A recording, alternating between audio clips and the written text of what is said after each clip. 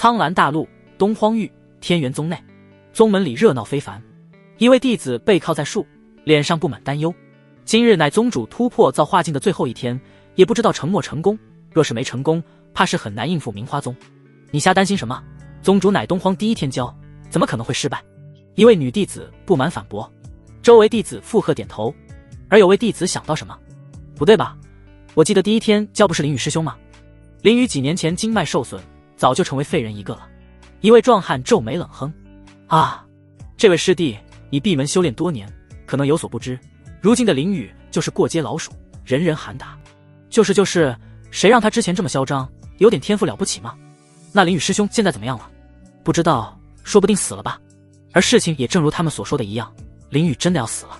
天元宗后山，混账，是谁往我饭菜里下莲花绝命散？林宇面色润红，嘴角溢出血液，身体发热。明明都成废人了，为什么还要这么对我？还踏马下的春药，这是人？是想让我临死前丢人吗？林宇心里十分气愤，若是就这么死去，他不甘心啊！他好不容易穿越一次，他本是兰心上孤儿院的一位孩子，不料某天竟在国道上与卡车来了一场说走就走的旅行。他醒来时便来到了这个名为苍兰大陆的玄幻世界，在漂泊1年后，成功参加了天元宗的入门考核。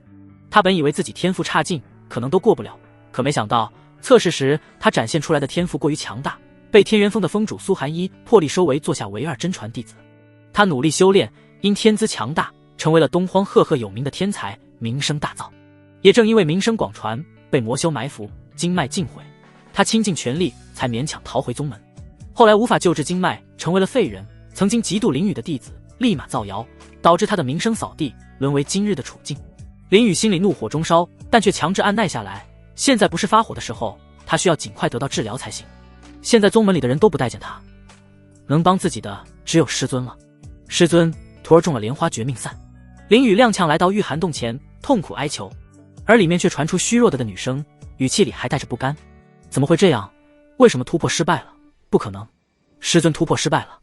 林宇心里一惊，师尊今日乃突破最后一天，他是知道的，只是他怎么也不敢相信，那个天赋妖孽的师尊居然会突破失败。林宇咬着牙一脚踏入御寒洞，只见一位倾世容颜的女子瘫倒在地，正是他的师尊苏寒一。她皮肤冰肌玉骨，如瀑布般的长发垂落在后背，她的脸颊棱角分明，透着一种不食人间烟火的清冷。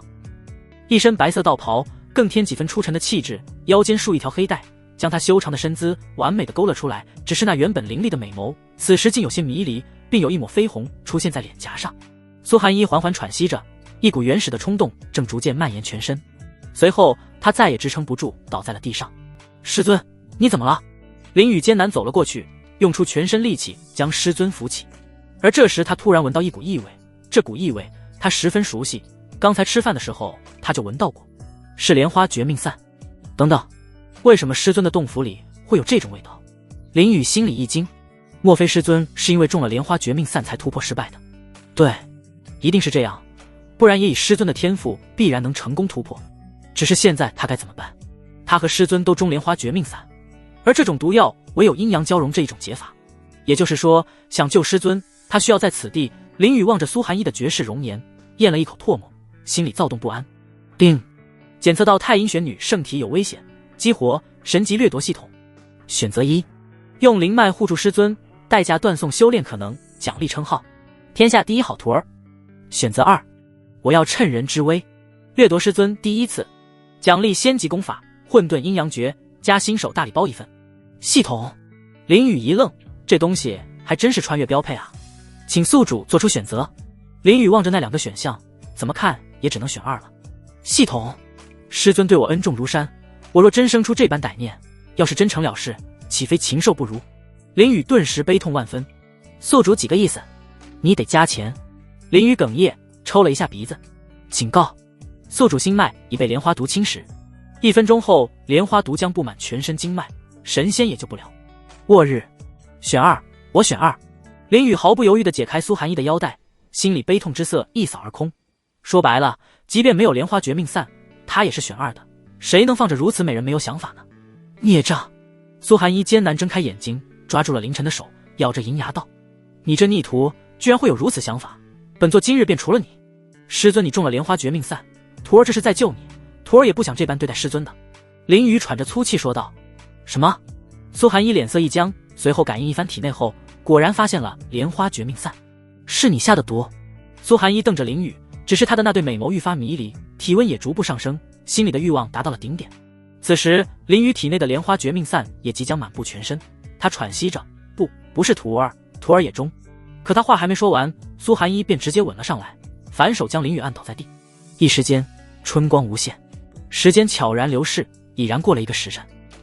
林雨穿好衣服，刚才的所做之事让他流连忘返，总结就是一个字：爽。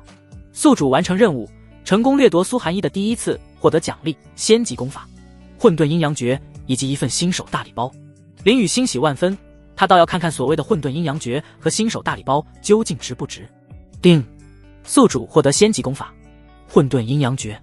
混沌阴阳诀能将吸纳的灵气凝练为混沌气，化作灵力攻势，所及之处混沌肆虐，更有双修之法，与契合之人共修时，双方修为皆能飞速增长。林雨脑子里顿时涌入一大股信息，混沌阴阳诀化作无数繁杂的符文，深深烙印在里面。上面的内容他是一清二楚，就像读过成千上万遍一样，怎么也忘不掉。混沌初开，阴阳始分，磅礴而又古老的符文在意识深处震荡，并逐渐汇聚成滔天巨浪，让林雨仿佛置身在混沌未开的鸿蒙之境。定，检测到宿主系统仓库里有一个新手大礼包，是否打开？林雨从感悟中缓过神来，毫不犹豫点头。打开。定，新手大礼包已打开，宿主获得地品丹药乾坤复脉丹。乾坤复脉丹汇聚乾坤之气，融合多种顶级灵药炼制而成，能重塑经脉的结构，彻底修复经脉的损伤，重铸强大的灵气运转体系。定，宿主获得仙级体质太日圣阳体。定，宿主获得顶级天赋加成，悟道从王级悟道提升至仙级悟道，天赋从王级天赋提升为仙级天赋，额外加成耐力获得巨大提升，上不封顶。定，宿主获得功法感悟，已经将混沌阴阳诀修炼至大成。系统的一连串声音在他耳边响起，林雨先是一愣，随后心中一阵狂喜。先是获得仙级功法，又是获得仙品丹药，最后还有仙级体质，这随便拿出一样都是能震撼这个苍蓝大陆的存在。现在苍蓝大陆最强的也不过是地级，而他的仙级可是凌驾于地级之上的存在。最让林雨激动的便是乾坤复脉丹以及顶级天赋了。有了乾坤复脉丹，他那破损的经脉就可以得到修复，甚至比以前强大1000倍也不止。毕竟能和乾坤沾上关系的，无一例外都是厉害无比，怕是仙人也眼馋。总结就是一字猛。顶级天赋更是让原本天赋就很好的林雨更上一层楼。以前修炼别人或许还能看见他的背影，现在怕是连尾气都吃不着了。他的天赋真的可是说是大陆第1也不为过。不过有一点他还是要说的，那就耐力提升，这是他最为喜欢的一个加成了。林雨一想到刚才居然是师尊占上风，这让他感到有些丢脸。这是作为男人的耻辱，作为男人什么都可以不行，唯独这事情不行。以前人们常说没有耕坏的田，只有累死的牛，这逼他便是要告诉世人，从此以后攻守一行了往后，只有被耕坏的师尊，没有累死的林雨。之前或许能坚持1个时辰，现在怕不是能持续2年半了。一想到这，林雨心里一阵狂喜。望着师尊那曼妙的身姿，林雨欲望再次腾然升起，但他强行按耐下来，拿起白色道袍盖在苏寒一身上。对于他来说，毫无意识的人即便双修也没意思，跟搂着一具尸体无任何区别，一点反馈也没有。他还是希望能听到一些声音的。林雨深吸一口气，从系统仓库里取出乾坤复脉丹，拿在手上。丹药圆润光滑，散发着金色光辉，丹身上有着红色纹路，内部隐隐有五彩光晕流转，仿佛蕴含着乾坤万象。他直接一口塞入口中，乾坤复脉丹入口即化，顺着咽喉缓缓而下，如同一股清泉注入干涸的全身。丹药的药力迅速弥漫开来，好似春日的和风，轻柔地拂过每一条经脉。随着时间的推移，经脉在药力的滋养下逐渐愈合，能感受到一股暖流在经脉中循环往复，每一次循环都让经脉变得更加坚韧。他的周身更是环绕着一股若有若无的乾坤气息。不知过了多久，药力彻底被吸收，林雨的经脉也完全恢复，这也意味着他不再是一个废人，再次变回了修炼天才。突破了，居然突破了，这丹药还真是厉害。林雨感受着体内蓬勃的灵气，十分欣喜。他的修为原本是最废物的引气境1重天，现在直接一跃突破到了灵台境5重天。这颗修复经脉的丹药居然还可以提升修为，这是林雨怎么也没想到的。突然他意识到一个很严重的问题，欣喜之色戛然而止。师尊醒来后会不会把他砍了？会。绝对会。林雨一下就有了答案，他把师尊最珍贵的东西夺走，师尊若是不杀了他，都是善心大发。林雨抬脚就往外跑，现在不跑更待何时？而这时御寒洞突然降下一道石门，将洞口堵住，一道寒冷的声音响彻整个洞府：逆徒，你想跑哪去？坏了！林雨心里咯噔一下，立马回头，只见原本昏迷的苏寒衣此刻已经穿好衣服，冷冷地注视着自己，他的俏脸上还残留着一抹羞红。苏寒衣脑海里浮现着刚才荒唐的一幕，既愤怒又羞耻，他直接取出万载玄冰剑，朝林雨冷漠走去。逆徒，今日便是你的死期！林雨下意识后退一步，背靠在石门之上，咽了一下口水。不会吧，刚获得系统就死了？等等，师尊，其实我也是受害者，我也中了莲花绝命散。林雨连忙开口，抬手示意停下。苏寒衣眉头微皱，脚步顿了一下，随后冷哼一声：即便如此，怕也只是你苦肉计罢了，一切皆是为了……剩下的话太羞耻。苏寒衣没有继续说下去，直接来到林雨面前，将剑架在他脖子上。作为本座弟子，我给你说一下最后的遗言。师尊，真不是我。林雨三指并立，我对天道发誓，若是我下的毒，明日不得好死，并且死后不得超生。什么？苏寒衣一怔，脸上浮现些许不可置信的神色。林雨松了一口气，他来到这个世界这么久，知道这个世界的人最忌讳发誓，一般人是不敢发誓的。师尊，我知道你很愤怒，可我也是无辜的。您想想，我是这种人吗？林雨继续开口，乘胜追击，企图获得信任。苏寒衣死死盯着林雨没有说话，脑海里却浮现出这些年与林雨相处时候的点点滴滴。这逆徒平时是嘴贱了点，但貌似还真做不出下毒这种事情。从平日表现来看，这逆徒修炼刻苦，在自己的教导下也十分听话，确实是一个不可多得的弟子。只是在他成为废人后，自己却疏远了这位弟子，甚至不再见面。想到这，苏寒衣冰冷的心里多了一抹愧疚之色，他微微抿着朱唇：师尊，你好歹说句话。林雨将万载玄冰剑从脖子上挪开，挑眉说道。苏寒衣缓过神来，眼神恢复冰冷，冷声道：别叫我师尊，我没你这个徒弟。但一想到自己的身子被夺走后，他的怒气再次上来，握紧万载玄冰剑，可却怎么也下不了手。哎，不叫你师尊，那叫你什么？林雨诧异，随后凑近几分，笑呵呵道：要不叫你妈妈？苏寒衣皱起柳眉，后退几步，训斥道：你在胡说什么？母亲之名岂能乱叫？谁教你的？一群打瓦的教我这么说的。林雨嘿嘿一笑：打瓦这是什么意思？苏寒衣十分疑惑。先不说这个。林雨摆摆手，接着说道：要不先说说现在该怎么办吧。闻言，苏寒衣沉默下来，内心十分挣扎。按理说他应该一剑劈了这个夺走自己身子的逆徒，可若真的不是他下的毒，那岂不是冤枉好人了？林雨见苏寒衣沉默，也不准备闲着。系统在不在？他在心里呼唤。在的，宿主。你能说说你这所谓的神级掠夺系统有什么用吗？好的。神级掠夺可以掠夺任何生物的机缘、物品，包括身上的一切，只要能成功掠夺，就可以获得系统给予的丰厚奖励。注意，掠夺的东西越珍贵，系统奖励就越丰厚。哦，说白了就是强盗系统呗，只要抢东西就可以获得奖励，是这意思不？宿主可以这么理解，但本系统要强调一下，这是神级掠夺系统，不是强盗系统。行了，我知道了，你闭嘴吧。林雨捋了一下思路后，望向苏寒衣，忽然一块只有他才能看见的面板悄然浮现。姓名：苏寒衣，年龄520，境界法相境九重天，天赋地级天赋，功法冰破玄冥诀黄级，体质太阴玄女圣体，对宿主好感10%，评价冰封万古，必成大地。武器万载玄冰剑，黄气定。友情提示：好感值每提升10%，混沌阴阳诀双修功效就提升10%，最高100%。闻言，林雨心里狂喜，他的混沌阴阳诀本就是仙级功法，若是再提升，那收益他都不敢想象。要是双修一次，怕不是能连升好几个境界。不过他很快就泄气了，苏寒衣冷得跟冰块似的，怎么提升好感度？无奈叹了口气后，林雨又看了一眼自己的面板。姓名：林雨，年龄21，境界灵台境5重天，天赋仙级天赋，功法混沌阴阳诀仙级，体质太日圣阳体仙体，评价帅气逼人，有统御9天10地之姿。武器自己这面板也是相当恐怖，怕是古今以来毫无敌手。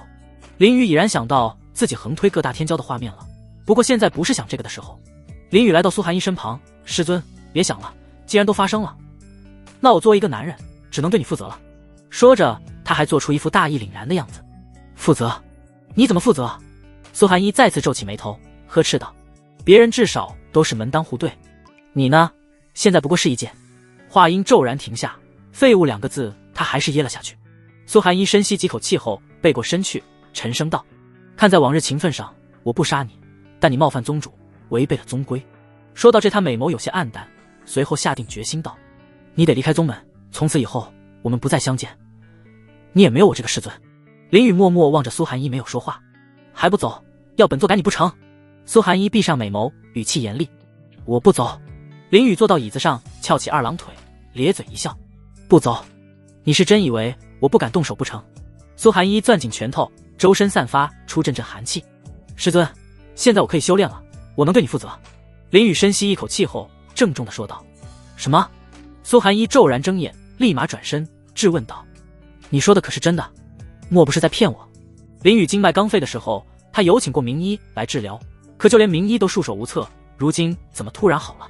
林雨一脸坦然道：“师尊，若是不信，可以检查的。”苏寒一皱着眉头，沉默片刻后，来到林雨面前，抓起他的手腕，注入一股温和的灵气。“师尊，你的手好冰，好舒服哦。”林雨打趣笑道。“闭嘴！”苏寒一美眸微眯，冷冷道：“师尊让我闭嘴，那我就闭嘴。”林雨嘿嘿笑道，默默感受着手上传来的触感。苏寒一的手修长如玉，指尖微凉，却意外的柔软，不禁让林雨感到十分舒爽。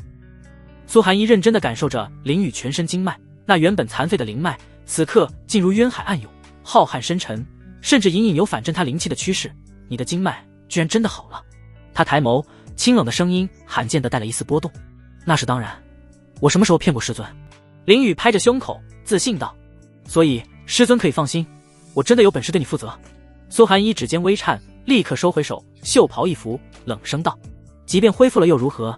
现在不过是灵台境，你想负责还差得远呢。”可转身时，他眼底仍残留着一丝惊异。这孽徒的经脉何时到了如此境界？竟比我的还强。林雨淡笑一声：“那师尊，你说我该到什么境界才能负责？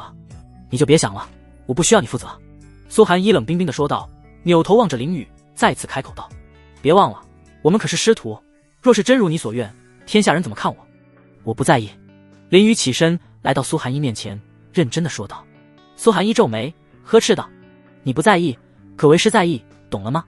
说着，他还伸出玉指，猛点几下林雨的胸口。“你不要脸，为师还要脸，你是想让世人耻笑我吗？”“可我真的不在意，师尊。”林雨摇摇头，语气里透着一股执着，仿佛不把此事谈妥不善罢甘休。“你……”苏寒一银牙轻咬，冰冷的心里多了一丝怒火。“你怎么就不懂呢？你是想气死为师吗？”他这逆徒明明以前挺明白事理的，怎么如今如此糊涂？“师尊，古人常说，既然发生了，那就要负责。”林雨一把抓住了苏寒一的玉手，郑重开口道：“在我心里，师尊就已经是我的女人了。”少年声音清朗，在寂静的御寒洞中格外清晰。苏寒一望着那认真的模样，不禁一愣，美眸闪过一丝错愕。林雨的话一个字一个字地冲击着他的内心，如同回音一般持续重复着。他活了500年之久，还是第一次听到这种直白的话。他美貌绝世，喜欢他的人是很多，但因为冰冷的性格，让无数人只敢远观，不敢亵渎。像这种话，他此生还是第一次听到，心里复杂万分，却又带着一丝羞涩。好一会，他才缓过神来，眸中寒芒再现，猛地抽回手：“放肆！谁是你的女人？”他声音冷若冰霜，可尾音却泄露一丝微颤。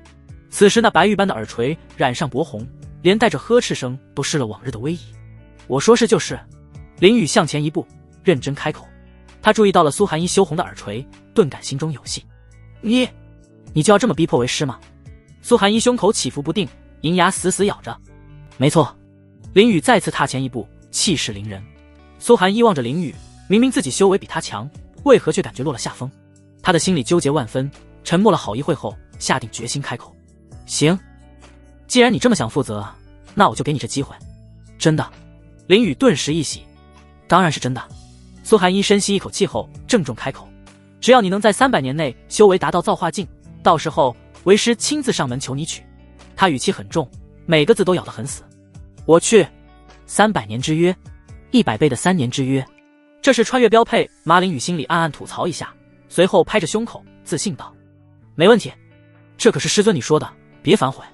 开玩笑，如今他有童子哥的帮助，别说300年了，1年怕是就能搞定。”苏寒衣一愣，他怎么也没想到，如此离谱的约定，林宇居然敢答应。要知道，他修炼500年也才法相境9重天，与造化境还有一步之遥，但是这已经是天才中的天才了。要是别人怕是要修炼更久。他是有什么自信，觉得自己能在300年内修炼到造化境的？苏寒衣十分不解，但既然答应了，正好也省事。林宇凑近，笑呵呵道：“师尊，那你现在还赶不赶我走啊？”“不了。”苏寒衣恢复冷漠，“你就先在宗门里待着吧。”他倒要这逆徒有何本领，能在如此短的时间内修炼到造化境？多谢师尊。林宇装模装样拱手道。苏寒衣挥挥手，淡然道：“此事到此为止，你先回去吧。”忽然一阵剧烈的震动从地底传来，整个御寒洞都摇晃起来。怎么回事？苏寒衣皱起眉头，左右观望一番。修士的敏锐感知告诉他，这绝非普通的地洞。林宇也隐隐感觉到不安，他甚至能隐约听到御寒洞外传来尖锐的呼喊声和杂乱的脚步声。紧接着，一声震耳欲聋的轰鸣从远处传来，连洞府顶部的碎石都簌簌落下。苏寒衣的手背上骤然浮现出一个复杂的图案，并闪着一阵一阵的红光。他瞳孔猛地一缩，不可置信道：“有人在攻击护宗大阵。”说着，苏寒衣立马打开石门，化作一道流光冲了出去。林宇心里顿感不妙，若是护宗大阵没，那宗门可就危险了。他毫不犹豫地跟了出去。走出洞府后，只见无数弟子正朝着天元宗正门飞去，而苏寒衣则被二长老李逵拦下。李逵单膝跪地，严肃禀报：“宗主，不好了，明花宗带着10万弟子攻过来了。”“什么？”苏寒衣怒火逐渐升起，死死握紧万载玄冰剑，怒斥道：“他们怎么敢的？”一股寒气从他体内爆发出来，周围的一切都迅速结冰。林宇更是被冷得直哆嗦。苏寒衣迅速飞起，赶往天元宗正门，而李逵再次拦在他面前：“你还有何事？”他语气有些不悦。李逵郑重询问道：“不知宗主是否成功突破到造化境？现在情况紧急，你还有时间问这个？”苏寒衣皱起眉头，呵斥道：“若是宗主没有突破成功，那还是不要去了。”李逵严肃开口：“因为明花宗的宗主可是到造化境强者，若是宗主前去，怕有生死风险。”苏寒衣心中一沉，虽然他是法相境9重天和造化境只有一步之遥，但这一步却是天与地的差别，宛若一道鸿沟。那又怎样？我作为宗主，这是我的责任。他毅然决然道。说完，他就再次起飞。李逵也再次阻拦，坚定开口：“不可，滚开！”苏寒衣用万载玄冰剑指着李逵，冰冷地说道。李逵摇摇头道：“宗主，以你的天赋，日后东山再起，为弟子报仇才是正确的选择。你是想让我看着弟子们就这么死去吗？”苏寒衣冷声道。他的表情变得异常冰冷，举起剑就要砍下。“再不走开，就别怪我了。”李逵闭上眼睛，却没有躲开的意思。就在两人僵持不下的时候，林宇抱着哆嗦的身子开口道：“师尊，我有办法让你突破到造化境。”说完，他还吸了鼻涕。李逵闻言看了过去，这时他才注意到林宇也在此处。他皱起眉头，呵斥道：“你这废人，如今这般情况，还敢添乱？”他是不相信一个废物说的话的。法相境突破到造化境何其之难，就连一些强者都未必有100%突破的方法，更何况一个残废的弟子。闭嘴！苏寒衣凤眸微眯，开口训斥。作为长老，随意辱骂弟子，成何体统？就是，再乱说话，老子下次割了你的舌头。林宇点头附和，语气颇为不悦。以前被骂也就是算了，如今恢复完全，甚至更强了，岂能容忍辱骂？二长老是吧？等着，别让我逮着机会，否则把你掠夺一干二净。你老婆也不例外。感受到苏寒衣的压迫，李逵只能拱手认错。宗主教训的是，他心里有些不满，但又十分疑惑。自从林宇废了之后，宗主不是再也没管过林宇吗？为何如今会帮他说话？不过此刻他也不敢多问，毕竟苏寒衣的剑可不是吃素的。苏寒衣飞速落到林宇面前，开口询问道：“说，你有何方法？”他的语气冰冷，但又带着急切之意。“师尊，这方法你可能很难接受，真的愿意吗？”林宇笑眯眯地询问道。苏寒衣语气坚定道：“只要能救宗门，什么方法我都能接受，别卖关子了。”林宇会心一笑，朝御寒洞走去。“那宗主请跟我来。”苏寒衣立马跟上，一同踏入了御寒洞。李逵则是盯着两人背影，心中不知在想些什么。进到御寒洞后，林宇淡笑一声：“把门关了。”苏寒衣疑惑：“不知林雨葫芦卖的什么药，但还是点了点头。他心神一动，厚重的石门砰的一声关闭。现在你可以说了吧？苏寒一直视着林雨眼眸，语气带着一丝急切。如今他能感知到护宗阵正遭受到成千上万道灵气的攻击。他浅浅的估算一番后，护宗大阵大概还能坚持半个时辰，若半个小时后他还没有破局之法，宗门必然遭遇灭顶之灾，所以此刻他比谁都急。突破造化境的方法很简单。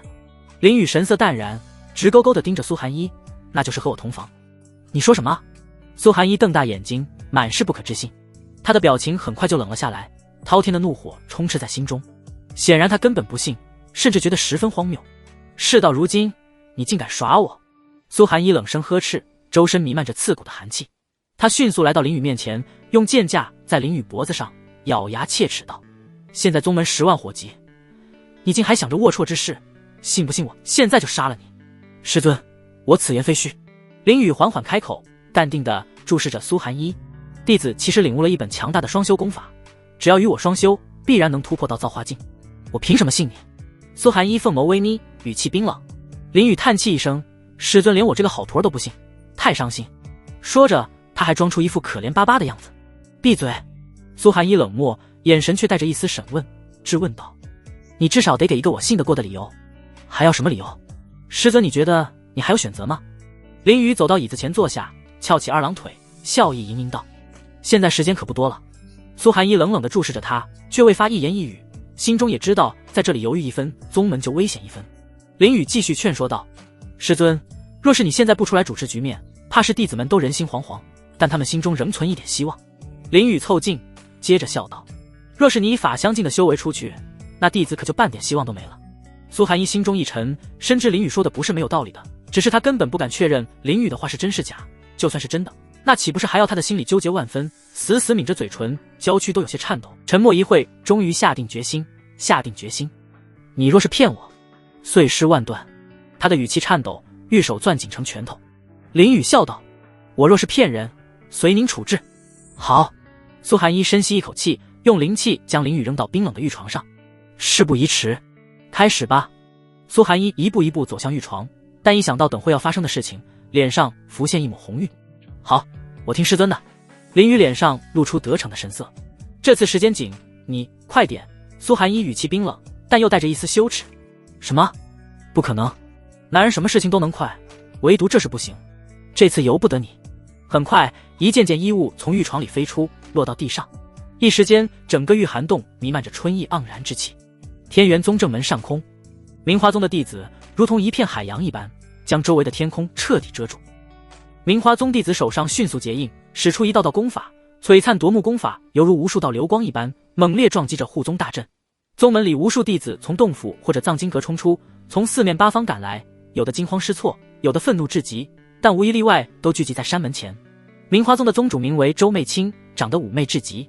她琼鼻挺翘，眼眸携带着勾人的风情，脸上挂着似笑非笑的笑容，让男人看了一眼便心火难耐。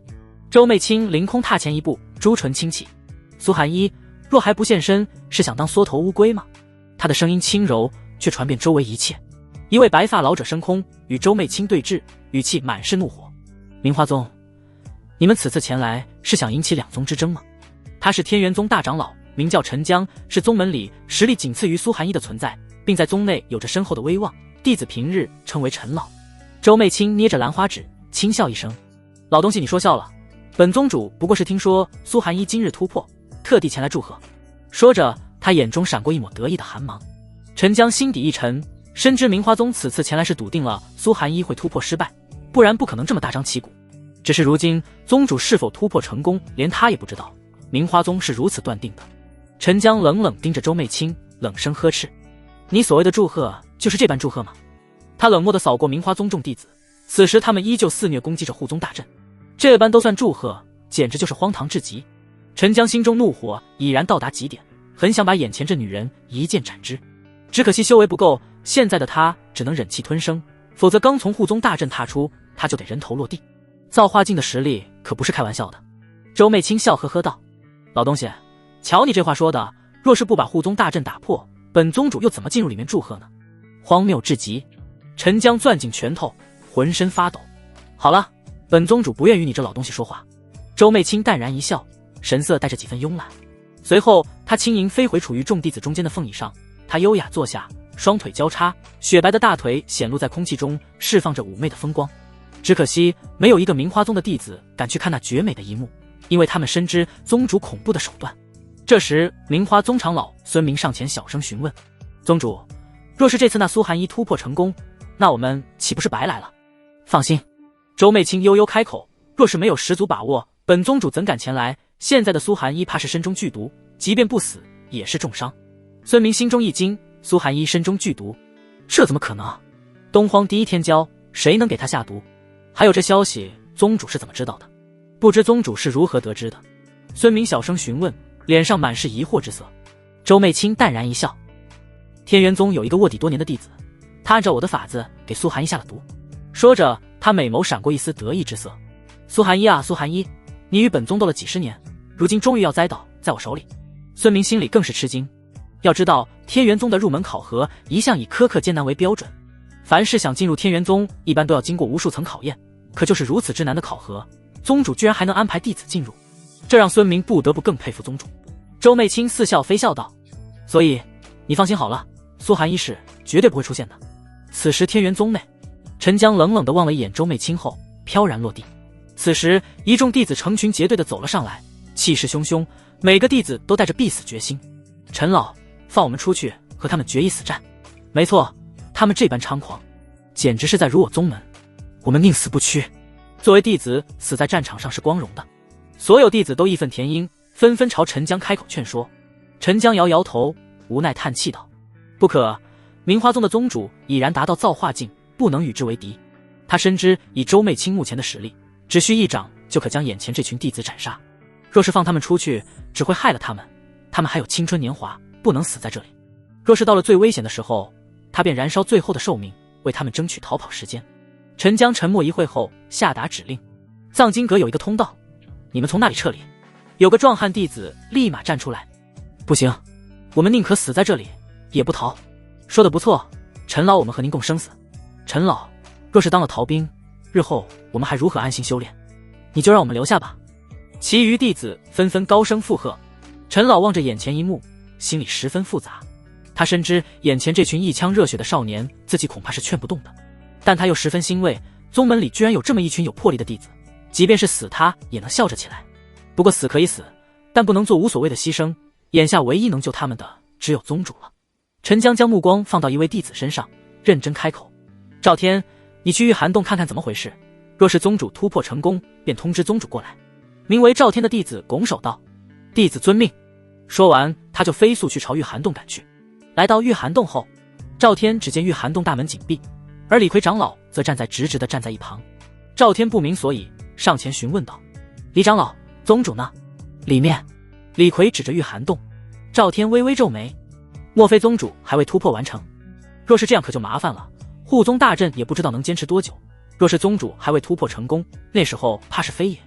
李逵摇摇头，宗主其实突破失败了。什么？赵天心里一惊，宗主居然突破失败了，那宗门岂不是要面临绝顶之灾？赵天心里有些绝望。李逵瞥了一眼他，淡然道：别如此挫败，其实还有机会。赵天深吸一口气道：长老此言何意？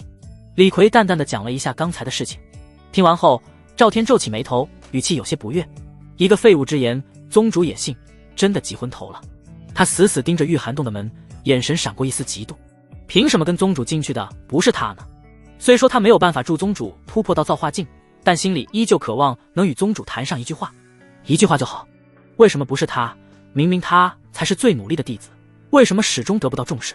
之前林雨天赋好，宗主关照他不说什么，但如今林雨成了个废物，为什么宗主还如此信他？李逵皱眉制止道：慎言，别辱骂其他弟子，宗主耳朵灵着呢。刚才被宗主训斥的画面还历历在目，听到又如何？林雨本来就是废人一个。赵天深吸一口气后攥紧拳头，显然对宗主重视林雨的事情还嫉妒着呢。辱骂弟子，罚你去禁房面壁1月。御寒洞猛然传出苏寒衣清冷的声音。李逵望着赵天，无奈扶额。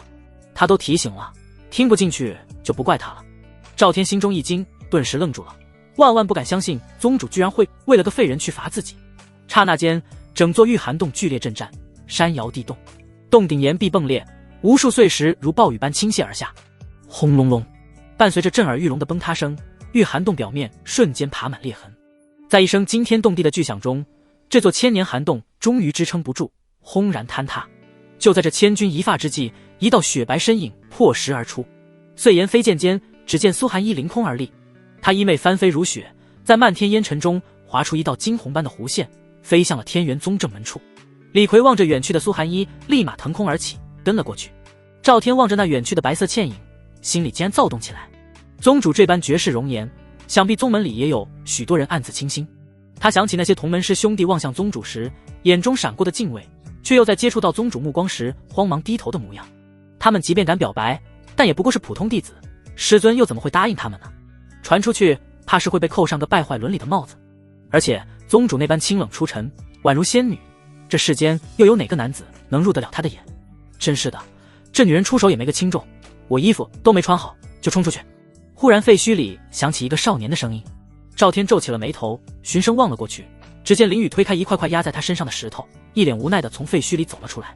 林雨此时光着上身，身下的裤子也破开了几个大洞，他一脸不悦地拍了拍身上的灰尘，忍不住吐槽道：哎，这女人总有一天要好好教训才行。说罢，他看向自己的手掌，攥紧成拳头，感受着此时体内充沛的灵气，心情一下就好了很多。林雨忍不住感慨道：不愧是混沌阴阳诀，一次修炼就直接突破到了灵台境8重天，真当厉害。3个境界，整整3个小境界，这若是换成正常修炼的话，怕不是要修炼好几个月，天赋差点甚至几年。而他只用了短短20分钟就突破了，让传出去怕是得让别人羡慕许久。不对，才坚持了20分钟，这有什么好羡慕的？这是男人的耻辱。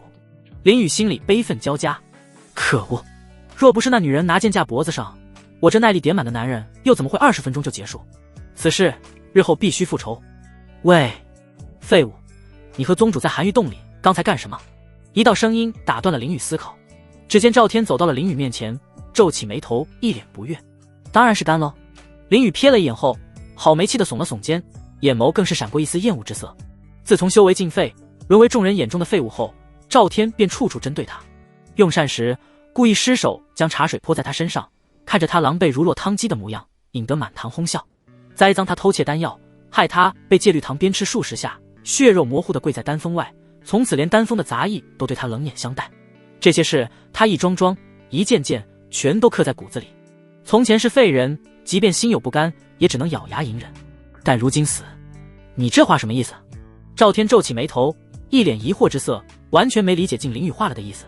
林雨瞥了他一眼，冷笑一声道：我说我和师尊干了那事，你是听不懂吗？到底什么事？你给我说清楚。赵天语气不悦，对林雨说话的态度极其不满。不过是一个废物，居然敢这么跟我说话，看来日后不教训是不行了。林雨扶额，很是无奈。在他眼里，赵天简直蠢到不行，自己都说得如此直白了，怎么就是听不懂呢？林雨冷漠地盯着，一个字一个字咬牙说了出来：我和师尊双修了。说完他不屑一笑：现在听懂了吗？闻言赵天脑袋顿时一震，瞪大眼睛，一脸不可置信，随后怒斥道：你说什么？你知道这你话是要掉脑袋的知道吗？他怒火中烧，他根本不愿相信高高在上的宗主怎可能与这个废物有肌肤之亲，简直荒谬绝伦。说实话都不行吗？林雨眉毛一挑，语气轻佻的仿佛在谈论今日的天气。他回味般舔了舔唇，比划道：师尊那盈盈一握的细腰，那修长白皙的玉腿，那触感简直啧啧。说着故意停顿，眯起眼睛露出陶醉之色。妙不可言，这4个字被他咬得极重。他挑衅笑道，眼眸闪过得意之色。可惜啊，这等滋味你这辈子都无缘体会了。他回味了一下那感觉，只能用1个字来形容，那就是爽，2个字就是爽翻了。混蛋，你竟然侮辱宗主，找死！赵天再也按捺不住怒火，一拳打了过去。在他心里，宗主宛若仙子，只可远观不可亵渎，岂容这等污言秽语亵渎？这般轻浮的话，别说宗主听不得，就连他听了也是怒气冲天。林雨淡然，那硕大的拳头此刻在他眼中犹如蜗牛一般缓慢。他抬手轻松接下，冷漠嘲讽道：就这吗？什么？赵天顿时愣住，心里满是震惊。他在原地满脸骇然，这怎么可能？一个经脉尽断的废人，竟能如此轻描淡写地接下他全力一击。林宇冷冷地看着他，出手迅速，一拳打在了赵天脸上。这一拳还带着他这些年所受的屈辱，力度极其狠辣。砰的一声，赵天倒飞出去数十米远，并在地上滑了一段距离才停下。一股撕心裂肺的疼痛迅速从脸颊蔓延至全身，赵天捂着脸，痛苦万分，表情几乎都快心皱到一起了。叮，神级掠夺系统开启，请宿主做出选择。选择1，放过赵天，奖励1颗极道圣母心。极道圣母心，拥有此物者内心善良，无论是谁他都会放过。选择2，掠夺赵天的生命，奖励地兵。九霄龙吟剑。九霄龙吟剑，此剑乃五爪金龙的血骨锻造而成，龙吟响起，万兽臣服，剑可劈混沌，斩邪祟，破万法，是一柄至高杀伐之器。林宇随手关掉眼前这个透明的屏幕，朝赵天冷漠走去。系统，你猜猜我这次选哪个？他心里淡然提问。系统不知道呢，总不会选2吧？你猜对了，我就选2。林宇毫不犹豫做出了决定，径直来到赵天面前，宛如一个无情的神明，居高临下盯着。赵天一只手捂着脸，一只手艰难支撑起自己的上半身。他扭头看着林宇，气得直发抖道：你这废物，居然敢打偷袭我！偷袭？林宇不屑一顾，打你还用偷袭？刚才是你自己没反应过来罢了。你不过是个废物，除了偷袭是不可能打到我的。赵天一脸怨恨，咬牙切齿道：废物！林宇不屑冷笑，猛地一脚踩在赵天胸口上，睁大你的狗眼看看有没有，老子是不是废物？话音未落，一股磅礴灵气骤然爆发，四周树木剧烈摇晃，淡蓝色的灵气在林宇周身流转，其间缠绕着丝丝缕缕的朦胧之气，如烟似雾，散发着令人心悸的威压。那正是刚才修炼混沌阴阳诀所获得混沌之气。你……赵天艰难地抓着林宇脚，瞳孔骤缩，一脸震惊：你居然恢复了？这怎么可能？那些医师不是说林宇此生无法恢复吗？为什么如今却有这般实力？他是怎么恢复的？混沌之气缓缓掠过赵天面颊，他顿时如坠冰窟，浑身血液都要凝固。灵台境4重的修为在此刻显得如此可笑，因为他清晰地感受到林宇的气息远在他之上，放开我。赵天努力挣扎，心中的恐惧让他想要离开这里，可身子却被林宇死死踩着，那一脚如同一座山岳压在身上，任凭他怎么扭动也不能移动半分。放开你！林宇缓缓摇头，嘴角扯出一抹冷笑。那你之前怎么不放过我？说着，他抬起脚朝赵天脸上踩了过去，靴底沾满泥土，在赵天惊恐放大的瞳孔中越放越大。不要！赵天生恐惧尖叫，四肢疯狂抽搐，死亡的阴影笼罩心。残害同门，宗门绝不会啊！他竭力嘶吼，祈祷有人能听到，从而过来救他。可惜林宇眼中寒芒暴涨，你看不到那天了。话音刚落，脚下猛然发力，携带着千钧之势。砰！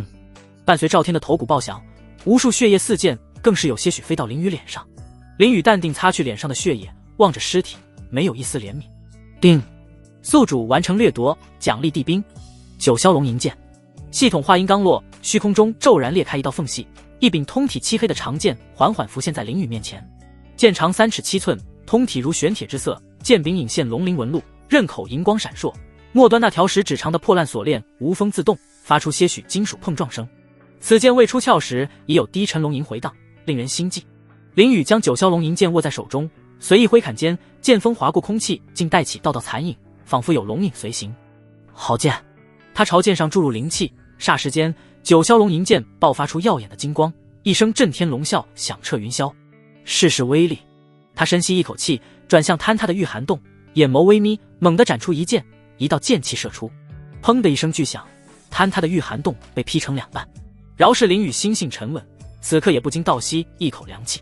他能感受到此剑的强大，若是没有此剑，以目前的实力，怕是很难做到这种程度。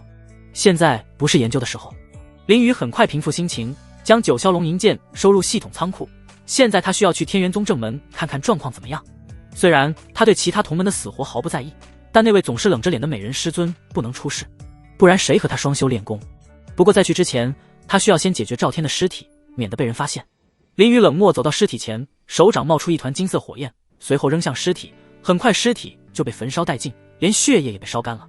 此时天元宗正门，陈江望着那些准备支撑不住的护宗大阵，心里越发着急。他扭头看向一位弟子，急忙询问：赵天呢？还没回来吗？弟子摇了摇头，并没有。陈江心底一沉，赵天去了这么久都还没有回来，那只有2个可能，要么宗主突破失败了，要么宗主还在突破中。但这2个可能都不是好消息，因为护宗大阵上已然裂痕无数，很快就撑不住了。陈江望着还在攻击的明花宗弟子，心里涌起一抹绝望。难道今日就是他们天元宗灭门之日？周妹清见时机差不多，缓缓飘到护宗大阵前，娇媚一笑道：“老东西，这破阵都快烂了，你们宗主还不来，是不是已经扔下你们跑了？”陈江脸色有些难看，却咬着牙道：“混账！宗主岂是你口中之人？他和苏寒衣认识多年，知道苏寒衣的性子，他宁愿战死，也绝不会扔下宗门逃跑。只是如今他也搞不明白，为何宗主还不来，究竟是发生了什么？哎呀，那你说说，你们宗主去哪了？”周妹轻轻挑一笑，脸上诱人的神情让人心火难耐。宗主的行踪岂能被你所知？陈江脸色有些难看，嘴硬地说道，心里却在祈祷宗主快来。哎呀，既然你不说，周妹轻笑了一声说道，语气骤变，带上了些许寒冷道，那本宗主便亲自把他揪出来了。说完，他玉手向上指，顿时无数灵气涌出，快速凝聚成一朵庞大的黑色莲花，遮天蔽日，所散发的气息无比恐怖，将周围的高山树木全部摧毁。陈江望着那恐怖的黑色莲花，心中涌出一抹彻骨的惧意，老迈的身躯微微颤抖。他知道护宗大阵是绝对挡不住这一击的。这时他一咬舌尖，镇定下来。现在他是弟子们的主心骨，若是他表现出害怕之色，弟子们那股满腔热血怕是会瞬间溃散。他猛地看向身后的弟子，振臂高呼：“弟子们，无需害怕，让他们看看天元宗宁死不屈的意志。”声音传遍千里，振奋人心。原本害怕的弟子们顿时斗志昂扬，是与宗门共存亡，我辈修士何惧一死？生为宗门峥嵘，死为宗门献命。众弟子的气血被点燃，纷纷露出赴死之色。周妹轻望着这一幕，不屑一笑：“好志气，不过没什么用。”他玉手一挥，庞大的黑色莲花朝天元宗的护宗大阵缓缓下坠，所过之处空间扭曲。陈江能听见身后弟子们急促的呼吸声，他深吸一口气，正要燃烧精血拼死一搏，而就在这千钧一发之际，天空之上突然炸响惊雷。原本晴朗的天空瞬间阴云密布，鹅毛大雪纷扬而下。动我宗弟子者！清冷的女声裹挟着风雪席卷而来，每个字都仿佛带着冰碴。死！众人骇然抬头，只见一道白色身影踏雪飞来，他所过之处寒气滚滚，空中飘落的雪花在他周身形成漩涡。当那道身影落在山门前时，整座山脉的温度骤然降至冰点。天元宗当代宗主苏寒衣终于现身。周妹轻猛的一惊，美眸骤缩，满脸不可置信。她万万没想到苏寒衣来了。不可能，这不可能！我明明安排人给他下毒了，按理说此刻的苏寒衣应该经脉寸断，修为尽毁才对，可为何他安然无恙？陈江看着那道熟悉的身影，紧绷的神情也是松了下来。若是再晚来一点，宗门可就毁了。而天元宗的弟子们更是瞬间沸腾，原本绝望的情绪一扫而空，取而代之的是狂热的战意。宗主来了，我们有救了！杀！让这些明花宗的杂碎付出代价，誓死追随宗主！苏寒衣凌空而立，白衣猎猎，周身萦绕着森然寒气，一双冰冷的眸子死死锁定明花宗众人。他的怒火几乎化为实质，四周的温度骤降，连空气都仿佛被冻结。他摆好架势，浑身寒气逼人，并将灵气猛地注入到万载玄冰剑中，顿时散发出刺眼的寒光。斩！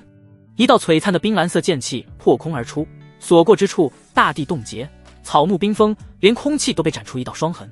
强大的剑气迅速朝黑莲飞去，所过之处皆被冻结。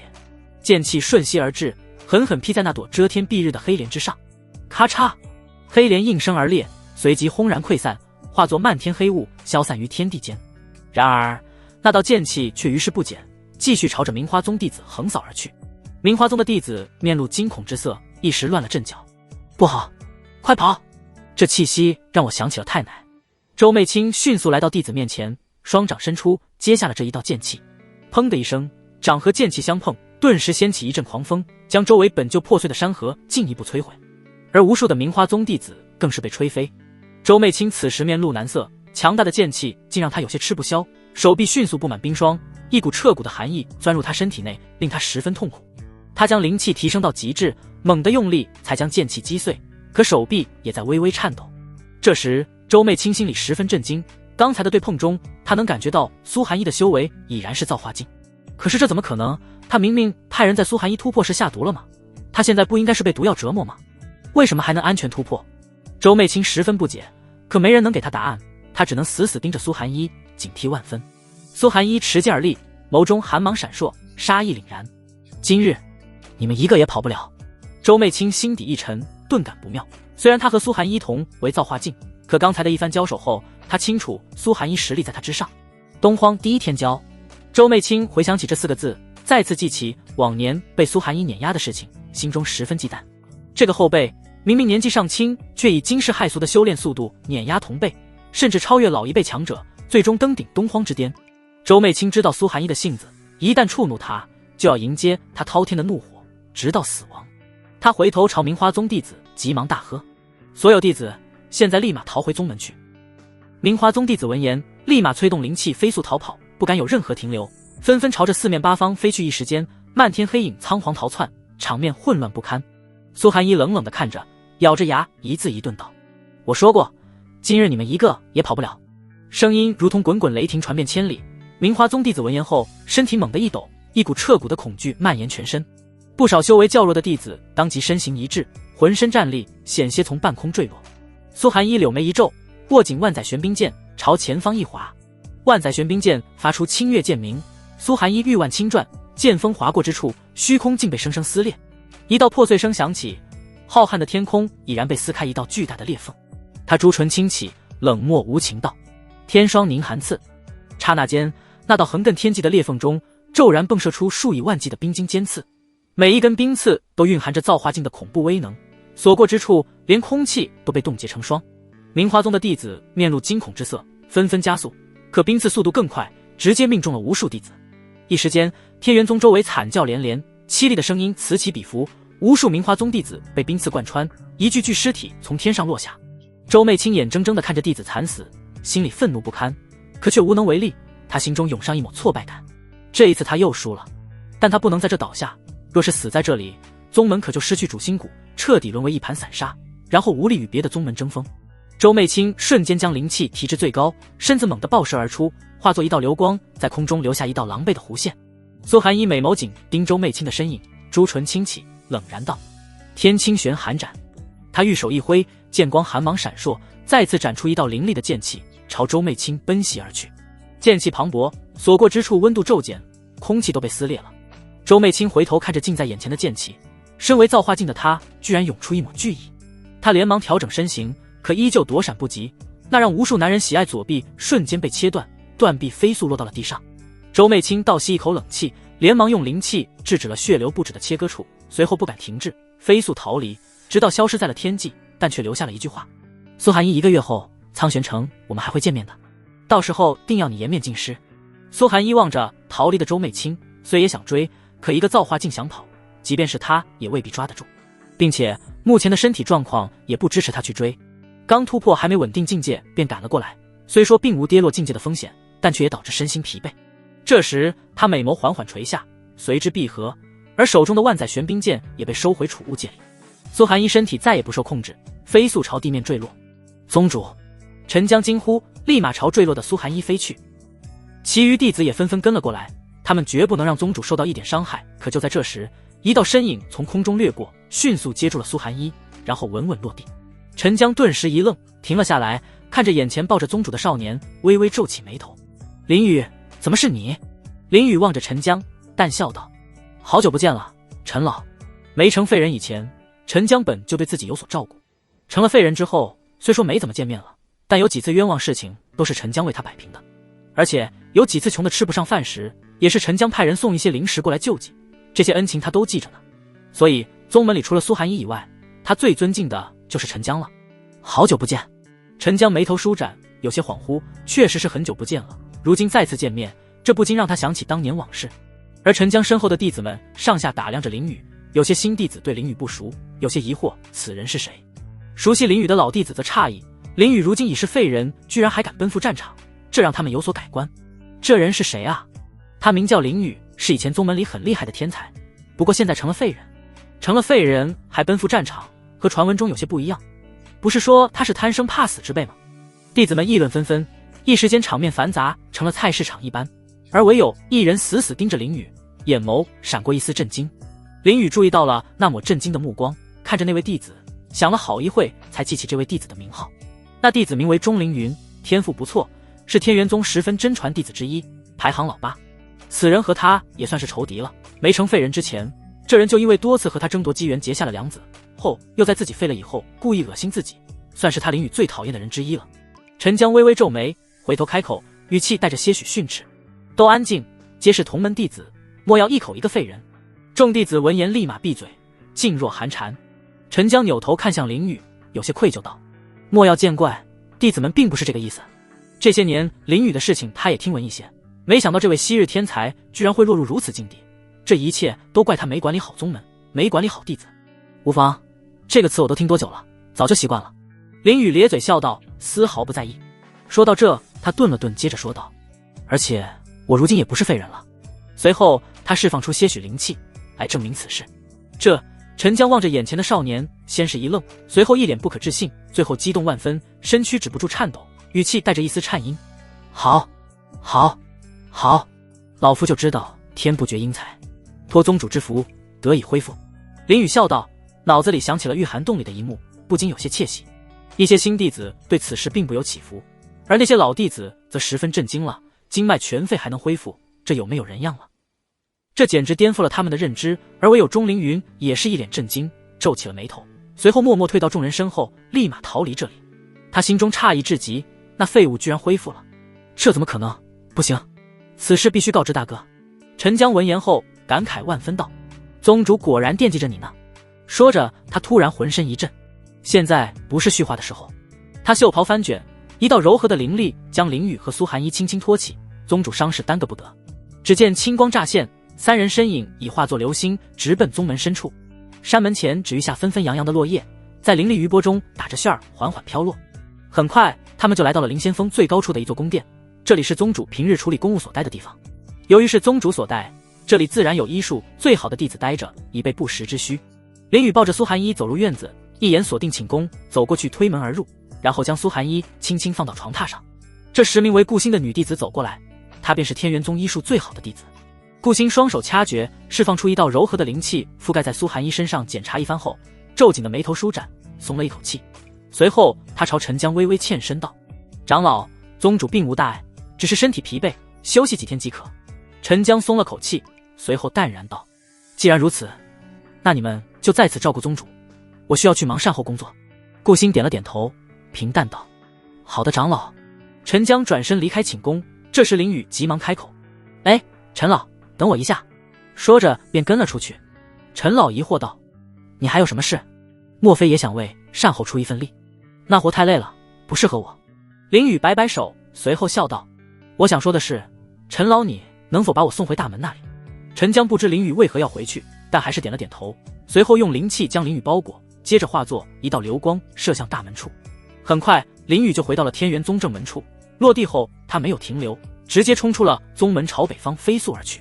来到了一处破败不堪的荒林，这里还有着不少明花宗弟子的尸体，而他则一边踩着弟子的尸体前进，一边左右观望，嘴里呢喃：那东西这么白，怎么如今这么难找？但话音刚落，林宇便在一棵破树发现了自己要找的东西。他立马走了过去，看着树下的那一个断臂，心里一喜，找到了。他要找的正是周媚清的断臂，不，准确来说是断臂上的储物戒。林宇看着雪白手指上的那枚戒指，舔了舔嘴唇，也不知道这算不算是掠夺。从他看到苏寒衣将周媚清手臂斩断后，他心里就打起了这个主意，如今也算是实验一下。林宇指尖弹出一道灵气，将戒指取下，然后拿到手中，但刚拿没多久，这戒指就凭空消失了。正当他疑惑的时候，叮，检测到宿主掠夺周媚清的储物戒，但由于宿主无法打开储物戒，系统已将储物戒回收。叮，检测到储物戒里的东西价值1000万上品灵石，系统将给予宿主翻倍奖励。叮，宿主成功掠夺周媚清储物戒，奖励宿主10亿上品灵石。10亿上品灵石，林宇猛地一惊，没想到只是捡个戒指就获得了10亿上品灵石，这也太值了吧！10亿灵石，这算是在宗门里做10年任务也不可能拥有的数目，太多了，太多了，根本就花不完。林宇高兴的差点蹦起来，但很快就压下情绪，如今也是有钱人了，不能做那些浮夸的动作。即便如此，他的嘴角还是忍不住向上扬，毕竟之前穷太久了，突然的暴富谁会不高兴呢？回想起成为废物那些日子，除了被嘲讽，被针对以外，最无奈的只有接宗门最低级的任务来获取灵石。俗话说得好，钱不是万能的，但没钱是万万不能的。之前的日子那叫一个苦，一个扫地任务就给1000灵石，还是下品，他每日也只够混个温饱，这谁受得了？他一天的时间也就只够接2个，废物了2年，最后才挣了100多万下品灵石。别看100万很快，实则换算成上品灵石也就1万多颗。而灵石的换取比例他记得很清楚，10颗下品灵石可以换1颗中品灵石，10颗中品灵石则可以换1颗上品灵石。而且一个宗门1年的营收也才不过几千万上品灵石，如今他的已经可以比肩一个宗门10几年的营收，说他是一个移动的小金库也不为过。哎呀，这10亿灵石该怎么花呢？林宇仿佛沉浸在灵石的海洋里，畅想遨游。是该买功法，还是该买丹药，或者说是去勾栏厅驱爽快一番？算了，不管了，以后的事情以后再说，先回宗门吧。林宇飞速奔回宗门，爬上灵仙峰，走进宗主寝宫，发现如今宗主还未醒来。顾星回头瞥了一眼，淡然道：哟，你还敢回来？不怕宗主醒来治你的罪吗？林宇心里咯噔一下，这话什么意思？莫非我和苏寒衣的事情他知道？他轻咳一声，询问道：你这话什么意思？你怕不是忘了宗主的那条不允许男子触碰身体的规矩了？你就不怕我禀报此事？顾星淡然回答：刚才他可是看得一清二楚，林宇是抱着苏寒衣回来的，他本以为林宇离开是怕了这条规矩，没想到如今还敢回来。原来是这事，虚惊一场，林宇松了一口气，还以为事情暴露了。不过即便暴露了又怎么样呢？只有师尊才觉得羞耻，他才不会。林宇靠在门框上，笑呵呵道：那又如何？别说触碰了，我亲都亲过了，甚至还有更过分的哼，大言不惭。顾星轻哼一声：你若是敢亲宗主，脑袋早不见了。苏寒衣这般冰冷，平日里即便是女子也未必能靠近几分，更别说男子了。至于亲嘴，他是100个1万个不信。林宇挑眉，啧啧2声道：你若不信，我们打赌如何？无聊。顾星不屑为之：怎么不敢？林宇走进来，坐在椅子上，还翘起2郎腿，笑眯眯道：还是说你觉得师尊真的和我亲过？哼，宗主若是和你亲过，我把头拧下来给你。顾星轻笑一声，显然依旧不信。毕竟苏寒衣的性子众人皆知，想与他亲近，还不如想着去修炼成帝，后者显然更容易点。林宇双手枕在脑后，笑道：我对你的头不感兴趣，我们不如赌点别的，比如……话还未说完，系统的声音突然响起：叮，掠夺系统再次开启，选择1，掠夺顾星的玲珑花剑，奖励天级上品功法游龙凌霄步；选择2，掠夺顾星初吻，奖励地级上品功法青木长生诀。提示：顾星乃玲珑素星体，他的初吻有惊喜哦。林宇，这也能有选择任务，还要掠夺初吻？系统，你把我当什么了？我可是正人君子，怎么会做那种事情？那系统替宿主选择，就选择1好了。滚，我选2。对了，看一眼顾星面板，他倒是要看看这所谓的玲珑素星体是干嘛的。很快，顾星面前就浮现出一块透明面板。姓名：顾星，年龄248，体质：玲珑素星体，天生清净草木灵气，血脉中蕴含玲珑药息，可通百草之语，御万灵之伤。境界：涅槃境6重天。天赋：地级天赋。武器：玲珑花剑，道器。看这介绍，这是个医疗体质，怪不得能成为天元宗医术天赋最高的弟子。林宇心里嘀咕着。顾木有些不悦，这弟子说话说到一半不说也就算了，怎么还一直盯着自己看？登徒子，他在心里骂了一句：你到底要说什么？能不能好好说完？顾星皱眉，语气有些不善。林宇缓过神来，笑呵呵道：行，我继续说，我不赌你的脑子，我要赌你的初吻。什么？顾星一愣，甚至都怀疑自己听错了。林宇没注意他的反应，接着说：若是师尊真的亲了我，你就把你的初吻给我，怎么样这赌局？你休想！顾星气急败坏道：接吻本就是相爱才可以做的事情，这怎么能用来赌博？不可理喻。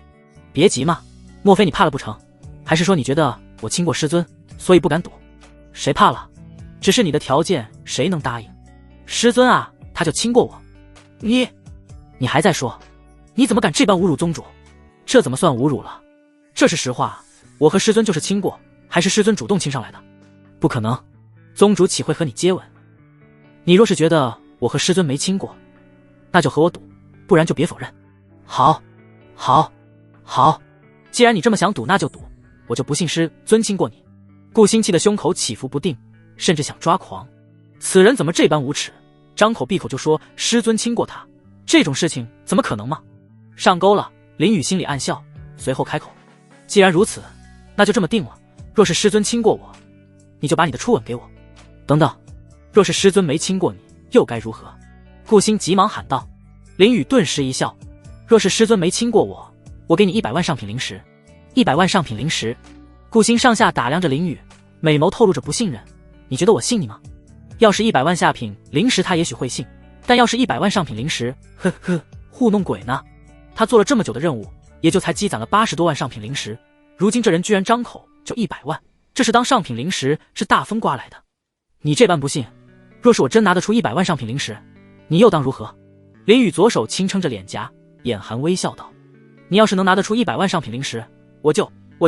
顾星双手抱胸，陷入了沉思。他心里顿感不妙，眼前此人如此自信，该不会真有100万上品灵石吧？要是真拿出来，他该怎么办？不可能，他肯定拿不出来，100万上品灵石简直就是异想天开，他一定是狐假虎威而已。顾星立马否定，微微眯起了美眸。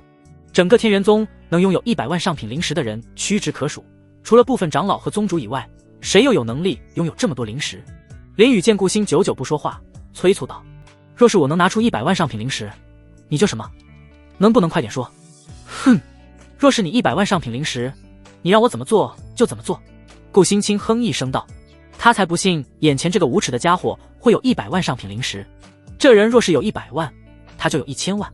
好，这可是你说的。林宇眉角轻挑，嘴角露出一抹狡黠道，若是我拿出100万，你的初吻就归我了。你就这么惦记我的初吻，那刚才的赌约怎么算？顾星柳眉一皱，狠狠地瞪了一眼，那个赌约改一下又不是什么大事。林宇耸耸肩，毫不在意道，改成我有100万上品灵石，你亲我一口，若是没有，你让我干嘛就干嘛。他刚想了一下，若是询问师尊有没有和他亲过，以师尊的性格大概率是不承认的，既然如此，那还不如找一个100%能做到的事情来赌。师尊会不会承认他不知道，但这100万他是真有。行，要是你没有100万上品灵石，我要你离开天元宗，彻底消失在我眼前。顾星一脸认真开口道，好，就这么定了。林宇满意的点头，随后心中呼叫系统，系统给我取100万上品灵石。定，已为宿主取出100万上品灵石。话音刚落，林宇手上凭空多出了一个沉甸甸的储物袋。哟，还赠送个储物袋。林宇将灵石探入储物袋感应一番，确认有100万上品灵石后，将储物袋抛给顾星，接好了，若是摔烂了你可赔不起。哼，摔烂也只能说明你储物袋质量不行。顾星轻哼一声，稳稳地接住储物袋，他低头看着储物袋，心里却有些慌了。他这般自信，不会是真有吧？顾星有些犹豫了，下意识咽了下口水，这要是真的，他岂不是要和这无耻之徒接吻？林宇笑呵呵地望着顾星犹豫的样子，怎么犹豫了？莫非真怕了？你……顾星瞪了一眼，气不打一处来，咬牙下定决心道，谁怕了？我现在就看。他神识探入储物袋，下一刻他娇躯一震，美眸瞪大，红唇微张，整个人如同被雷击中般僵在原地。储物袋内堆积如山的灵石散发着浓郁的灵气，几乎要透过储物袋溢出来。他粗略估算，数量绝对有100万。这怎么可能？他哪来的？这怎么可能？顾星声音发颤，抬头看向，眼神中满是不可置信。你这灵石是不是偷的？这足够宗门1个月的花销了。林宇耸耸肩，眼含笑意，向前走去道，这你就不用管了，现在该履行诺言了。顾星猛地想起赌约，顿时慌了神。她可是天之娇女，守身如玉这么多年，何曾与他人有过这般亲密接触？更何况这人还是个无耻之徒。等一下，我还有事。顾星管不了这么多了，立马就往门口跑。可他的行为早就被林宇预判到了，提前挡在了门口，一把抓起顾星的手腕，想赖账不成？顾星一把挣脱林宇的手，语气有一丝颤抖，你这赌约太荒唐了。我……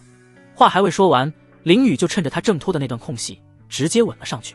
顾星大脑顿时一阵空白，他能感受到唇上的温度，以及那近在咫尺的少年气息，还有自己剧烈的心跳声。这个稳转瞬即逝，却在他心中掀起惊涛骇浪。而这时，一道淡绿色的灵气从顾星眉宇之间射出，缓缓注入到了林宇的体内。你这混蛋！顾星这才反应过来，体内灵气不受控制爆发出来，他狠狠的一掌打在林宇胸口上。林宇迅速倒飞出去，重重地砸在一个衣柜上，轰的一声，衣柜顿时四分五裂，无数的衣物如下雨般落下，迅速将林雨彻底埋没。很快，衣服堆里传来一阵声音，林雨艰难从里面爬了出来，嘴角已经溢出一抹血液，身体疼得不行，总感觉要散架了一样。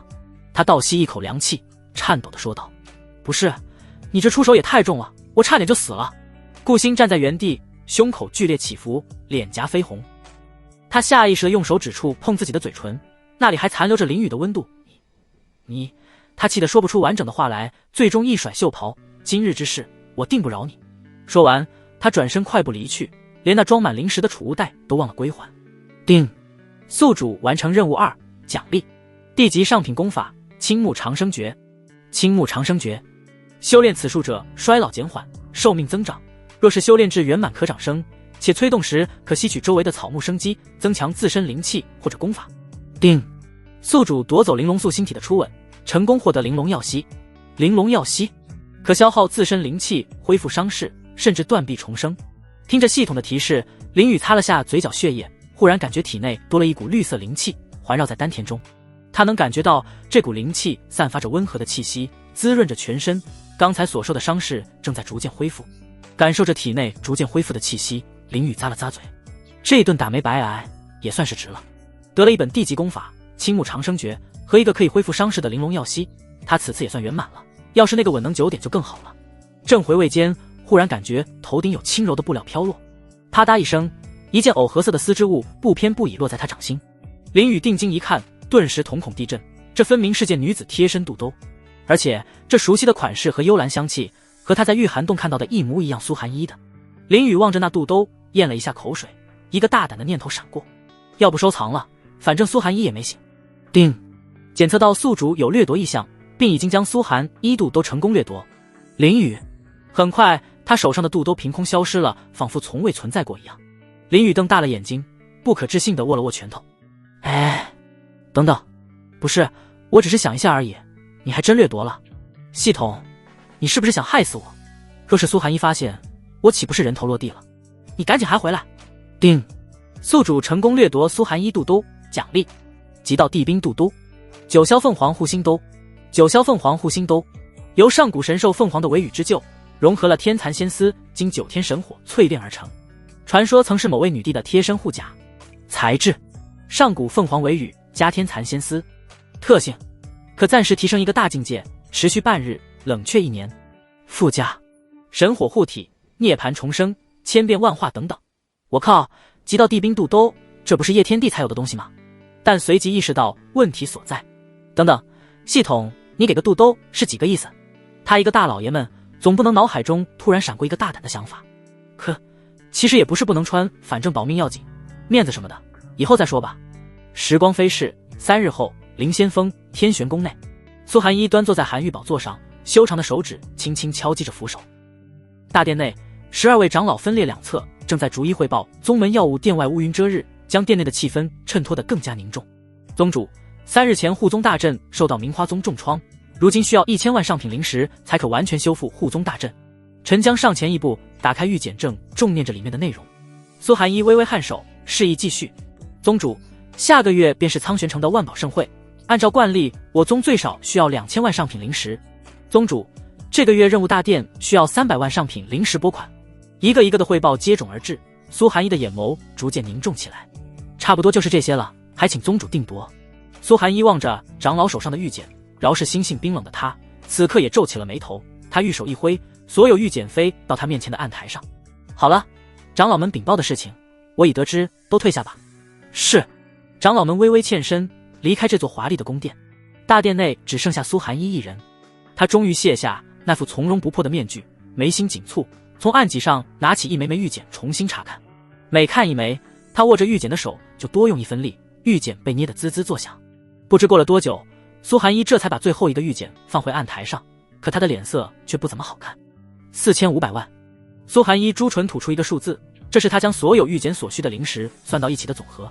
他不禁揉了揉太阳穴，有些无奈道：可如今库房里只有2400万上品灵石，4500万，这个数字如同一座大山一般压在他身上。作为一宗之主，他比任何人都清楚，没有足够的灵石支撑，一个门派很快就会从内部开始崩塌。苏寒衣优雅起身，缓缓走到窗边，望着灰暗的天空，眼眸头一次有了一丝焦虑。自从接任宗主之位以来，他还是第一次面临如此严峻的财政危机。宗主，门外传来顾星清脆的声音。苏寒一缓缓看向店门，轻声道：“进来。”得到允许后，顾星推开店门走了进来，手上还捧着一碗热乎的药汤。顾星来到苏寒一面前，将药汤递了过去，缓缓开口：“宗主，这是最后一碗。”苏寒一没有接过汤药，神色淡然道：“我的身体早已不疲惫，无需再喝。不可，宗主身体金贵，不得有任何闪失，还请宗主喝了吧。”顾星微微摇头，态度十分认真。罢了，那就听你的。苏寒一叹气一声，接过药汤，一口一口喝了起来。药很苦，可却没有他此刻的心情苦。药汤喝完后，顾星将碗收回储物戒里，但看着苏寒一脸色有些疑惑，宗主为何事愁眉苦脸？唉，愁宗门此刻灵石不够。苏寒一微微摇头，叹气一声，眼下宗门需要4500万上品灵石，而库中只有2400万。顾星倒吸一口凉气，他没想到宗主如今居然如此缺灵石。苏寒一背过身去，语气平淡道：“顾星，你也是宗门一员，不知可愿出把力，想想办法。”弟子自然愿意，只是顾星诚恳开口，但却面露难色。此刻他也没有什么办法，毕竟这数目真的太大了。罢了，不为难你，我自己想办法，你先回去吧。苏寒一语气平淡，但却听得出一丝失落。顾星望着苏寒一落寞的背影，心中思虑万千，最后一咬牙道：“弟子虽然未能想出计策，但也要为宗门出一份力。”说着，他取出了一个储物袋，一脸正色道：“宗主，这是182万上品灵石，我愿全献给宗门。”苏寒一转过身来，盯着顾星，眉头微皱：“这180万你哪来的？”他记得前几日这丫头灵石不过才82万，怎么如今突然多了100万？顾星闻言陷入沉默，回想起了3日前的事情，随后缓缓开口：“其中82万是弟子自己的，另外100万是林雨的。”林雨？苏寒一听到这个名字，忽然一愣，他脑海里闪过3日前玉寒洞中夺走他最珍贵之物的少年，心里十分复杂，既有恼怒，又有羞耻，还有一丝亏欠。当亏欠之意涌上心头后，苏寒一脑海里浮现出往日之事。当时林雨还是宗门天骄之一，那时林雨光彩夺目，他虽冰冷，但作为师尊，该有的教导，该有的资源扶持他并没有缺失。只是后来林雨经脉尽废后，他却因为宗门事务的烦恼，再加上修炼上到了瓶颈，便没了时间去照顾他。但他也并非无情，正常来说，废物的弟子会被逐出师门，但看在往日情分，他并未驱逐，并在后山给了一处院子，同时也未曾剥夺宗主真传弟子的名号。他本以为有宗主真传弟子这个名号在，他虽不能像以前一样风光无限，但也能安稳活到晚年。直到昨日他醒来后，阴差阳错地知道了事情真相。当时醒来，他脑海里浮现出的第一件事情竟是和林雨在寒玉洞的事情。他脸颊闪过一抹红晕，随后握紧玉手，一股恼怒充斥胸口。他最珍贵的东西，他守护了500多年的东西，就这么林雨夺走了。他很生气，恨不得立马找到林雨，给予他最重的惩罚。但一想到若非因为他，这次他也无法突破造化境，无法守护宗门，因为他将怒气压下。同时他有了一丝疑惑，那就他的经脉如何修复的。为了找寻答案，他亲自来到行路殿，这里是记录弟子平日行踪的宫殿。他立马找出林雨的名册，想从林雨平日之事里找出破绽，看看是如何恢复的。苏寒一将灵石沉入名册其中，起初他面容平静，但随着阅读深入，他那双常年冰冷的眼眸渐渐掀起惊涛骇浪。苍兰历16000年7月初8，林雨经脉竟会沦为废人，承宗主之命移居后山。9月15日，灵上舞台，林雨被当众羞辱，冠以废物之名。10月初5，丹峰弟子禀报，林雨来买疗伤丹药，身上多处有流出血迹，经过检查为人殴打所致。一条条记录如利刃般刺入苏寒一心头，他越看他的心就紧，手上的名册逐渐被捏皱了几分。这些年来，他以为让林雨留在宗门已是仁至义尽，却不知他竟在承受这样的苦难。而最令他心痛的是最后一条记录。12月15日，曾有弟子见林雨于后山独坐整夜，并隐约听到师尊2字。他猛地合上名册，胸口剧烈起伏。作为师尊，他竟然对弟子的遭遇一无所知。这些年，他沉浸在修炼和宗门事务当中，完全忘记了那个曾经的徒弟。苏寒一胸口一阵剧痛，仿佛有人生生剜去了他的心脏。那个曾经意气风发的少年，如今竟沦落到如此境地，而他作为师尊却一无所知。苏寒一缓缓闭上美眸，回忆着往日的点点滴滴，最后画面定格在了3日前玉寒洞的事情。或许这就是天意。苏寒一心里讽刺自己，他缓缓睁开眼，美眸十分暗淡，好似失去了某个重要的人一样。啪嗒一滴水珠落在纸页上，晕开了墨迹。苏寒一这才发现脸上竟多了一条泪痕。自懂事起，他就从未流过泪，直到今天。宗主，你怎么了？顾星的着急声音打断了苏寒一的回忆。苏寒一这才缓过神来，眸内含愁，缓缓开口：他哪来的这么多灵石？名册里记得很清楚，自从林雨废了以后，唯一获取灵石的方法便是去任务大殿里做任务，做的还是最低级的任务。如此一来，他又怎么会有100万上品灵石？这弟子不知，他并未透露。顾星摇摇头，心里却想起了那日亲嘴之事，脸上闪过一丝羞红，随后撇撇嘴道：说不定他是偷来的。偷来的？苏寒一先是皱起眉头，随后舒展开来，眼含愧色。罢了，此事我不想深究。顾星一脸诧异道：宗主这就放过他了？您就不怕他真的是偷的吗？他疑惑地看着宗主，总感觉此时的宗主气氛不对劲。毕竟以往有弟子偷东西，宗主都会给予严厉的惩罚，怎么如今好像并不在意？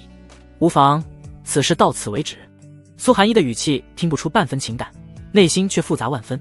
他又想起了名册里林雨悲惨的处境。我若是他那般处境，我也会偷吧。狗急还会咬人，更何况是人事。顾星拱手回应，既然宗主下令，他也不敢违背。但他突然想到什么，立马开口：对了，宗主，若是宗门缺灵石，或许可以找林雨。苏寒一微微皱眉，疑惑道：为何？我感觉他应该有挺多灵石的。顾星一边说，一边回忆当日林雨取出100万灵石淡然的脸色，那表情仿佛好像根本不在意这点灵石。随后他将当日情况大致说了一下，但却隐瞒了亲嘴之事。宗主不知意下如何，是否需要找他聊聊？顾星一脸认真的样子道。苏寒一陷入了沉思，如今宗门经济危机重重，若是真如顾星所说，那确实的和林雨聊聊了。只是自从昨日知道了林雨在宗门内的悲惨遭遇后，他心中愧疚，直到现在他也不知该怎么面对林雨。沉默许久后，苏寒一缓缓开口道：去找他来吧，我在隔壁寝宫等他。是。顾星点头，虽说现在很不想见到那个夺走他初吻的家伙，但宗门的事情要紧，于是立马走了出去。顾星走后，苏寒一抬腿向寝宫走去。宗门财务和林雨的愧疚使得他心累憔悴，现在只想好好休息一会。过了好一会后，天玄宫寝宫前的院子里，林雨满脸疑惑道：你确定宗主找我？顾星点了点头，并未言语。林雨心里咯噔一下，坏了，莫非师尊发现肚都不见的事情了？该不会今日就是我的忌日吧？要不跑，算了，他造化镜也跑不过。林雨无奈，怀着忐忑的心情推开了寝宫的门，走了进去。苏寒一坐在椅子上，眼眸依旧是那么冰冷，并默默地看着林雨，心里十分复杂，不知在想些什么。林雨也直望着苏寒一，一时不知说些什么。不过他却有一丝感觉不对劲，师尊的眼神貌似没有以前那么冷了，反而多了一丝犹豫。两人凝望许久后，林雨终于忍不住开口道：师尊，你找我，莫非是因为医务之事？什么医务？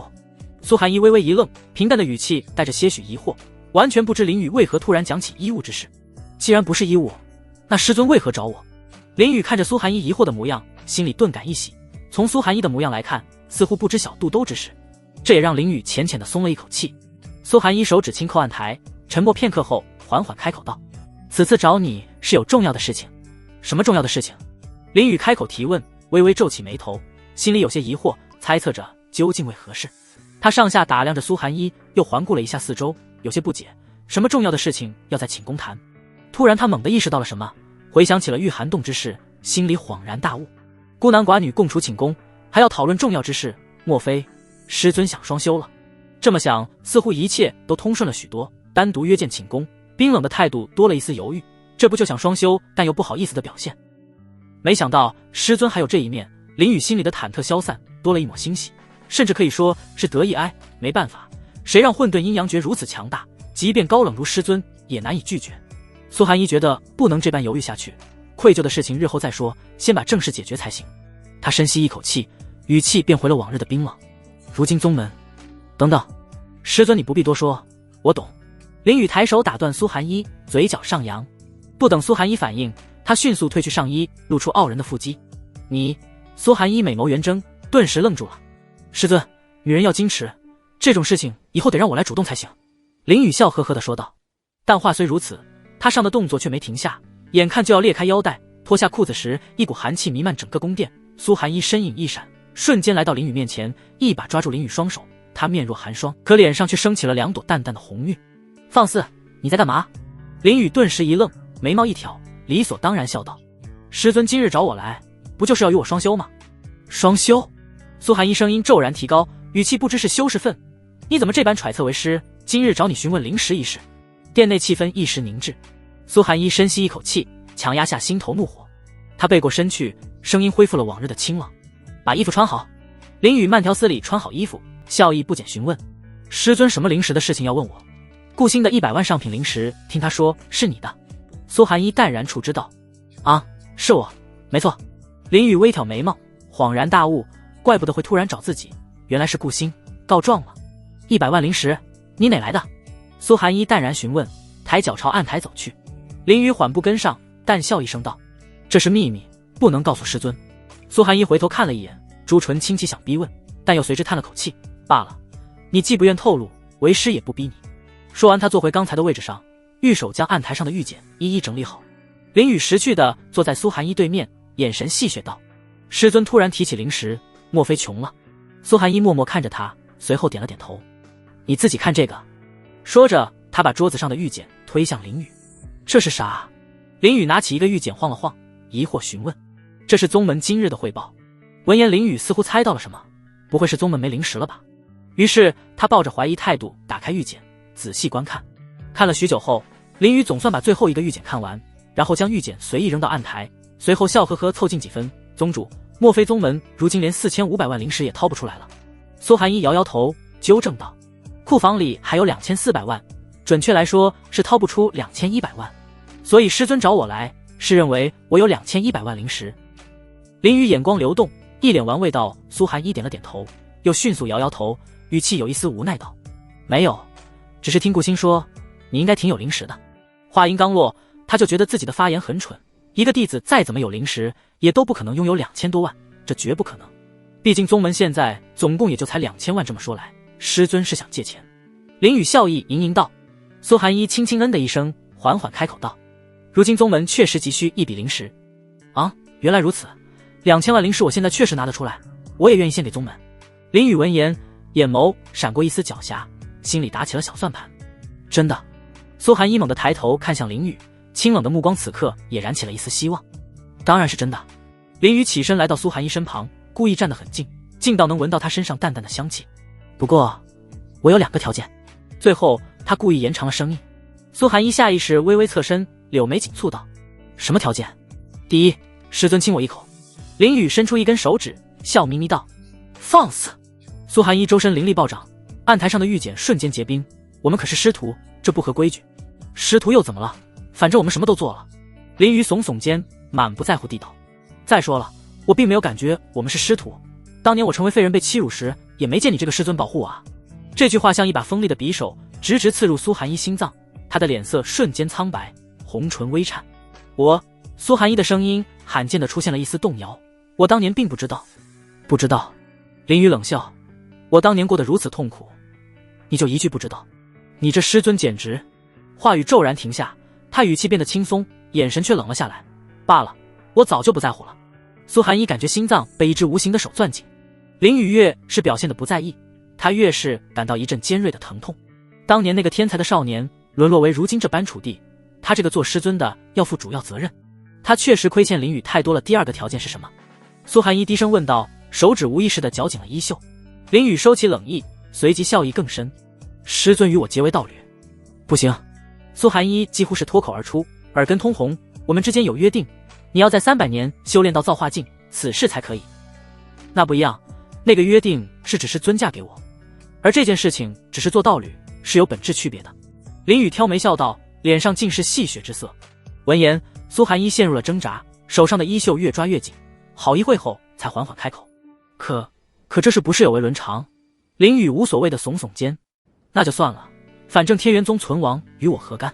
当年他们可没把我当同门。”说罢，他转身作势欲走。“等等！”苏寒一叫住他，声音里带着前所未有的挣扎。宗门确实财务危机，而林雨是他的希望之一。更重要的是，心里的愧疚感让他很是难受。林雨微微回头瞥了一眼，只见师尊眼中闪烁的痛苦与犹豫。他嘴角微微上扬，戏谑道：“怎么？师尊想清楚了？”苏寒一闭上眼，长睫轻颤。当他再次睁开眼时，眸中已带上决然。“我答应你。”闻言，林雨露出得意的神色，再次来到苏寒一面前，挑眉问道：“当真？当真？”苏寒一深吸一口气，微微点头，随即话锋一转，娇斥道：“不过，你要先把灵石给我，不然此事就作废。”“行吧，行吧。”林宇淡然一笑，心里乐开了花，只用2000万上品灵石就将如此美人拿到手，简直不要太值。别人或许觉得2000万上品灵石很多，可对于他这个10亿富翁来讲，这简直是洒洒水的事情。系统取2100万上品灵石。好的，已取出2100万上品灵石，如今宿主还剩9亿7800万上品灵石。很快，林宇装模装样的将手伸进衣服里，再次伸出手时，手上多了一个装着2100万灵石的储物袋。师尊，请过目。林宇将储物袋递了过去，一副毫不在意的样子，仿佛不把这笔巨款当回事。苏寒一目光灼灼地盯着袋子，饶是心性高冷的他，如今也难免激动。只要拿下这个袋子，宗主的事务便解决了。他轻轻接过储物袋，将灵石探入，磅礴浓郁的灵石气息让他为之一振。这里他仔细检查过后，一个不多，一个不少，正好2100万上品灵石。他心中满是震惊，他怎么也没想到林宇居然真的拿得出来，这太不可思议了。怎么样，师尊，我没骗你吧？带着笑意的声音打断了苏寒一的震惊。苏寒一还未来得及缓过神来，一双有力的手臂便环住了他的腰身，熟悉的少年气息瞬间将他包围。林宇，苏寒一浑身一僵，本能的想要挣脱。你做什么？师尊收了我的灵石，就是我的道侣了。林宇不但没松手，反而收紧了怀抱。道侣之间，抱抱怎么了？他的声音里带着戏谑，又隐含一丝不容拒绝的坚定。苏寒一耳垂发烫，语气发颤道：可我还没准备好，这我可不管。林宇嗓音沙哑，手指轻抚上他的脸颊，现在该履行第一个诺言了。说完，林宇俯身吻了过去。苏寒一瞳孔骤缩，急忙抬手抵住他的胸膛。等等，先别！抗议声被堵在了唇齿之间，林宇带着不容拒绝的强势直接吻了上去。苏寒一他的大脑一阵空白，甚至忘了反抗，美眸圆睁地盯着眼前的少年，抵在他胸前的手也不知何时抓住了他的衣襟。那清冷的面容染上红晕，眼中蒙着一层雾气，此刻哪还有半分高冷师尊的模样。好一会后，苏寒一这才缓过神来，玉手汇聚些许灵气，稍微一用力就将林宇推开。林宇后退几步才站稳身子，舔了一下嘴唇，笑道：师尊的嘴巴很甜，像蜜饯一样。苏寒一立马转过身去，娇躯轻颤，娇斥道：你放肆！他此刻脑子如同一潭浑水一样，自己也不知道自己这是怎么了。虽说是交易，可为何孽图清的时候，自己一点反抗也没有。以他造化境的修为，若真不想清，林宇根本就不能得逞。毕竟灵石已然拿到，就算反悔，貌似这孽徒也对自己做不了什么。明明他有本事抵抗，可方才为何却连一成功力都没用？自始至终，他都不明白自己为何会答应如此荒唐的条件，是真的因为宗门，还是因为愧疚，又或者是一些说不明白的情感？他更不明白此刻心中翻涌的究竟是什么。苏寒一深深吸了一口气，努力平复心中滔天骇浪的情绪，语气逐渐平静道：既然约定完成，你可以离开了。干嘛要离开？林宇淡然一笑，随后跳到苏寒一的床上，在柔软的床上翻滚几下后，将脸埋入枕头道：师尊的床真香。林宇，苏寒一瞪大美眸，不可置信地看着：你这孽徒在干嘛？睡觉啊？道侣同寝不是正常的吗？林宇侧卧着撑起头笑道。苏寒一语塞，确实按照世俗规矩，道侣同寝乃天经地义，可他500年的清修，何曾与人同榻而眠？更何况这人还是他的弟子。苏寒一沉默好一会后，咬着牙，语气不知是羞是怒：即便如此，但你也别得寸进尺，快离开！说罢，他身上冒出寒冷的灵气，逐渐弥漫整个寝宫。此刻眼眸恢复了寒冷，仿佛又变回了那个高冷的天元宗宗主。林宇望着苏寒一的样子，心里也清楚，以师尊的性格，刚才亲吻已是极限，若是再前进一步，怕是会适得其反。毕竟肉都得一口一口的吃，更何况这冰冷大美人。林宇下床，脸上笑容依旧不变。行，既然师尊发令，徒儿只能遵从了。说完便走出了宫殿。苏寒一望着林宇的背影，然后用灵气将门关上。待门关上后，他冰冷的姿态已然支撑不住，长长吐出一口气，娇躯一软，瘫坐在地。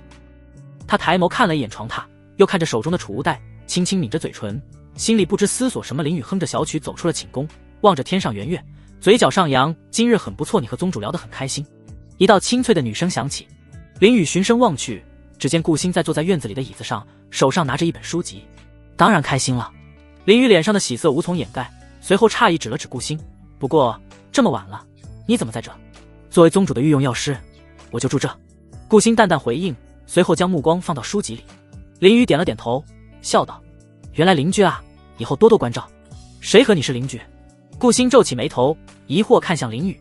他记得这林仙峰就只有宗主和他住，什么时候有邻居了？林宇轻笑一声，转身向院外走去。现在不是，以后就会是了。顾星依旧满脸疑惑，抿嘴思索，为何会是邻居？他和宗主究竟谈了什么？林宇走到院门，脚步忽然一停，转身朝院门大喊：师尊，明日我还来找你。说完也不等苏寒衣回应，飞速跑下山去。寝宫里正在整理案台的苏寒衣身子一顿，指尖轻颤，轻声道：孽徒。林宇步伐灵巧，在陡峭的山路上纵跃如飞，转眼间便已下到半山腰。山峰拂面，林宇脸上的笑容渐渐收敛，他眼神变得锐利，脑海中浮现出3日前中毒之事。对我下毒也就算了，但居然还敢对师尊下毒，还是在师尊突破最重要的时候，而偏偏凑巧明华宗当日就来进宫。看来宗门里有叛徒啊！看来平静的宗门私底下或许暗流涌动。虽说他对宗门已然不在意，但下毒的人他是绝不会放过的。忽然一个可怕的念头浮现在心头，平日能接触到师尊的人并给师尊下毒的人不多，除了长老们的日常汇报外，还有一人顾星，而且他还是个医师，想必对药草也颇为了解。那么要下毒的话，林宇摇摇头，暂时压下这个猜测。他需要更多证据，不能仅凭想法断案。想到这里，他加快脚步，身形几乎化作一道残影，向着自己的小院疾驰而去。半刻钟后，林宇站在了自己破旧的小院门前。这处位于宗门后山的院落是宗主分配的，虽然之前挺豪华，但经历多次风雨后，如今却显得简陋。院墙斑驳，木门老旧，诉说着院中的沧桑。林宇刚要推门，突然浑身汗毛倒竖，一种危机感瞬间席卷全身，他毫不犹豫地暴退数步。砰！一声巨响，木门轰然破碎，木屑四溅，一道黑影如鬼魅般从屋内掠出，带起一阵劲风。林宇立马稳住身形，死死盯着眼前这一身黑装的男子，他脸上戴着黑色面罩，露出一副凶狠的眼睛。你竟然能躲开，和传闻中不同，你不是废物。黑衣人声音沙哑，像是特地改变了声线。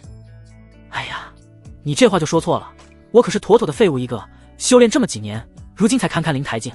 林宇语气轻松，但心里却十分警惕，身体已经开始暗暗运转灵气。罢了，你是不是废物，这我不想知道。黑衣语气很辣，猛地冲了过去，一掌轰出。林宇心里一惊，此人速度比他预想中的还要快，他连忙侧身躲过了这掌，同时右腿如鞭扫出，直取对方下盘。哼！黑衣人冷哼一声，身形腾空而起，袖中寒光乍现，一柄短刃已然在手，刀刃上隐约可见粘稠的黑色液体。落地瞬间，黑衣人手腕一抖，短刃划破空气，发出尖锐的笑声，直刺林宇咽喉。带毒的！林宇盯着短刃，瞳孔猛缩，立马飞速向后退去，躲开了这一次。黑衣人没有追上，收势而立，沉声道：身法不错，还行吧，至少比你强。林宇笑道，并从容不迫地活动了一下手腕。黑衣人冷笑一声，大言不惭。说完，他立马再次冲向林宇，手中的短刃刺出，林宇立马躲开，但却被划破了衣袖。两人身影在月色下交错，黑衣人攻势如骤雨般凶猛，每一击都直取要害。林宇身形飘忽，在刀光中穿梭，时不时寻隙反击。砰！林宇抓住对方一个细微的破绽，一记直踢重重踹在黑衣人胸口。黑衣人闷哼一声，连退10余步才稳住身形。他捂着胸口，语气不悦道：很好，越是这样，我越留不得你。林宇皱起了眉头，并没有回应，只是脑海里回忆着刚才的战斗，心里很是疑惑，怎么不敢说话了？莫非怕了不成？黑衣人见林宇不说话，冷笑一声，怕那是不可能的，我只是有些疑惑。林宇笑眯眯地说到一半不说了，话半不投机，你到底想说什么？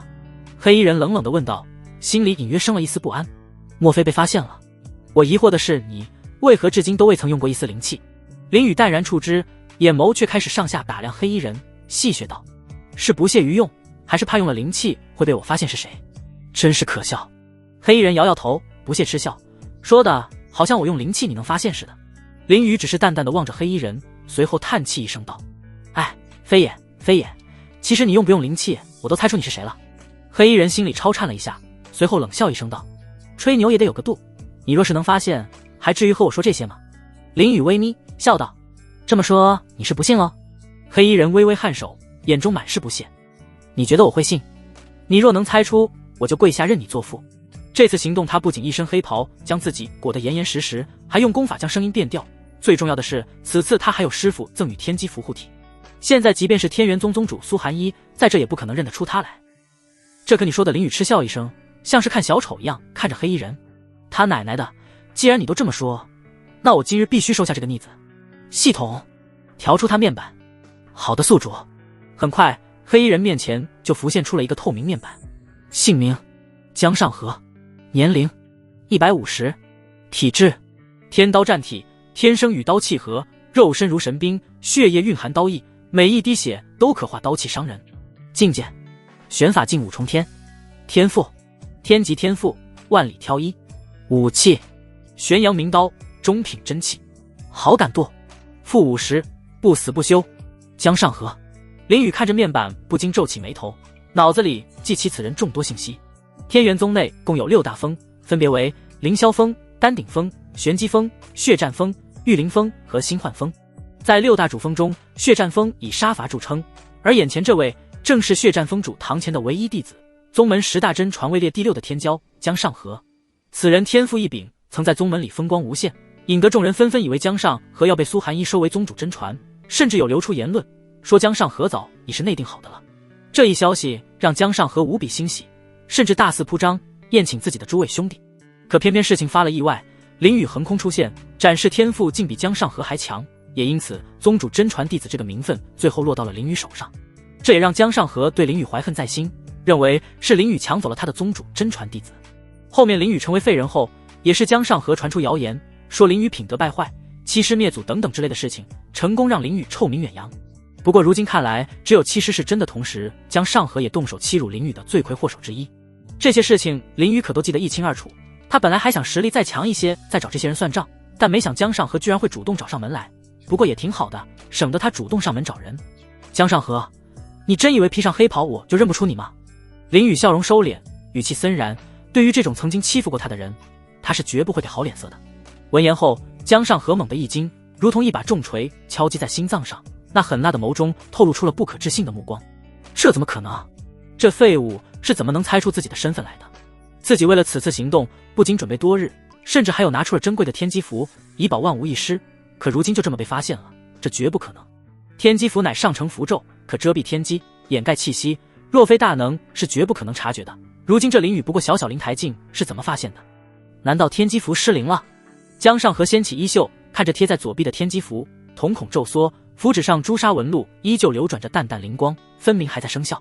这让他更震惊了，这般情况究竟是怎么回事？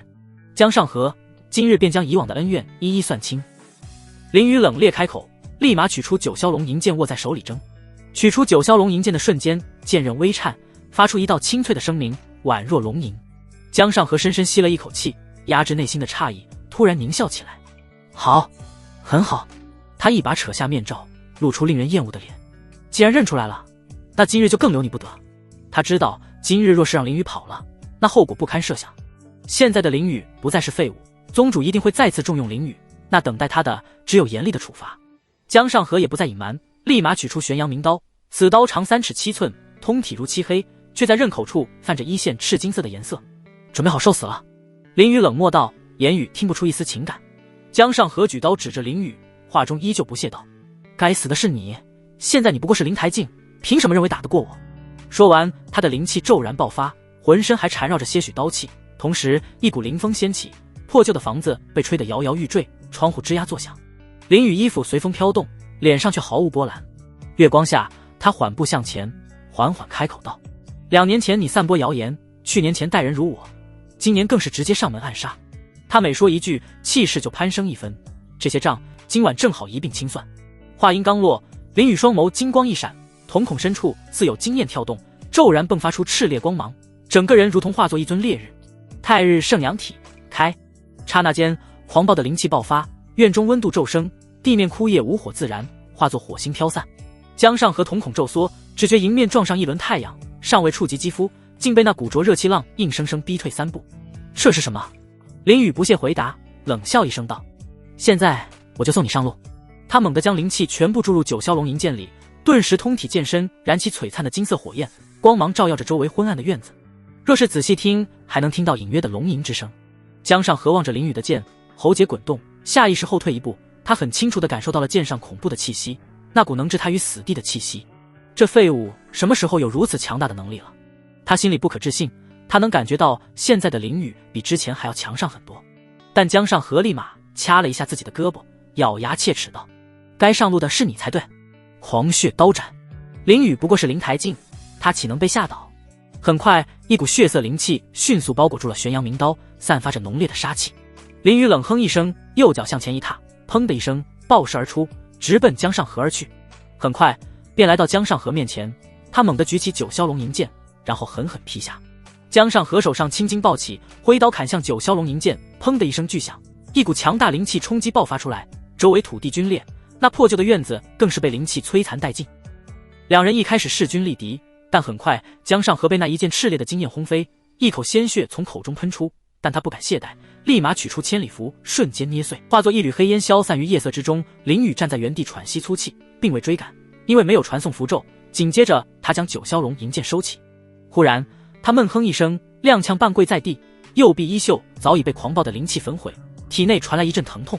林雨喘着气弥漫道：“现在这般修为，催动太日圣阳体还是太勉强了吗？”但就在这时，灵气开始自我消耗，体内深处忽然传来一阵清泉流淌般的凉意。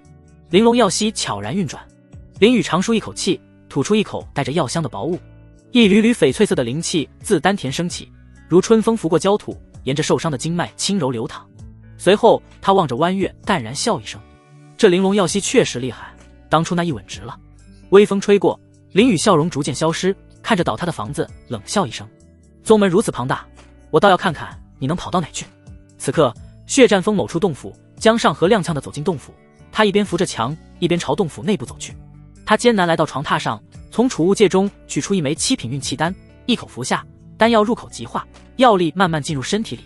江上河立马盘腿而坐，闭上眼眸，吸收着那股药力。好一会后，他的伤势才得以治愈，身体的疼痛已然消失。江上河睁开一双怨毒的眼眸，死死攥紧拳头，此刻心情十分憋屈。3日前，钟凌云说林雨恢复时，他虽然也很震惊，但也明白以林雨的性格，日后必定会来报复曾经欺辱过他的人。这让江上河有些害怕，因为林雨的天赋他是知道的，若是让他再次修炼起来，那么自己就不会有什么好下场，所以才制定这个暗杀计划，为的就是将还未成长的林雨彻底抹杀，以绝后患。为此，他买一套上好的潜行衣，还特地将珍贵的天机符取出，并特地踩好点，选择在守夜弟子不在后山的时间动手。明明一切都准备好了，却倒在了最后一步。他本以为刚刚恢复天资的林雨撑死也就是个灵台境，以他玄法境的修为动手，绝对必死的。可怎么也没想到，明明只是灵台境的林雨，却能将自己击败，这超出了他的计划之内，让他也始料未及。江上河依然记得面对林雨最后一击的时候，简直像是面对一头人形凶兽，那种窒息感只有身临其境才明白。他猛砸一下床面，恶狠狠道：“那金色火焰，还有那把宝剑究竟是何物？”因为这次的失败，江上河气的上气不接下气，他死死咬着牙，努力压制的怒火立马下床，准备收拾东西。现在事情败露，只能先逃离宗门了。江上河来到桌子面前，把上面的功法典籍全部收入储物戒里，随后又来到柜子前，寻找着日后所需物品。在他打开的柜子的瞬间，躺在柜子顶的一个包袱落下，砸到了江上河的头，随后砰的一下落到地上，包袱打开，散落出一包包茶叶。江上河瞳孔猛缩，下意识道：“这是长老的。”话还没说完，他就立马将所有茶叶收入储物戒里。他明白，若是这茶叶被发现，他的下场可能比现在更惨。他下意识警惕地看了一眼周围，明明这个洞府只有他一人，他却紧张得不行。确认无人才松了一口气，随后准备继续收拾。而就这时，门外传来一声敲打石门声音，同时还有一道和蔼的声音：“江真传，请问方便出来一下吗？”江上河身体一顿，心里一惊，这大晚上的怎么会有人来找他？莫非是林雨告状，然后派人来抓他了？可是这怎么可能？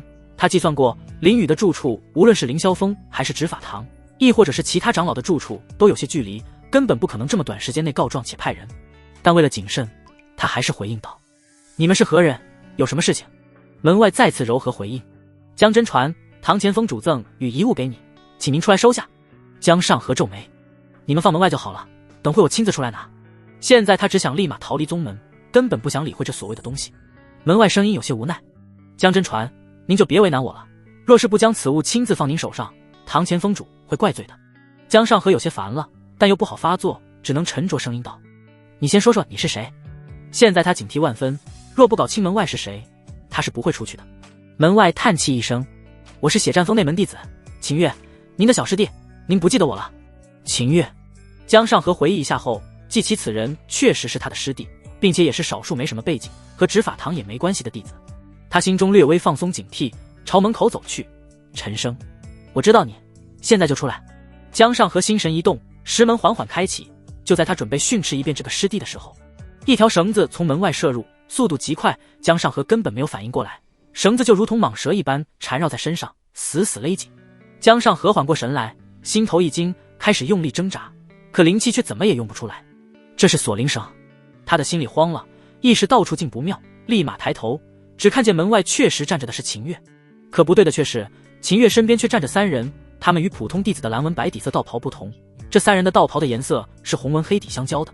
其中有一人用剑架着秦月的脖子，秦月干笑道：“师兄，我也被逼无奈。”执法堂的。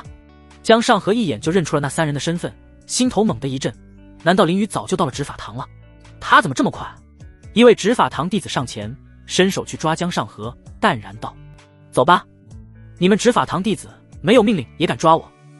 江上河立马后跳一步，呵斥道：“我可是真传弟子，你们随意抓人是犯法宗门规矩的。”命令！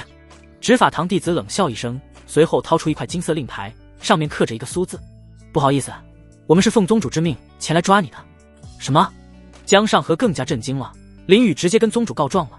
此刻凌霄峰、天玄宫、寝宫院子，林雨气喘吁吁地走进院子，而顾星依旧坐在椅子上，手里拿着一卷书籍。他抬眸淡然道：“你怎么又回来了？”“我来找师尊的。”林雨二话不说，直接朝着寝宫走去。很不巧，宗主出去有一段时间了。顾星将目光放回书籍上，林雨身子一顿，回头看着顾星，疑惑道：“他去哪里了？”宗主说他去执法堂一趟。执法堂？林雨一愣，旋即问道：“师尊去执法堂干嘛？”宗主没说，我也不知道。顾星好没气道，随后瞥了一眼林雨：“怎么，你找宗主有事？”“有急事。”林雨有些认真，接着走到顾星面前，询问：“你可有什么方法能联系到宗主？”凌霄峰和执法堂相隔的距离甚远，若再花时间跑过去，江上河这家伙怕是早就躲起来了。而且就算跑过去，万一到了执法堂，师尊事情办完又走了，那岂不是又扑个空？你林雨还能有急事？顾星将书籍放到桌子上，抬眸看着，脸上写满了不信。林雨皱眉，俯身凑近，挑眉笑道：“我怎么就不能有急事了？我现在要找师尊学习，算不算急事？”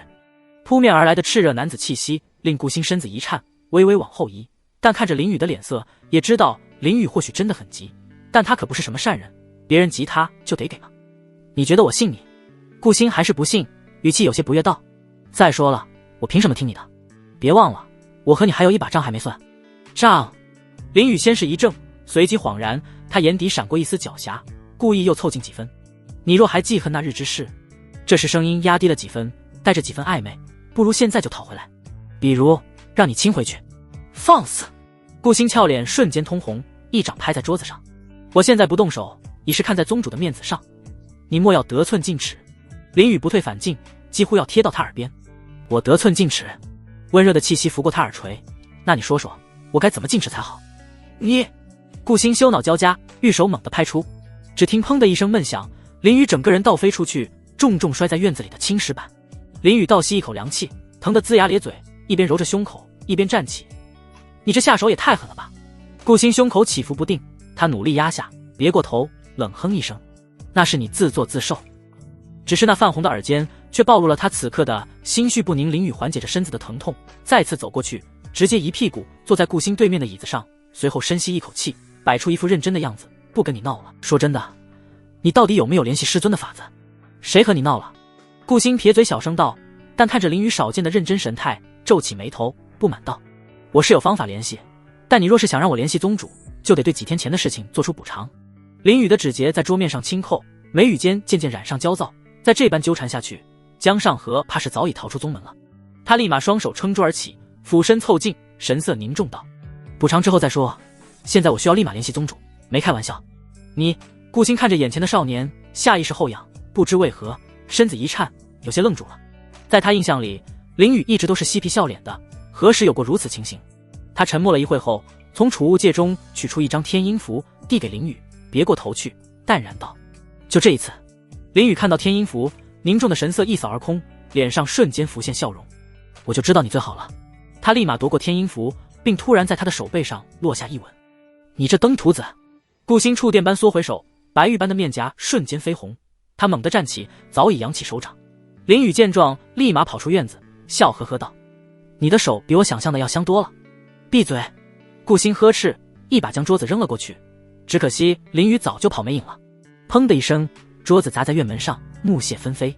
顾星气的心口起伏不定，死死攥紧着拳头，耳间的红晕一路蔓延至血颈。他盯着空空如也的院门，忽然发现自己的心跳竟比想象中快了许多。林雨见顾星没有追来，立马松了一口气，靠在一棵树上，立马将灵气注入天音符里，顿时天音符开始慢慢焚烧起来。孽徒，你有何事？很快，苏寒一冰冷的声音出现在林雨脑海里。林雨目光如炬，语气颇为认真：“师尊，今晚我被暗杀了，受伤了。”苏寒一的声音依旧冷淡，但却比刚才沉重了几分。林雨愣了下，没想到师尊居然会关心他，戏谑道：“怎么？师尊关心我？并没有。”苏寒一语气冰冷，随后接着问道：“是谁暗杀？可有看清楚？”林雨脸色忽沉道：“江上河。”苏寒一沉默了一会，并没回话。林雨疑惑问道：“师尊，你在听吗？”“听着，所以你想干嘛？”苏寒一声音依旧冷漠，但却比刚才轻。“当然是请求师尊抓了他了，这种人已经违反宗门规矩，就应该抓了。”林雨义愤填膺道。说着说着，他忽然一顿，心里冒出一个不好想法：师尊不会想偏袒江上河吧？不然为何听到有弟子被暗杀都没有情绪的？他试探性问道：“师尊，你打算怎么处理？”“我已经下令把他抓了，现在就在执法堂。”苏寒一话语传来。“什么？”林雨闻言心里一惊，随后不可置信道：“师尊，你什么时候把他抓了？莫非我被暗杀的事情你一直在偷偷观察？”“并没有，只是他犯了欺辱弟子之罪，如今把他抓了也是正常不过。”“哦，原来如此。”林雨恍然大悟，随后撇撇嘴抱怨道：“不过您现在是不是抓得有些慢了？您之前要早点抓，我就不用受这么多苦了。”“道歉。”苏寒一冰冷的语气带上了些许愧疚。“无需道歉，都过去了。”林雨耸耸肩，毫不在意，随后笑道：“对了，师尊，我房子被江上河摧毁，今晚我助你请功。”说完，他也不管苏寒一同不同意，直接将天音符焚烧殆尽，笑呵呵的原路返回。天元宗执法堂中，苏寒一感受到天音符被摧毁后，只是默默盯着地面，朱唇缓缓吐出2个字：“孽徒。”在与孽徒断了联系后，苏寒一将目光放到了牢房里的5位弟子，眼眸异常冰冷，没有一丝情感。这5位弟子纷纷被锁灵绳捆着，但身子却剧烈挣扎着，他们的嘴巴被苏寒一下了禁言咒，此刻只能发出呜呜呜的声音。从左到右，他们分别是丹顶峰的朱剑和赵晨，玄机峰的钟凌云，玉灵峰的吴越，以及血战峰的江上河。这其中有2位还是真传弟子，一个是真传位列第6的江上河，一个是真传位列第10的吴越。这时，一个执法堂弟子恭敬来到苏寒一面前，双手递出一本名册和一个金色令牌：“宗主，我们已经按照要求将所有主谋全部抓获。”苏寒一淡淡点头，随后玉手轻盈一挥，名册和令牌飞入手中。“退下吧。”“是。”执法堂弟子恭敬欠身后便离开了这个房间。此时牢房里仅剩下苏寒一和5位弟子。苏寒一将令牌收回储物戒中，然后双手拿着名册，低头看着，眼眸十分复杂。因为这本名册的封面写着2个字：林雨。苏寒一微微闭上双眸，窗外微风吹入，却始终无法驱散他心头纷乱的思绪。1个时辰前，当林雨的身影消失在寝宫外，他望着手上那袋上品灵石，指尖不自觉地抚过颈带。2000万灵石足以解宗门燃眉之急，可他的心却像被什么攥住似的，愈发沉重起来。这是一场令他羞愤的交易，那个孽徒趁火打劫，以那般不堪的条件要挟于他。他本不该有任何负担，他本该厉声呵斥，甚至动用宗规严惩。可最终，他只是沉默地收下了灵石，连一句重话都未能说出口。为何会这样？苏寒一轻叹一声，素白的指尖深深陷入掌心。他忽然意识到，在宗门2次最大危机的时候，都是自己这位孽徒出手帮了大忙。一些记忆逐渐浮现在脑海里。那日明华宗大军来袭，林雨助他突破了造化境。虽然后来发生的荒唐事让他至今难以释怀，但终究是保住了千年基业。而今日，当库房灵石匮乏，又是他送来这袋救命稻草为师。当真错的离谱，苏寒一朱唇咬出一抹苍白。在他最需要人帮助的时候，是林雨出手了。可在林雨被欺辱的时候，他却什么都不知道。一想到这，他心里的愧疚之情便逐渐增多，甚至都快将他吞噬，甚至让他有些窒息。所以他需要做一些事情来弥补这多年遗留下来的亏欠。砰砰砰，这时几道清脆的声音打断了苏寒一的思考。他微微睁开美眸，已然恢复了往日的清冷。抬眸望去，只见牢房里朱建、赵晨和钟凌云正跪在地上用力磕头，脸上满是求饶之色。而吴越和江上河脸色虽然不好，但心里还残留一丝作为真传弟子的骄傲，还拉不下脸磕头。苏寒一将名册收好，冷冷地盯着这5位弟子，浑身更是散发着阵阵寒气。5位弟子被这一盯，心头猛地一颤，一股无情的寒意从脚底慢慢升起，宛如掉入冰窟一般，彻骨痛心。虽然2位真传弟子还死死撑着，但其余3人磕头的速度变得更快了。没过多久，地板砖碎了3块，并染上3人额头之血。苏寒一只是冷漠扫了吴越和江上河一眼，随后缓缓抬起玉手，一股灵气骤然释放出来。都是欺辱本座弟子的同伴，不如一起跪着。刹那间，吴越和江上河猛地感受到一股强大的威压覆盖在身上，宛如一座大山突然降下。2人双膝猛地下跪，砰的一声，地板碎裂，同时还伴随着一声骨裂响起。2人膝骨瞬间破碎，鲜血也随之流出，染红地面。他们痛苦万分，可却因为禁言术，连最基本的哀嚎也喊不出来。其余3人也终于明白自己为何会被抓来此处，他心里十分后悔，早知道这样，他们当初就不欺辱林雨了。只可惜世上没有后悔药，现在他们只能努力求饶，希望宗主能网开一面放过他们。3人跪膝爬前，身子贴在铁栅栏上，用头去撞铁栅栏，更加努力的求饶。苏寒一缓缓走到铁栅栏前，居高临下看着，没有一丝情感，冷漠道：你们想求饶？3人像是看到希望一般，立马用力点头，嘴巴依旧是呜呜的声音。可我不想听。苏寒一冰冷眸中竟有了一丝厌恶。往日你们欺辱林雨的时候，他可曾求过饶？5人直直地看着苏寒一，回想起以前欺辱的日子，那林雨虽然浑身是伤，可眼里却满是不服，没有一次求饶过。他没有，他即便再惨也没开过一次口。苏寒一继续冷漠说道：这就是我最欣赏他的地方，你们和他相比。说到这，声音陡然沉了下来，不及他的1/1000。言毕，苏寒一不再想看到这5人，转身朝门外走去，只留下冷冷的一句话：明日便是你们的死期。此时的玉凌峰降龙洞府里，身为峰主的宋真义盘坐在一个以龙虎为基础的底座上，闭上眸子，吸收着周围的天地灵气。这时，一位弟子急匆匆地跑了进来，连忙跪下道：峰主大人，不好了，刚才有几个执法堂弟子奉宗主之命，已经将吴越真传还有江上河等几人全部抓了。宋真义缓缓睁开眸子，十分平静道：慌什么？此事会平安度过的。弟子语气有些颤抖。可弟子曾听到执法堂的弟子说，今晚便要杀了5人。宋真义眸中不屑，依旧淡然道：此事牵扯到2位真传，以宗主的性子，至少也会等到明日当众宣判处罚。可弟子还想说些什么，只见宋真义从底座上下来，淡然道：莫慌，如今宗门灵石匮乏，急需一笔大量灵石，此事想必宗主已经焦头烂额，所以更不可能杀吴越和江上河。弟子疑惑，为何？这2件事情有什么联系吗？宋真义嗤笑一番道：吴越和江上河出身在商业家族，他们是宗门里为数不多能拿出一大笔灵石的弟子。此时他笑得更阴险了，只要明日和宗主这么一提醒，到时候宗主怕是要为了宗门放人，甚至求着这2人给予灵石。说到这，宋真义已经看到了那高冷的宗主艰难地放下脸色去求人的样子，他的心里燃起了一抹欲望，他就喜欢看那种高高在上的仙女被迫求饶的画面，想想就兴奋。弟子恍然大悟，峰主此言倒是令弟子通彻，已无担忧之心。宋真义缓缓收回眼中的兴奋，瞥了弟子一眼，淡然道：好了，若是无事可以离开。弟子拱手鞠躬一番后，踏步走出了洞府。弟子走后，宋真义表情逐渐变得阴沉，从储物戒中取出一个黑色信封，表面还有一朵莲花做底纹。他缓缓从信封里取出一张纸，已然带着一些褶皱，纸上开头第一句话就是：我宗玉与长老谋求大事。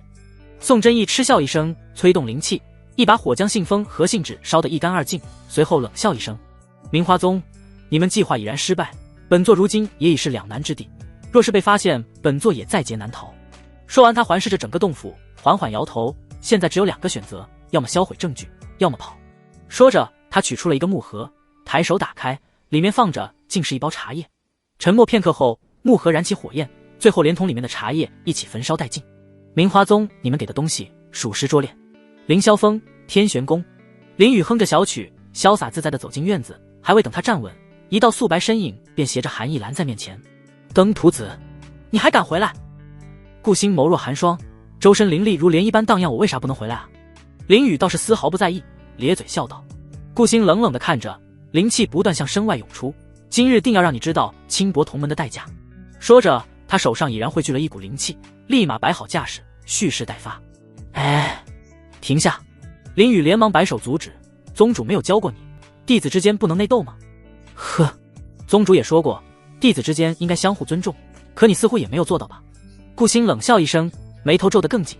林宇一脸诧异道：我什么时候不尊重同门弟子了？你还有脸说？你3番5次亲我，何来尊重？顾星咬牙切齿道，脑海不自觉浮现出画面，耳垂微微发烫。林宇故作惊讶：你记错了吧？明明只有2次，怎么就是3番5次了？你还说？顾星美眸瞪了一眼，灵气险些失控。他深吸一口气，寒声道：今日若不给我个交代，休怪我手下无情。你很在意这件事？林宇满脸无辜，眼底却藏着狡黠。看着林宇疑惑的样子，顾星气不打一处来，指着林宇呵斥道：这关乎我的清白，我怎么不在意？原来你这么在意，那我补偿你好了。林宇忽然凑近，温热呼吸拂过他耳畔，随后迅速伸出手，将手背贴在顾星嘴唇上。我给你亲回去，咱们也算扯平了。温软触感传来，林宇心头微颤，少女唇瓣如初绽的花瓣，带着淡淡的幽兰香气。你！顾星瞳孔骤缩，一抹红晕爬上脸颊，他玉手一扬，澎湃灵力轰然爆发。林宇只觉胸口一痛，整个人如断线风筝般撞入库房木门，在漫天木屑中滚入内室。登徒子！顾星咬牙切齿，胸口起伏不定，气得浑身发抖。他长这么大还从未见过如此厚颜无耻之人。随后他正要追入房间，忽而脸色大变，那竟是宗主存放珍品的库房。他心中暗道不妙，立马冲了过去。若是里面的东西有什么损失，怕是会引来宗主的责罚。他顾不得羞愤，急忙飞身而入。林宇，你！话音戛然而止，只见少年灰头土脸的从一堆珍贵的物品中里爬出，手上还拿着一个华丽的木盒。林宇晃了晃脑袋，随后看着手中木盒，将其打开，只见里面放着几包茶叶，稍微闻一下还能嗅到茶的清香。他嘴里抽了一下，吐槽道：你们平常这么有安全意识，连茶叶也要用个木盒锁着。顾星看到林宇手中的木盒，心里一惊，立马夺过木盒，皱眉训斥道：你懂什么？这可是长老送给宗主的寿辰之礼，很珍贵，就连宗主也只喝过一次。林宇一脸不解，撇撇嘴道：说到底就是个茶叶而已，说了你也不懂。顾星冷哼一声，将木盒关上，小心地放回原位，随后瞥了一眼林宇，还不快起来等会宗主回来，你我都没什么好下场。好好好！林宇附和起身，拍了拍身上的灰尘，转身就往门外走去。你不留下来收拾？顾星看着他，立刻呵斥道。林宇被伸摆摆手，笑道：不了，若是师尊问起来，我就说是你打我进来的。说完，他已然走出了库房，往苏寒衣的寝宫走去。你！顾星想发火，但看到满地狼藉，又只能压下怒火，开始一一整理库房。林宇走进寝宫，随后立马关上门，他脸上闪过一抹狡黠，将手伸入衣服里，再次伸出的时候，手上已然多了一个玉佩。这是刚才埋在那堆物品里的时候偷摸拿的。系统掠夺此物。林宇心里呼叫，很快手上的玉佩凭空消失，随后系统声音传来：叮，宿主掠夺苏寒衣的镇寒护心佩，奖励上品圣器九转玄天佩。九转玄天佩，圣器级防御至宝，玉佩内含9层玄天护盾，每层可抵挡一次圣王境大能的全力攻击，9层全破前佩戴者毫发无伤，若破一盾则需100年才可修复一盾。话音刚落，一枚巴掌大小的玄青色玉佩浮现在手中，此佩表面浮动着若隐若现的9道经文，每道纹路似金龙盘绕，玉佩边缘镶嵌着一圈银沙，微微闪烁。林宇将玉佩微微举起，欣赏一道后，啧啧2声后，心里十分欢喜。有了此玉佩，往后怕是能横着走，谁也不怕。只要圣王不出，谁能治他？他一边想着，一边将玉佩挂在腰间，轻轻抚摸一下后，嘴角微微上扬，朝着苏寒衣的床榻走去。今日忙了一天，也该休息休息了。林宇鞋子随意褪去，直接跃起扑到了床上，感受着上面幽香，直接盖上被子，闭上眼眸。而这时，一道白色倩影携带着冰冷气息，缓缓从天上落到了院子里。看着院子里杂乱的样子，苏寒衣沉默了。苏寒衣听着库房传来的声音，缓缓走了过去。只见顾星正在努力摆放着物品，完全没注意到后面有人。顾星，苏寒衣语气轻缓。顾星猛地一颤，僵硬地转过身来，看着门口的苏寒衣，有些不知所措。宗主，这个其实我可以解释的。他的语气十分不自然。苏寒衣缓缓摇头，淡然道：不必了，刚才的事情我看到了。顾星闻言，眸光暗淡，默默低下头，像一个做错事的孩子。我甚至还看到林宇将朕含糊星佩拿走了。苏寒一依旧神情淡漠，顾星却猛地一惊，抬起头，脸上闪过一丝不可置信，随后皱起柳眉，愤然道：宗主，这是偷窃，按规矩是要受到责罚，要不要弟子将他找来？他就是说刚才收拾东西的时候怎么也找不到朕含糊星佩，原来是林宇这登徒子拿走了。不过他什么时候胆子这么大了？记得以前这登徒子跟随宗主修炼的时候，可从没有过如此胆大妄为的事情。不用，我亲自找他。苏寒一淡然，随后扭头走了。你先把这里收拾好。顾星松了一口气，宗主没有罚他，这也算一件喜事。随后拱手回应：是，宗主。他望着苏寒一离去的背影，又想起林宇不要脸的样子，冷哼一声：宗主亲自罚你，活该。苏寒一默默走进寝宫，笔直走向床榻，站在床前，望着林宇大大咧咧地横卧榻上。他只是低头静静看着，并没有寻找朕含糊星佩的意思。望着林宇的面庞，脑海不自觉想起了他这2年受到的欺辱，心情十分复杂。沉默片刻后，他朱唇轻启，声音轻得如同叹息：这些年你受苦了。纤纤玉指不自觉地抬起，却在触及林宇肌肤的瞬间如触电般缩回。苏寒一后退半步，素来清冷的玉容闪过一丝慌乱，耳尖染上绯色。我这是怎么了？心底的疑问让他怔在原地，夜风吹入殿内，也搅乱了他持久不变的道心。他有些慌乱，想逃离此处，抬起脚伐往门外走去，却这时听见身后传来窸窣声。回首望去，只见林宇一个翻身，整个人几乎要滚落床榻。苏寒一脚步一顿，犹豫片刻，终是折返。他玉手轻挥，被子无风自动，轻柔地附上林宇身躯。他细致地掖好被角，动作轻柔的，仿佛眼前的人不是高冷师尊。待确认林宇未醒，他才如释重负地松口气，随即被自己这般作态惊得抿紧了唇，而后快步离开了寝宫。唯有床榻边残留的淡淡幽香，证明方才并非梦境。待苏寒一走了许久之后，林宇缓缓睁开眼睛，表情十分古怪。刚才他并没有睡着，甚至想睁眼调侃苏寒一来着，只是忽然感受到苏寒一的触碰，让他为之一愣，有些懵了。他怎么想不到苏寒一竟然会主动触碰他，尤其是那句这些年你受苦了，更是让林宇沉默许久，随后挑眉笑道：师尊这是喜欢上我了。同时他也很疑惑，为什么师尊会突然对自己这么好，这其中发生了什么？寝宫里空荡荡，没人能给他一个准确的答案。哎，算了，不想了，是不是喜欢我？日后再说。林宇脸上闪过一抹狡黠，随后再次闭眼，这次睡得很安稳。月落日升，阳光洒在大地上。顾星走入寝宫，望着林宇不好的睡姿，脸上布满了疑惑。他不明白宗主为何会让这登徒子睡在床榻之上，不过这个问题他是想不明白了。宗主既然愿意，他也什么好说的，只是刚才宗主下了任务给他，不然他都不想进来。顾星来到床前，望着那副惹他生气的脸，咬咬牙，大喊道：登徒子，给我起床。林宇微微睁开眼睛，不满抱怨：干什么？睡个觉都不让。你以为我想叫你？顾星轻哼一声，很是不满道：宗主说今日执法堂处置江上河，问你去不去？林宇撇撇嘴：不感兴趣，不去。说着还用被子盖住了头。好。顾星转身就走，他的任务完成了，不必再留在这里。叮，触发掠夺任务，选择1，放过江上河5人，为日后留下复仇种子，奖励岩阳谋。选择2，掠夺江上河5人生命，绝不留下隐患，奖励破望圣童。听到系统之音，林宇睁开眼睛，嘴角扯了扯：你奶奶的系统，我就想睡个懒觉，有这么难吗？他无奈吐槽完后，翻身下床，朝门外走去。等等，顾星，我去。天元宗执法堂前的广场，青石铺就的广场上已经聚集了数百名弟子，他们三三两两地聚在一起，低声议论着，目光不时瞥向广场中央那座高耸的石台，那是惩戒台，宗门执行刑罚的地方。听说了吗？这次连江上和师兄都被抓了。嘘，小声点。据说他带头欺辱林宇，连宗主都惊动了，就是那个成了废物的林宇。这位师弟，你信息落后了，林宇现在已经恢复，据说再次得到宗主重视，所以宗主才要把这些曾经欺负过林宇的人抓起来。这时一道白色身影从凌霄峰方向掠来，此人正是天元宗宗主苏寒一。他足尖轻点落到惩戒台上，一袭素白长袍，宛如9天仙子降临。拜见宗主。广场上所有弟子齐声行礼。苏寒一微微颔首，目光扫过全场，随后淡然道：带上来。他声音不大，却清晰地传入在场每个人耳中。执法堂弟子押着5名被锁灵绳住的弟子走上高台，他们衣衫凌乱，走路艰难，显然膝盖受了严重的伤。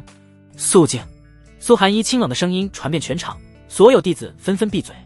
见众人安静后，他清冷的声音再次响起：今日在此公开惩处朱建、赵晨、钟凌云、江上河、吴越5人，罪名是欺辱同门，违背宗规第7条，按规矩应废除修为，驱逐出宗门。判决宣读完毕，广场上议论纷纷。废除修为是天元宗重刑之一，不应该说是所有宗门最严重的处罚，因为修士一旦享受过修为带来的好处后，便再也无法回到普通人的生活了，就像一位皇帝突然被贬为庶民一般，这种落差感不是所有人都能接受的。我不服！江上河咬牙嘶吼：苏寒一，你不过仗着宗主之位，闭嘴！宗主之名岂是你可明说的？一位执法堂弟子厉声呵斥：无妨，让他说。苏寒一抬手阻止执法堂弟子，随后淡淡道：你有何不服，尽可说来。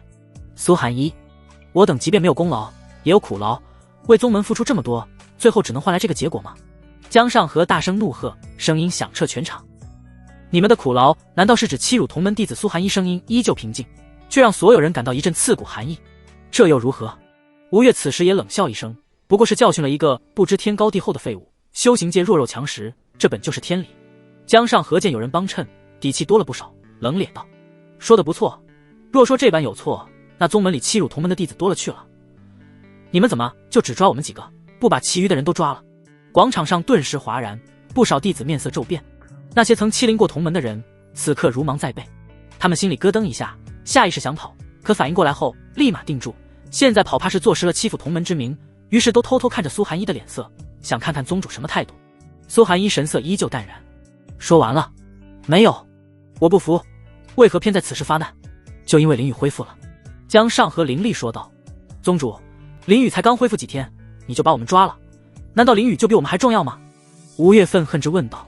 错，因为你们不过是一群伪劣弟子，宗门不需要你们，仅此而已。苏寒一平静道，随后扫视了一下广场众人，开口道：希望各位弟子引以为戒，莫要再犯欺辱同门之事。说完，他朝执法堂的弟子颔首，动手。5位执法堂弟子领命，迅速来到江上河5人面前，手中已经凝聚好灵气，准备一击废除这5人的经脉。广场的众人眼神直直地看着这一幕，不愿错过一丝细节。等等，宗主！远方传来一声深沉的呼喊，只见一位中年男子飞速前来，稳稳地落到惩戒台上。此人正是血战峰的峰主，天元宗6长老江上河的师尊唐乾。他浑身充满了血气，脸上更是有几道伤疤，面相十分不善。师尊救我！江上河看到唐乾后，立马将身子挪一下，开口求饶。苏寒一淡漠地看着，缓缓开口道：唐长老，你莫非想救？唐乾站出一步，拱手道：宗主，江上河年轻气盛，一时糊涂，念在他天赋出众，为宗门立过功的份上，可否从轻发落？苏寒一眸光微转，唐长老的意思是，天赋高便可凌驾于门规之上？不敢。唐乾低头劝说道：只是门规不可违。苏寒一打断他，声音斩钉截铁：今日若因天赋而徇私，明日门规将形同虚设。况且昨日他还去暗杀林雨，此事你可知道？江上河心里不无太大波澜，他知道林雨一定会将此事说与苏寒一听。唐乾瞳孔骤缩，愣了一下，随后摇头道：不知。所以说我已经很给情面了，唐长老还是莫要阻拦为好。苏寒一依旧冰冷，只是这次语气更重了几分，不然按规矩，杀弟子之人将受寒脉刺噬心之刑。广场众人心里一惊，纷纷露出害怕之色。寒脉噬心之刑是将受刑者的经脉用寒冰之力冻结，每日需承受寒毒噬心之痛。唐乾也沉默了片刻，知道此事不是他能阻止的，于是拱手道：明白了，宗主。说完他退到一旁，看了一眼江上河，无奈摇头叹气一声：何必呢？我没有。江上河突然喊道：我没有暗杀。他心如死灰，如今连师尊都不帮自己，那他只能自救。昨晚只有他和林雨2人，其余人并不知真相，那他就一口咬死不认。你没有？那我昨晚看到人假的。清朗的声音自凌霄峰方向传来，众人抬头，只见林雨踏剑而来，顾星站在他身后。少年纵身跃下飞剑，衣袂翻飞间稳稳落在江上河面前。需要我帮你回忆回忆吗？林雨俯身在江上河耳边轻声道。江上河瞳孔一缩，随后立马压下情绪，冷笑一声：你这么笃定，可有证据？没有。林雨笑呵呵，但即便如此，那欺辱的事情众所周知，你同样是死路一条。江上河只是死死盯着，胸口起伏不定，不知如何反驳这句话。而此时林雨的出现，众人一片哗然。广场上的弟子感受到林雨的气息后，议论纷纷。林雨师兄，他体内有灵气了，不是说经脉尽断了吗？看来之前的传闻是真的。惊呼声此起彼伏，林雨一袭白衫，身姿挺拔，面容俊朗，哪有之前半分废人模样？他周身灵气流转，气息竟比废人之前更加强盛。此时顾星落到苏寒一旁边，一脸恭敬。林雨转身朝着苏寒一招手，笑呵呵道：师尊，赶紧行刑吧。苏寒一望着那抹笑容，微微愣了一下，随后点头，眼中寒光更盛，正要开口，远处突然传来一声厉喝：且慢！一位灰袍中年人踏空而来，落在高台之上，他面容冷漠，正是吴越的师尊，玉灵峰的峰主宋真义。宗主，此事急不得。宋真义拱手道，眼中金光闪烁，吴越乃我亲传弟子，即便处刑，也应该与长老们商讨，而不是证据确凿，商讨什么？苏寒一冷冷打断，一直被阻挠，即便心性冷淡的他也有些不耐烦了。就是话说的好听，事情落你身上，你比谁都急。林雨掏了掏耳朵，好没气道：还商讨？想救人你就直说，你一介小辈懂什么？宋真义望向林雨，呵斥道：如今宗门天骄本就少，若是在这般3个月后的东荒天骄会武，我天元宗该派谁去参加？林雨耸耸肩，一脸淡然道：我一人足矣。这所谓的东荒天骄会武，他也略有耳闻，是东荒5大宗门联合举办的比武大会，10年一次，据说夺得头冠的宗门可获得苍龙山脉的开采权。就凭你，真是狂妄至极！宋真义不屑一顾：你爱信不信？林雨耸耸肩，也懒得搭理这种人，懒得和你争。宋真义冷哼一声，拂袖转身面向苏寒一，沉声道：宗主，眼下宗门中灵石匮乏，而吴家和江家有着丰厚的灵石底蕴。哦。苏寒一眉梢微跳，宋长老是在威胁我。吴越仿佛抓住救命稻草，急忙喊道：宗主，只要您饶过我这次，我愿献宗门所需灵石。江上河也猛地惊醒，立马附和道：没错，宗主，只要肯放过我，日后江家可以给予一大笔灵石。台下弟子们骚动起来，窃窃私语声四起，他们最近也隐约猜测到天元宗确实面临灵石危机，1个月前就关闭了不少修炼室。宋真义露出胜券在握的笑容：宗主，大局为重，没有灵石，宗门寸步难行。苏寒一却连眉毛都没动一下，他缓缓抬手，全场立刻安静下来。行刑！他朱唇轻启，简单的2个字，凌厉地斩断了所有幻想。什么？江上河和吴越顿时一惊，同声道。宋真义脸色骤变，厉声道：宗主，没了灵石，宗门上下如何修炼？护宗大阵如何维护？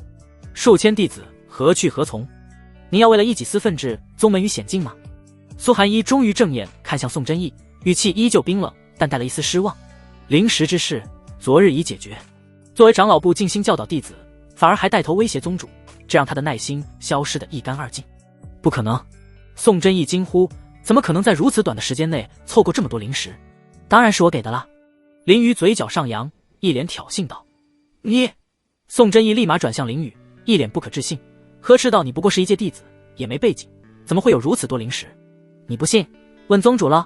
林雨倒是无所谓，笑呵呵地看向苏寒一。此时全场的目光都聚集到了苏寒一身上，所有人期待着答案。他言属实。苏寒一微微点头，神色淡漠道：昨日他确实给了我2000万上品灵石。说完便从储物戒中取出那个装着2000万灵石的袋子，并用灵气将袋子的气息最大化。众人眼睛瞪得直直，所有人都傻了。那股气息毫无疑问是2000万上品灵石。这不可能！宋真义如遭雷击，踉跄后退一步。吴越和江上河都不可置信地看着袋子，随后又望向林雨，喉结滚动。他们怎么也不敢相信，之前一直看不起的废物，居然能拿出2000万上品灵石。要知道，他们家族虽然是商业大族，但要一口气拿出2000万上品灵石还是很难的。他们不明白林雨是怎么做到的。广场众人也缓过神来，看向林雨的眼神，有的震惊，有的沉默，甚至有的谄媚。他们纷纷跟自己的同伴讨论：2000万上品灵石，这也太不可思议了吧！原来林雨师兄这么有钱的吗？早知道这样，之前我就应该跟林雨师兄谈好关系了。好想给林雨师兄当狗。顾星也是吃了一惊，他之前猜测林雨有灵石，但没想到这么多，怪不得宗主这么放纵这登徒子，原来是有原因的。苏寒一扫视了一眼众人，随后将灵石收回储物戒里，淡然道：行。这时林雨凑到苏寒一身旁，笑呵呵道：师尊，能不能让我来？苏寒一微微迟疑一下后，微微颔首：可。宋真义反应过来，急忙阻拦：“不可，他一个弟子有何资格？”苏寒衣袖袍一挥，一道寒气压在宋真义身上。我准了。林雨转身走向江上河，步伐轻快的像是在散步。林雨，你敢废我修为！江上河厉声尖叫：“我江家不会放过你的！”广场上所有人都屏住呼吸，等待着他废除江上河修为的一幕。谁说我要废你修为了？林雨笑呵呵地站在江上河面前，声音忽然一沉：“我想要的是你的命啊！”什么？江上河瞳孔骤然一缩，他完全没想到林雨会这般做，心情瞬间跌入谷底，那抹笑容好似恶魔的狞笑。林雨迅速取出九霄龙银剑，迅速斩向江上河，剑光一闪。没有废除修为的复杂仪式，只有剑刃划过脖子的声响。砰的一声，江上河的头颅落到了台面上，身子也缓缓倒地。林雨没有任何犹豫，迅速挥出4道剑气，其余4人也随之人手分离。全场死寂，他们都在等待江上河修为被废的瞬间，没想到却迎来了他死亡的瞬间。苏寒衣一怔，显然也是没料到林雨会突然下杀手，毕竟按宗规来讲，应是废除修为才对。林雨，宋真义反应过来，怒声呵斥，体内灵气暴增，竟有挣脱之势，你敢杀我爱徒，找死！一股灵气汇聚在手上，准备爆射而出。林雨擦掉脸上血迹，平静地看着宋真义，他有9转玄天佩，根本不惧这道攻击。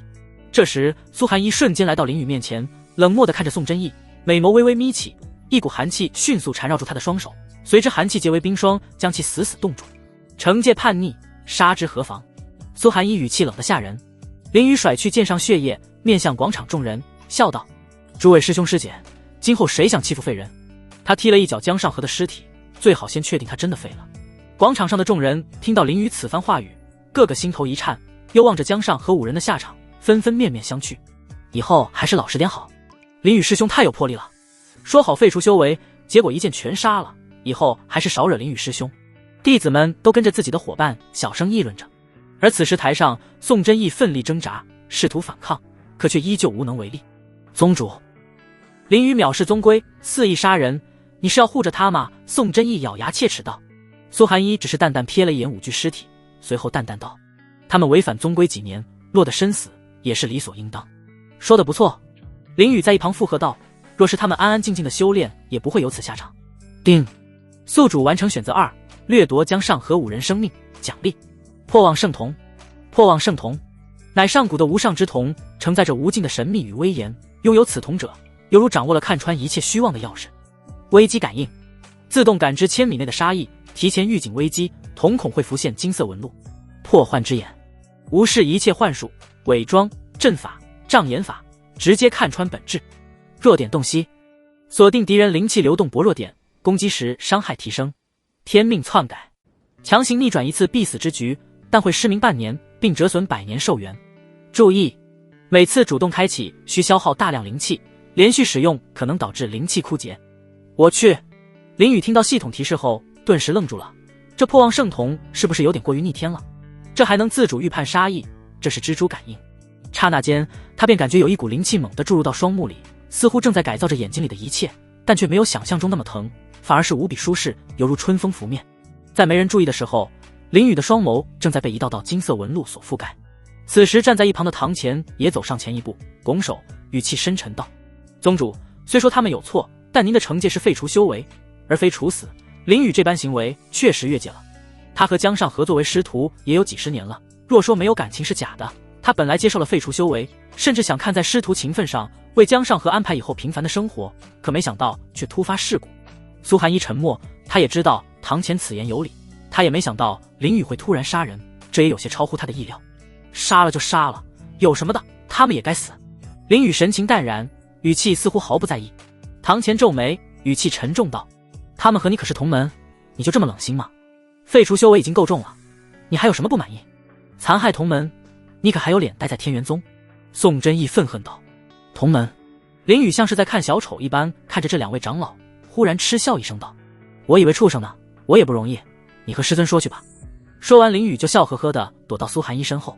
堂前皱眉扭头看着苏寒衣：“宗主，此事如何解决？此番作为，若宗主不给何解释，何以服众？”宋真义满脸怒容：“解释！”苏寒衣语气骤然一沉，周围的寒气逐渐散发，晴朗的天空逐渐下起细小雪花。你们弟子欺辱林雨的时候，怎么不知道给我个解释？说着，他立马取出万载玄冰剑，玉手一挥，指着两位长老，冷漠道：“你们先给我一个解释，为何不好好管教自己的弟子？”唐乾和宋真义心底一沉，一股刺骨的寒意逐渐蔓延全身，血液几乎凝滞，张了张嘴，却也不知该如何是好。他们确实在得知弟子欺负林雨的时候没有理会，毕竟他们都认为以苏寒衣的性格不会再去管一个废人，只是他们怎么也没想到林雨居然恢复了。苏寒衣冷漠扫了一眼两位长老，冷声道：“若是没话说，便老实待着。作为惩罚，剥夺封主之位3年，由副封主接管，并提交100万上品灵石作为补偿。”宗主，这是不是太狠了？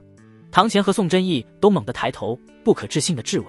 若是没了封主之位，他们能获得修炼资源将少了很多，同时还要上交100万上品灵石，这无疑是要了他们的命。作为封主，他们1年也就才收入150万灵石而已。苏寒衣语气依旧冷漠，但却比刚才重了几分。你们纵容弟子欺辱同门，难道不更狠？两位长老顿时哑口无言，不是不想狡辩，而是如今这么多弟子看着，他们没法狡辩。若是没意见，灵石今晚前就送到天玄宫。苏寒衣冷冷地说，随后将万载玄冰剑收起，面向广场众人：“此事到此为止，散了。”说完，他瞬间升到100米高空上，化作一道流光飞向凌霄峰。哎，师尊，你是不是忘了我？林雨看着离去的倩影，有些无奈，随后再次摆出笑容，走到顾星面前：“带我回凌霄峰。顾姐姐，别这么称呼我，我不喜欢。等等。”顾星说到一半，忽然停下，凑近几分，观察着林雨的双目。林雨挑了挑眉，笑道：“我知道我帅，但你也不用这么仔细观察，我会害羞的。”闭嘴！你的眼睛怎么回事？为何变成了金色？顾星皱起眉头，疑惑道。他记得昨日看到林雨的眼睛明明是黑色的，为何如今又变色了？林雨耸耸肩，淡笑道：“之后再跟你说，先回凌霄峰可好？大伙都盯着你呢。”顾星闻言看向广场，只见有不少人都看着自己，甚至还隐约听到一些声音。顾师姐怎么靠林雨师兄这么近？他们莫非真羡慕林雨师兄居然能得到顾师姐青睐？顾星脸色有些不自然，耳垂微微发红，立马取出飞剑：“都怪你，快走！这些人都在说什么？他才不会喜欢这个登徒子，永远也不会。”林雨一脚踏上飞剑，一脸无辜道：“这也赖我！”闭嘴！顾星也走上飞剑，随后立马催动，迅速飞向凌霄峰，在天空留下一道美丽的弧线。忽然他意识到，这般和林雨一起离开，岂不是坐实了弟子们说的话？唐乾看着离去的林雨，摇摇头，叹气一声：“这一切终究是自己做的孽。若是一开始有阻止自己的弟子，也不会有此事发生。”他缓缓来到江上河尸体前，语气听不出一丝情感：“让为师替你找一个安身之地。”说着，他用灵气包裹住江上河，随后默默离开了。没了苏寒衣的压制，宋真义将手上冰块震碎，冷漠地看着凌霄峰，拳头攥紧，随后瞥了一眼吴越后，便朝着玉灵峰飞去。很快，他便回到了玉灵峰的降龙洞府里。他扫视一圈洞府后，拿出一张天音符，立马催动：“过来！”说完后，天音符便燃烧殆尽，化作了灰烬。过了许久，一位弟子走入洞府，弟子名为赵静，是玉灵峰的一个内门弟子。赵静见到宋真义，恭敬道：“峰主，有何事？”天元宗我已经待不下去，你和周宗主联系，我要离开这宗门，加入你们。”宋真义一脸凝重地说道。赵静皱起眉头，疑惑询问：“宋峰主这是想通了？”宋真义微微点头：“苏寒衣这女人将我的峰主之位剥夺，我已无心再为天元宗效力。”赵静闻言忽然一笑：“原来如此，苏寒衣确实做得太过了，快点联系，越快越好。”宋真义催促道。赵静点点头，笑道：“那就欢迎宋长老加入我们明花宗。”说完取出一张黑纸符咒，上面还有一朵白色莲花，他立马注入灵气，缓缓闭上眼眸。宋真义凌厉地盯着，心里冷笑一声：“苏寒衣，既然你不仁，就别怪我不义了。”此时凌霄峰天玄宫院子，顾星纤纤玉指几乎要戳到林雨鼻尖：“都怪你，现在宗门内怕是已经谣言四起了。”林雨慵懒躺在木椅上，二郎腿悠闲地晃着，这怎么能叫风言风语呢？他忽然压低声音，眼中闪过一丝狡黠：“我们明明就34，住口！34！”顾星慌忙打断，下意识瞥向苏寒衣寝宫方向。若让宗主知道那日之事，他光是想就耳尖发烫。好，我不说。林雨十分敷衍点头回答，随后起身往苏寒衣的房间里走去。等等，你回来！顾星立马喊道。林雨诧异回头，疑惑道：“怎么，你还有什么事情？”顾星一个闪身拦住林雨去路，蹙眉盯着林雨璀璨的金眸，询问道：“你先说，你那双眼睛怎么回事？”林雨忽然凑近，真想知道。他呼吸间的热气拂过他耳畔。顾星猛地后退一步，语气带了一丝慌乱：“你正经点，别这样。”林宇再次凑近，戏谑笑道：“正经可就不是我了，你再这样我可就动手了。”顾星气愤说着，灵气逐渐汇聚在手掌上。林宇耸耸肩，好没气道：“别老是突然动手，这可不像女孩子。”见林宇没再前进，顾星暗自松一口气，随后蹙眉询问：“你别嘴贫，赶紧说一下你的眼睛。”林宇故作叹气一声道：“此事说来话长，反正莫名其妙就这样了。你这说了和没说有什么区别？”顾星语气有些不满。林宇忽然一笑：“既然你这么想知道，不如来看看这眼睛的能力。”今天他也刚好获得这破妄圣瞳，正好让顾星帮他试一下这眼睛的能力。顾星上下打量着林宇，警惕询问道：“怎么看？”林宇皱眉寻思一番后开口道：“你把修为压制在玄法境4重天，然后全力攻击我，你信不信我能全部躲开？”顾星有些不信，试探性问道：“玄法境4重天可是比你高出5个小境界，你确定？”他虽然知道林宇天赋异禀，但境界差距可不是闹着玩的。林宇一个后跳来到院子中心，衣袂翻飞间已摆好架势，朝他招招手，笑道：“你尽管来就是了。”这可你说的。顾星深呼吸一口气，体内灵气迅速压缩，境界瞬间从涅槃境6重天跌落到玄法境4重天。他眼中闪过一丝狡黠，正好借此机会教训这个总是戏弄他的登徒子。顾星白裙随风飘动，摆好架势，随后他足尖轻点，身形如惊鸿般掠出。而此时林宇金瞳上的纹路顿时闪烁一下，他脑海里浮现出2秒后的画面，顾星将出拳打向自己右肩。未等顾星出招，林宇身体已提前向左倾斜，果然顾星右拳如预料般袭来，却只击中了空气。他眼中闪过一丝惊诧，立马停下。他不可置信地瞪大美眸，这一拳明明毫无征兆，他怎会？林宇挑眉，一脸得意笑道：“如何，可还不服气？”望着林宇得意的笑容，顾星气不打一处来，娇斥一声：“不服，继续！”他手掌立马汇聚灵气，全力一击打了过去，直取林宇胸口。林宇嘴角微扬，金瞳再次闪烁，在他发力前就已预判到攻击轨迹。他身子轻盈后仰，顾星的玉掌擦着他的衣襟掠过，连衣角都没碰到。这不可能！顾星惊呼一声，心中震惊，但手上却不停，接连数掌拍出，一招比一招凌厉，掌风呼啸。然而在林宇的破妄圣瞳下，这一切早就被预知，他闲庭信步般在掌影中穿梭。数十招过后，林宇忽然欺身而上，在顾星一记鞭腿落空的瞬间，指尖轻轻在他脸颊上一抚，随即飘然后退，笑道：“你说了。”你……顾星身子一僵，脸颊瞬间染上红晕，羞恼交加：“登徒子，你又轻薄我！”林宇嗅了一下手上残留的清香，笑道：“什么轻薄？这是圣者的奖励。”见到林宇还去闻，顾星气得有些抓狂：“登徒子，你是不是变态？”林宇一脸得意道：“怎么，你第一天认识我吗？”顾星气得咬牙，他向来清冷自持，何曾被人这般戏弄过？他真的受不了这登徒子了。这时一道清冷的声音在林宇耳边响起：“破妄圣瞳，经文璀璨，可窥天机，见未来瞬息。”林宇浑身一僵，猛地转头，只见苏寒衣不知何时已站在他身侧，正微微俯身，那双清冷的眸子近距离凝视着他的眼睛，眉头轻蹙，似在审视什么。“师尊，你怎么在这？”林宇心头一跳，下意识后退一步。顾星见到苏寒衣，心里也是一惊，若是刚才的事情被苏寒衣看到，他可就羞死人了。他硬着头皮拱手道：“见过宗主。”苏寒衣望向顾星，微微点头，随后平静地注视着林宇，语气不容置疑道：“解释一下，你这眼睛怎么来的？师尊，你认识这破妄圣瞳？”林宇脸色有些诧异。苏寒衣沉默一下后，微微摇头，淡然道：“不算认的，只是曾在古籍残卷中见过零星记载。”林宇继续询问道：“师尊究竟了解多少？”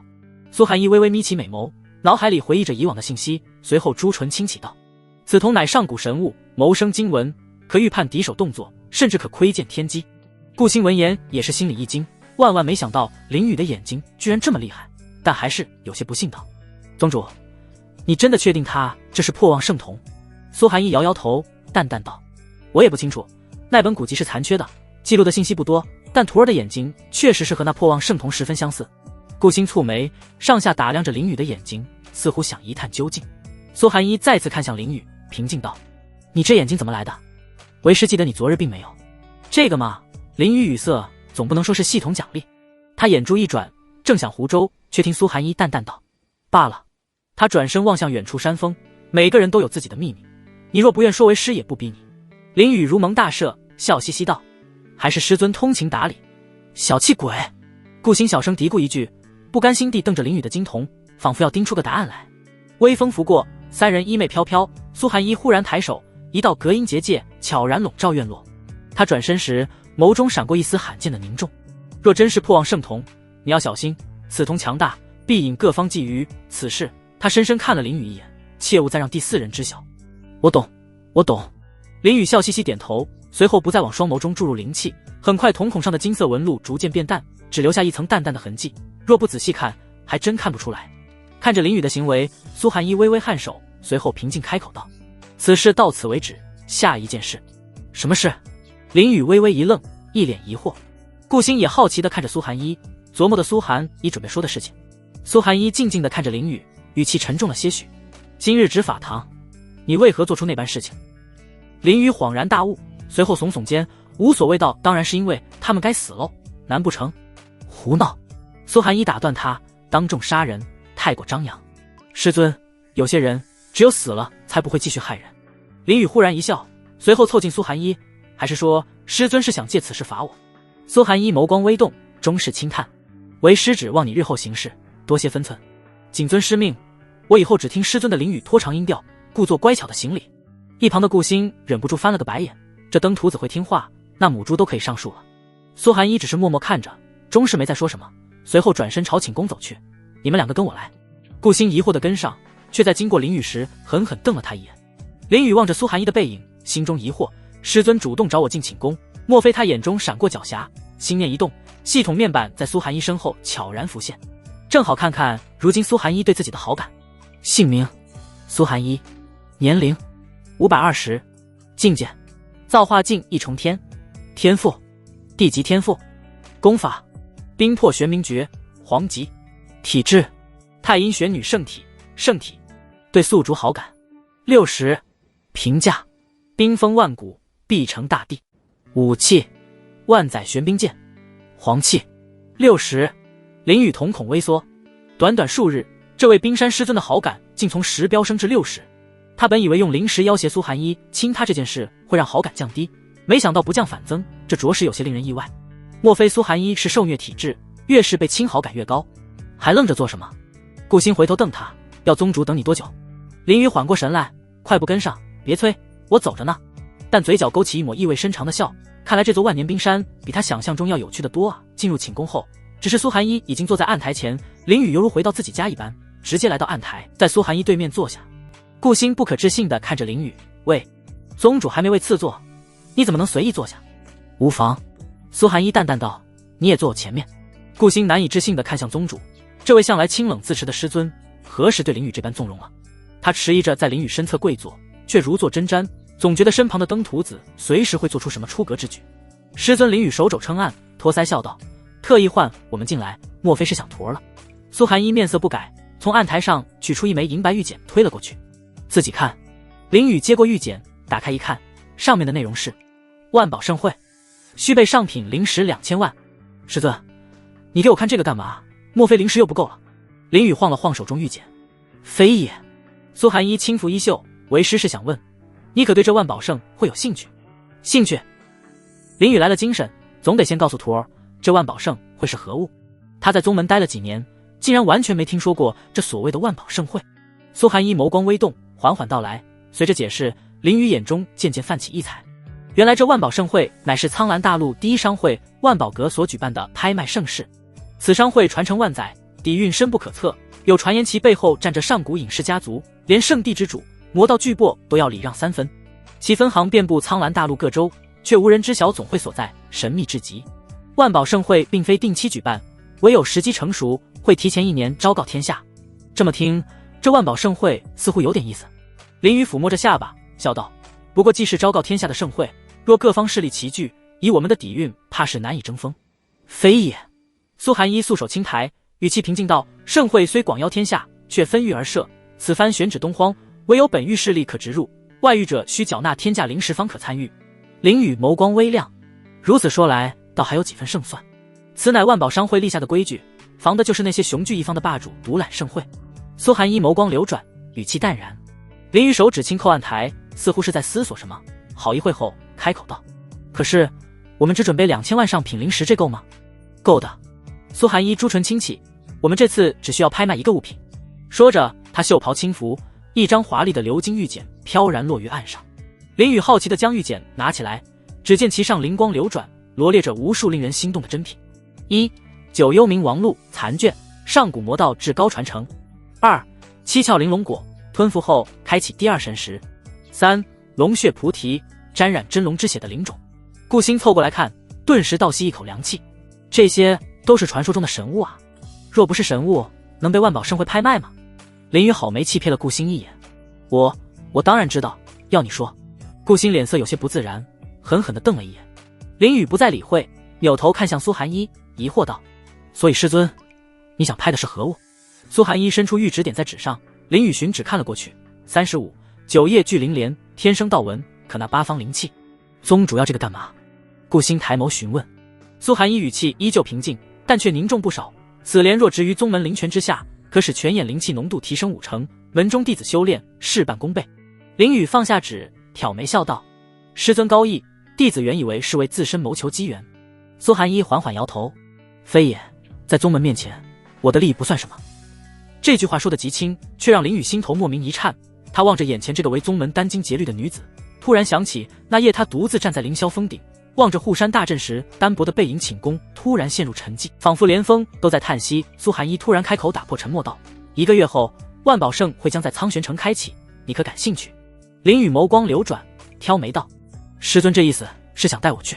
没错，毕竟宗门那2000万是你出的，你去也正常。苏寒衣直视林宇的眼睛，而且也该带你去见见世面。林宇忽然欺身上前：师尊这般厚待。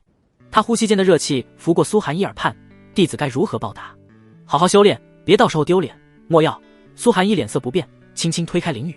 话未说完，林宇突然握住他的手腕，温热的掌心贴着冰肌玉骨，竟让那向来清冷的眸子闪过一丝慌乱。师尊别推。他轻笑一声，将苏寒衣的手放回案台，指尖在撤离时划过他的掌心。我自己会。放肆！苏寒衣猛地抽手，案台上瞬间凝结出一层冰霜，耳垂瞬间染上绯色。顾星美眸瞪大，不可置信地看着眼前一幕，他怎么也不敢相信林宇居然在宗主面前也这么放肆。弟子知错。林宇突然正襟危坐，变脸比翻书还快，只是那上扬的嘴角怎么看都带着几分得逞的狡黠。苏寒衣广袖一挥，他深深看了林宇一眼，下不为例。声音依旧清冷，却莫名少了几分往日的威严。好好，我知道了。林宇连连点头，那模样好像真的认识到错误一样。苏寒衣见林宇这副模样，心里也是深感无力，随后摆摆手：好了，此事到此为止，你们回去修炼。顾星缓过神来，瞥了一眼林宇后，拱手点道：是，宗主。说完，他便快速起身离开了这个是非之地。待顾星走后，林宇依旧坐着笑眯眯地看着苏寒衣，眼眸闪过一丝狡黠。苏寒衣心中感觉有些不对劲，蹙眉问道：你怎么还不去修炼？林宇笑呵呵道：师尊真想让我去修炼？苏寒衣淡淡点头，语气却多了一分警惕。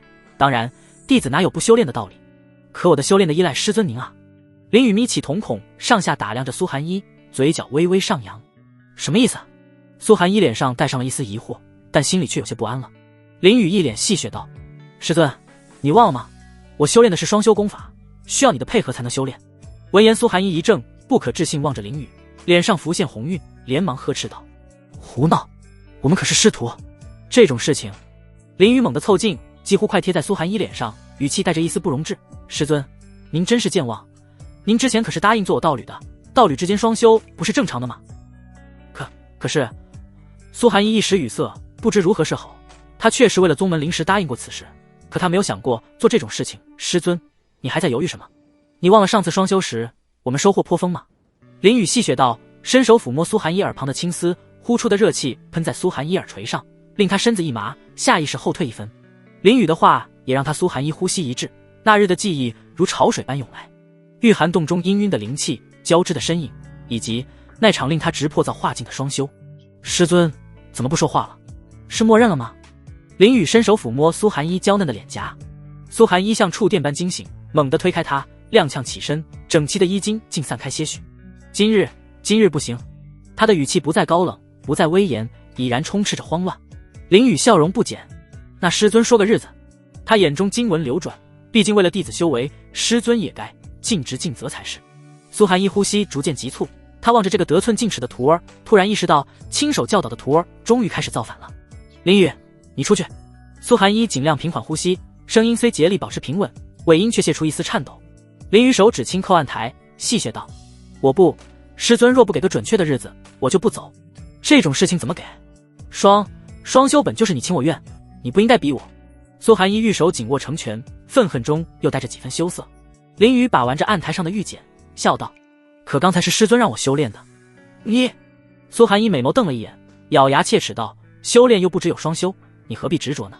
因为我修炼的就是双修功法。”林雨眼眸紧盯苏寒一，笑意更盛：“唯有双修才最适合我。”荒谬！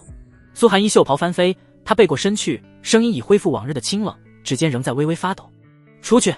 话音刚落，金贵的案台瞬间布满冰霜，整个大殿内的温度逐渐下降。林雨脸色一僵，顿感不妙，讪笑道：“其实，若是师尊不能接受，我也不强求的。滚出去，面壁思过。”苏寒一玉手一抬，一股寒气瞬间缠到林雨腰上，紧接着一用力就将林雨朝门外扔去，大门也砰的一声关上。林雨摔到院子上，翻滚了几圈，随后艰难爬起，拍了拍衣服上的灰尘，嘟囔道：“师尊可真够狠的，活该。”顾星抱着药草从库房走出，见他这副狼狈相，嘴角忍不住上扬，整日惹宗主动怒，迟早被冻成冰雕。你懂什么？打是亲，骂是爱。林雨好没气站起身来：“我和师尊这叫师徒情深。”顾星不屑一笑：“你全身上下就嘴最硬了。”“你放屁，还有一个比嘴更硬的呢。”林雨愤恨反驳道。殿内，苏寒一跌坐在软榻上，冰雕玉砌的面具终于碎裂。他将滚烫的脸颊埋入手心，黑色长发如瀑垂落，案台上未化的霜花映着窗外月光，恰似他此刻纷乱的心绪。这个孽徒往后该如何是好？半个月后，天玄宫的主殿，苏寒一他高坐主位，指尖轻扣扶手，神色淡漠如常，眼底掠过一丝不易察觉的冷意。他朱唇轻启道：“宋真意当真找不到？”他语气冷漠，不带半分波澜。陈江微微欠身，脸色有些凝重，拱手道：“确实，已经派人寻找半月，也未曾发现，要不再加大力度去找。不必了，就当叛逃宗门处理。”苏寒一语气平静，却比以往更沉。而玉凌峰峰主之位交由周长老接任，人还未找到，就按叛逃处理，会不会有不好影响？陈江略微有些担忧道。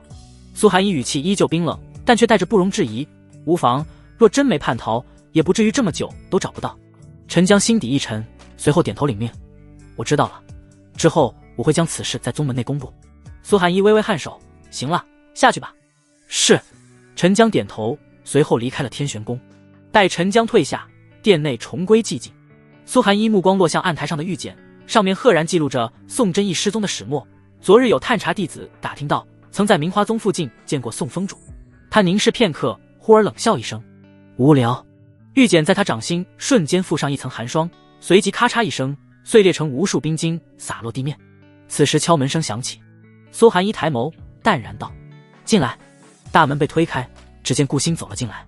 苏寒一脸色有所缓和，依旧平静道：“顾星，你有何事？”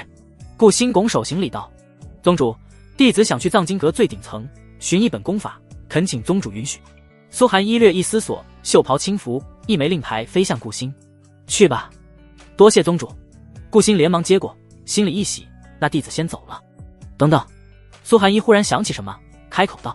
顾星一脸疑惑：“宗主可还有事情？”苏寒一指尖无意识地摩挲着扶手，淡淡道：“林雨他这半个月当真没修炼。”一提起林雨，顾星顿时垮下脸，忍不住抱怨：“他哪是没修炼，他根本连修炼的心思都没有，整日睡到日上三竿，还时不时来烦我，说什么你这功法练得不行，你煮的茶难喝。”他越说越气：“宗主，您不能再纵容他了。”苏寒一闻言沉默，随后点头道：“知道了，你先下去吧。宗主记得要教训他。”顾星仍不死心，临走补上一句。待殿门闭合，苏寒一缓缓靠回椅背，捏着眉心，低声自语：“这个孽徒。”好一会后，他缓缓起身，随后凭空消失在殿内。天玄宫寝宫前的院子，林雨铎步于青石小径，左右张望，眉头微蹙。奇怪，顾星人呢？大清早的跑哪儿去了？自从有了系统后，他对修炼便不怎么上心，毕竟都有系统了，还去修炼，那有这个系统干嘛？这也让他十分的闲，导致现在每天的乐趣就是捉弄顾星。可今日这乐趣竟不知所踪，还不去修炼，每日这般成何体统？一道清冷的声音忽然响起，林雨猛地回头，只见苏寒衣站在身后，冷冷地注视着自己。林雨耸耸肩，好没气道：“师尊，我的修炼需要你的帮助呀。事到如今，你还有这般想法？”苏寒衣蹙眉，美眸微微眯起：“那是当然。”林雨脸上挂起笑容：“我修炼的功法，唯有双修才能获得最大收益。”苏寒衣沉默，如今他也已经对双修这个词免疫了，听到也不会觉得有所害羞，只是真要让他双修一时，还无法接受。苏寒衣深吸一口气，语气有些凝重道：“此事莫要再说，世间功法无数，未必只能双修。若是你如今还不修炼，半个月后的万宝盛会遇上危险怎么办？”林雨叹气一声道：“师尊，所以你才更应该与我双修，唯有双修，我的修为才会蹭蹭的往上涨。”苏寒衣默默盯着，他也清楚与林雨双修的好处，知道若是双修，即便是他造化境的修为也会有所提升。而且那次突破时，他甚至感受到过一丝玄之又玄的气运，那股气运异于普通灵气，也不像魔修的魔气，却凌驾于万物之上，甚至触及到一丝造化境之上的玄机。林雨在苏寒衣面前挥了挥手，疑惑道：“师尊，你若不说话，我可就当你同意了。”苏寒衣缓过神来，好一会后才缓缓开口，脸色有些艰难：“你真想双修？当然了，谁会拒绝和师尊双修的机会呢？”林雨一脸笑意，凑近说道：“师尊，这般问，莫非是想清楚了？”苏寒衣下意识后退一步，望着眼前这位逆徒，呼吸逐渐急促，微微抿起嘴唇，一脸犹豫不决。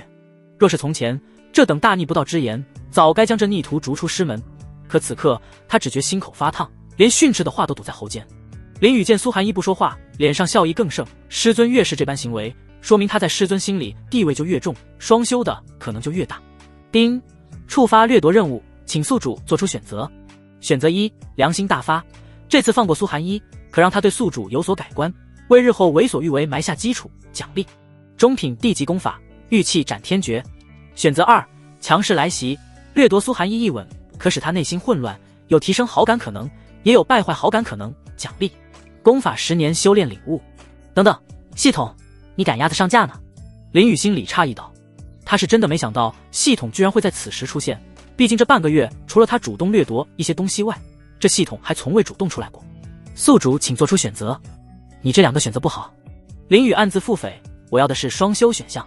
检测到苏寒衣对宿主的好感并未达到90%，若是强行双修，只怕后果很严重，所以为了宿主安全，系统给出了相对安全的选择。林雨嘴角扯了扯，没想到你还挺人性化，请宿主做出选择。我选择二。林雨心里无奈，选择一的看着固然简单，但奖励终归是地级功法，现在的他根本看不上，而且如今他还有一本青木长生诀尚未修炼，选择二也能省去不少的时间。苏寒衣内心经过一番挣扎后，还是下不定决心，眼前这人怎么说都是他的徒弟，他心中始终无法跨过去伦理道德这一关。他深吸一口气后，语气略微有些颤音：此事日后再说，我还要去处理宗门事务。说完他扭头就走，耳垂有些羞红，颇有落荒而逃的样子。等等，师尊！林雨连忙喊道：双修不过是句玩笑，我其实是有正事找你。苏寒衣脚步一顿，停了下来，依旧背对着林雨，他尽量平复语气：你有何事？我听说最近玉灵峰的峰主不见了。林雨表情严肃，似乎刚才调笑的不是他一般。苏寒衣沉默一会后询问道：然后呢？莫非你知道他的去向？这事有些严重，还请师尊过来悄悄说。林雨语气颇为凝重。苏寒衣回头看着，上下打量一番，看着那副认真的模样，似乎并没有说谎，于是抬起脚来到林雨面前，说吧。林雨认真道：师尊把耳朵凑过来，小心有人听见。苏寒衣不知林雨葫芦里卖的什么药，但还是微微俯身下去。而就是俯身这一瞬间，林雨突然擒住他的手腕，另一只手扣住后脑，在惊呼尚未出口时，炽热的唇已附了上来。苏寒衣瞪大的眼眸中倒映着少年得逞的惊瞳，唇齿间温热无比，竟让他一时忘了推开。孽徒！反应过来后，苏寒衣双手附上冰冷灵气，猛地一推，砰的一声，林雨破望圣瞳已然遇见，只是根本反应不过来，他身子飞速倒退，砸在了100米外的草地上，连翻了好几个跟斗才停下，胸口还凝聚出了一抹冰霜。苏寒衣胸口起伏不定，素来清冷的玉容此刻艳若桃李，此刻的他哪还有半分冰山宗主的模样？他抚着唇瓣，死死盯着倒地的林雨，只感觉心跳比以往都快上不少，随后抿起嘴唇，嗖的一下就飞走了，只留下一道美丽的弧线。叮，宿主完成选择2，奖励功法10年修炼感悟，宿主可以选择一本功法进行修炼。林雨躺在地上，体内的玲珑气息疯狂运转，身体上的疼痛逐渐消失，胸口冰霜也化作细碎的冰块掉落。师尊果然下不了狠手。林瑜嘴角微微上扬，眼中闪过一抹狡黠。方才那一掌看似凌厉，实则威力不大。若是苏寒一当真动怒，以他造化境的修为，自己早已灰飞烟灭。他缓缓坐起身，拍了拍身上的冰屑，笑道：“系统修炼青木长生诀。”定。宿主使用功法10年修炼感悟，检测宿主为仙级天赋，修炼10年后可将地级上品功法修炼至大成。系统话音刚落，霎时间无数古老篆文如星河倒灌，那些晦涩难明的经文在他识海中自动拆解重组，每一笔划都迸发出翡翠色的道语。当最后一道符文落入脑海时，整部功法已然如臂使指。此刻林宇也不得不赞叹自己的仙级天赋，仅仅用了10年就将地级功法修炼至大成。若是换别人来，这青木长生诀怕是得修炼100年甚至1000年。等等，似乎灵气也有所提升。林宇察觉到什么，闭目内视，发现原本如溪流般的灵气此刻化作奔腾江河。轰！体内接连传来4道突破壁障的轰鸣，他的修为从灵台境8重天一路飙升，最终稳稳停在玄法境2重天。这个在普通修士需要苦修数十年的突破过程，在他这里不过用了盏茶时间。林宇感受着体内澎湃的力量，不禁轻笑。若是让那些闭关100年的老怪物知道，怕是要气得走火入魔。此事之后，林宇依旧每天调戏顾星的自由日子。很快时间就到来了万宝盛会开启的前3天。此时苍玄城东方不远处的天空上，天元宗的飞舟破云而行，巨大的旗帜在罡风中猎猎作响。林宇懒洋洋地倚在飞舟栏杆上，他望着下方绵延万里的山河，远处绵延千里的江流。这才叫天地啊！他眯起眼，唇角勾起一抹笑意。在宗门待了这么久，还是头一回见到这般景象。身后传来脚步声，顾星走近，眉头微蹙：“喂，你有没有发现宗主最近比往日更冷了？”林宇侧过头，他笑得散漫：“我又不是师尊肚子里的蛔虫，怎会知道？”忽然凑近顾星：“倒是你主动来找我说话，莫不是想我了？”你……顾星耳垂一热，羞恼道：“你这人怎么这般自恋？”“我这不是自恋。”林宇摸着下巴笑道：“我这叫做有自知之明。”林宇，你能不能正经些？顾星训斥一声，气得转身就走。我真是疯了才会来问你。林宇无奈笑笑，转身继续望向云海，眸中却闪过一丝深意。师尊最近确实反常。自那日一吻之后，苏寒衣非但没有责罚，反而比往日更加疏离。每次相遇，那袭白衣总是匆匆掠过，连眼神都不愿多给。即便他刻意寻上门去，那张容颜依旧清冷如霜。只是那微微颤抖的睫毛和略显急促的呼吸却骗不了人。想到那日女子羞恼交加的模样，林宇指尖无意识地摩挲着栏杆，眼底笑意渐深。此时飞舟朝着苍玄城的方向疾驰而去，很快就来到了苍玄城上空。底下百姓们热闹的声音甚至传到飞舟上。林宇向下望去，整座城池庞大无比，巍峨的城墙泛着光泽，城内楼阁林立，飞檐斗拱间灵光流转。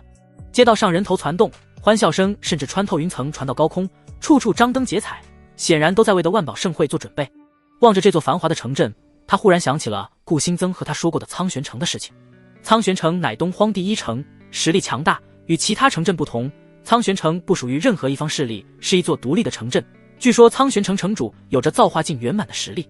此时飞舟来到一片硕大的空地的上方，开始缓缓下落。而此时苏寒衣也从飞舟内走到甲板处。林宇察觉到后，嘴角上扬，回头挥挥手：“师尊好。”苏寒衣一袭月白长裙，闻言脚步机不可探查地顿了顿，他淡淡颔首，目光却飘向远处的钟楼。林宇则直接让系统把苏寒衣的面板调出来，他倒要看看经过上次事情后，师尊对他的好感度是增加还是减少。姓名苏寒衣，年龄520，境界造化境1重天，天赋地级天赋，功法冰破玄冥诀黄级，体质太阴玄女圣体，对宿主好感65，评价冰封万古，必成大地。武器万载玄冰剑，黄气65。林宇瞳孔微缩，险些笑出声来。他原以为那次唐突会降低好感，没想到反而提升了5个点。看来这位冰山师尊远没有表面那么抗拒啊。苏寒疑似有所感，突然转头望来，四目相对的瞬间，他微微一怔，随后平静道：“苍玄城规矩森严。”声音比平时更冷3分：“你若惹事……”林宇一脸无辜：“师尊，我什么为人你最清楚了，怎么会惹事呢？”苏寒衣只是静静看着，随后无奈摇摇头，那神情分明写着鬼才信你。得了吧，你若是不惹事，母猪都会上树了。顾星也走了出来，美眸瞪了一下林雨。我有这么不堪吗？林雨耸耸肩，好没气道。有。苏寒一和顾星同时说，一个语气冰冷，一个语气愤恨。此时非洲稳稳落到地上，周围已然有着2艘其他宗门的非洲。地面上，苍玄城的迎宾使者已列队相候，为首是个紫袍老者，正恭敬等候。走吧。苏寒一淡然道，玉足轻点，一道晶莹的冰阶自甲板蜿蜒而下。他涉级而下时，裙摆纹丝不动，宛如仙子。林雨和顾星两人一左一右跟在苏寒一后面。天元宗此行竟只派了3人赴会。3人来到迎宾使者面前，紫袍老者带着一众迎宾使者恭敬行礼，整齐划一的声音响彻云霄。恭迎天元宗。苏寒一微微颔首，紫袍老者起身，脸上带着和蔼的笑容。苏宗主大驾光临，实乃苍玄城之幸。苏寒一依旧平静，拱手还礼道：孙老客气了。林雨凑到顾星身旁，小声询问：这老头是谁啊？注意点用词。顾星一惊，没想到林雨如此口无遮拦。这是苍玄城副城主孙傲天，造化境强者，小心一巴掌拍死你。林雨也一愣，随后望向孙傲天，系统的面板已然浮现。姓名：孙傲天，年龄1345，体质烈天蛮王体，境界造化境2重天，天赋王级天赋，武器撼天明锤，黄气，还真是造化境修为。林雨也是不禁皱眉，没想到苍玄城竟然有2位造化境强者。喂，和你说话呢，听到没？注意用词。顾星见林雨没有理他，有些急了，生怕林雨说错话。林雨一脸不解，小声回应：本来就是老头，这有什么的？他身上带着9转玄天佩这等神器，并不是很惧怕造化境强者。这时苏寒一回头训斥：林雨注意规矩。孙傲天看向林雨，作为造化境强者，林雨的悄悄话他自然听到了。林雨撇撇嘴，有些不情愿道：我知道了，师尊。苏寒一回头看着孙傲天，逆徒不懂规矩，还请孙老多多担待。无妨，他说的并无错误，我本就年迈老矣。孙傲天笑着抚须，随后目光放在林雨身上，饶有兴趣打量，想必这就是苏宗主您的爱徒，听说1个月前修为得以恢复，不再是废人了。孙老还真是消息灵通。林雨忽然笑道，仿佛刚才什么事情都没发生一般。孙傲天收回目光，悠悠开口道：苏宗主此次只有3人前来。是啊，师尊说最疼我这个徒弟，所以只带了我。林雨抢先一步，语气轻快。苏寒一蹙眉，语气带着几分无奈：林雨不得放肆。孙傲天朗声大笑，眼中泛起几分兴味，感慨寒衣仙子，小娃娃你胆子不小啊。说罢，他侧身一让，袖袍轻挥，既然人已到齐，诸位请随老朽进城。苏寒一微微颔首，正欲开口，却见林雨已经大步迈出，径直走在了他前头。好嘞，就等您这句话呢。苏寒一素手扶额，心中暗叹，带着孽徒出门果然是个错误。在孙傲天的引领下，天元宗师徒3人穿过繁华的街道，来到苍玄城中央地带。与外城相比，此处的建筑更加恢宏气派，处处雕梁画栋，尽显一方巨城的底蕴。最终众人停在一座巍峨高楼之前，楼阁飞檐翘角，通体灵玉雕琢，门楣之上悬挂着一块鎏金牌匾，上书花雪楼3个龙飞凤舞的大字。老前辈这是何处？林雨一副自来熟的样子，来到孙傲天身旁询。他原本想脱口而出的老头，在苏寒一警告的目光中硬生生改了口。此言一出，迎宾使者们面面相觑，就连苏寒一和顾星都微微一怔。若非知晓2人方才出时，单看林雨这般熟人的态度，怕是要误以为他与孙傲天是忘年之交。孙傲天倒是不以为然，抚须笑道：此乃我苍玄城10大名楼之一的花雪楼，此次万宝盛会期间就作为天元宗的落脚之处。林雨抬头上下打量着花雪楼，挑眉询问：整栋楼都给我们住了？孙傲天点头：不错，盛会期间花雪楼专供天元宗使用。这么好？林雨眼中闪过一抹喜色，我还以为会和别的宗主住在一起。非也，东荒5大宗门我们皆有安排。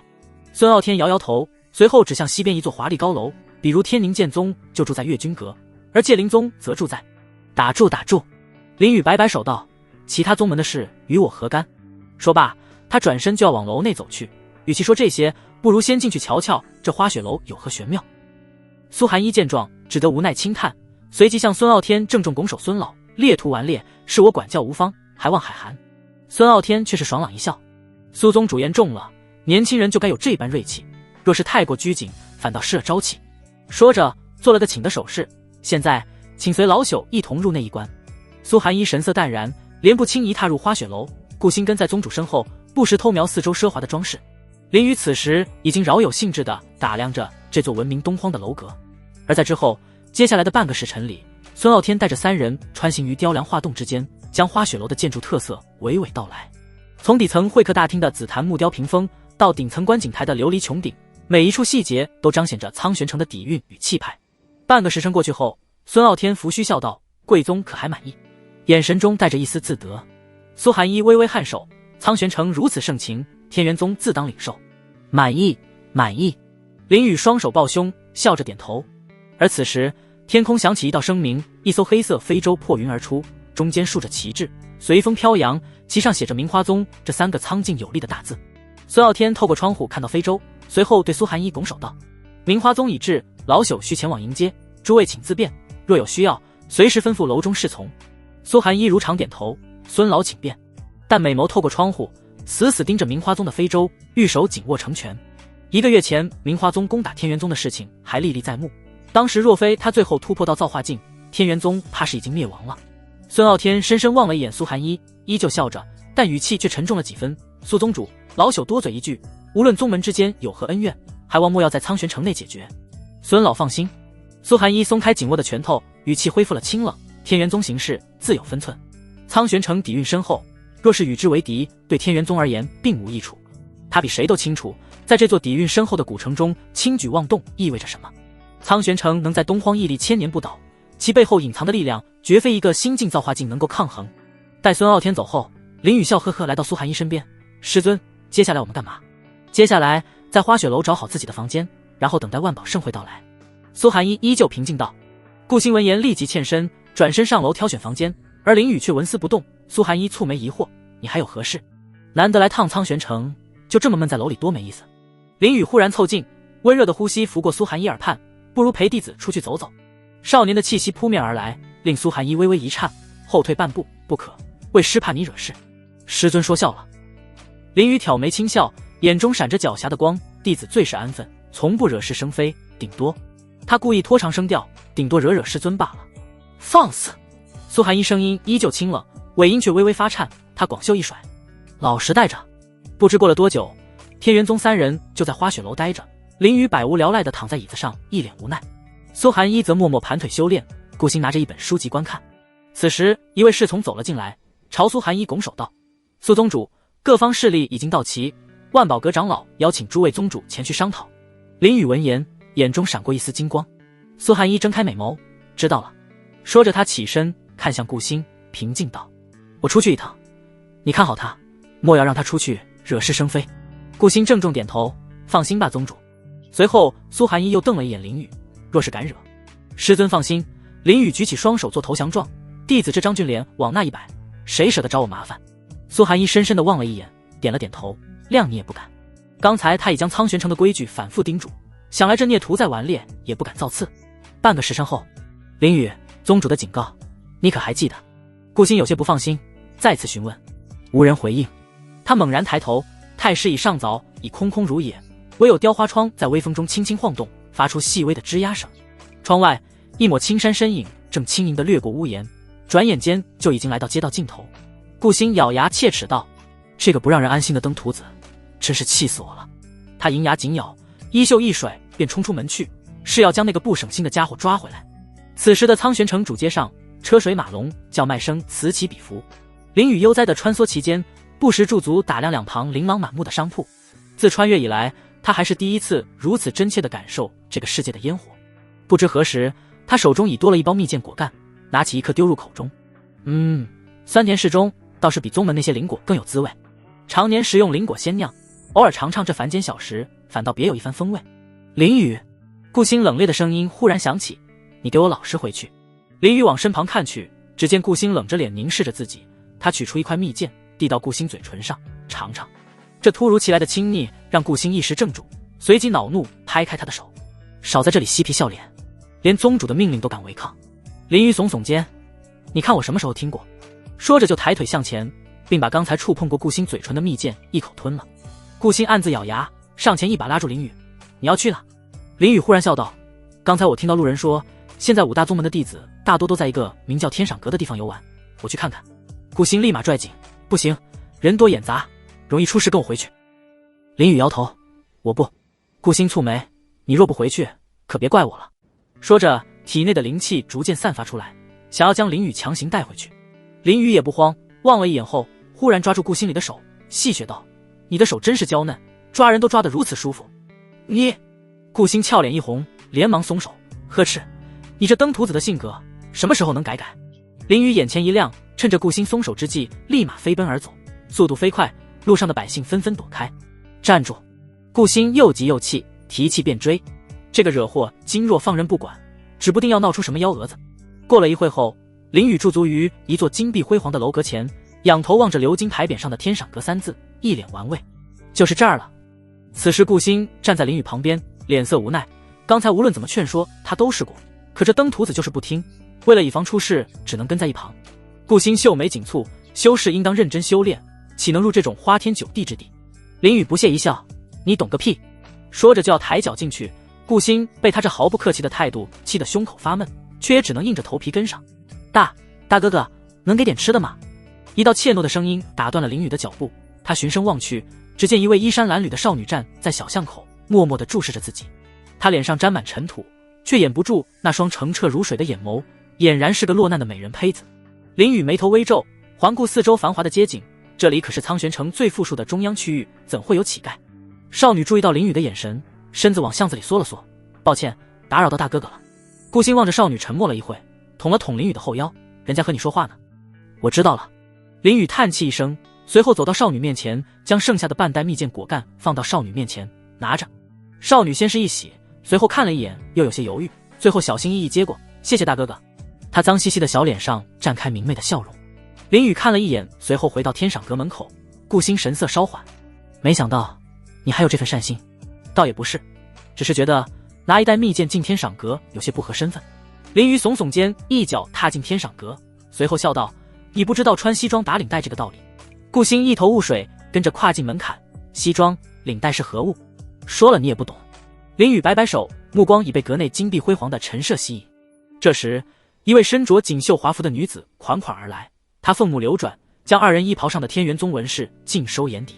两位贵客，想必是天元宗弟子。不错，请问你是何人？林宇挑眉笑道。女子微微欠身，恭敬道：“小女子名为叶宁，是天赏阁一介管事。”林宇点头，既然如此，那你说说，这天赏阁有啥玩的？目前我们天赏阁正在举办会师大会，只要公子的诗让月华仙子满意。叶宁轻盈一笑，说着，他还伸手抚摸了一下林宇的胸口，就可与仙子畅谈一夜哦。月华仙子是谁？林宇疑惑询问。叶宁依旧笑道：“她可是我们天赏阁当红美人，保证让公子一见倾心。”林宇顿时来了兴趣，哦，带我去瞧瞧。说着就要抬脚往里走。切，男人都一个样。顾星满脸鄙夷，撇撇嘴：“公子别急。”叶宁走到林宇面前，如今仙子正在会师，公子若是想看到画，需要一些。他意味深长地搓了搓手指。林宇恍然，随之一笑：“给我最贵的包厢。”好的，最贵包厢需要20万上品灵石，不知公子是否给得起？叶宁依旧笑着，却眯起眼睛：“区区小数。”林宇心念微动，系统空间中的灵石已化作沉甸甸的锦囊出现在掌心。接着，叶宁接过锦囊时，指尖都在发颤，神识扫过确认数目后，顿时笑靥如花。贵客这边请。说着腰肢一扭，引着二人往楼上走去。鎏金楼梯在他脚下发出清脆的声响，珠帘随着他的动作叮咚摇曳。两人在叶宁的带领下来到顶层雅室，此处视野开阔，可将整个天赏阁的繁华尽收眼底。5间包厢环绕着中央的琉璃舞台，其中4间珠帘低垂，隐约可见人影绰绰。叶宁带着林宇来到中间的一个，将门打开：“公子请吧。”时一股清雅的幽香扑面而来，只见室内陈设极尽奢华，千年沉香木的案几，就连茶盏都是通透的灵玉雕琢而成。林宇悠然自得走进去，满意的点头，这才配得上本公子的身份。林宇走到豪华的椅子前，直接坐下，翘起2郎腿，回头看向顾星笑道：“别站着，过来一起坐。”“我才不要和你一起坐。”顾星轻哼一声，随后坐到旁边的椅子上。叶宁将门关上，来到林宇一旁，微微欠身：“不知公子可否满意？”“不错不错。”林宇满意点头，随后挑眉笑道：“只是不知那所谓的月华仙子什么时候出来啊？”叶宁微微一笑：“大概还有1炷香左右的时间。”“这么久，那这段无聊的时间该怎么度过？”林雨一副愁眉苦脸的样子。叶宁妩媚一笑，玉指捻起桌子上的一个水果，放到林雨嘴边。我们这里还提供女郎伺候，若是公子觉得无聊，可以点一个女郎过来哦。林雨一口吃下水果，悠悠开口：这么好，那不行。顾星蹙眉打断，冷冷地盯着林雨。若是如此，现在就回去。他冷漠的表情下，耳垂已经微微发红。叶宁口中伺候让他联想到了一些不好的事情。叶宁轻笑一声：公子，看来你的道侣不同意呢。林雨微微一愣，眼中闪过一抹狡黠，随后叹气一声：那就算了，娘子不同意就不同意吧。谁是你娘子？顾星脸色一红，抄起桌子上的水果扔了过去。林雨轻松接下，笑道：别生气嘛，又不是我开的头。叶宁微微一愣，他一开始看着两人郎才女貌的，还以为是道侣呢，毕竟他们天赏隔平日也有不少道侣前来。叶宁微微欠身，看来是妾身误会了，还请两位多多见谅。无妨，你先出去吧，免得等会有人更生气了。林雨摆摆手笑道。叶宁依旧微笑：好的公子。说完便离开了包厢。我真是疯了，居然和你来这种地方。顾星双手抱胸，冷哼一声：又不是我逼着你来。林雨耸耸肩，随后咬了一口手上的水果。顾仙子碰过的果子就是香甜，下流。顾星气得直咬牙，却掩不住颈侧泛起的红晕。过了一炷香后，一道清越的编钟声穿透楼阁，一位着月白纱衣的侍女翩然登台，嗓音如清泉积玉：朗朗青天转晚夜，月华仙子降凡尘。话音刚落，便响起了奏乐之声，12位彩衣舞姬如穿花蝴蝶般翩跹而出。众人正伸颈张望，想要看看这月华仙子是否在这群女子里。忽听有人惊呼：快看穹顶！所有人注意力望向舞台上空，但见穹顶月轮虚影中，一位白衣仙子凌空而降，雪纱广袖，迎风舒展。最妙的是她身后那轮若隐若现的明月，将整个人笼在朦胧清辉之中，更加衬托仙子气。此女不是他人，正是天赏阁大名鼎鼎的月华仙女。玉足轻点，月华仙子已然落到舞台上，她微微提起裙摆，向着众人欠身一躬，随后起身，优雅一笑，蒙诸位垂青，月华愧不敢当。场面沉默片刻后，顿时发出震耳欲聋的欢呼声，每个人都纷纷为其呐喊，并对月华仙子的美貌发出了赞叹。天哪，这简直是画中仙，值了，这万灵石花的值，若能得仙子青睐，倾家荡产也甘愿啊。满堂喝彩声中，林雨却兴致缺缺的撇嘴，比起师尊还是差些火候。月华仙子确实是美人中的美人，但以他的眼光，此女和苏寒衣还是有些距离的。宗主冰肌玉骨，岂是这等胭脂俗粉能比的？顾星哼了一声反驳。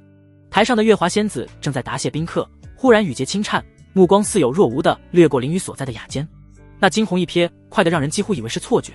转眼他又恢复了那副不食人间烟火的模样。刚才那月华仙子是不是看了我们一眼？顾星瞥了一眼林雨，疑惑道。林雨倒不以为然，可能是我太帅了吧。呸，不要脸。顾星哼一声，索性转过头去，不再理他。此时台上侍女们已鱼贯而出，将一架通体银白的玉琴安置在月华仙子面前。月华仙子优雅坐到案台前，轻轻拨弄着案台上那副华丽的琴，声音悠扬悦耳。众人也在这琴声中逐渐安静下来。待场内安静下来，月华仙子停下弹奏，轻盈一笑：诸位想必都等待此次诗会已久，那么现在就开始。众人再次发声欢呼，有的确是等待已久，也有的是慕名而来。月华仙子遥望众人，随后一根玉指竖在朱唇前，众人也心领神会，满场宾客立刻噤声。这掌控全场的气度倒真有几分仙子风范。他满意点头，薄唇张开，想必在座多是东荒武宗前来赴会的青年才俊，那此次诗会便以万宝为题。说着他再次弹奏：诸位公子，有一个时辰作诗时间，只要做出让妾身满意的诗，便可与妾身彻夜长谈。此言一出，满座哗然。各派弟子纷纷摩拳擦掌，有的已取出玉简开始推敲词句，有的则闭目冥思，都想在这众目睽睽之下拔得头筹。这样不仅可以和月华仙子这等美人独处，还可以在众人面前出尽风头。林雨扫视了一圈后撇撇嘴：武宗的草包来得到齐，所以你才更应该跟我回去，免得惹是生非。顾星轻哼一声：我在你心中形象这么差吗？林雨一脸无辜。顾星瞪了一眼：你说呢？林雨忽然一笑：好了，别在意这个，他们不主动招惹我，我肯定不鸟他们。顾星深深地看着，脸上写满不信，但忽然想到什么，嘱咐道：即便如此，但你要和天宁剑宗的弟子离远点，他们弟子行事嚣张跋扈，指不定就惹上你。林雨耸耸肩：他们敢惹，我就揍他们呗。你以为他们是软蛋吗？说揍就揍。顾星语气凝重许多。林雨打了个哈欠，懒洋洋道：他们很厉害吗？顾星一脸认真道：天宁剑宗乃东荒五宗之首，你说呢？很厉害吗？林雨懒洋洋地打了个哈欠，顺手拈起岸上一颗葡萄丢进口中，到底有多了不起？顾星蹙眉瞪了一眼，你在宗门待了这么久，连这个都不知道？林雨叹气一声，也没人和我谈过这事啊。顾星好没气地看着，随后轻哼一声，罢了，今日我就和你说说，免得日后出乱子。请吧。林雨双手枕在脑后，一脸听戏的样子。顾星深吸一口气，脸色凝重道：天宁剑宗乃东荒五宗之首，门中天才如云，造化境强者更是就有3位。去年有个小门派只因冲撞了他们的弟子，3日之内就被夷为平地。哦，林雨眼中闪过一丝光芒，那奏起来岂不是更有意思？你……顾星见尽林雨听不进话，气得不轻。若是招惹了天宁剑宗的弟子，到时候宗主都保不了你。林雨挑眉轻笑，听着这么厉害，那我们天元宗在5大宗门里排第几？居然能让你如此害怕？第4。顾星蹙眉，美眸满是警告，所以你最好老实点，遇到他们躲远点，别长他人志气，灭自己威风。林雨一脸不在意，一副没听进去的样，我何须避他锋芒？你……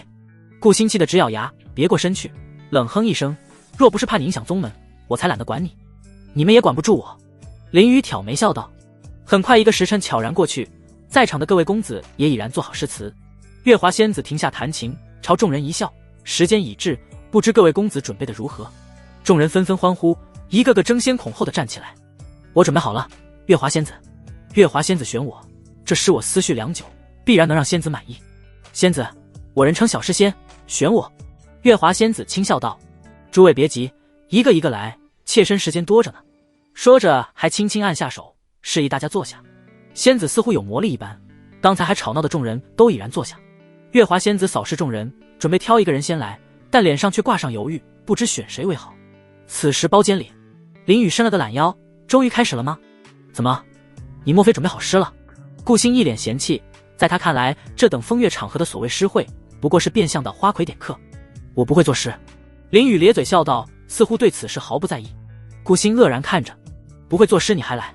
来看看这月华仙子长得如何吗？林雨笑着回答，随后叹气一声，结果发现还不如师尊。顾星美眸一瞪，十分不解，所以你就为此花了20万上品灵石？这可是20万上品灵石，他都不知道可以买多少本功法秘籍或者灵草了。林雨显然毫不在意摆弄茶盏。此时月华仙子睫毛一颤，目光望向林雨的包间，银牙轻咬一下，随后笑道：诸位，妾身已然选好第1位公子了，接下来且慢，让本公子先来。林雨左边的一个包厢传出一道潇洒的声音，打断了月华仙子。众人纷纷望去，他们都要看看是那个人如此自大，居然敢主动请缨。可当他们看到包厢上的人后，脸色顿时一僵，所有人面面相觑。左侧雅间的琉璃窗站着一位锦衣公子，他负手而立，剑眉星目，腰间玉带流转着莹润光泽。底下的人们顿时炸开了锅，开始议论纷纷。天啊，居然赵恒公子！玄心宗2弟子赵恒，没想到能在此得见真容。惊叹声如潮水般席卷全场。赵恒负手而立，唇角含着恰到好处的微笑，显然早已习惯这般追捧。隔壁包间内，这声音是赵恒。顾星蹙眉，脸色先是惊讶，随后凝重。林雨脸上露出几分疑惑，赵恒这名字怎么这么耳熟，似乎在哪里听说过。玄心宗2弟子赵恒，乾隆榜排名第5的存在。顾星脸色逐渐凝重，啊，是他啊！林雨经这么一提醒，已然想起了些许信息。之前在一些弟子耳中听过这乾隆榜。所谓乾隆榜，乃是天机阁公布的东荒诸位青年才俊的权威榜单，能上榜者无一不是惊才绝艳之辈，而前10名更是被誉为横纵一域的绝世天骄。月华仙子微微一愣，显然没料到会有乾隆榜天骄在场，随后微微一笑，那就请赵公子献诗一首。好，既然如此，那仙子听好了。赵恒淡然一笑，取出扇子，轻扇一番，我作之诗名为《万宝商梦》，诸位听好了。众人纷纷屏息，期待着赵恒所作之诗。赵恒清了清嗓子，万宝会琼轩，珠玑耀眼前，拍场风云动，豪客意难眠。场上的人先是静止了一下后，旋即发出一阵欢呼，一个个都献上赞美。好一个拍场风云动，赵公子果然文武双全。这珠玑耀眼前一句，当真写进万宝盛况。要我说，还是最后那句最妙，豪客意难眠，道尽我等心声啊！承蒙诸位厚爱。赵恒淡笑拱手，随后看向月华仙子，不知仙子觉得如何？月华仙子淡然点头，盈盈一笑，不愧是赵公子，实乃上乘佳作。此时包间内，不就是一首酱油诗吗？这些人张口就夸。顾星蹙眉，不屑一顾道。林雨眼中尽是玩味道，这你就不懂了，他们捧的哪里是诗，捧的分明是那赵恒。什么意思啊？顾星不解道。若此刻站在台上的是个无名小卒，林雨指尖轻点按击，你且看还有几人喝彩。此时天赏阁楼下大厅，一位面容冷峻的男子踏入阁中，一身劲装，身上散发着一股淡淡的猛烈之气。叶宁轻盈一笑，走上前来，不知公子是想玩些什么？我们这里只要有零食。听说这里举办诗会。男子异常冷漠，给我来一间最贵的包间。叶宁微微欠身，依旧微笑，真是抱歉，这位公子，天字号包间已经全被买下了，还请公子换一个需求。男子眼神微眯，语气不容置疑，我只要最好的。浑身散发出一股淡淡的威压。随着他话音落下，整个大厅的温度仿佛骤降，几个正在玩骰子的客人不自觉地缩了缩脖子。叶宁脸色一僵，微笑逐渐收敛，这位公子，还请莫要为难妾身，若是如此，还请离开天赏阁。若我不离开。男子走上前，居高临下看着叶宁，你又该如何？叶宁美眸微眯，语气不好，公子，虽然我们天赏阁不是什么强大之辈，但也是能随意让欺负的。呵。男子冷笑一声，我乐意奉陪。那模样似乎根本就没将叶宁的警告放在眼里。叶宁心里一沉，在苍玄城敢这般肆无忌惮的，要么是蠢到极致的狂徒，要么背景雄厚。他一脸凝重道，公子如此嚣张，何不报上名来？你新来的，居然连我都不认识。男子不屑一笑，他说话时还活动了下手腕，发出一声骨骼清脆的响声。叶宁上下打量男子，确实不认识此人，而且自己在天上隔待了5年之久，又怎么会是新来的？他蹙眉询问道，公子，妾身确实对你没印象，还请公子报上名来。男子面色沉了下来，直直看着叶宁，但却一言不发。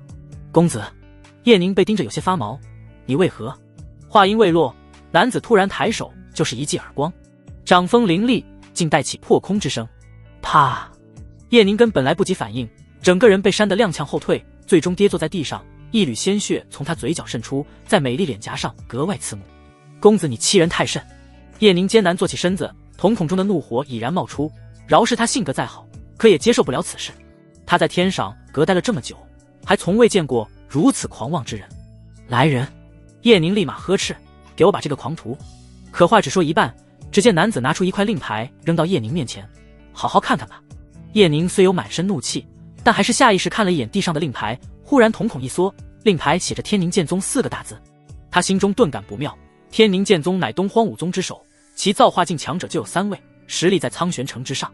这也让他明白为何该男子会如此嚣张，因人家是天宁剑宗的，这就可以了。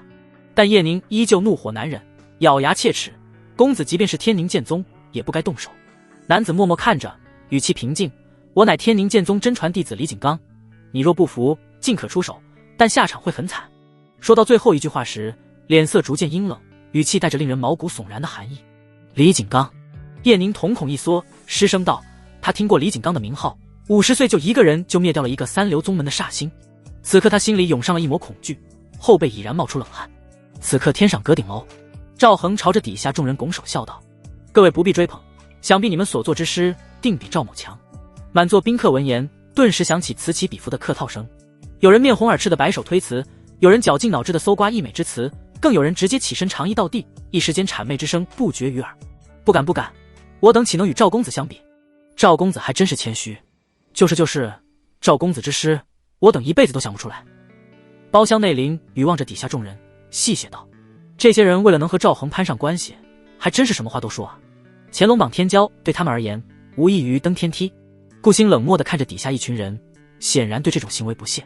对了，林雨忽然回头看着顾星，我记得你好像也是乾隆榜上的，你排第几？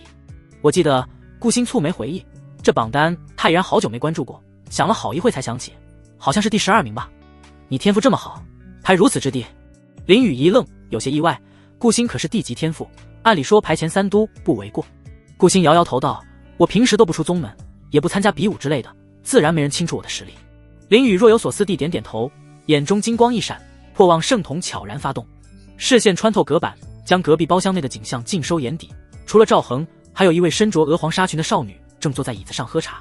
林雨将目光锁定在赵恒身上，一道透明面板逐渐显现，姓名赵恒，年龄342，体质雷鸣音乐体，王体。境界：涅槃境五重天。天赋：天级天赋。武器：即风鹰王枪，王器。还行，至少是个天级天赋。林宇心里暗道，根据他的了解，这个世界的天赋等级由高到低分别为凡级、灵级、地级、天级、王级、皇级、圣级、地级以及传说中仙级。以东荒的修炼资源，能出一个王级天赋已属难得，但对拥有仙级天赋的林宇而言，这些所谓天骄实在难如法眼。这时5个包厢最左边的那个包厢传出一声嗤笑：赵恒，你表面看着谦虚，实则心里已经满足的不行了吧？此言一出，赵恒脸色凝滞，众人也是骤然一惊，安静下来。没想到居然有人敢嘲讽乾隆榜的天骄，这是不要命了吗？当众人看去，望向最左边的包间时，想看看这个不知天高地厚的人是谁。包间琉璃窗前站着一位脸色冷峻的男子，此人脸上还带着一条伤疤。看到该男子，众人都倒吸一口凉气，脸上写满不可置信。是戒灵宗的王牧阳。有人声音颤抖，显然认出了该男子。王牧阳，乾隆榜排名第6的天骄。又有一人失声道。赵恒脸色平静：王牧阳，真没想到能在这见到你，凭你的脑子能想到就有鬼了。王牧阳不屑一笑。赵恒脸色冷了下来，口出狂言：莫非想找打不成？怕你不成？王牧阳身子一挺，丝毫不惧。两人灵气逐渐散发出来，琉璃窗已然关不住二人的气息，灵气逐渐覆盖在整个场地。两股强大的灵气相互碰撞，逐渐掀起一阵灵风，在场所有人的衣服都被吹得铮铮作响，纷纷释放出自身灵气抵御。他们怎么也没想到，这小小的天赏阁居然会有2位乾隆榜天骄齐聚，并且还发生了冲突，真是倒了8辈子血霉。毕竟天骄打架，凡才遭殃。此时林宇的包间内，竟然是王牧阳。顾星蹙眉，脸色凝重，真是不妙。林宇倒是不在意，一脸戏谑：我倒觉得这般才有趣呢。王牧阳和赵恒这2人他没见过，但他们的名声倒是略知一二。据传2人为了争夺乾隆榜的排名，已然成了死对头，每次见面都免不了一次争斗，想必这次也不例外。这有什么有趣的？顾星不解地望着林宇：斗蛐蛐啊？林宇挑眉笑道：你不觉得看2个蠢蛋打架很有趣吗？顾星一惊，呵斥道：你胡说什么呢？要是让他们2个听到怎么办？当然是2个一起揍一顿咯。林宇笑意盈盈，丝毫没将2位天骄放在眼里。你闭嘴，别到时候祸从口出。顾星不悦道：在他眼里，林宇天赋是很厉害，但现在也不过是玄法境修士，怎么也不可能和涅槃境的2位修士一决雌雄。林宇只是望着顾星笑笑，没再说话。此时月华仙子盯着赵恒和王牧阳，也是万万没想到2人就这么起了冲突。他本想开口阻止一下，毕竟这样下去，怕是天赏阁也会毁于一旦。他刚张开朱唇，睫毛忽然一颤，目光放在了林宇的包间，先是一愣，随后嘴角露出一抹意味深长的笑容。赵恒语气颇为冷厉：王牧阳，你莫非忘了上一次被我击败的事情？王牧阳冷笑一声：那不过是你卑鄙，若非当然你用宝物，岂会获胜？想到上一次决斗，他就愈发生气。宝物也是实力的一部分。赵恒嗤笑一声：你若是不服，我们再打一次。来就来。王牧阳体内灵气骤然爆发，包间的一切都被吹得凌乱，琉璃窗也被震得破碎，一股灵气席卷全场。赵恒也不甘示弱，释放出所有灵气，整个包间凌乱不堪，琉璃窗同样破碎。随后2人的灵气也将包厢隔层木板震破，彻底相见。场内顿时乱作一团，修为弱的人连忙离开，生怕波及到自己，修为强大的则留下观看，毕竟天骄之间的战斗能让人受益匪浅。这时一道清脆悦耳的声音响起：两位公子还请莫要发生争执，免得惹出不必要的麻烦。赵恒瞥了一眼月华仙子，仙子，此言何意？莫非是想收拾我不成？月华仙子摇摇头，并非如此，只是现场有一位强者，若是惹他生气，容易被打，妾身不过是提醒两位公子而已。王牧阳冷笑一声，仙子莫不是说现场还有比我更强的人？他已经感应过了，现在场上最厉害除了赵恒就别无他人了。月华仙子轻笑一声，这是自然，若是二位公子停手，小心一起被揍。赵恒不屑一笑，那仙子倒是说说此人在哪，能将他和王牧阳一起揍了，这属实是他听说过最好笑的事情。在同辈中，除了那位乾隆榜魁首，谁能做到此事？场上所有人的目光聚集在月华仙子身上，都期待着此人究竟是谁，竟有如此大的本事。月华仙子望着林雨的包厢，笑道：自然就是中间包厢的那位公子。顾星猛地一惊，不明白月华仙子为何把矛盾指向他们。林雨眯起了眼睛，来了些许兴趣，喃喃道：倒是有些意思。所有人都将目光齐聚中间的包厢，好奇想看是何方神圣。包厢里的公子不出来见见吗？月华仙子轻笑一声，诸位都想一睹风采呢。顾星攥紧拳头，心情已然沉到谷底。他明明已经认真看管林雨了，为何还会有此麻烦？那月华仙子嫁祸给林雨的目的是什么？赵恒蹙眉冷喝一声，中间包厢的赶紧出来。王牧阳冷笑一声，若是不出来就别怪我不客气了。顾星蹙眉，现在不是思考这个时候，应该立马带林雨离开天赏阁才是正事。他朱唇轻启，林雨，我们不理他们，先走。他话还没说完，就见林雨已然走到琉璃窗前，好没气的开口，来了来了，你们催什么？顾星一惊，不可置信，林雨，你……所有人看到林雨的后都是一愣，因为他们感受到林雨的修为不过玄法境，怎么敢奏涅槃境天骄的？赵恒一脸不屑，随后看向月华仙子，仙子这就是你说的强者？自然。月华仙子淡然点头笑道，就是这位公子刚才说要将二位揍一顿。王牧阳不屑冷哼一声，就他也配？区区玄法境，他真不放在眼里，不过是一掌拍死的货色。顾星逐渐阴沉，月华仙子的话让他意识到，刚才他和林雨的对话被偷听到了。赵恒目光放在中间包厢，冷漠道，既然仙子都这般说，中间的报上名来，让我看看你是何人物。顾星刚想阻止，却发现为时已晚。林雨负手而立，脸上挂着淡淡笑容，天元宗林雨。场内所有人听到这个名字都微微一怔，脸上挂上了疑惑之色，思考此人的名字怎么有些熟悉呢？忽然有一个人想起来了，立马开口，他是2年前仅仅19岁就修炼到灵台境的绝世天骄。经这人一提醒，所有人都恍然大悟，立马面面相觑，互相讨论起来。不是听说他成了废人了吗？怎么如今又有修为了？或许是天元宗有什么秘法能恢复经脉，不过他就算恢复了，也不过是玄法境，怎么敢和2位涅槃境天骄争锋的？林雨。赵恒眼眸微眯，脑海里思索片刻后轻笑一声，是2年前沦落为废人的那个。林雨依旧微笑，语气却带了一丝浮夸，没想到乾隆榜天骄居然记得我，真当荣幸。一个废物竟敢口出狂言。王牧阳冷笑一声，看来是欠教训了。月华仙子只是默默望着林雨，脸上挂着一抹得逞的笑容。林雨的那句比起师尊还是差一些火候，仿佛在脑海里回荡。顾星蹙眉思虑片刻后，上前直接抓住林雨手腕，语气凝重道，我们快走，不必与他们起争执。苏寒一对他的嘱托依旧在脑海里响起，此刻他必须带林雨走，不然指不定就会有什么麻烦。可他话音刚落，隔间的木板门砰的一声碎裂，只见赵恒从隔壁走了过来，语气颇有威胁，想走，经过我同意了吗？林雨耸耸肩，轻松笑道，我也想走，可你看人家不让。顾星美眸瞪了一眼林雨，那表情仿佛在说刚刚明明可以走的。此时王牧阳也穿过2个包厢来到林雨这里，冷笑一声，狂言之徒，若撂下狠话就走，算什么男人？林雨挑眉笑道，那我也没说我是男的，少在这扯东扯西。王牧阳蹙眉呵斥道，你不是说要揍我们2个吗？我现在给你机会。顾星不悦地看着，伸手将林雨护在身后，你怎么听到了？就凭那女人的空口之言。虽说他和林雨不对付，但如今出事也不能就此不管，怎么说也是一个宗门的。可话音刚落，月华仙子就打了一个响指。刚才林雨和顾星的议论声在场内响起，从顾星的那句竟然是王牧阳一直持续到当然2人都一起揍一顿才结束。所有人听完后都目瞪口呆了，刚才那几句话里，林雨居然用蠢蛋来形容这2位天骄，这已经不是狂妄能形容的了，这是狂到没边啊。顾星瞥了一眼月华仙子，暗自咬牙，这女人果然如他所料，偷听了对话。回应他的只有月华仙子得意的笑容。王牧阳仰头，语气带了一丝怒气，现在你有什么好说的？林雨摊手，好没气道，这有什么的？你们2个本来就是蠢蛋，狂妄。赵恒和王牧阳同时怒斥，2股强大灵气同时爆发出来。顾星脸色一沉，自身的灵气也散发出来，用来抵御2股灵气的冲击。顾星。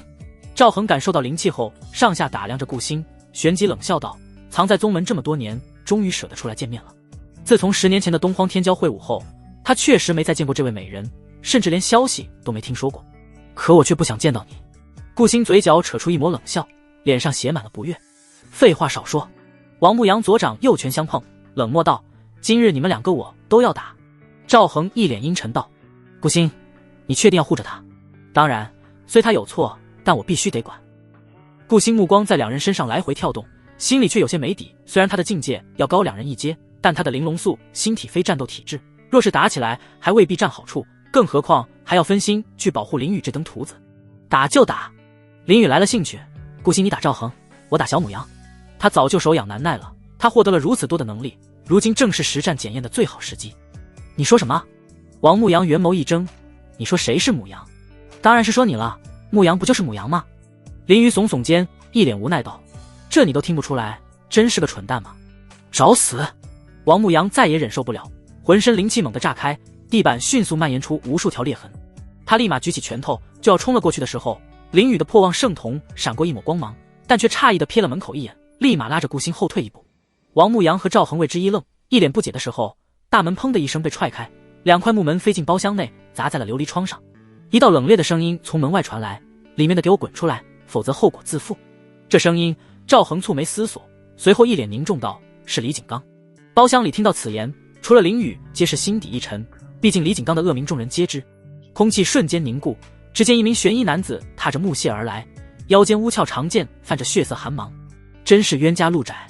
他冰冷的目光扫过众人，在赵恒与王牧阳身上稍作停留。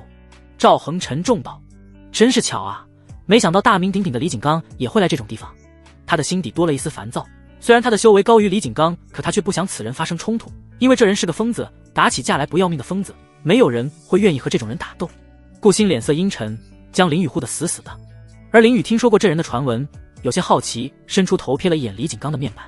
姓名：李景刚，年龄243，体质：黄暴重血体，王体，境界：涅槃境2重天，天赋：王级天赋，武器：天穹嗜血剑，王器。居然还是个王级天赋，怪不得这么猖狂。林宇挑了挑眉，心里愈发感兴趣了。李景刚冷漠且不容置疑道，我不想和你们多说什么，识相的就滚，这包厢归我了。这包间老子花了20万灵石，岂能给你？林宇不屑一顾倒真把自己当个人物了。这包厢可是他花了20万上品灵石买来，若要拱手让人，他可做不到。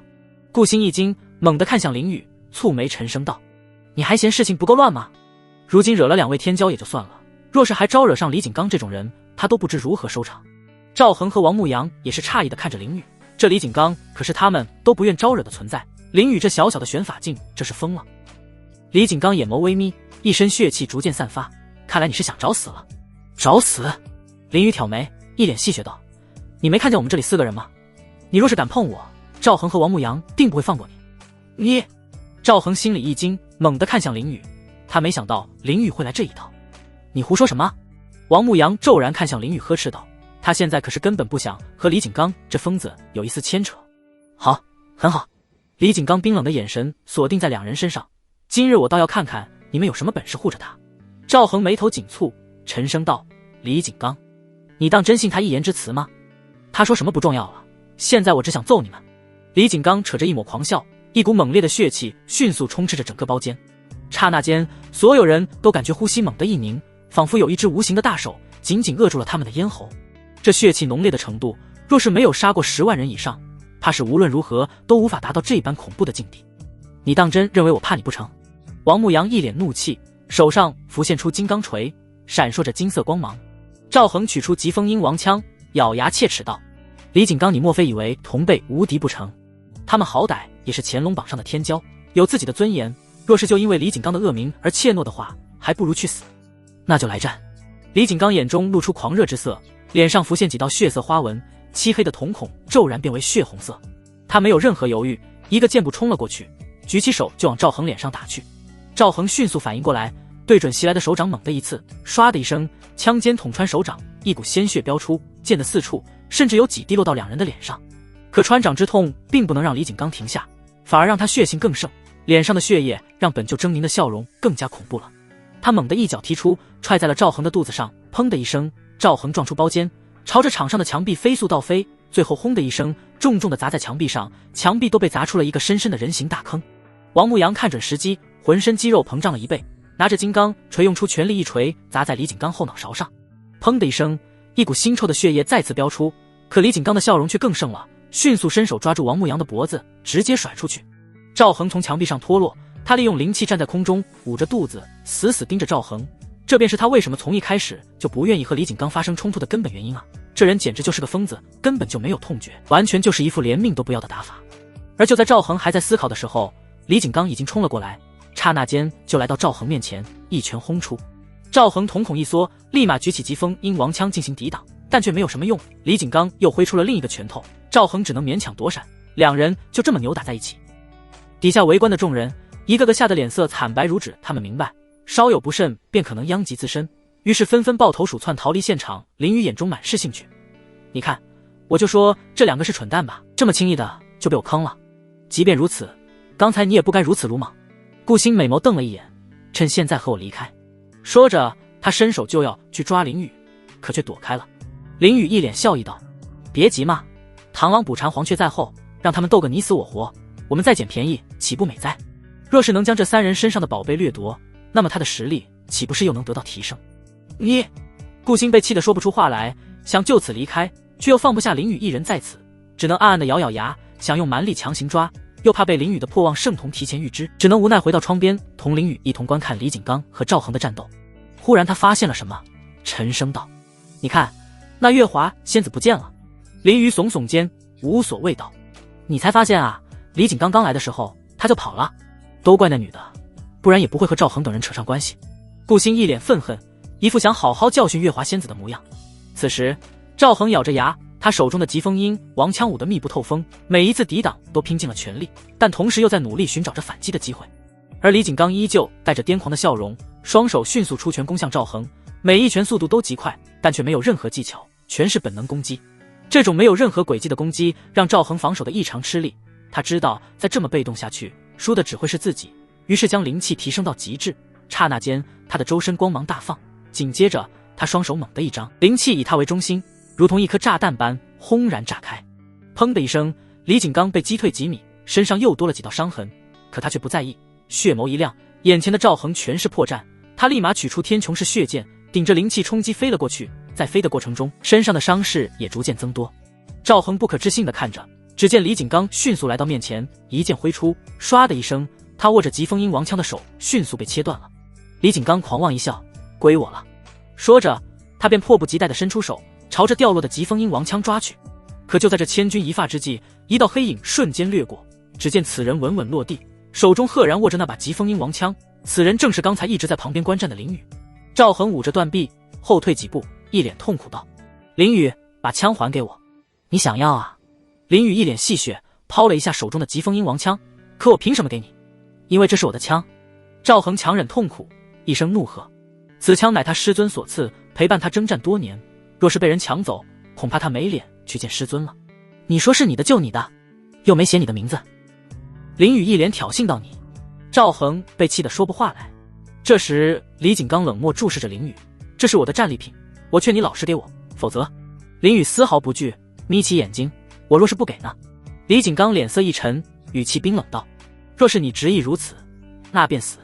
话音刚落，他脸上的血红色的纹路闪烁着些许光芒，体内的灵气也逐渐化为实质，在周身凝聚出红色灵气进行环绕，而他身上的伤口处冒出腾腾白气，随后迅速恢复过来。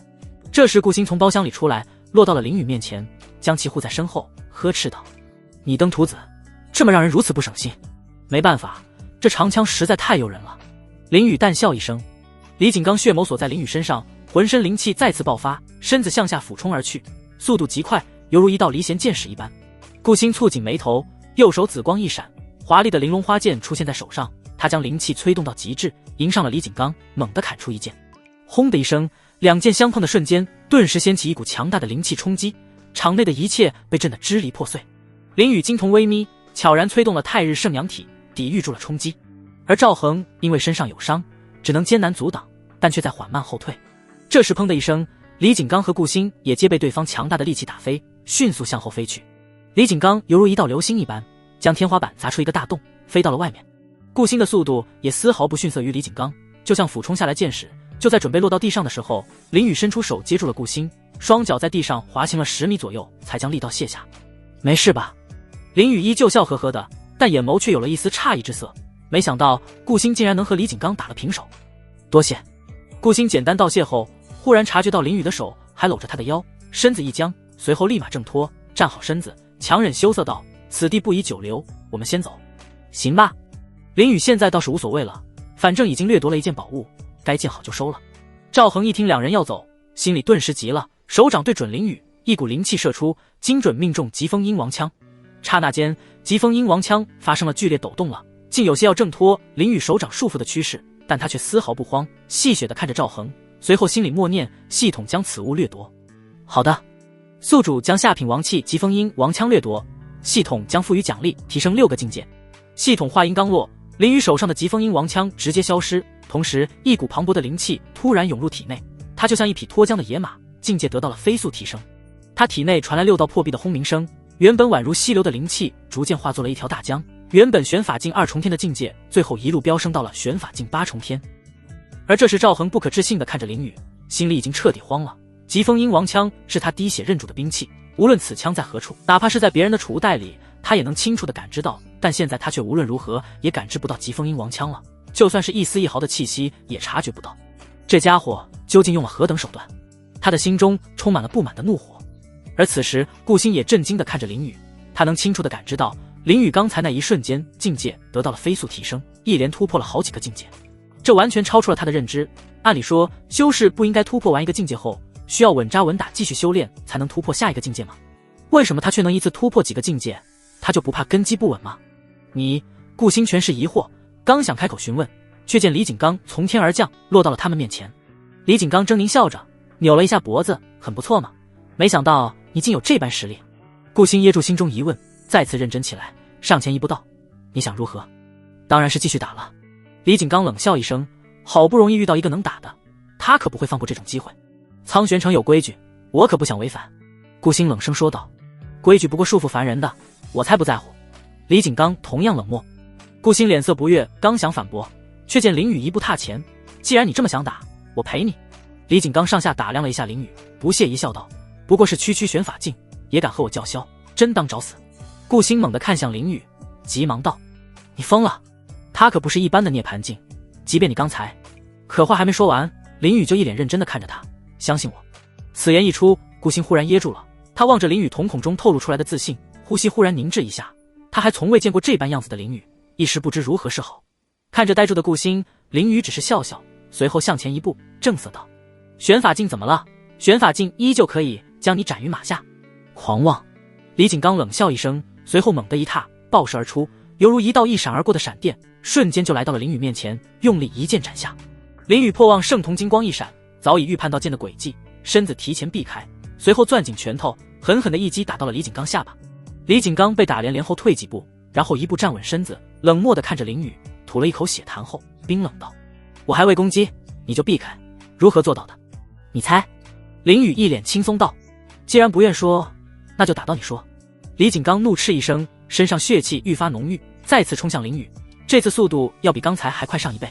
刹那间，李景刚便来到林雨面前，这次他快速挥出无数剑，每一剑都快到能划出残影，他就不信林雨这次还能避开。然而林雨早已预判到这种攻击，在斩来第一剑的时候迅速跳起来到了半空之中，紧接着他将灵气汇聚在脚上，随后飞速落下，犹如一道流星一般。李景刚罕见的皱起眉头，立马将剑横在头顶，用来抵挡这猛烈的一击。轰的一声，林雨狠狠的一脚踢在了剑上，顿时掀起一股强大灵气冲击，墙壁都瞬间被震出几个巨大的窟窿，而地板则再也承受不住，轰然破碎。两人也因此从天上阁顶楼飞速落下，砸破一层又一层的地板，溅起了无数烟尘。顾星盯着地板上的大窟窿，眼中闪过一丝惊讶，他怎么也没想到林雨如今竟有这般实力，竟然能和凶名赫赫的李景刚战成这般样子，这还是一个玄法境该有的实力吗？但他很快就缓过神来，虽然林雨和李景刚目前看起来势均力敌，但后续怎么样就不好说了。他不放心林雨一个人面对李景刚，旋即准备从窟窿里跳下，可刚抬起脚，却忽然感受到一股危险的气息，瞳孔一缩，迅速向后一跳。而这时一个硕大的金刚迅速垂落到了顾星刚才的位置，若是刚才顾星不及时跳开，怕是会被砸个头破血流。休想走！王牧阳声音响起，只见他从舞台上一跃来到金刚锤旁，随后拿起锤子冷漠看着顾星，眉头紧锁，沉声道：你有何贵干？今日你要为你师弟所说之言承担后果。王牧阳冷漠无情道。顾星脸色一沉，语气有些冰冷：苍玄城有规矩，我并不想发生争斗。晚了。赵恒迅速落到王牧阳身旁，脸色阴森道：待我教训完你，便和林雨好好清算。他说完，将一颗丹药塞入口中，嚼碎咽下，很快他的那条断臂飞速再生，恢复了正常。顾星冷漠的目光扫过两人，知道此战在所难免，扯出一抹冷笑道：“真当可笑！你的枪明明是因为李景刚所失，却不敢找他，反而欺负到我身上。”说着，他顿了一下，又把目光放到了王牧阳身上。还有你，李景刚在的时候不敢现身，真当胆小。顾星言辞犀利，令两人脸色阴沉不少。王牧阳怒气冲冲道：“看来必须将你的臭嘴打烂，你才知错。臭女人，你会为你的话付出代价。”赵恒恶狠狠道。顾星丝毫不惧，将玲珑花剑横在身前，若是不服，那便来战。而此时天赏阁一楼大厅，林宇和李景刚已然分开10米左右，相互对立站着，气势十分沉重。而这时在大厅游玩的凡人纷纷吓破了胆，有的腿脚一软，直接瘫坐在地，有的立马大呼小叫的向门口冲去，一时间场面十分混乱。李景刚瞳孔死死盯着林宇，再次露出狰狞的笑容：“你很不错，值得一尝。你要尝我哪里？”林宇倒显得轻松，周围逃跑的人并没有对他造成影响。全部。李景刚随手斩出一道剑气，杀了几位凡人后，狂妄道：“我要把你吃干抹净。”真是不好意思。林宇眼神微眯：“我没有龙阳之好。”说着，他取出9霄龙吟剑，立马催动太日圣阳体，周身浮现出璀璨的金色火焰，并散发阵阵威压，仿佛要将世间一切都焚烧殆尽。李景刚看着林宇，血色瞳孔逐渐明亮，那股野性的杀戮感觉愈发增强，狞笑道：“对，越是这样，你越是值得一尝。”说完，他一手掐诀，一手飞速挥舞天穹式血剑，狂喝一声，狂血三灭斩。随着这一声暴喝，3道血色剑气呼啸而出，并在冲向林宇的过程中，血色剑气开始飞速变换，眨眼间便凝聚成了3个面目狰狞的恶魔，张牙舞爪地朝着林宇狠狠地咬去。林宇破望圣瞳已然预知到了未来，他迅速调整好姿态，以一种诡异的角度躲过了3个恶魔的攻击，然后朝着李景刚爆射而出，刹那间便来到面前，一剑斩向喉咙。李景刚瞳孔一缩，身子向后一仰，嗤笑道：“太慢了。”可话音刚落，林宇趁着李景刚后仰的空隙，猛地一脚踹了在他的肚子上。砰的一声巨响，李景刚如同断了线的风筝一般，被一脚踢飞出去。他化作一道流光，直直地射出了天赏阁，来到了街道之外。一路上连续撞破了几栋楼房，才终于停下。原本车水马龙的街道瞬间安静了下来，百姓们都停下了手中正在忙碌的工作，满脸的不可置信，呆呆地看着眼前这一幕。要知道，苍玄城可是有着严禁打斗的规矩，没想到居然有人如此胆大妄为，公然违反这一禁令。混账！李景刚推开身上的废墟，站了起来，脸上沉了几分。这家伙还真是诡异，明明是玄法境，却有如此实力。你这是在夸我吗？林宇从门口掠出，脸上挂着笑容，直奔李景刚而去。以他的听力，刚才的一番话自然收入耳中。凭你还不配？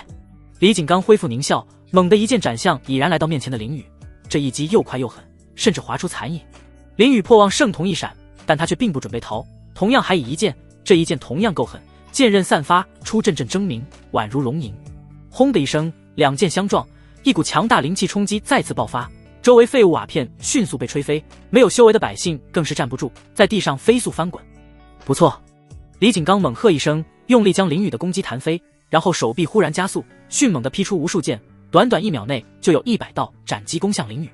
林宇因为惯性后退几步后，站稳身子，躲开几剑后，也挥出无数道斩击和李景刚的攻击相碰。一时间刀光剑舞，短短2秒内，2把剑已然接触了几百次，剑气阵阵冲击，地面迅速蔓延出无数道裂痕，最近的房屋则承受不住，轰然倒塌。无数百姓在远处外围成一圈，目瞪口呆地看着2人激烈的对攻。而有几个房子受害者正哭泣自己的房子。忽然有一个想起什么，对着旁边的兄弟焦急道：“快去报官！”兄弟从决斗中缓过神来，立马跑去报官。林宇凭借破望圣瞳逐渐取得上风，已经在李景刚身上划出无数道伤痕，只是李景刚根本不在乎，越打越癫狂，身上的伤势也在狂暴重血体催动下快速恢复。来吧，来吧，你越打我兴奋！李景刚疯狂大笑着，手上的动作并没有因为伤势而变慢，反而越来越快。你当真以为只有你能如此吗？林宇金眸微眯，放弃了剑上的防御，并迅速催动体内玲珑药息。他倒要看看是李景刚的恢复能力厉害，还是玲珑药息的恢复能力厉害。李景刚手上的速度不减，现在这般激烈的战斗，他只感觉畅快淋漓，身上伤势就如兴奋剂一般，伤势越多他就越兴奋。爽爽爽！他心中疯狂叫嚣着，眼里逐渐布满了血丝，本能的杀戮之意愈发强大，散发出来血气逐渐让周围的百姓呼吸凝滞。林宇在放弃防御后，身上也出现了不少伤痕，但却在玲珑药息的作用迅速治愈。同时他攻势也愈发猛烈。九霄龙银剑的每次攻击都会附带金色火焰，砍在李景刚身上，火焰会残留些许片刻，有效的让李景刚的恢复能力变慢。李景刚早已发现了这一点，但他不在乎，现在他只想要战斗，疯狂的战斗，用力填补内心的渴望。两人依旧进行着疯狂的对攻，他们的伤口持续增加又持续减少，而血液已经溅满周边的土地，宛若一片红色海洋一般。这时系统的声音再次传来，叮，触发掠夺任务，选择1，与李景刚一直战斗到最后，给百姓展示一场激烈的战斗，最后让此战形成一段饭后长谈的佳话。奖励琉璃辟谷，选择2，以强大的攻势无情击败李景刚，并掠夺他的天穹嗜血剑。奖励混沌之龙辟谷。林宇听到后眼里自然来了兴趣，轻笑一声，我选择2。好的，宿主选择任务2，请尽快完成任务。林宇眼神认真起来，立马停下攻击，并迅速躲开几剑后，猛地甩出一腿，直接抽在了李景刚的肚子上。砰的一声，李景刚如出膛的子弹一般飞速后退，2条腿踩在地上划出了2道划痕。他稳住身子后，用剑指着林宇，怒斥道：用脚是何意思？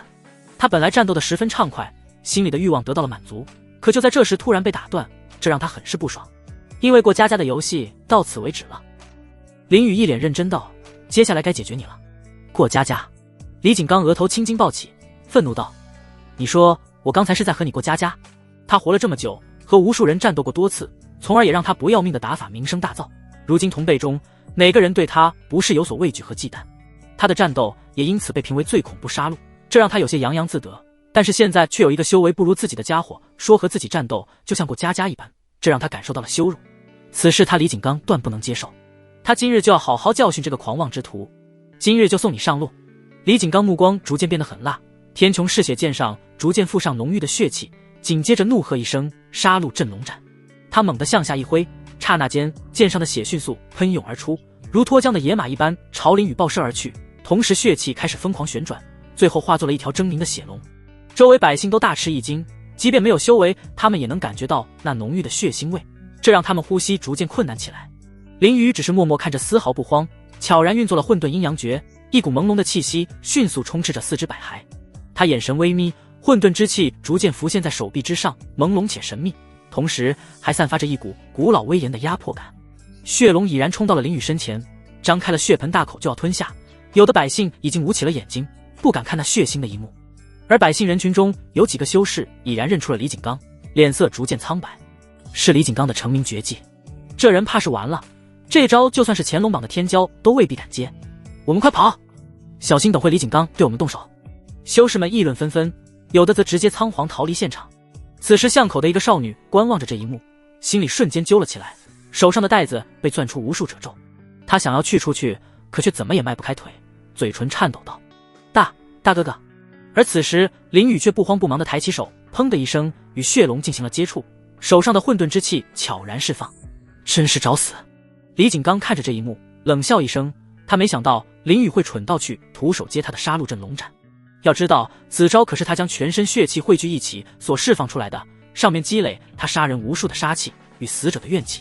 以往接下此招的人几乎都被浓郁的杀气所吞噬，从而身死道消，就算不死也会被那恐怖的怨气摧残意识，从而沦为一个毫无意识的人。此招乃他的一大杀招，而面对这招的方法只有2个，要么躲开，要么修为高于他好多个境界，所以在他眼里林宇主动接触显然蠢得没边。就在李景刚准备看着林宇死去的时候，瞳孔猛地一缩，只见原本势如破竹的血龙突然开始奋力挣扎，狰狞的面孔就化为了痛苦之色，发出一声声痛苦的哀嚎。这怎么回事？李景刚罕见地露出震惊之色。林宇轻笑一声，随后将混沌之气注入到血龙体内，血龙猛地发出一声痛苦的嚎叫，随后轰然炸开，化作一团血雾。百姓们纷纷震惊地看着这一幕，脸上写满不可置信。他们本以为林宇会被那条恐怖的血龙吞噬，但却没想到这条血龙就这么轻易消散了，这对他们心中造成了极大的震撼。有几个修士更是把眼睛都瞪出来了，嘴巴张大，仿佛能装下篮球。这不对吧？这招不是无解的吗？我的天啊，那人是谁？怎么这么厉害？此人竟然能让李景刚吃瘪，当真是100年来第一人。巷口少女看着这一幕也是松了一口气，嘴角微微上扬，大哥哥好厉害。李景刚脸色一僵，下意识后退一步，甚至被震惊的有些口吃道：这不可能。他不敢相信自己无往不利的绝招竟然在林宇面前如此不堪一击。在他眼里这根本不可能，这简直颠覆了他的世界观，给他的心给予了一道重击。这有什么不可能的？林宇嘴角勾起了一抹笑容。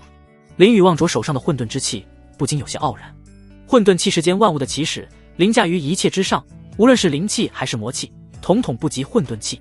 而这所谓的血气确实恐怖，若是普通修士碰上，怕是很难处理，但即便再恐怖，也终究不如混沌气。两股气息若是相碰，最后的下场无非就是血气崩溃消散。然而这种强大的混沌气早已在上古时期就消散殆尽了，若非林宇有系统赠予的混沌阴阳诀，怕是这辈子都接触不到混沌气。但这混沌阴阳诀也有一个缺点，唯有按照功法双修才可以炼化出混沌气，而且这混沌气并不能通过普通修炼增加，现在林宇体内的混沌气也不过之前双修攒下的，现在用一点少一点。他若是想要更多混沌气，只能继续双修，看来攻略师尊事情得加快速度了，唯有这样他才能有取之不尽的混沌气。定，触发掠夺任务，选择1，一生要强，即便没有混沌气也可以修炼成为强大修士，奖励琉璃腿骨。选择2，师尊对不起了，这都是为了修炼，再次掠夺苏寒衣娇躯，奖励混沌之龙腿骨。系统，这可是我师尊，你怎么又让我做这种违背良心的事情？林宇心里悲痛欲绝，检测到宿主心里十分想选2，已经自动为宿主做出选择了第2个任务。靠！林宇不禁暗骂一句，他本想故技重施增加奖励，没想到系统居然变聪明了。你怎么做到的？李景刚狠辣的声音打断了林宇的思考。林宇抬眸看着，脸上带着几分兴趣道：你是说摧毁那条破龙？当然。李景刚语气冰冷，仔细观察着林宇，想要看出些许端倪来。唯有知道林宇破解方法，日后他才能在此多做防备，这样他的杀戮镇龙斩才会更强。林宇将珍贵的混沌气收了起来，觉得有些好笑。我凭什么告诉一个将死之人听？你觉得你能杀死我？李景刚不屑一顾，虽说林宇能瓦解他的杀戮镇龙斩，但他却不相信一个玄法竟能杀死他。你若不信，那就看好了。林宇轻笑一声，然后左顾右盼，似乎在寻找什么，正好拿你实验一下我的另一个功法。你以为我会给你机会？李景刚狰狞一笑，身子爆射而出，用出全力一剑劈向林宇。这一剑是大力沉，林宇却凭借破妄圣瞳躲过这一击，然后眼前一亮，找到了自己的目标，城内为数不多的高山。他用出全力猛地一跳，迅速来到高空，然后化作一道弧线落到山顶上。休想跑！李景刚怒斥一声，灵气骤然爆发，犹如闪电一般朝着林宇径直飞去。去下面待着。林宇侧身躲过，将混沌气附在脚上，猛地甩出一脚。砰的一声，李景刚化作一道流星坠落到地上，砸出了一个大坑，地面皲裂，周围仿佛更是受到冲击，尽数摧毁。李景刚艰难坐起，捂着胸口，一脸痛苦，同时眼眸闪过一抹恐惧。刚才的那股气息是什么？当那股气息面而来，一股寒冷瞬间穿透骨髓，紧接着每一寸肌肤都仿佛被灼烧一般，这种冷热交织的触感令他痛苦不堪。同时那股气息还带着一种沉重的压迫，仿佛身体被沉重的压力紧紧束缚，难以动弹。而这时林宇微微眯起眼睛，脑海里青木长生诀的符文闪烁着光芒，他张口呢喃道：青木运灵，残叶凝晶，摄纳命芒，以获永生。话音刚落，他体内的灵气飞速流转，随后猛地注入到泥土里，一股青芒迅速覆盖在地面上。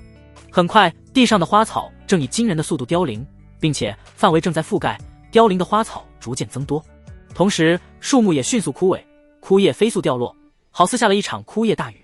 林宇此时他能感受到无数生机进入自己体内，他的气息也飞速飙升，同时还隐约察觉到寿命也有所增加。而所谓的青木长生诀正是夺取草木生命以助长生。而此时百姓也注意到了山上的景象，纷纷大吃一惊。你们看，灵芒山的树枯萎了。怎么可能？那可是号称永远茂盛的灵芒山啊！那家伙究竟做了什么？毁害灵芒山可是死罪啊！此言一出，百姓们想起了很久以前有一个人仅仅砍伐了一棵灵芒枫的树就被凌迟处死，那这位修士损害这么多树，下场是什么呢？百姓脸色苍白，已经想不出比凌迟更恐怖的刑罚。李景刚目光锁定在林宇身上，呼吸凝滞，狰狞的脸也露出了不可置信的神情。他能感觉到林宇的气息已然在他之上。这时天赏阁轰然破碎，两道身影从烟尘中迅速射出，砸落到李景刚附近。而这两人不是其他人，正是赵恒和王牧阳。不过两人此时已然昏厥过去，故心立于废墟之上，身上有着些许伤势。他左右观望，焦急道：林宇，现在立马跟我。忽然他噎住了，他注意到了林宇，瞳孔猛缩，他能感觉到林雨此时的气息在他之上。林雨目光坚定，轰的一声，他的周身炸出一股又一股的金色气焰。同时他将九霄龙吟剑直指天穹，刹那间这把神剑闪耀着一股强烈的光芒，并且还有一阵阵的龙吟声响起，古老且威严。紧接着剑刃射出一道金色光柱，直接穿透了整个云层。很快晴朗的天空顷刻间乌云密布，无数雷霆在云层里翻滚，并且所有乌云都在围绕着光柱旋转。这时一道龙吟之声响彻天地，若是仔细看能发现有一条金色巨龙正在云层里穿梭着。巷口的少女震惊地看着眼前一幕，她心中无比震撼，那个送她吃的大哥哥居然这么厉害吗？她的美眸直直盯着云层若隐若现的龙爪，而这时在她不清楚的情况下，她的瞳孔中逐渐浮现出一道道红色纹络，这些纹络交叉复杂，最后却形成了一个威严无比的凤凰。嚣张狂徒，敢在苍玄城内作乱，找死！一道声音如同滚滚雷霆，响彻云霄。百姓们听闻声音猛地一震，这是苍玄的镇守官，是苍玄城内专门用于镇守动乱的存在。而这声音他们也十分熟悉，是一位名叫王天翼的一位镇守官，拥有着涅槃境9重天的修为。是王镇守来了，太好了，镇守官终于来了，总算可以消停了。这几个人要遭殃喽！王镇守可是镇守官里最严厉的几个人之一。百姓们议论纷纷，有的松了一口气，有的则一副幸灾乐祸的样子。顾星心里一惊，转头望去，只见几个人正飞速朝这里赶来。他能清楚地感知到最冲在最前方的人有着涅槃境9重天的实力，想必就是刚才百姓口中所说的王镇守。而他身后的几位镇守官也拥有着涅槃境的实力，十分不妙啊！现在这种情况怕是难逃一抓了。王天翼迅速来到上空，目光扫过破烂不堪的现场，额头青筋暴起，怒喝道：城内打斗，毁人房屋，坏灵邙山，你们罪不可诛！声音响彻云霄，犹如鼓舞的士气一般，令百姓们纷纷高呼。王天翼立马下达指令道：你们几个去抓拿地上的，我去抓拿灵邙山上的。他身后的几位镇守官立马高声回应：是。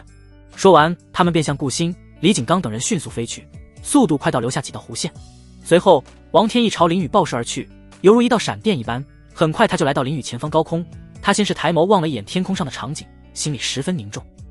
他感受到了一丝危险的气息，深知若是让这道攻击落到城中，怕是会死伤惨重。王天翼脸色逐渐阴沉，呵斥道：速速停下，或许可从轻处罚，否则后果自负。林雨只是淡淡瞥了一眼，随后轻笑一声道：不好意思，我有任务在身。什么任务能让你不顾城中百姓危险？王天翼满腔怒火，拳头已然死死攥紧。林雨依旧笑着安抚道：别担心，我有分寸，这招保证只杀一人。此话并非谎言，他这招看着唬人，实际威力大小都是他的一念之间。他早就设想过了，只要将灵气汇聚在一点攻击，便可只害李景刚一人，绝不会祸害到别人。真是可笑至极，我岂会听你一人之言？王天翼忍不住了，手中现出一把三叉戟，浑身灵气飞速飙升。若非刚才怕这人突然出手，他早就冲过去将其拿下，又怎么会在这里浪费时间？但现在看来软的不管用了，那便来硬的。3000镇蛇刺。王天翼迅速挥舞出戟戟，刹那间无数灵气汇聚成一条又一条的水蛇，朝着林雨飞速射去。无数水蛇瞬间笼罩在林雨上空，张开毒牙，凶狠坠落，此刻就犹如天降蛇雨一般，看得人触目惊心。林雨淡定看着，眼中带着一丝不屑，轻声道：系统取我9转玄天佩。好的，宿主。很快林雨脖子银光一闪，9转玄天佩已然从系统空间出来，自动佩戴在脖子上。9转玄天佩散发着淡淡的光晕，一层华丽光罩投射而出，将林雨笼罩在内。光罩上刻画着繁杂且奥妙的符文，并散发着一股淡淡的威压。水蛇在还没接触的情况下就已然消散殆尽。这怎么可能？王天翼心里一惊，不是惊讶自己攻击失效了，而是惊讶那个光罩竟然让他感受到了一股强大的威严，一股让他止不住颤抖的威严。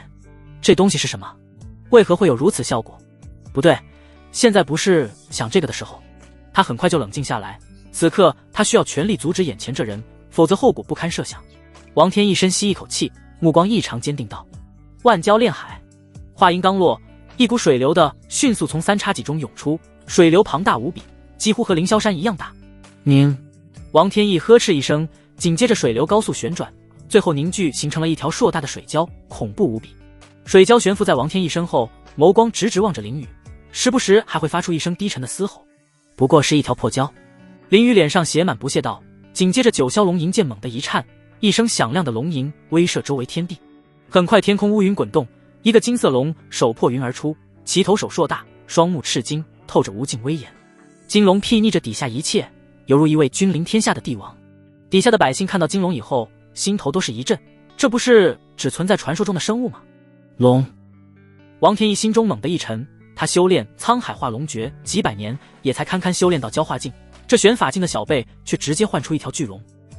他修炼究竟是何等功法，竟有如此威力？什么时候低阶功法也有和龙相关的了？但现在不是说这个的时候。王天一深吸一口气，怒喝道：“来啊！今日就让化蛟是真龙！”身后的水蛟仿佛听到主人的召唤，朝着金龙发出一声怒吼。我也想看看究竟是蛟厉害还是龙厉害。林宇说到这，眼神微眯道：“可惜这招我只能用一次。”说完，他剑指正在与镇守官搏斗的李景刚，去把他杀了。金龙听到命令，吼叫一声后，朝着李景刚飞速掠夺而出，速度快的就像一道金色闪电。你休想走！王天一怒斥一声，心神一动，身后水蛟立马扭动身躯，朝着金龙猛地一头扎去，势大力沉的一击似乎要将金龙一击粉碎。而这时林宇用力一跃，稳稳地落到龙头之上，九转玄天佩的光照将金龙巨大的身躯覆盖住，彻底地挡住了水蛟的进攻。可恶！王天一暗自咬牙，立马举戟而上，朝着金龙展开猛烈的攻击，却依旧毫无作用。此时顾星躲避着镇守官的攻击，同时思索着如何解释。忽然他感受到了一股炽热的气息，他迅速看去，只见一条金龙朝他疾驰而来。顾星一怔，下意识做出防御动作，在他还没反应过来时，一只温热的大手环绕在他的腰间，然后将他掳走。顾星好一会才反应过来，望着那个将他搂入怀里的男子，惊讶道：“林宇，你干什么？”腰间传来的温热触感让他俏脸微红，忽然与一个男子接触如此之近，一时让他不知所措。林宇淡然一笑道：“当然是带你逃离现场了，但也不用这样吧。而且若是你老实点，又怎么会有此事？”顾星娇嗔一声，然后看着底下的金龙询问道：“还有你这金龙是怎么回事？”林宇依旧笑着：“是我这把剑造成的。”说着，他将九霄龙吟剑展示在顾星面前。顾星望着九霄龙吟剑，心头一颤，这把剑绝不是凡品，光从感受到的气息来看，此剑的品质就比他的玲珑花剑要高。你这把剑怎么来的？他刚想询问，却听见林宇高喝一声：“李景刚，你爹来了！”而此时的李景刚正在和镇守官展开激烈的争斗，他怒斥道：“我可是天宁剑宗真传，你们敢抓我，就不怕天宁剑宗的报复吗？”镇守官冷笑一声：“无论是谁，但凡敢在苍玄城内闹事，我们必抓无疑。”李景刚切了一声，刚想继续怒斥，却忽然听到一声：“李景刚，你爹来了！”他微微一怔，忽然感受到背后有着一股恐怖的气息，猛地回头，瞳孔骤然一缩，只见一条金龙朝他张开了血盆大口，一股无名的威压令他身子颤抖不已。李景刚忽然看到龙头上的林宇，立马咬牙将恐惧压了下去，怒喝一声：“杀戮阵龙斩！”他握紧天穹嗜血剑，向前一刺，庞大的血气迅速凝聚成一条血红色的巨龙，朝着金龙猛地冲去。轰的一声，双龙相互撞在一起，引发了一股强大的灵气冲击，周围的一切瞬间被摧毁殆尽。但很快，金龙身上散发出强大的光芒，立马怒吼一声后，血色巨龙顷刻间炸开，化作了一股浓郁的血雾。什么？李景刚惊愕一声，没想到自己的绝技竟然如此不堪。金龙眸光一闪，迅速穿过血雾，随后以最快的速度直接撞在了李景刚身上。轰！相撞的瞬间响起一阵轰鸣，李景刚只感受到了一股剧烈的疼痛传遍全身，感觉全身骨头都碎掉了一样。他七窍流血，两眼一抹黑，彻底的昏厥过去。而金龙强大的冲击力将他直接撞飞了出去。李景刚此时就犹如一道流星，朝着一座华丽的府邸射去。林宇遥望过去，笑道：“嚯，这力度比百吨王还给力。”顾星一脸不可置信看着飞走的李景刚，要知道李景刚可是狂暴重血体，是很难感受到痛苦的。他曾听说过李景刚玄法进六重天的时候，曾遭受到100位玄法进巅峰的修士围攻，可即便被打得浑身是伤，却还能和个没事人一样继续战斗，甚至还反杀了10几个，造就了一段凶名。但是如今那名凶名赫赫的李景刚却仅仅遭受了林宇的一击就昏厥不醒，这简直让顾星大受震惊。原来林宇这么强的吗？王天一看着周围被破坏的一切，一股怒气直冲脑门，朝着林宇竭力嘶吼道：“混蛋，你这样还算正派修士吗？你都保护了什么？”林宇一挑眉，朝着王天一笑道：“别生气嘛，我会用灵石赔的啦。这是灵石的问题吗？这是……等等别跑！”王天一怒火中烧，却见林宇骑着金龙飞走了，立马呵斥，并迅速跟上。林雨骑着金龙朝李景刚的方向飞去，心里忽然一惊，坏了，天穹嗜血剑没拿，若是没有这件，他可完不成系统的掠夺任务。此时城主府内，5大宗主和万宝阁使者再次商讨着万宝盛会的相关内容。天宁剑宗宗主吕昭天蹙眉道：“事情应该谈得差不多了吧？”万宝阁使者宁州思索一番后点了点头道：“该讲的都讲得差不多了。使者，我们此番谈话应该不会被偷听吧？”玄心宗宗主姬恒询问道。宁州摇头淡然道：“不会，此次我已设下的结界有2大能力，第一以防外边偷听，第二就是隔绝外边的一切信息，防止各位分心。”明花宗宗主周媚清轻笑一声：“那我就放心了，这样就不会像上次一样了。”宁州依旧淡然道：“好了，此事到此为止，各位可以回去了。”5大宗主纷纷起身拱手行礼，然后准备离开。周媚清这时朝苏寒衣轻哼一声，眼中有着一缕怨气。苏寒衣只是冷冷瞪着，若非此时在苍玄城，他绝对要让这女人为当初之事付出代价。这时孙傲天扫了2人一眼，语气淡然道：“诸位，在苍玄城这几天，还请莫要为苍玄城添加麻烦，尤其是争斗一类的。”5大宗主作为职场老油条，自然知道孙傲天此话之意，都各自点了点头。只是苏寒衣总有一些不安，他总觉得会有一些事情发生。会议结束，宁州结了一个手势，外面的结界已然消失。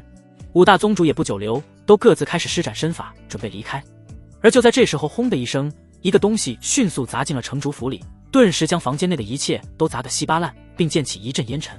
嫡袭！房间内的所有人顿时警惕起来，毕竟这可是苍玄城，没人敢在这里发生争斗，那么只有嫡袭这一个可能。孙傲天脸色沉了下来，他刚刚警告完就发生了此事，这让他有些挂不住脸面。他随手一挥，房间内的灰尘顿时消失，而他们也终于看到了砸进房间的东西，是一个伤痕累累的人。景刚！吕昭天猛地一震，瞬间就认出了这人是谁。周围的几位宗主猛地一惊，李景刚可是天宁剑宗的真传，实力强大，可如今却伤痕遍体，昏迷不醒，一看就是和人发生了争斗。只是如今长老一辈不出，又有谁能将李景刚伤成这样？而且更让他们震惊的是，竟然有人敢在苍玄城内发生争斗，这简直藐视律法，简直太猖狂了。此人究竟是谁？孙傲天只是直直看着李景刚，但那老周的皮肤却已经青筋暴起，很明显这位苍玄城副城主动怒了。吕昭天率先反应过来，眉头紧蹙道：“敢在苍玄城内动手，此人必须擒拿。他天宁剑宗的真传弟子就这么躺在这里，这无异于是有人在打他天宁剑宗的脸面。他们天宁剑宗可是东荒第一宗门，其宗门弟子更是被誉为5宗之最，可如今作为宗门代表的真传弟子却被人打得昏迷不醒，这让他感到了挑衅和耻辱。尤其还是在5大宗主齐聚之时，他脸上更是火辣辣的疼。他定要让那折辱天宁剑宗之人知道什么叫手段狠辣。吕宗主说的不错，此人已然藐视苍玄城律法，该诛。孙傲天冰冷道，那慈祥的脸色已然阴沉。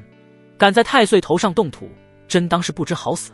苏寒衣此时盯着昏迷的李景刚，心里有些不安，因为他在李景刚身上感受到了一股熟悉的灵气。该不会苏寒衣似乎已然猜到了什么，这一猜想让他骤然一颤。若真是他想的那样，那就真的大事不妙了。这样他们天元宗岂不是一下子得罪了2大势力？周媚清似乎察觉到了异样，轻笑一声道：“苏宗主这么紧张，莫非是你的人打的？”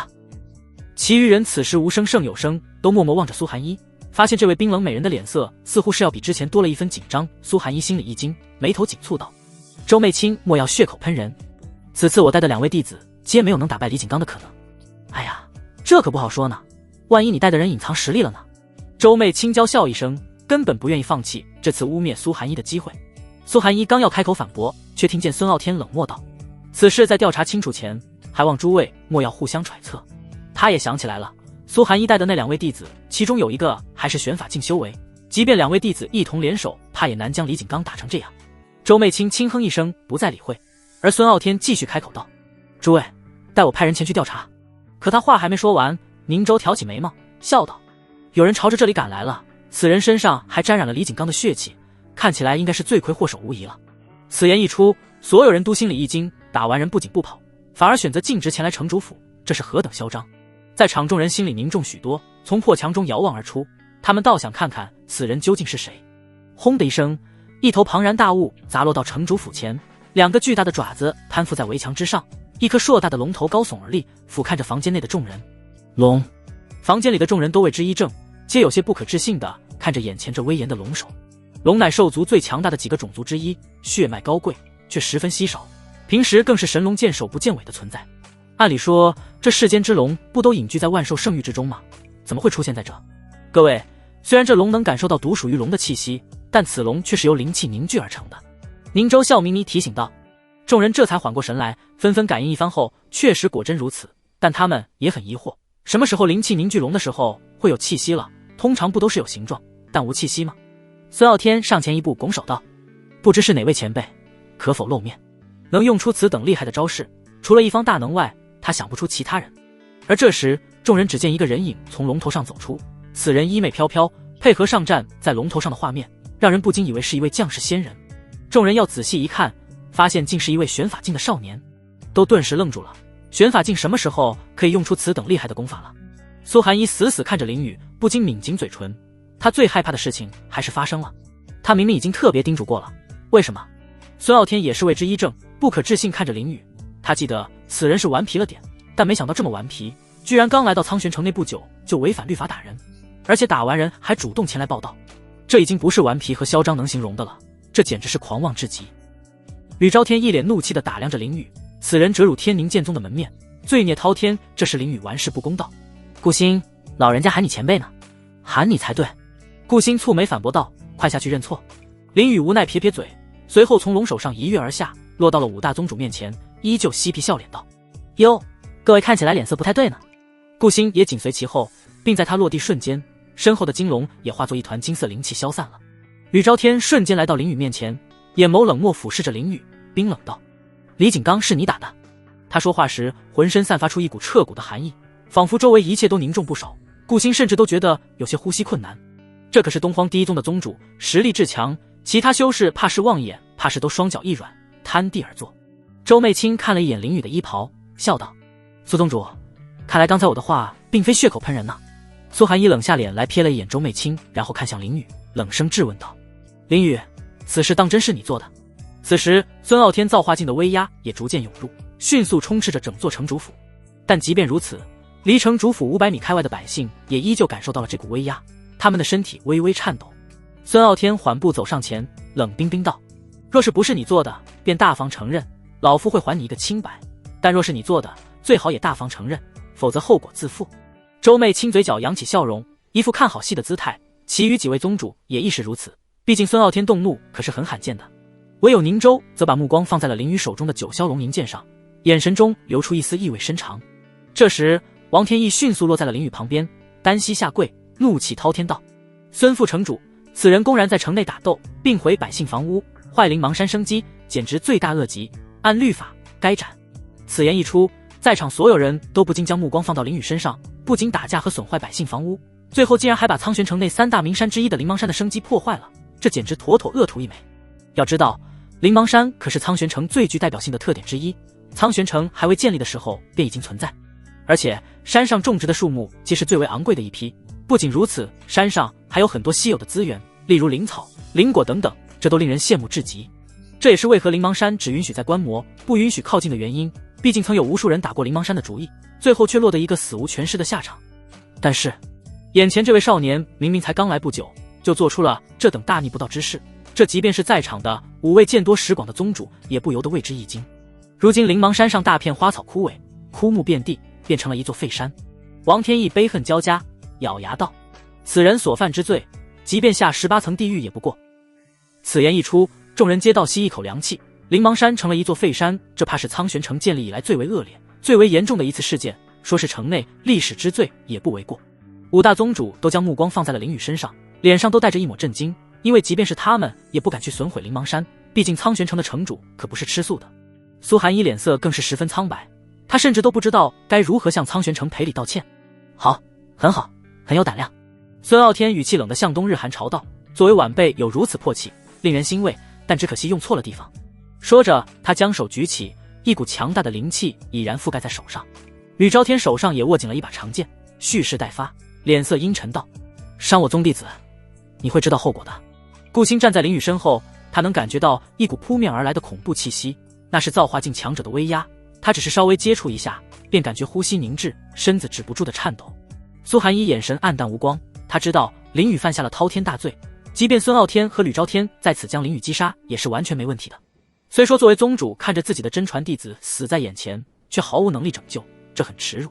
但毕竟有错在先，而且天元宗的实力也不及天宁剑宗和苍玄城，即便是耻辱，他也只能嚼碎咽下。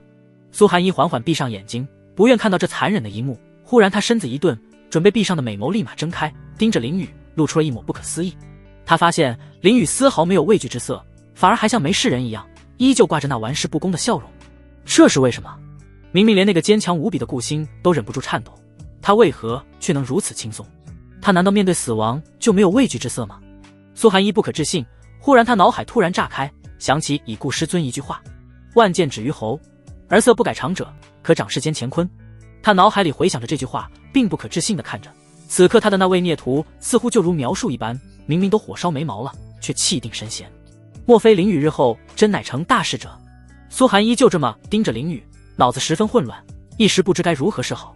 此时林雨只是默默看着眼前一幕，从头到尾他都没有做出任何辩解。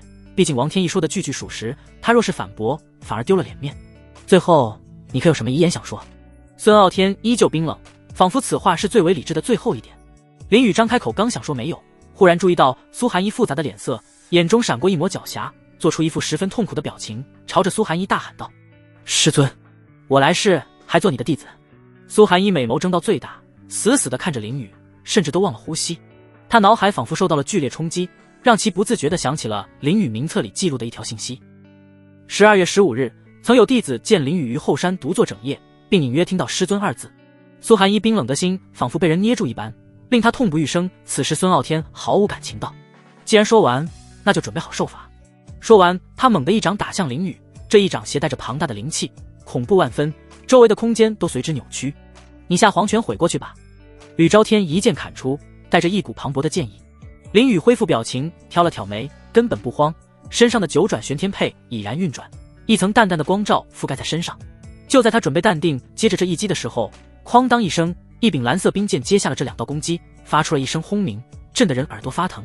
同时强大的冲击力朝四周扩散，将整座庞大的城主府瞬间摧毁，化作了一片废墟。林雨只看见眼前站着一位白色倩影，不禁嘴角上扬道：师尊果然舍不我呢。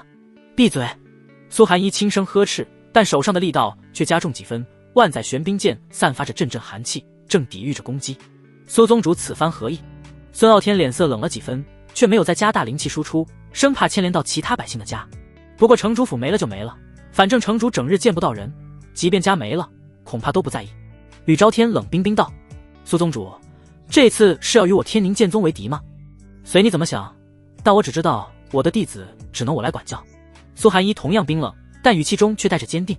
他的寒气源源不断输出，最后猛地炸开，将孙傲天和吕昭天击退，并且剧烈的寒气还将整座城主府彻底冻住。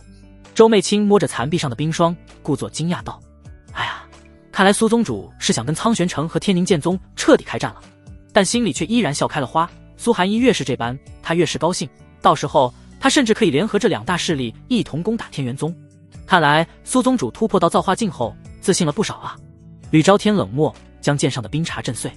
苏寒一没有说话，只是一如既往的冰冷，手中握着冰剑，摆好架势。林雨依旧笑着，心里少有的欣喜。他知道师尊此时心里是真的有自己。苏宗主这是何意？孙傲天冷声质问，莫非是想包庇？说着，他的手中浮现出他的武器撼天明锤，此锤通体呈黑灰色，上面刻画着诡异的图案，同时缠绕着一股淡黑色气息。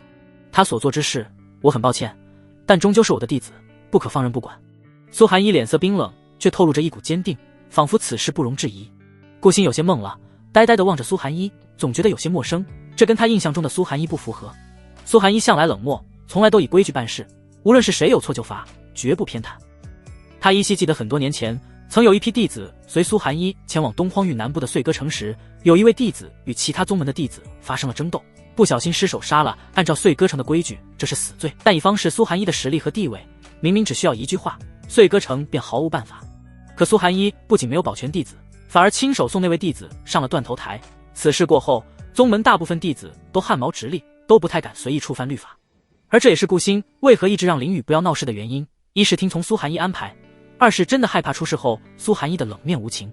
这次顾星甚至都做好赴死的准备了，可万万没想到，那个谨遵律法毫无情感的苏寒一竟然出手了。他不明白这是为什么。按理说苍玄城可比穗歌城强大100倍，以苏寒一的性格应该袖手旁观才对，毕竟没必要得罪苍玄城。但苏寒一没有旁观，他不仅出手了，看起来还十分坚定地站在弟子这边。顾星不解，为何苏寒一会突然转了性子？难道就因为那个弟子是林雨，所以苏寒一宁愿与苍玄城和天宁剑宗闹翻了也要保护？但这般与将宗门拖入深渊有何区别？毕竟天元宗可没有实力一同对付这2大势力。顾星依然缓过神来，但眼中却多了一抹震惊。难道说在宗主心里，林雨要比整个宗门还重要？此时周媚清走到了孙傲天旁边，朝苏寒一轻笑一声道：哎呀，作为正派之人，我可不允许有人庇护罪犯。说完，他身上的灵气随同孙傲天和吕昭天的灵气一同朝苏寒一散播过去。苏寒一脸色阴沉许多，本来局势就不利，还多了一个拱火的，这不禁让他心里凝重许多。如今这般情况，他该如何带着2位弟子逃脱？既然苏宗主如此不给面子，吕昭天冷下脸来了，那我只能亲自动手解决罪犯了。话音刚落，一股强大的威压喷薄而出，周围一切都开始了剧烈震动。孙傲天没有说话，但冷漠的眼神说明了一切。此次他必须要把这种罪大恶极之辈亲手拿下，否则日后其他人怕是会以为只要有人护着就能在苍玄城内无视法律。周媚清则一脸得意之色，这次他定要报复之前的断臂之仇。苏寒一深吸一口气，给林雨悄然传音：等会我拖住他们，你和顾星一同逃跑。林雨微挑眉毛，一脸轻松道：那就多谢师尊了。孙傲天率先掠出，瞬间就来到了苏寒一面前，用出全力一锤砸下，有着一股崩碎天地的气势。而吕昭天和周媚清则也立马动手，一左一右进行了夹击，纷纷用出自己恐怖的一击。苏寒一目光扫了一下，玉手结了一个印，朱唇轻启，冰莲移花。刹那间，他的脚下的地面迅速展开出一个淡蓝色的符文法阵，散发着一股冰冷的寒意。下一刻，法阵闪烁出一阵光芒，将孙傲天和2位宗主以及他自己包裹了起来。很快，光芒迅速消散，随之法阵中的4人也消失在了原地。轰的一声，在林雨还在疑惑他们去哪里的时候，天空上传来一阵响声，震得耳朵发疼。其余人都往天空上看去，只见那4个人已然在空中发生了激烈的争斗，仅仅刚才的一击就将方圆千里的云层震散。此时天空上，苏寒一用出全力，手中的万载玄冰剑散发出一阵强大的寒芒，将面前3人击退。3人迅速稳住身子，周媚清挥舞着鞭子，脸色也凝重许多。你莫非想一挑3不成？他怎么也没想到苏寒一竟然有如此强大的灵气，居然能一举将3位造化境击退。孙傲天蹙紧眉头，带我来天空上是你最错误的选择。没有了百姓防务在一旁，那他也终于不用畏手畏脚的了。今日就让我看看所谓东荒第一天骄的实力。吕昭天呵斥一声，再次摆好架势，直接冲了过去。其余2人也迅速紧随其后，都将自身状态提到最高，势必要一举拿下。苏寒一没有说话，冷漠摆出应战架势，周身的寒意仿佛能将空气都冻结。此时无论是万宝阁使者还是其他2位宗主，甚至是城中的百姓，都在观看着这场恐怖的大战。唯有林雨收回了目光，径直走入破败的房间里，一脸笑意。宁州注意到后诧异道：你不跑？跑什么？他们又伤不了我。林雨轻松道，仿佛根本什么事情都没发生一般。宁州闻言先是一愣，随后笑道：不过一介玄法境的年轻人竟有如此有自信，倒是罕见。若是没有自信，那还叫年轻人吗？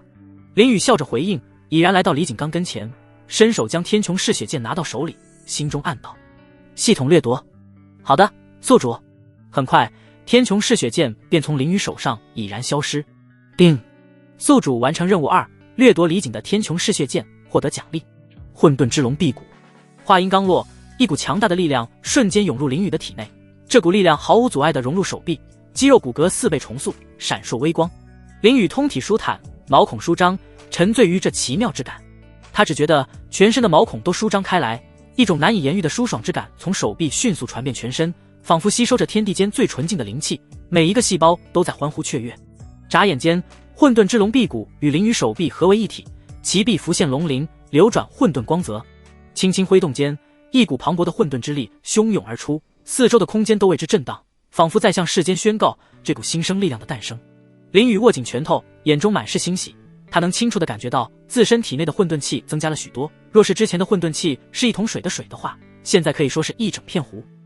同时他还发现自身手臂的力量得到了显著的提升，他简单感受一下后，目测力量是之前的10倍左右，而且不仅如此，皮肤也同样坚硬许多，宛如磐石。正在林雨欣喜的时候，宁州、姬恒以及界灵宗的宗主高月都震惊地看着眼前这位少年。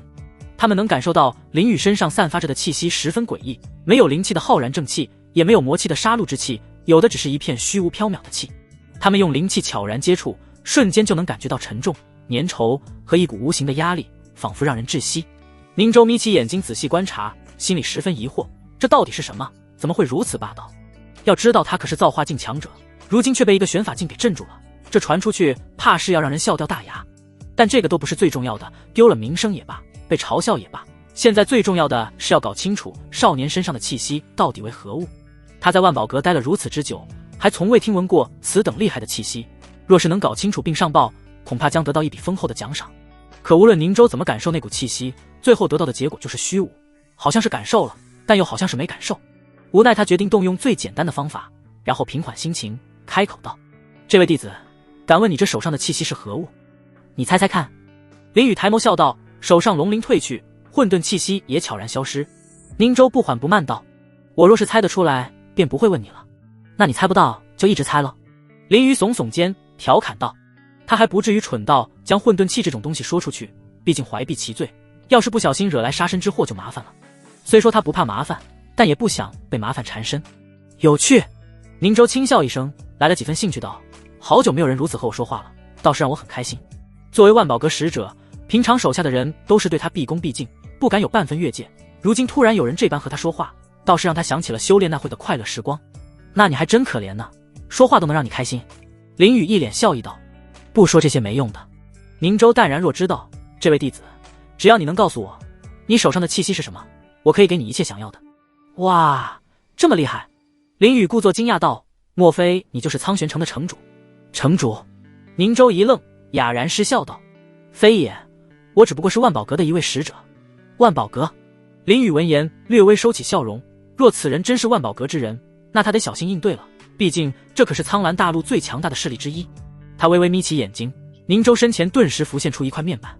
姓名：宁州，年龄894，体质雷鸣焦伤体，黄体，境界造化境7重天，天赋黄级天赋，武器蛟龙吞海枪，上品黄器。果然不愧是万宝阁的，即便是一位使者也是黄级天赋。正当厉害，这黄级天赋放在东域那可是最顶级的存在，结果在万宝阁内只能当使者，林雨心里不禁感慨。宁州见林雨没有说话，询问道：考虑的如何？万宝阁的名声想必你听说过，我们真的什么都给得起？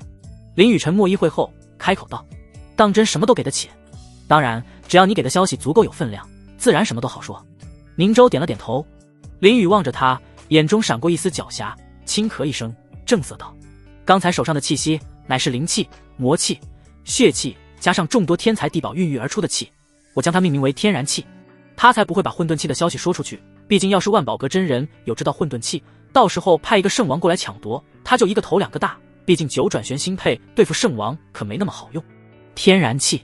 宁州蹙起眉头，不解道：这是什么意思？哎，这个你就得先答应我给我东西才能知道。林雨伸出手指晃了晃道。宁州倒是不意外，微笑道：那你想要什么？林雨思索一番后立马想到一物，认真道：我需要9叶聚灵莲。宁州有些为难道：这可是拍卖用品，不好给你啊。若是我给你一点天然气，让你去琢磨琢磨，你可愿给啊？林雨挑眉笑道，眼里却藏着一丝狡黠。他手中凝聚出一股麻将大的混沌气。宁州眼睛一亮，若是能拿到一点，怕是都立了大功。经过一番深思熟虑后，点头道：可以。好，成交，到时候一手交钱，一手交货。林雨笑道，随手将混沌气吸回体内。宁州正色道：行，今晚9叶聚灵莲便会送到你的手上。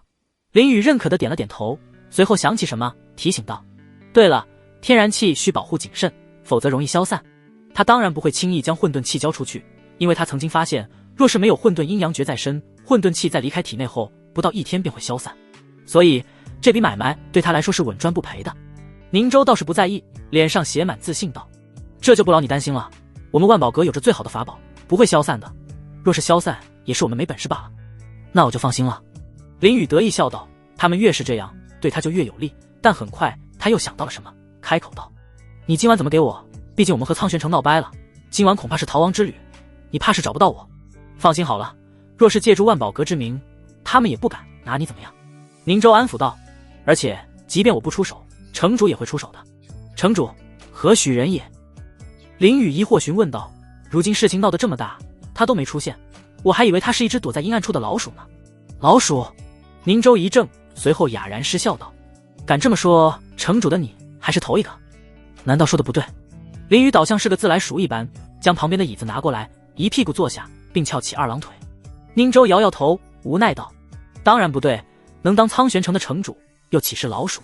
那你和我说说呗，城主人咋样？林雨挑眉，好奇询问道。林雨。此时顾星焦急地走了过来，一把按在林雨肩膀上，急促道：你在干什么？为何还不走？宗主都已经为我们拖了多久时间了？林雨扭头淡笑道：干嘛要走？我还要和这位前辈聊天呢。聊天？顾星不可置信，声音骤然提升：宗主如今用命为你争取逃跑时间，你却在这里聊天？林雨一脸轻松道：放心，若是师尊真有事，这位前辈会出手的。顾星立马上下打量着微笑的宁州，脸上挂着疑惑，语气依旧着急道：他是谁？你这么信得过？你就这么把宗主的性命放在他手上？他是万宝阁的使者。林雨好没气道：万宝阁？顾星一怔，愣愣地看着宁州，脸色有些复杂。万宝阁使者宁州，初次见面，请多指教。宁州微笑着做自我介绍。顾星愣了1秒后，立马反应过来，语气紧张道：见过前辈，刚才晚辈语气有些冲，还请见谅。无妨。宁州摆摆手，不在意道：你我本就不认识，刚才也在情理之中，多谢前辈。顾星松了一口气，随后恭敬道：那前辈当真愿意帮我们的宗主？宁州点了点头道：当然，我与这位弟子有一笔交易，自然不会让他的师尊出事。原来如此。顾星拍了拍胸口，总算是放心了，有万宝阁相助，那一切应该都无恙了。随后他凑到林雨耳旁询问道：你交易了什么？竟然能让万宝阁的人出手？林雨眨了眨眼，戏谑道：我把你交易出去了，以后被谁买了，记得写信跟我说一下。你……顾星蹙眉不悦道：你能不能认真点？哎，交易岂能与你说？林雨故作无奈叹气道：哼，不说就不说。顾星轻哼一声，别过头去。林雨也不再理会，接着询问道：对了，你还没跟我说城主这人究竟如何呢？宁州略加思索道：城主他是一个比较喜欢玩闹的人吧？喜欢玩闹？林雨有些诧异，这他想象中的不一样，他还以为城主会是一个很严肃的人。此时城外的天空之上，4人的激战已然进入白热化阶段，他们的身影如电般穿梭，从城内一路激斗至城外，所经之处仿若末日降临。只见那连绵起伏的高山，在这股恐怖余波的冲击之下，竟如脆弱的沙堡，眨眼间便被夷为平地，只留下一片狼藉的废墟。轰的一声，4人再次朝对方发出猛烈一击，引发了巨大的爆炸。随后他们皆被爆炸的冲击波给震开，可即便如此，他们还是立马稳住了身形，以孙傲天为首的3人站在东侧一方。3人气势汹汹，仿佛越打越猛一般。苏寒一则独自站在西边，身上有了不少伤痕，但他的脸色也依旧寒冷，仿佛没有受到一丝伤势影响，依旧是那个清冷的仙子。苏宗主当真要做到这个地步吗？孙傲天冷冰冰道，他的烈天蛮王体散发着一股强大灼热的霸气，将周围的空间都扭曲了。苏寒一脸色清冷，摆好架势道：有些事情不得不做，看来苏宗主是想死保到底了。吕昭天冷漠道，周身的剑气肆虐，恐怖如斯。周媚清冷笑一声道：苏宗主这么拼命，可你的徒弟似乎并不领情，一直待在城主府都不舍得动一下。他是3人里伤得最重的，他原本还以为苏寒一会用出大部分力量去对付孙傲天和吕昭天2人，可万万没想到，有时候苏寒一这女人竟然宁愿放弃防御也要攻击他，真当是可恶啊。苏寒一闻言也沉默下来，他自然是感知到林雨一直都在城主府里，他一开始也是不理解，甚至想传音催促，但最后还是按耐住了。因为在他认知里，林雨做事总是风格不定，他这么做总会有他的道理，他只需要相信就好了。既然苏宗主如此做事，就别怪老夫无情了。孙傲天眸中闪过一抹光芒，一股强劲的霸气直冲天际，顿时掀起一股猛烈的飓风，将周围的一切都吹飞。既然如此，那便由这一击来定胜负。苏寒一眼神坚定，体内的灵气飞速飙升，狂风将他的衣裙吹得铮铮作响，发束随之崩断，那一头黑色长发在空中随意飘舞。紧接着他的身后浮现出一个巨大的女子虚影，宛如一位9天仙女一般，那绝色的面容令天地都黯然失色，并且一股强大的威压从虚影散发出来，哪怕是对面3人都不自主的一颤。太阴玄女像。周媚清皱起柳眉，脸上写满了不安，她明白只有苏寒一全力催动太阴玄女圣体时才会显现出此等神香，他曾经领教过一次，清楚在神香的加持下，苏寒一的实力会成倍增长。回想起那一次的战斗，他败得十分凄惨，甚至在心里留下了阴影。烈天圣怒锤！孙傲天怒吼一声，将所有霸气全部注入进锤子里，一股磅礴的气息从锤子里冲出，并伴随着阵阵闪电。轰的一声，孙傲天爆射而出，震出一道刺破耳膜的音爆。太玄寒霄斩！苏寒一散发出阵阵寒气，一股强大的灵气从万载玄冰剑中喷涌而出，瞬间就击碎了周围的一片空间。他用出全力挥出一剑，孙傲天根本不惧，举起锤子猛地砸下。就在两道攻击即将碰撞到一起的时候，一道倩影出现在两人中间。那道美丽的倩影将双手伸出，直接接下了这两道毁天灭地的攻击。少女只是轻盈一笑，一股强大的灵气从手掌涌出，将苏寒一和孙傲天的攻击缓缓化解，最后直至消散。哎呀，两位都这么用力的话，会波及到苍玄城的哦。少女的声音清脆悦耳，却带着一丝轻佻。苏寒一看着眼前的少女，面容姣好，身上散发着青春的气息，一条鹅黄色的长长裙更是将少女姣好的身姿展现得淋漓尽致。城主！孙傲天看着眼前的少女，惊呼一声，身上的灵气顿时消散。少女好没气瞥了一眼道：孙爷爷，这么惊讶干嘛？我们又不是第一次见。孙傲天连忙收起撼天名锤，拱手行礼道：非也，老夫只是许久未见城主，有些惊讶而已。哎呀，我不过是不愿带城主府而已。少女撇撇嘴，抱怨道：见过林婉瑶城主。苏寒一收起气息，但身后的太阴玄女神香依旧未散，他的眼中有着一抹警惕。眼前的人可就是东荒第一城苍玄城的城主，实力强大，有着造化境7重天的修为。若是因为他长得像少女就放松的话，那他才是蠢到没边。林婉瑶笑嘻嘻道：好久不见啊，苏宗主，别总是冷着脸嘛，让我看看你笑起来的样子。说着，他伸出纤纤细手摸向苏寒一嘴角，似乎是想要强行将嘴角向上扯。苏寒一后退一步，躲开了袭来的玉手，微微蹙眉道：林城主请自重。苏宗主还是一如既往的小气呢。林婉瑶鼓起腮帮子不满道：见过城主。吕昭天和周媚清一同上前拱手道。接着吕昭天向前一步，眉头紧锁道：不知城主此番前来何意？艾林婉瑶耷拉着身子，好没气地指着几人：当然是来阻止你们的啦，再这么打下去，我的苍玄城还要不要了？不是我们要打，是苏寒一他要维护罪人，我们也是迫不得已。不信你问孙副城主。周媚清抱怨道，恨不得把所有罪责都往苏寒一身上推。林婉瑶看向孙傲天，眼神透露着无奈。孙傲天立马拱手道：是的，天元宗弟子城内大人毁人房屋，甚至坏灵芒山生机，按理说苏宗主不应该阻拦。苏寒一没有说话，他也清楚自己所做之事不对，但这次他不想按照规矩行事，只想跟着本心走。他心里告诉自己，他并不想让林雨死掉。这是一种很复杂的情绪，他也不知道该怎么解释，因为之前从来没有过。周媚清听到孙傲天的话，本以为林婉瑶会指责苏寒一，可没想到林婉瑶依旧无奈看着孙傲天，这让他有些不解。孙傲天也懵了，连忙道：城主，这是怎么了？孙爷爷，你什么时候也不会明辨是非了？林婉瑶一脸无奈道。孙傲天更懵了，不解道：城主这是何意？哎，你可能是不知，事情我是全程都看到了。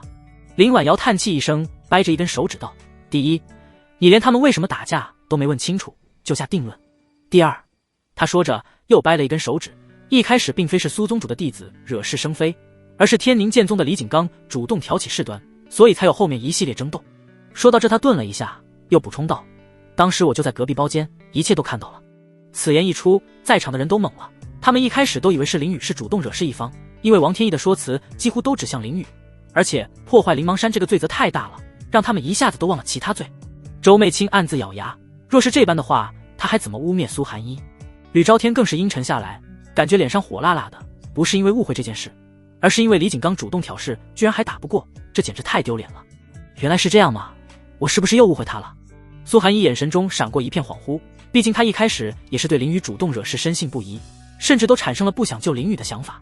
真是不像样，明明是他的师尊，却连最基本的询问都没有做到，这让苏寒一心里更加愧疚了，仿佛一只大手捏住他的心脏。不过与以往不同，这次他没有袖手旁观。想到这，苏寒一的心里得到些许缓解，嘴角甚至不易察觉的微微翘起。苏宗主这是笑了。林婉瑶忽然凑近一笑，上下打量着，似乎要找出一丝踪迹。苏寒一心里一惊，立马平静道：并没有。真的。林婉瑶有些不信，依旧在检查。苏寒一淡然道：林城主，与其说这个，不如继续你刚才的谈话。哦，对，林婉瑶缓过神来，想起现在是严肃场合，轻咳一声，掰出第3根手指。第3，孙爷爷，那位弟子即便有罪，也应该先押到镇首府审问，而非就地处决，这不符合律法。孙傲天脸色愧疚道：是我的失职，待会我会向那位弟子谢罪。林婉瑶点了点头道：没错，就应该这样，而且不仅要谢罪，还要赔礼。孙傲天默默接受批评，他也绝非是听不进话的人，既然错了，那就认。可是林城主，即便争斗不是那位弟子挑起的，但他也不应该破坏灵芒山，毕竟打架的地方这么多，他为何要去灵芒山呢？周媚青不死心追问道：天元宗若是就这么脱罪了，他不甘心。苏寒一蹙眉，立马看向周媚青，眼神十分冰冷。周媚青被看得一惊，他还是头一次见到这么冷的眼神。林婉瑶抚摸着下巴，思索道：此言也有几分道理，打架就打架，怎么还能回我的灵芒山呢？说着，他立马冲了出去，化作一道流光射向苍玄城内。我去找那小家伙要赔偿。孙傲天立马跟上，吕昭天也有些无奈，但还是跟上。周媚青见情况朝自己想的方向发展，得意一笑，立马追了上去。苏寒一攥紧拳头，迅速掠出，犹如一道寒芒流星。此时城主府里，姬恒和高月已然离开，仅剩下宁州、林雨和顾星3人。宁州从储物戒中取出1壶茶和3个杯子，他将茶壶轻轻推到林雨面前，尝尝，这是星云古玉的上等好茶，繁星莲花茶。很快，一股香气充满整个城主府，那香气清幽淡雅，却又带着一丝难以言喻的神秘气息。星云古玉，林雨一愣，但手上的动作却没停，直接给自己倒了一杯。当茶倒完后，他也想起来这所谓的星云古玉，2年前苏寒一曾给他科普过，苍蓝大陆上一共有10大玉，而这星云古玉便是其中之一。据说该玉内有着无数颗陨落的星辰，其中蕴含着神秘星力，乃是星辰体系修炼者的祖地，更是有传说称古玉内最深处藏着苍蓝大陆之外的秘密，也因此引得无数人前来寻找。可惜无论是何方大能，最后是无功而返。如此重礼，你是不是该道谢一下？顾星凑过小声说道。林雨从思考中缓过神来，笑道：谢什么，都是朋友。说完便一口喝下那所谓的繁星莲花茶，起初茶的甘甜在舌尖绽放，那滋味醇厚而悠长，紧接着一股温热的力量顺着喉咙流淌而下，迅速扩散至全身。他眼眸微眯，眼中闪过一丝惊喜。刹那间，他仿佛置身于浩瀚无垠的宇宙之中，周围是璀璨的星辰，他们按照各自的轨迹缓缓运转，释放出神秘的星辰之力。这时他能感受到一股细小的星辰之力正缓缓涌入自己的身体，与自己体内的灵气相互交融。确实是好茶。林雨满意的放下茶杯，随后朝顾星挑眉：你不尝尝？说是这么说，可却已经给顾星倒好了茶，并递到他的眼前。你也不用这么着急，我又没说不喝。顾星无奈接过茶杯，轻轻抿了一口，忽然美眸睁开，正有一股神秘的力量从茶叶中散开，悄然涌出体内，那滋味让他有些飘飘欲仙。我这不是怕有毒，到时候死了有个伴吗？林雨得逞笑道。顾星放下茶杯，好没气道：我就知道你没安好心。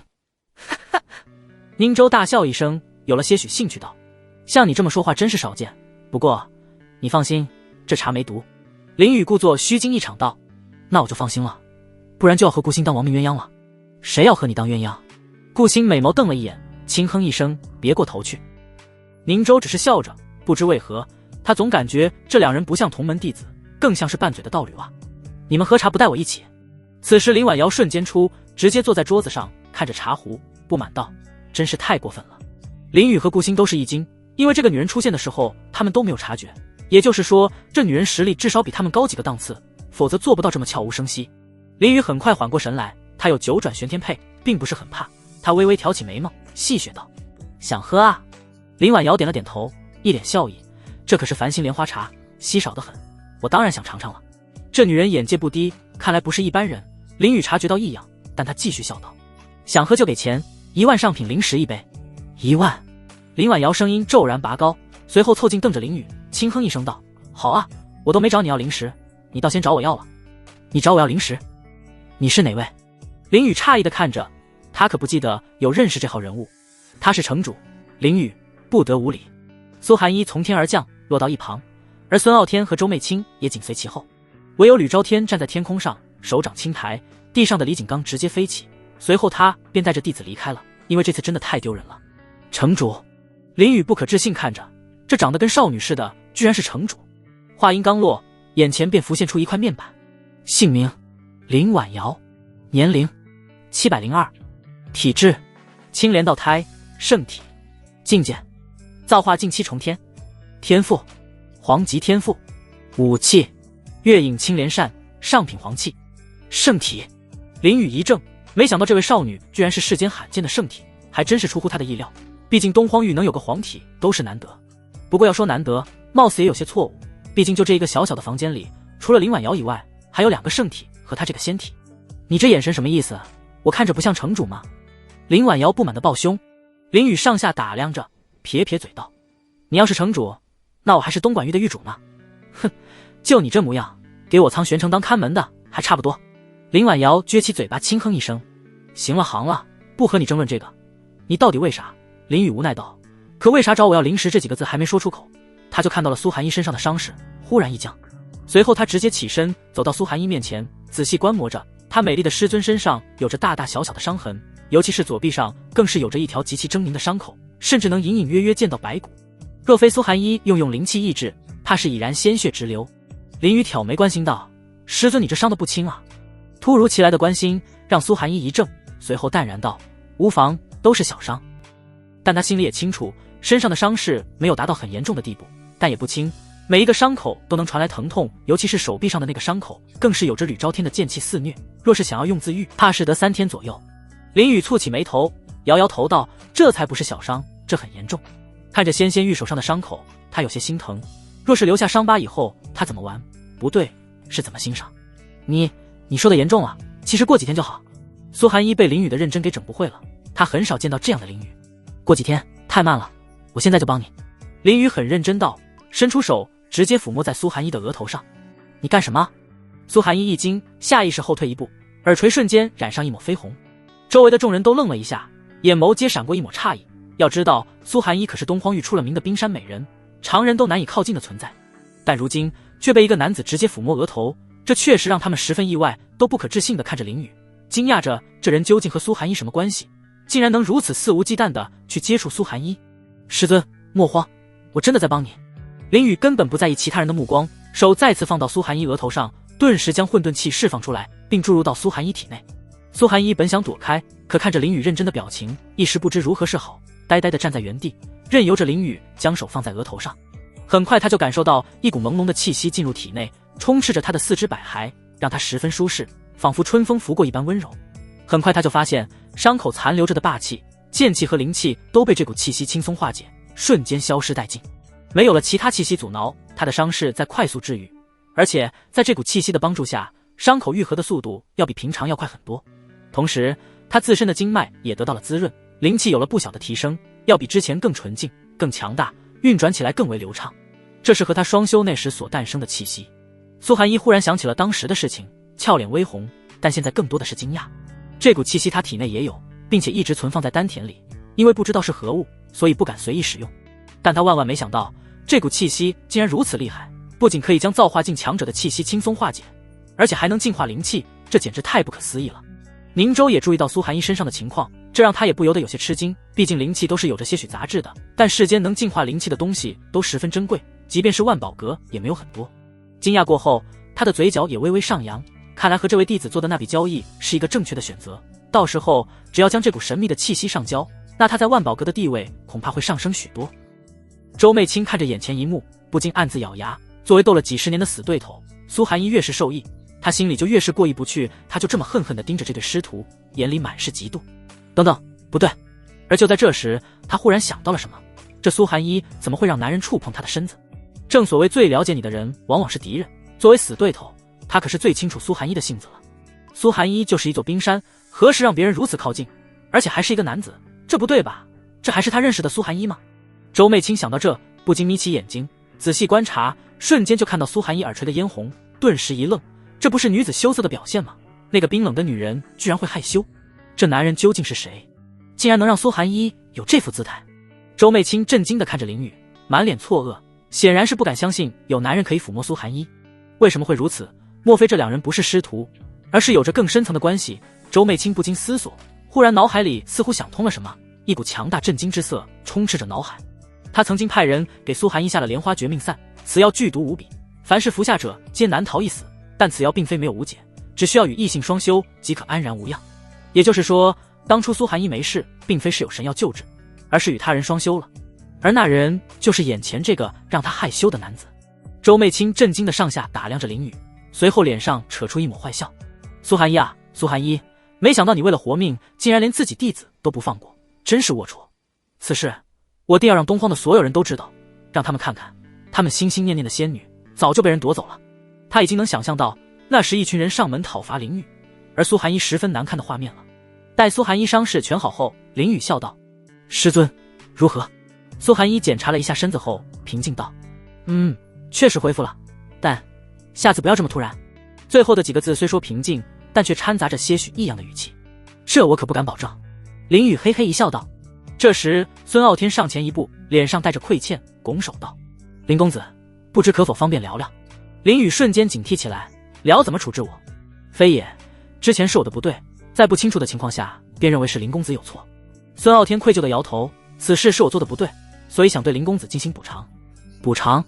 林雨一愣，随后喜出望外道：“哎呀，你说这个我可就来兴趣了，你要补偿什么？”孙傲天思索了很久，最后从储物戒中取出一条蓝纹腰带，然后开口道：“这是云凤幻影带，是我年轻闯荡时所得，若是配上此带，你的速度会有极大的增加，日后若是还遇到误会之事，也可逃离。”其余人惊讶地看着这条腰带，他们能清楚感觉到这腰带可是一件中品王器，珍贵无比。要知道在东荒里打架，每多一件王器，多一丝胜算，算起造化境以下修士的保命物品了。他们都没想到孙傲天竟然为了道歉，会将此等王器赠予出去，可以说是十分慷慨了。可林雨却没有接下腰带，而是默默看着，似乎在想些什么。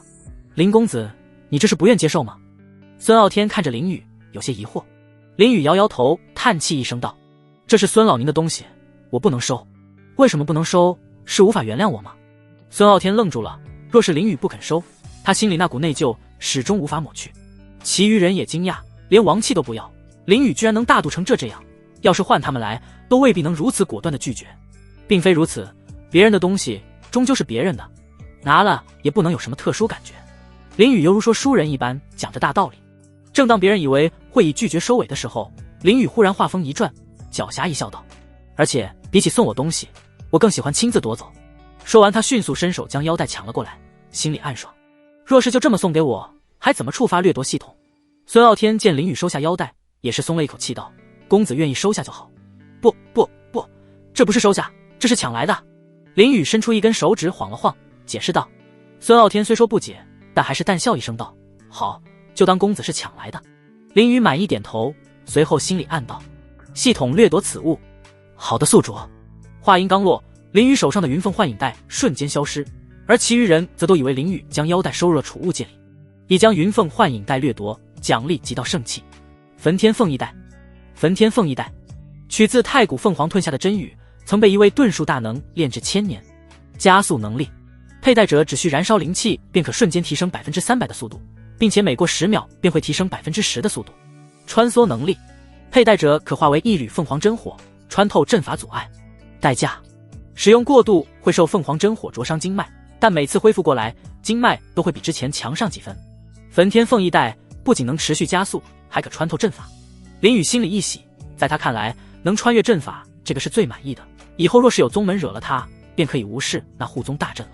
喂，孙爷爷补偿完了，是不是该你补偿我了？林婉瑶双手叉腰，娇哼一声道：“补偿？”林雨一愣，随后疑惑开口道：“我为什么要给你补偿？我们好像第一次见面吧？”林婉瑶闻言，美眸一瞪，鼓起腮帮子道：“好啊，你把我的灵芒山破坏了，还想装糊涂不成？啊，是这件事情。”林雨恍然大悟，随后笑道：“刚才事情发生的太多，一时半会没想起来。”林婉瑶撇撇嘴，抱怨道：“你这小脑瓜里装的是啥？这都能忘？”说着，他还伸出一根手指点了点林雨的额头：“我脑瓜里装的都是你啊！”林雨眼中闪过一抹狡黠，伸手抓住了林婉瑶的手指，故作深情道：“要不我以身相许来补偿？”林婉瑶愣住了，其余人也懵了，没想到林雨胆子竟然大到敢调戏苍玄城的城主。你胡说八道什么呢？林婉瑶立马抽回手指，有些不知所措道：“谁要你以身相许了？臭不要脸！”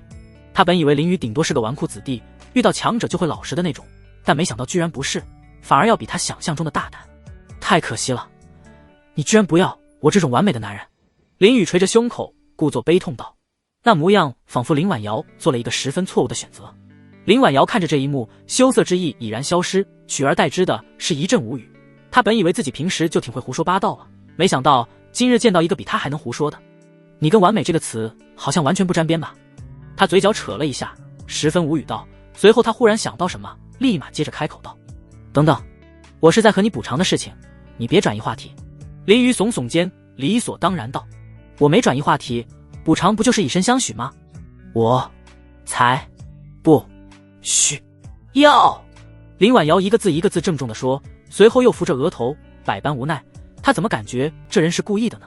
她深吸一口气后认真说道：我也不要你的其他补偿，你只需要给我零食就好。要多少？林雨也不扯皮了，淡定的又喝一口茶。林婉瑶皱起眉头，陷入沉思。过了好一会后，她伸出2根手指，从灵芒山上的毁坏程度来看，赔偿2000万上品灵石即可。什么？林雨声音骤然拔高，不可置信道：2000万？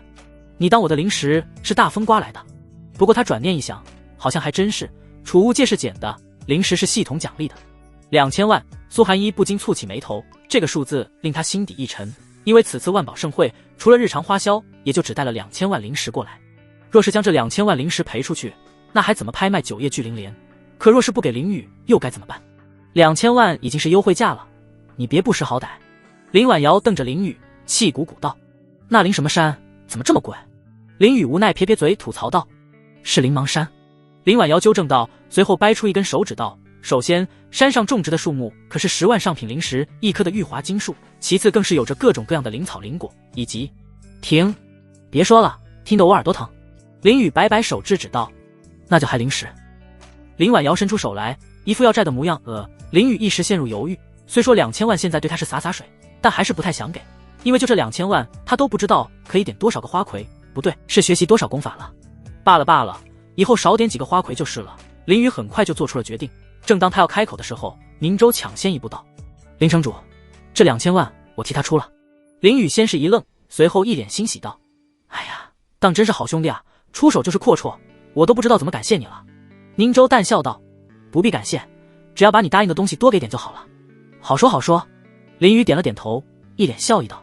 随后宁州从储物界取出一袋灵石，用灵气递了过去。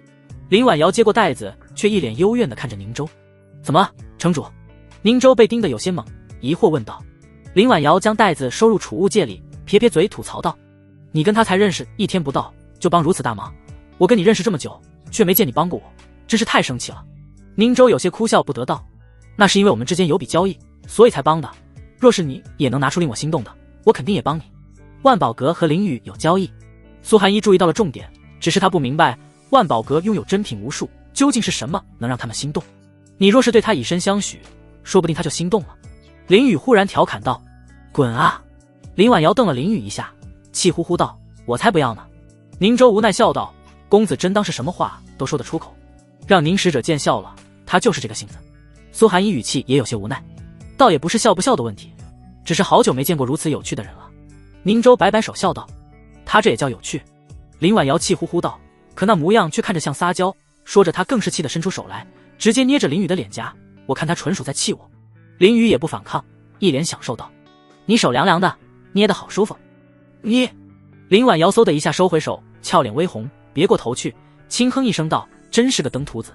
他怎么也想不到林雨这人能无耻到这个地步，连这也能占便宜。听到这个称呼，顾星感同身受的点了点头，十分认可。孙傲天活了这么久，也是头一次见到这种情况，愣了一下，随后无奈笑着。他本以为林婉瑶就很难伺候了，没想到如今终于有人能治治他了，也算是一件好事吧。不再多摸会。林雨抚摸着刚才被捏的位置，戏谑道。有一说一，林婉瑶的手完全不输苏寒一，那触感当真是十分舒服。滚啊，我才不摸。林婉瑶瞪了一眼，娇嗔道：好好，我滚就是了。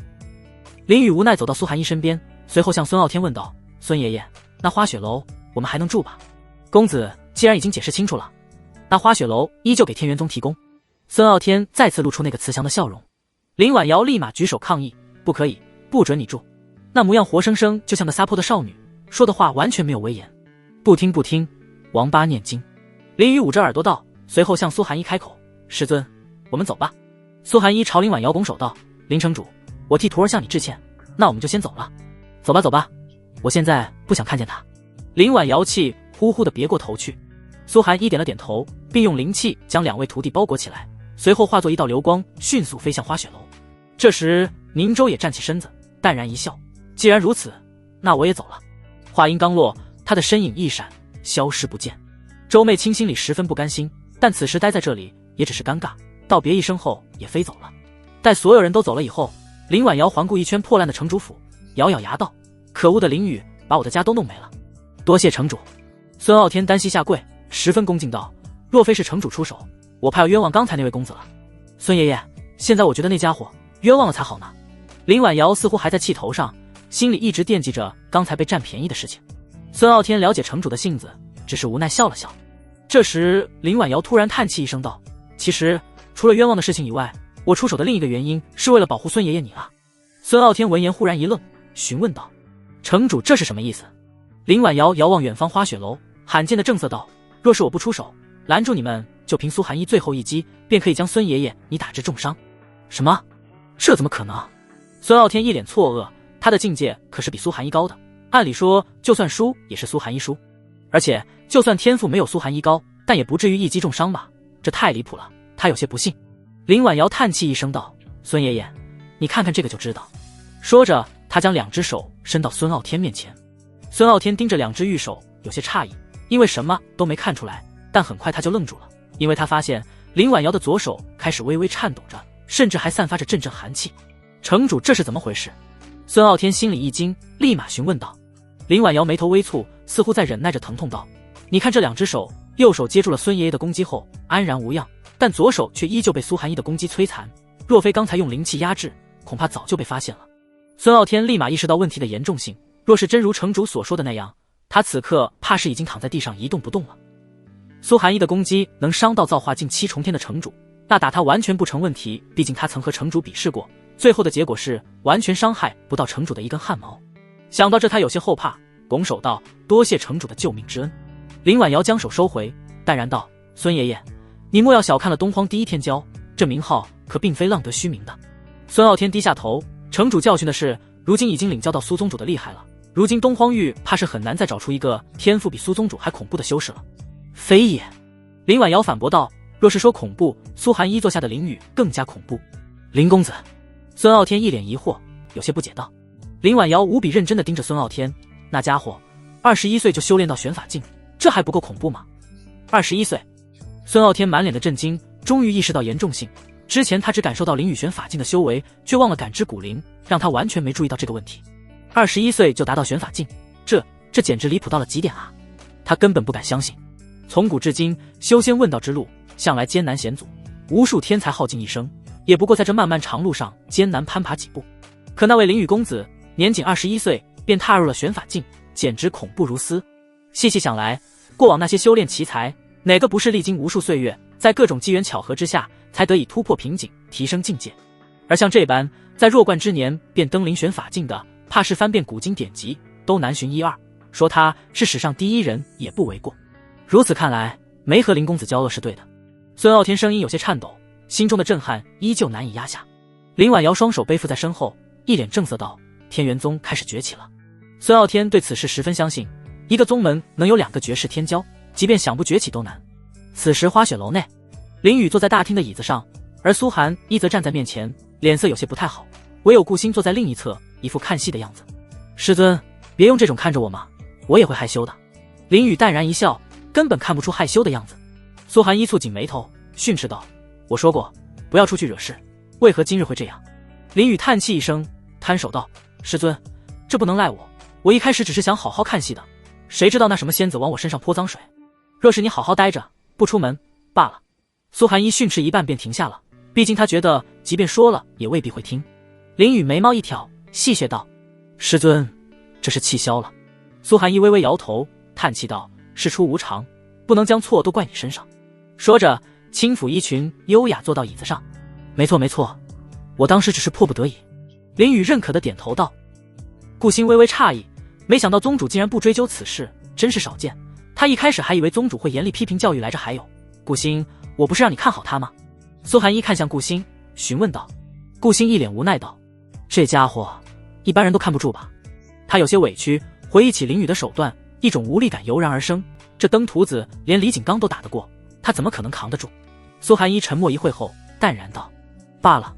在他心里似乎也认可了此话。随后他再次看向林雨，询问道：对了，你和万宝阁交易了什么？今天最让他意外还是林雨与万宝阁的交易。要知道万宝阁向来拥有着无数珍贵物品，上到强大无比的地兵，下到生活中的日常用品，几乎什么都不缺。但就是这样富有的势力，为什么偏偏会和林雨做交易？林雨如今不过玄法境，他们究竟看上了什么？交易吗？林雨故作高深，随后咧嘴一笑：我不告诉你，既然不愿说，那就算了。苏寒一逐渐平静下来，摆出一副事不关己的样子，毕竟又不是和他交易，但他的心里始终还是放心不下。最后还是拿出一张符咒来，这个你拿着，若是交易遇到危险，只要催动此符，我便会到来。师尊还真是好呢。林雨接过符咒观察一番后，将其收了起来，随后笑道：看在师尊这么关心，我就透露一点交易内容。这次交易的东西保证让师尊满意，满不满意先另说，注意安全为好。苏寒一嘱托道。林雨倒是不在意，一脸随意道：有万宝阁在，安全不成问题。不，你不要把事情想得太美好。苏寒一摇摇头道：万宝阁未必就是个好人。林雨闻言来了些许兴趣：哦，师尊详细说说。苏寒一一脸凝重，开口道：万宝阁作为苍兰大陆最神秘的组织，它既不属于名门正派，也不属于邪修之类，只是个利益组织，只要给灵石给的够，他们什么都卖。林雨点了点头，但看见苏寒一还有什么想说的，便抬手道：师尊请继续。苏寒一美眸微眯，认真道：曾经有一人身怀异宝，连万宝阁都觊觎不已，万宝阁欲以交易得之，却遭那人拒绝，但没过多久，此人离奇身死，宝物亦随之销声匿迹，坊间传言是万宝阁暗中抢夺所致。林雨也认真了不少，他一开始还以为万宝阁只是个拍卖组织，没想到竟然还有这一面。所以师尊是想建议我别去？他抬眸看着苏寒一询问道。苏寒一叹气一声：既然你都答应了，岂有不去之理？若是不去，万宝阁恐怕不会同意。林雨不禁凝重许多，若是其他势力他倒不怕，可若是万宝阁，他就得掂量掂量了。万一别人有什么可以破解九转玄天佩的法宝，那就坏事了，这么危险。师尊你要不跟我一起去？林雨询问道。苏寒一摇摇头道：我本有此意，但万宝阁向来只在他们万宝阁内交易，那地方若是没有允许，我进不去。而这时一个衣着华丽的女子站在花雪楼门口，恭敬道：请问林雨公子在不在？林雨一愣，在这人生地不熟的苍玄城竟还有人找他，应该是万宝阁的。苏寒一提醒道。林雨也不再犹豫，从椅子上直接跃起，平稳地落到地，然后将门打开，看着眼前的女子，疑惑：万宝阁的公子当真聪明。女子脸上挂着微笑，然后将一张金卡递了出去，这是万宝阁尊金卡，有了此卡便可以进入万宝阁了。林雨接过尊金卡，询问道：是宁州让你送过来的？公子聪慧过人，当真少见。女子依旧微笑：既然公子猜到了，那今晚万宝阁莫要来迟。说完，女子身影一闪，原地消失了。林雨嘴嚼扯了扯道：拍马屁倒是一流。苏寒一来到一旁，一脸凝重道：看来和我猜的差不多，你今晚注意安全。无妨，兵来将挡，水来土掩，究竟是龙潭还是羊圈，今晚一去便知。林雨如今倒也不是很在意了。时光飞逝，很快就到了晚上，月光洒落在大地之上。林雨、苏寒一和顾星三人站在一座金碧辉煌的阁楼前，阁楼共分9层，层层飞檐翘角，犹如展翅欲飞的金凤。就是这了。林雨望着牌匾说道。苏寒一点了点头：我和顾星在外面等你，若是遇到危险，记得催动符咒。林雨笑呵呵的抢答，这话他已然听了几遍，早已记下。对此苏寒一也不再说些什么，带着顾星走进隔壁的酒楼里。林雨看了一眼全身，确认九转玄天佩和焚天凤翼带都绑好后，径直走入万宝阁内。进到里面后，仿若置身于一个被金光淹没的梦幻仙境，奢华之感扑面而来，令人叹为观止。内部空间开阔无比，墙壁上镶嵌着无数晶片，犹如繁星闪烁，地面光洁如镜，宛如流淌的金水。大厅四角矗立着4人方可合抱的盘龙金柱，栩栩如生，仿佛下一刻便会破壁而出，翱翔天际。还真是豪华。林雨左顾右看，漫无目的的行走，因为他也不知道宁州要在哪个房间见他。而这时忽然走出2排衣着华丽的女子，她们面容姣好，放在外面基本都是人人追捧的女神。2排女子左右各站1排，每排大概有50多个，犹如一条长龙。她们纷纷挂着微笑，摆出恭敬的姿势，仿佛迎接尊贵的客人到来一般。这时一个淡绿色衣裙的女子从这2排女子末端缓缓走了过来，她身姿优雅，面容比两排女子还要好看。若是说两排的女子是女神，那这位就是从天而降的仙女。和她相比，其余人都要黯然失色。女子走到林雨面前，即便什么都没做，就可以感受到一股高贵的气息，不一般啊！林雨能明显感觉到女子的不平凡之处，她立马催动系统，一块面板浮现在眼前。姓名：帝江雪，年龄164，体质：太初净世体，圣体，境界：涅槃境五重天，天赋：地级天赋，武器：净世天罚镰，极道圣器，好感度0。林雨愣了一下，这女的不仅是地级天赋，还是圣体，还有着一把极道圣器，这是不是有些逆天了？还有，不是说东荒域皇级天赋都难以见到一个吗？如今这是怎么回事？你是何人？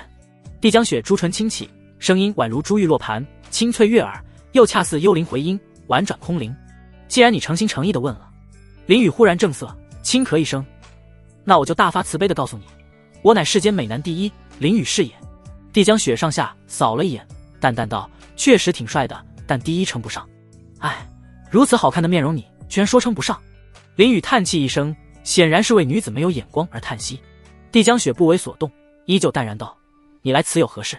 林雨恢复平常道，宁州找我说有一笔大买卖要谈。原来如此。帝江雪微微颔首，宁州他在大厅2号房，去吧。说完他便从林雨旁边走过，笔直地走上了楼梯，而那两排女子也纷纷跟上。林雨嗅了嗅鼻子，刚才帝江雪路过身旁的时候，身上散发着一股雪中莲花的香味，清冷悠远，细品又带一丝极地冰泉的凛冽。那股香味进入体内后，让他感觉置身于一片神奇的幻境当中，身子一下就放松下来，脑海里龌龊的想法也逐渐减少。等等，林雨立马缓过神来，心里一惊，他当了这么多年的流氓啊，不对，是爱慕美女之人，还是第一次有这种感觉，就好像身心有一股涟漪，心里只想着做善事，就只想当个好人一般。可他一直都秉持着做一个我行我素的人，至于好坏全看心情，愉悦的时候或许会施恩小惠，却做几件善事，可一旦心境不佳，管他什么道德律法，通通抛诸脑后。对他而言，根本不存在要刻意去做个好人的念头。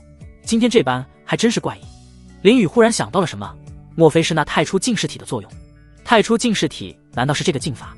林雨不禁抬头往楼上，可帝江雪早已不见，他也随之摇头，罢了，想这么多也没用，先去做交易。说完他便抬起脚往里去寻找2号房。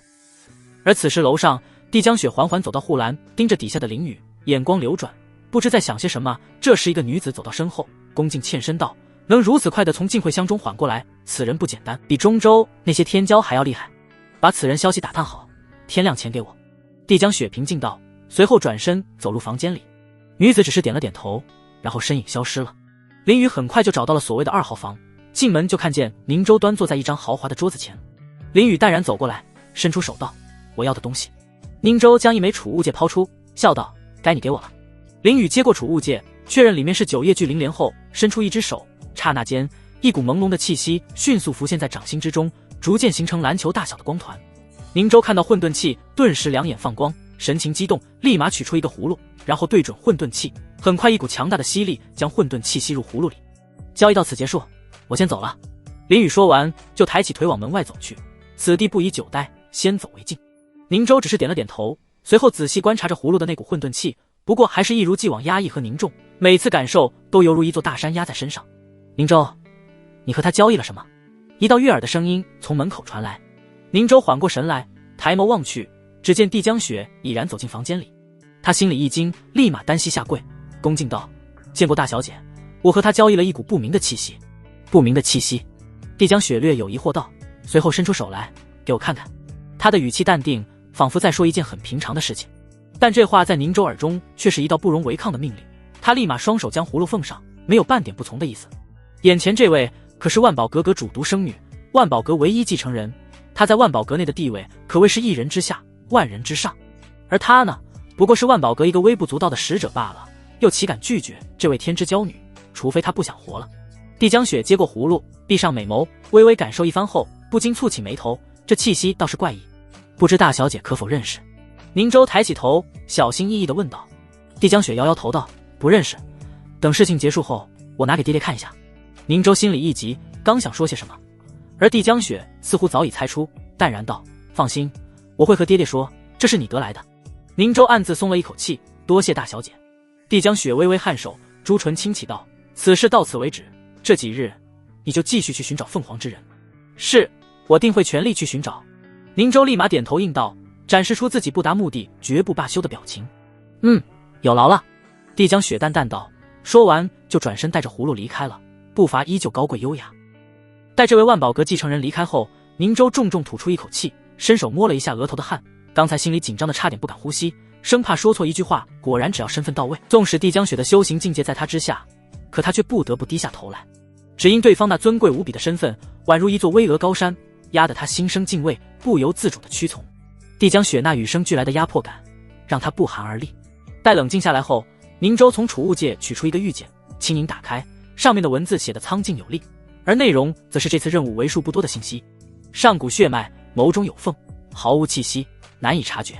宁州只是扫了两眼后，无奈叹气一声，将玉简收好，摇摇头道：“都没有气息，想要在这苍玄城里寻找，简直大海捞针。”此时，苏寒衣已然带着2位徒弟回到了花雪楼。林雨直接坐到椅子上，给自己倒上一杯茶，轻轻抿了一口，缓解一下刚才在万宝阁略微紧张的心情。苏寒衣坐到对面，看着林雨，淡淡道：“如何？这次可有遇到什么危险？”“那倒没有。”林雨放下茶杯，恢复了那副玩世不恭的神情，笑道：“而且若是危险，师尊怕是心疼死了。你没给别人制造麻烦就不错了。”顾星好没气地吐槽道。见林雨依旧正常，苏寒衣紧绷的心也松懈下来，但他很快就意识到了什么，不禁蹙眉看着林雨，心里十分疑惑。他什么时候会这么关心一个人了？这究竟是怎么回事？这种情况又是什么时候开始的？这3个问题顿时出现在苏寒衣的脑海里，让他不禁陷入沉思。师尊，这么想看徒儿的帅脸，那徒儿让你看个够。林雨说罢便直接凑到苏寒衣面前，同样目不转睛地看了起来。有一说一，苏寒衣的容貌当真美得动人心魄，令人百看不厌，每一处线条都仿佛是上天精心雕琢而成，组合在一起堪称完美无缺。苏寒衣缓过神来，少年的呼出的热气扑到脸上，令他耳垂染红，微微别过头去。“你正经点。”他有些无奈道。林雨带着戏谑的笑容坐了回去。“好好好，我听师尊的。宗主你说这话，就仿佛再让小偷不再偷东西一般，毫无意义。”顾星瞥了一眼林雨，以他对这登徒子的了解，要是真的能正经，那天上就得掉馅饼了。苏寒衣也清楚说了无意义，也无奈叹气，随后准备来开口询问一下这次交易的东西是什么，但却听见林雨抢先开口：“对了，师尊，你对万宝阁究竟了解多少？”林雨收敛起笑容询问道。“万宝阁？”苏寒衣微微思索一下后摇摇头道：“我知道的并不多。那你有没有听说过帝江雪这号人物？”林雨接着询问道。苏寒衣闻言努力思索，眉头都皱成一个川字，随后摇摇头道：“并未听说过，这万宝阁向来神秘，很多消息是无从得知的。”“好吧。”林雨淡然道，“本来还想看看师尊认不认识，从而得知那女人的些许信息，看来现在是没戏了。”苏寒衣察觉到一丝异样，有些紧张道：“怎么了？是被那个帝江雪威胁了吗？”“那倒没有，只是进门见过一面。”林雨坦白说道。“原来如此。”苏寒衣松了口气，随后接着开口：“对了，你这次就究竟和万宝阁交易了什么？”“交易了这个。”林雨笑着说道，伸出了一根手指，上面汇聚了一小团混沌气息，是这股双修获得的神秘气息。苏寒衣瞬间就意识到了，心里也是一惊，这股气息原来这么珍贵，居然能让万宝阁也心动。但同时他也意识到了一个问题，连万宝阁都眼馋的东西，那其他人知道这股气息后又会有什么动作呢？这个问题他都不用猜也知道结果，随后脸色带着几分凝重道：“这股气息固然厉害，但以后尽量不要在别人面前展示。”“我懂我懂。”林雨点了点头，匹夫无罪，怀璧其罪这个道理他还是明白的。随后他便将混沌气收了起来。“明白就好。”苏寒衣淡然道，接着又问道：“那万宝阁给了你什么？”“当然是师尊心心念念的东西了。”林雨忽然笑道。苏寒衣有些疑惑，不解道：“究竟是何物？师尊自己看看就知道了。”林雨将储物戒抛出，脸上尽是得意之色。苏寒衣伸手接过储物戒，将灵石注入，待他看到里面的东西后，猛地一怔，顿时望着林雨，脸上写满了不可置信：“你和他们交易9叶聚灵莲？”他的心里有些懵了，这东西不是万宝阁的拍卖品吗？竟然也能拿来交易，这太不可思议了。要知道万宝阁可是有规矩，拍卖品向来是无价之宝，无论别人走什么途径，最后都只有拍卖这一条路，但规矩也并非绝对的，只要你可以拿得出与之相比的宝物，也能换取拍卖品。曾经就有几个庞大势力就这般做过，但也仅仅只有那几个大势力做过。看来林雨的那股神秘气息当真是绝世珍品，即便是万宝阁也不惜破坏规矩，也要拿到。苏寒一不禁心底一沉，那气息越是珍贵，也就代表林雨越是危险。顾星也愣住了，他万万没想到林雨费尽千辛万苦，竟然是为了宗主，这和他想象中的林雨大为不同。毕竟他一直都是以为林雨是一个自私的家伙。他不禁撇撇嘴，抱怨道：“你这登徒子对宗主这么好，怎么对我就跟个流氓似的？那是因为你没有师尊好看。”林雨淡笑一声，但心里却立马反驳：“其实我对你们两个都像流氓。”你……顾星瞪了一眼，随后有些抓狂。他不明白为何林雨每次出口都能让他生气，这登徒子是不是故意气他呢？我回房间了。他轻哼一声，扭头就往楼上走去。回房间记得想我哦。林雨目送着顾星上楼，笑呵呵道。楼上却传来一道气呼呼的声音：“我才不会想你。”对此，林雨也只是笑笑不说话。他们这般拌嘴的事情多了去了，他早就习以为常。以他对顾星的了解，明日气便消了。而在这时，苏寒一陷入了沉思。顾星那句“你这登徒子对宗主这么好”，在他脑海中不断盘旋回响。他陡然回神，这9叶聚灵莲可不正是自己梦寐以求的？只要有了它，宗门内的灵泉便能灵气大增，弟子们的修炼速度也会随之提升，宗门实力也将更上一层楼。此前，他一心想着借助万宝盛会得到此宝，为了凑够竞拍所需的2000万上品灵石，他甚至无奈与林雨达成了那个令他羞赧不已的约定。然而世事难料，林雨竟在万宝盛会前就弄到了9叶聚灵莲。这突如其来的变故如同一记重锤，狠狠撞击在他心上，令他心头猛地一颤。在苏寒一想来，林雨或许只是个唯利是图之人，拿了灵石便会对他托付之事敷衍了事。可如今看来，林雨竟将此事一直放在心间，一时间他心中五味杂陈，有愧疚，有欣喜，更有一种难以言喻的情感悄然滋生。苏寒一看了看手中的储物戒，又看了一眼林雨，眼中满是复杂之色，一时也不知道如何表达。林雨注意到苏寒一的目光，眨了眨眼，戏谑道：“师尊这般看着，莫非是喜欢上我了？”少贫嘴。苏寒一淡淡训斥，语气却非常轻，完全看不出责怪的意思。林雨微微一愣，眼中有着一些诧异。按理说他这般说话，师尊应该冰冷说话的，如今这是怎么回事？莫非是送的那朵9叶聚灵莲给师尊感动到了？林雨看着眼前场景猜到了些许，然后立马就调出苏寒一的面板。姓名：苏寒一，年龄520，境界：造化境境一重天，天赋：地级天赋，体质：太阴玄女圣体，圣体，对宿主好感75，武器：万载玄冰剑，黄气。林雨紧盯好感度那一列，发现竟然比之前又高出10点，这也证明他猜的不错，师尊现在应该挺感动的。只是为何只加10点？系统你是不是搞我？按理说女孩子遇到这种事情，就算没有把好感度拉满，但也应该有不小的提升才对。林雨不禁疑惑，并在心中询问道：“宿主，每个人的体质不一样吗？”去你奶奶的！林雨忍不住破口大骂，他此刻想把系统大卸8块的心都有了。叮！苏寒一对宿主的好感度提升5点。林雨忽然一顿，心里的怒火逐渐消散，似乎也搞明白了，感情不是一蹴而就，而是需要日久生情，逐渐提升的一个过程。宿主此言差矣，万一日久生不了情怎么办？那就不够久吗？多来几次就好了。林雨戏谑反驳道。不过系统此时问他，可能就问错人了，毕竟他这辈子目前也就和苏寒一有过2次日久生情的体验，不能算是行家。苏寒一此时看着林雨，心里感慨万分，深深吸了一口气后，十分郑重道：“谢谢你。”无论以前林雨有多顽劣，但此刻在他眼中，林雨就是个好徒弟。林雨一愣，没想到那高冷的师尊居然会向他道谢，真当是铁树开花，十分罕见。他眼眸里闪过一丝狡黠，笑道：“师尊，我家乡有个习俗，感谢别人的时候是要拥抱的。”说完，他立马飞身跃起，朝苏寒一扑去。这是什么习俗？为师为何不知道？苏寒一不太相信，毕竟林雨眼中的狡黠被他捕捉到了，身影一闪，直接躲开。林雨越过椅子，轻松落地，无奈撇撇嘴：“师尊，徒儿立下如此大的功劳，你却连一个拥抱都不肯给吗？”“不是不给，是男女有别。”苏寒一叹气一声，他徒儿什么时候能学明白这个道理呢？林雨对此早有准备，他之前就发现了，师尊和他说话时，眼眸里总是有着一股淡淡的愧疚之色。虽说他不知道为何愧疚，但他明白如何对付心有愧疚之人，那就是装可怜。林雨挂起一抹落寞的神情，转过身子，叹气道：“罢了罢了，像我这样命苦之人，又怎敢奢望能得到别人的拥抱呢？自幼便无父无母，孤苦伶仃，本以为踏入宗门便能有一番作为，大展身手，可谁知命运弄人，惨遭奸人暗算，沦为废人，受尽世间冷眼，最后竟沦落到被人肆意欺凌的地步。林雨并不知晓苏寒一曾看过他的名册，对他的过往有所了解，只是将自己记忆中那些悲惨之事一股脑地倾诉出来。然而他万万没想到，这一番话语竟如同一把锐利的剑，直直地射中了苏寒一内心最柔软的地方。苏寒一望着林雨凄凉的背影，心中仿佛被一只的大手揪住，一阵剧痛袭来。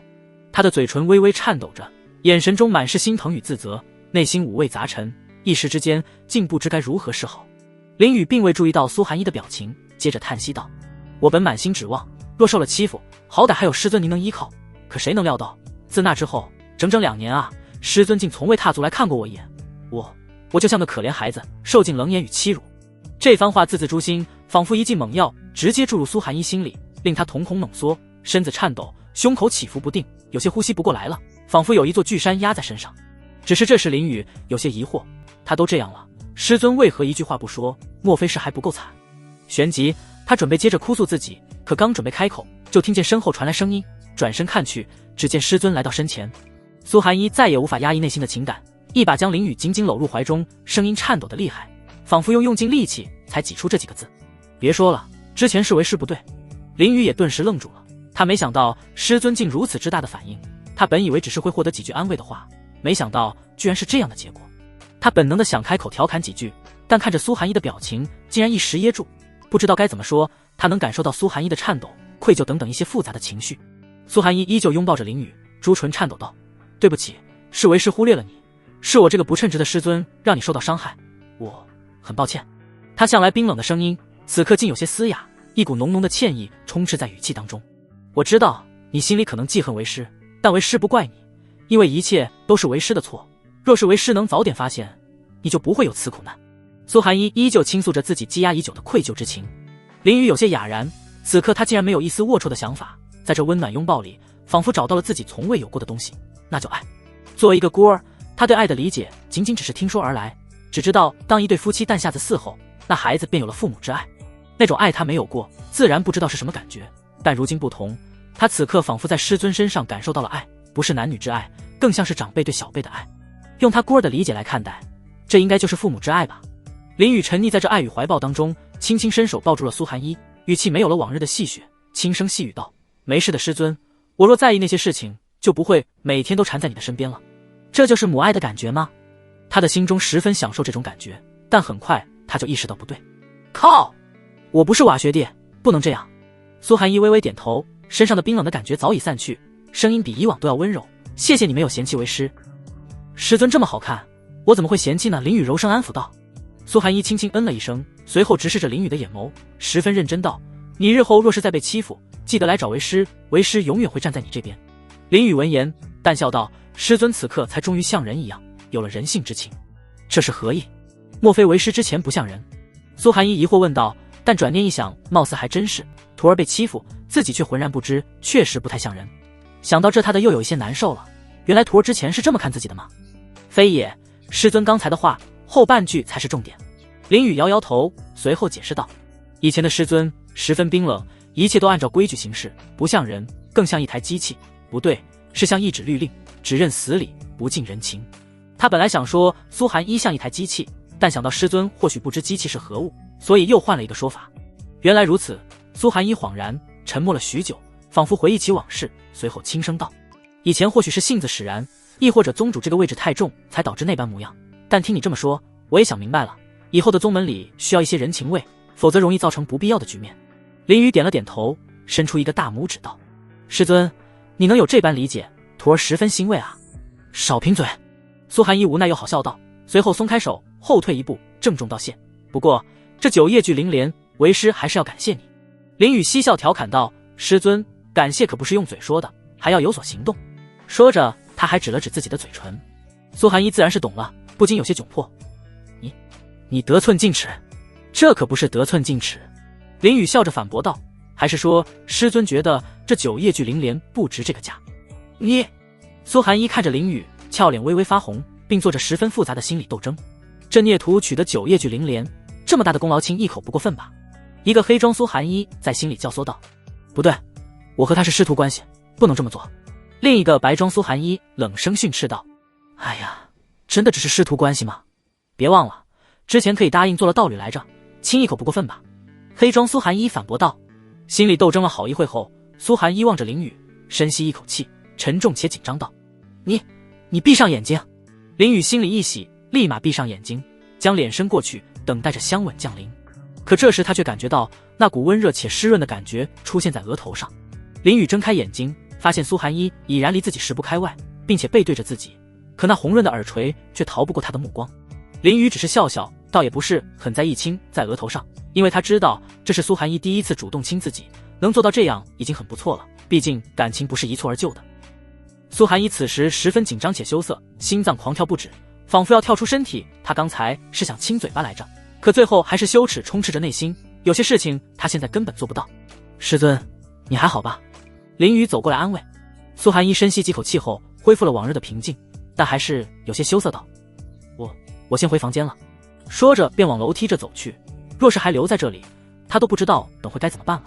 林雨望着，随后扔出一个储物袋，笑道：师尊，这个可是极道地兵，带上它，以后就没人能打得过你了。今日之事他也明白，师尊也需要一些保护，否则再被几个人围殴，恐怕就生死道消了。为了杜绝此事，他决定把最珍贵的宝物给苏寒一。极道地兵。苏寒一接过袋子，却十分不幸，毕竟这小小东荒域连圣器都没见几个，怎么可能有地兵？他就当作是弟子的安慰，道谢一声就上楼了。回到房间后，苏寒一松了一口气，仿佛躲过追捕的逃犯。随后看着手中的袋子和储物戒，本想将2个全收起来，可那个袋子却好像有什么魅力在勾引着他，好奇心涌出，令他有些心痒难耐。这究竟是何物？苏寒一疑惑看着袋子，最后轻轻打开，随后将灵石投入进去，忽然身子一僵，俏脸迅速布满红润，一股比以往都要强烈的羞耻感迅速充满全身。袋子里面竟然是一个肚兜。苏寒一不可置信盯着袋子，他不明白林雨为何送肚兜给他，这孽徒莫非想他穿不成？真是越发没有规矩了。他心里既娇羞又不悦，难道就一点男女之别的道理都不懂吗？苏寒一无奈扶额，对于这位徒弟显然是毫无办法了。正当他想将袋子放到一旁，然后想想怎么处理的时候，突然一股令人心悸的威严从袋子弥漫出来。苏寒一只觉头皮一阵发麻，瞳孔瞬间急剧收缩，呼吸仿佛被一只无形的大手狠狠扼住，整个人身子猛地一颤，目光死死地锁住那袋子，眼神中写满了难以置信。这股威严实在太过恐怖，宛如一位冷血无情的暴君亲临，散发着令人胆寒的气息，直叫人不寒而栗。苏寒一颤抖着双手，缓缓将肚兜从袋子里拿了出来，而后死死地盯着他，眼神里除了震惊还是震惊。难道这真的是无上的极道地兵？他能清晰地感受到这股力量强大的毋庸置疑，仿佛拥有着凌驾于世间万物之上的威严。就在这时，他体内的万载玄冰剑竟剧烈地颤抖起来，那模样就像是臣子在诚惶诚恐地迎接新皇登基一般。然而这还不是最让他震惊的，若这真的是极道地兵，那林雨究竟是如何得到此物的呢？要知道东荒域向来资源匮乏，就算是圣器那也是寥寥无几，又怎么可能会出现地兵，而且还是最高品质的地兵？况且就算真有地兵现世，以林雨目前这般弱小的境界，也绝无可能得到地兵啊。可如今这一切却真真切切地发生在了眼前，这到底是怎么回事？苏寒一满心皆是震惊，此时他愈发觉得自己似乎从来都没有真正看透这个平日里总是一副吊儿郎当模样的徒弟。时光飞逝，已然来到第2天，林雨躺在自己房间呼呼大睡。虽说修为到灵台境以后就不用睡觉，但自从他得到了系统，便不修炼，时间自然也多。但时间多却并没有想象中的有趣，因为没有几个玩伴，所以睡觉也成了他消磨时间的一种方法。此时林雨梦到自己和苏寒一洞房，嘴角不禁微微扬起。喂，起床了！一道清脆的声音在他耳边响起。林雨不禁皱起眉头，脸上有些不爽。可恶啊，就差一点就圆房了，究竟是谁坏他美梦？此刻他的意识逐渐清醒，并且能感受到有一个人坐在他的肚子上。林雨微微睁开眼睛，只见一位少女浮现在眼前，他心里猛地一惊，这不正是苍玄城的城主林婉瑶吗？哟，终于醒了，大懒猪！林玉瑶俯身凑近，笑嘻嘻道。林雨下意识想起来，但却被林玉瑶死死压着，索性也不再挣扎，反正那小翘臀坐在肚子上还挺舒服的，而且也不重，差不多就跟张厚厚的棉被差不多。他将双手枕在脑后，疑惑问道：你怎么进来的？林婉瑶直起身子，摇头晃脑道：这滑雪楼本来就是我的，自然想进就进了。原来如此，那你有什么事？林雨打了个哈欠，明显还没睡够。找你玩啊！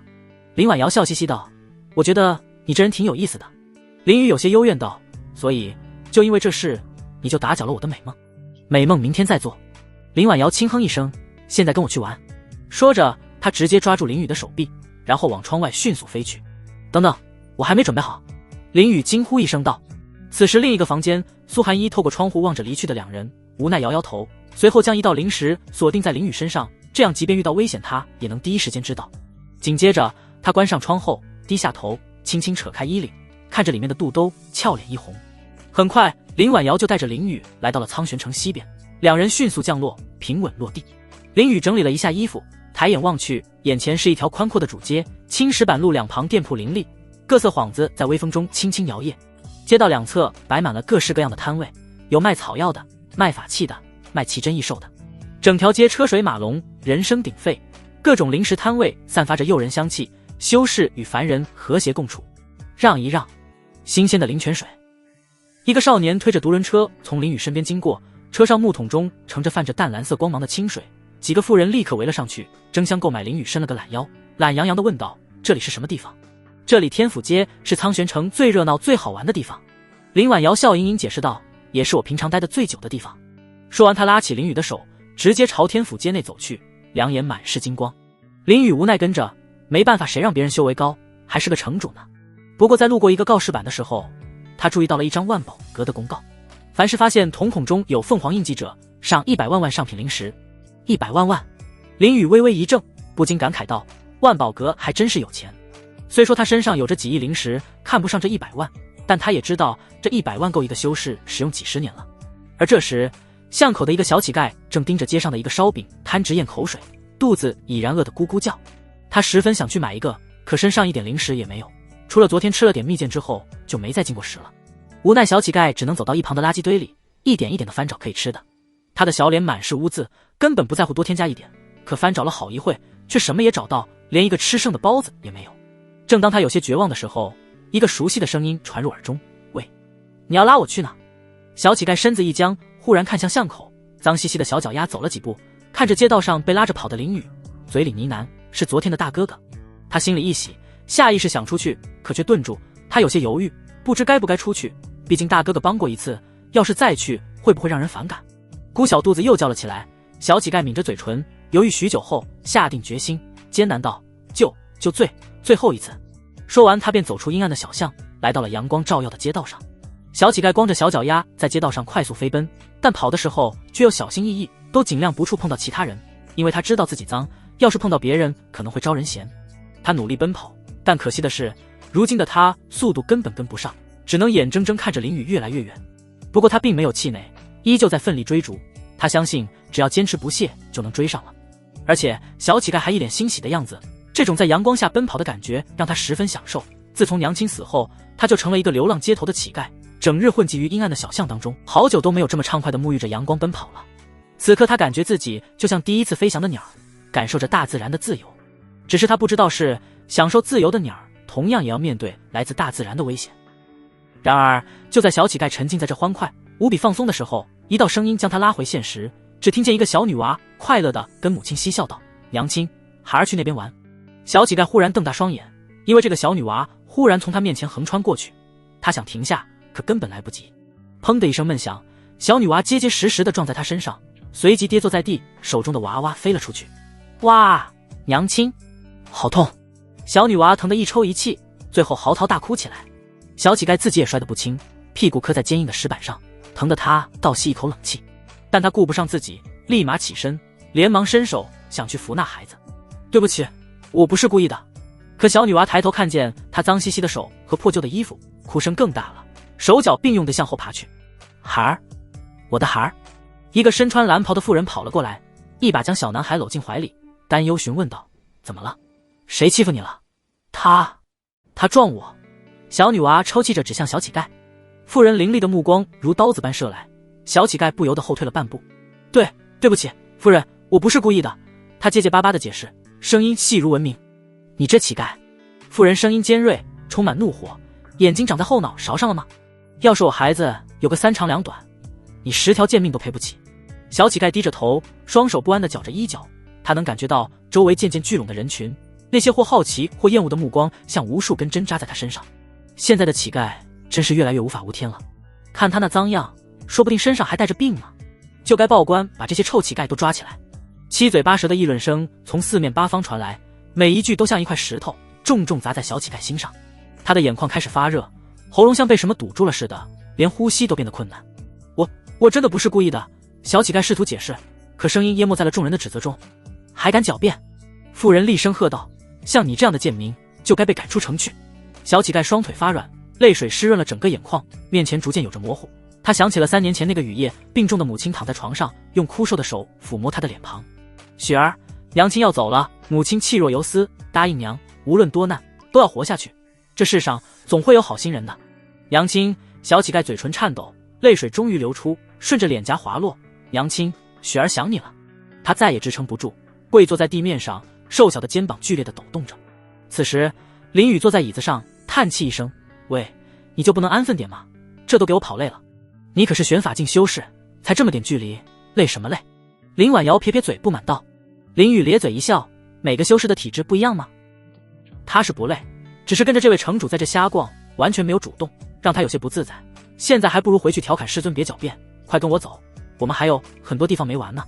林婉瑶伸手比划了一下，开口道。林雨双手枕在脑后，笑道：那你说几个让我感兴趣的，若是说得动我就陪你去。若是现在林婉瑶说个青楼的话，他倒是可以接受。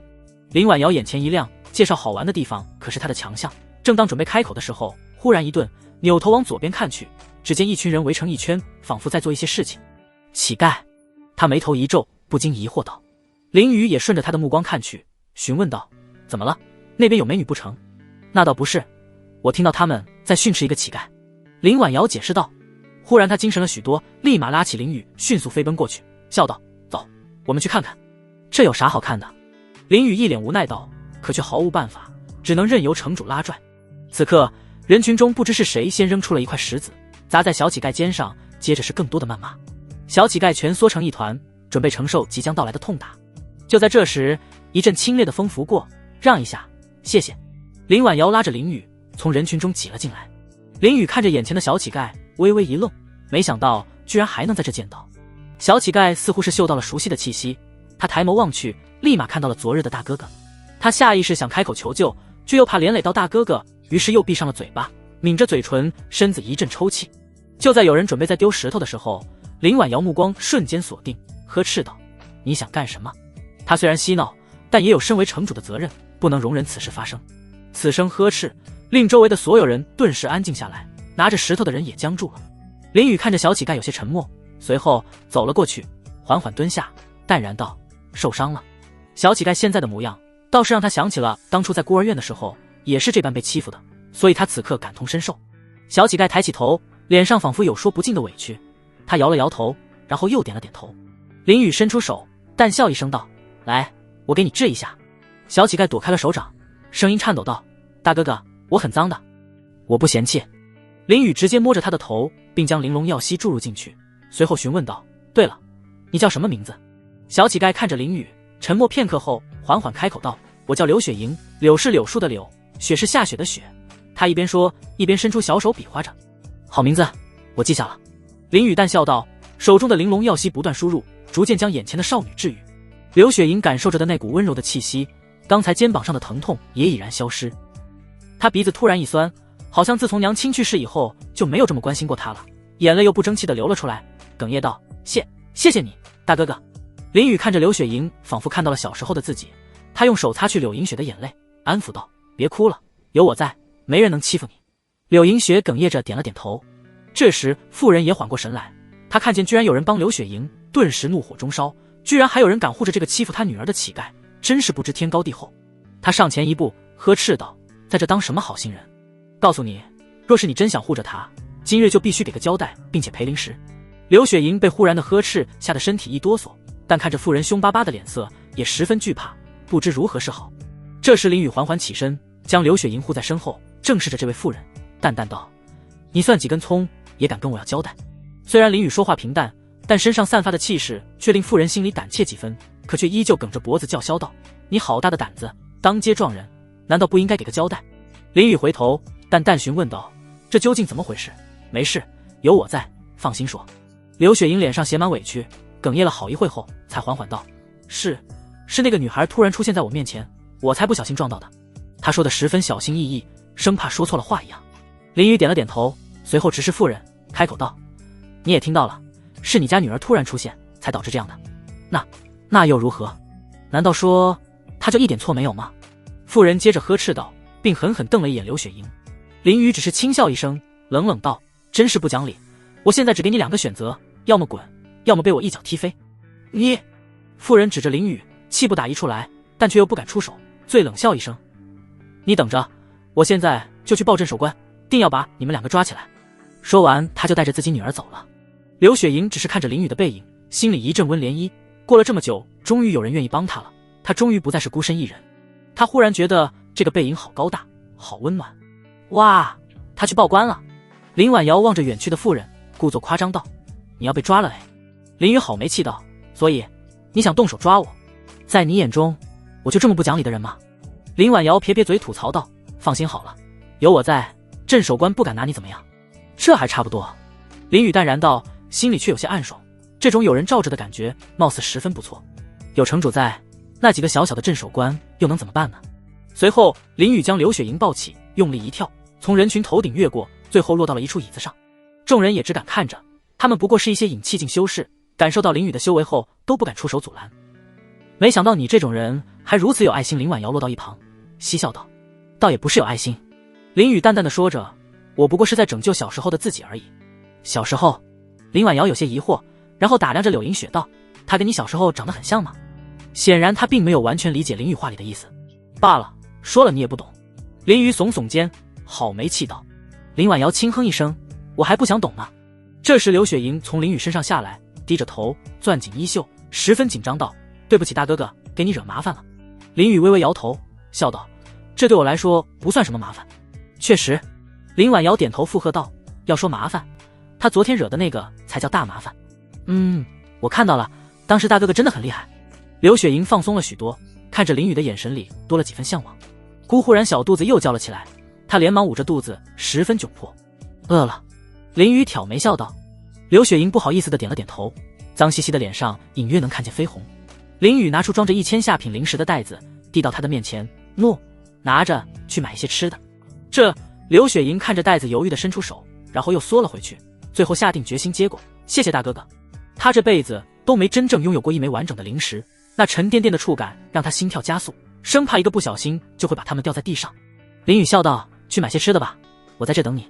刘雪莹十分感激地点了点头，然后看着街道对面的春香楼，不禁咽了一下口水。这个客栈她每次路过都被里面的香气诱惑，不过因为没灵石一直不敢进，但现在不一样，现在她终于有胆量进入了。刘雪莹走过中间的街道，径直踏入了春香楼，内心既紧张又兴奋。此时林婉瑶坐到林雨一旁，眨眨眼道：我也饿了，能不能给点零食？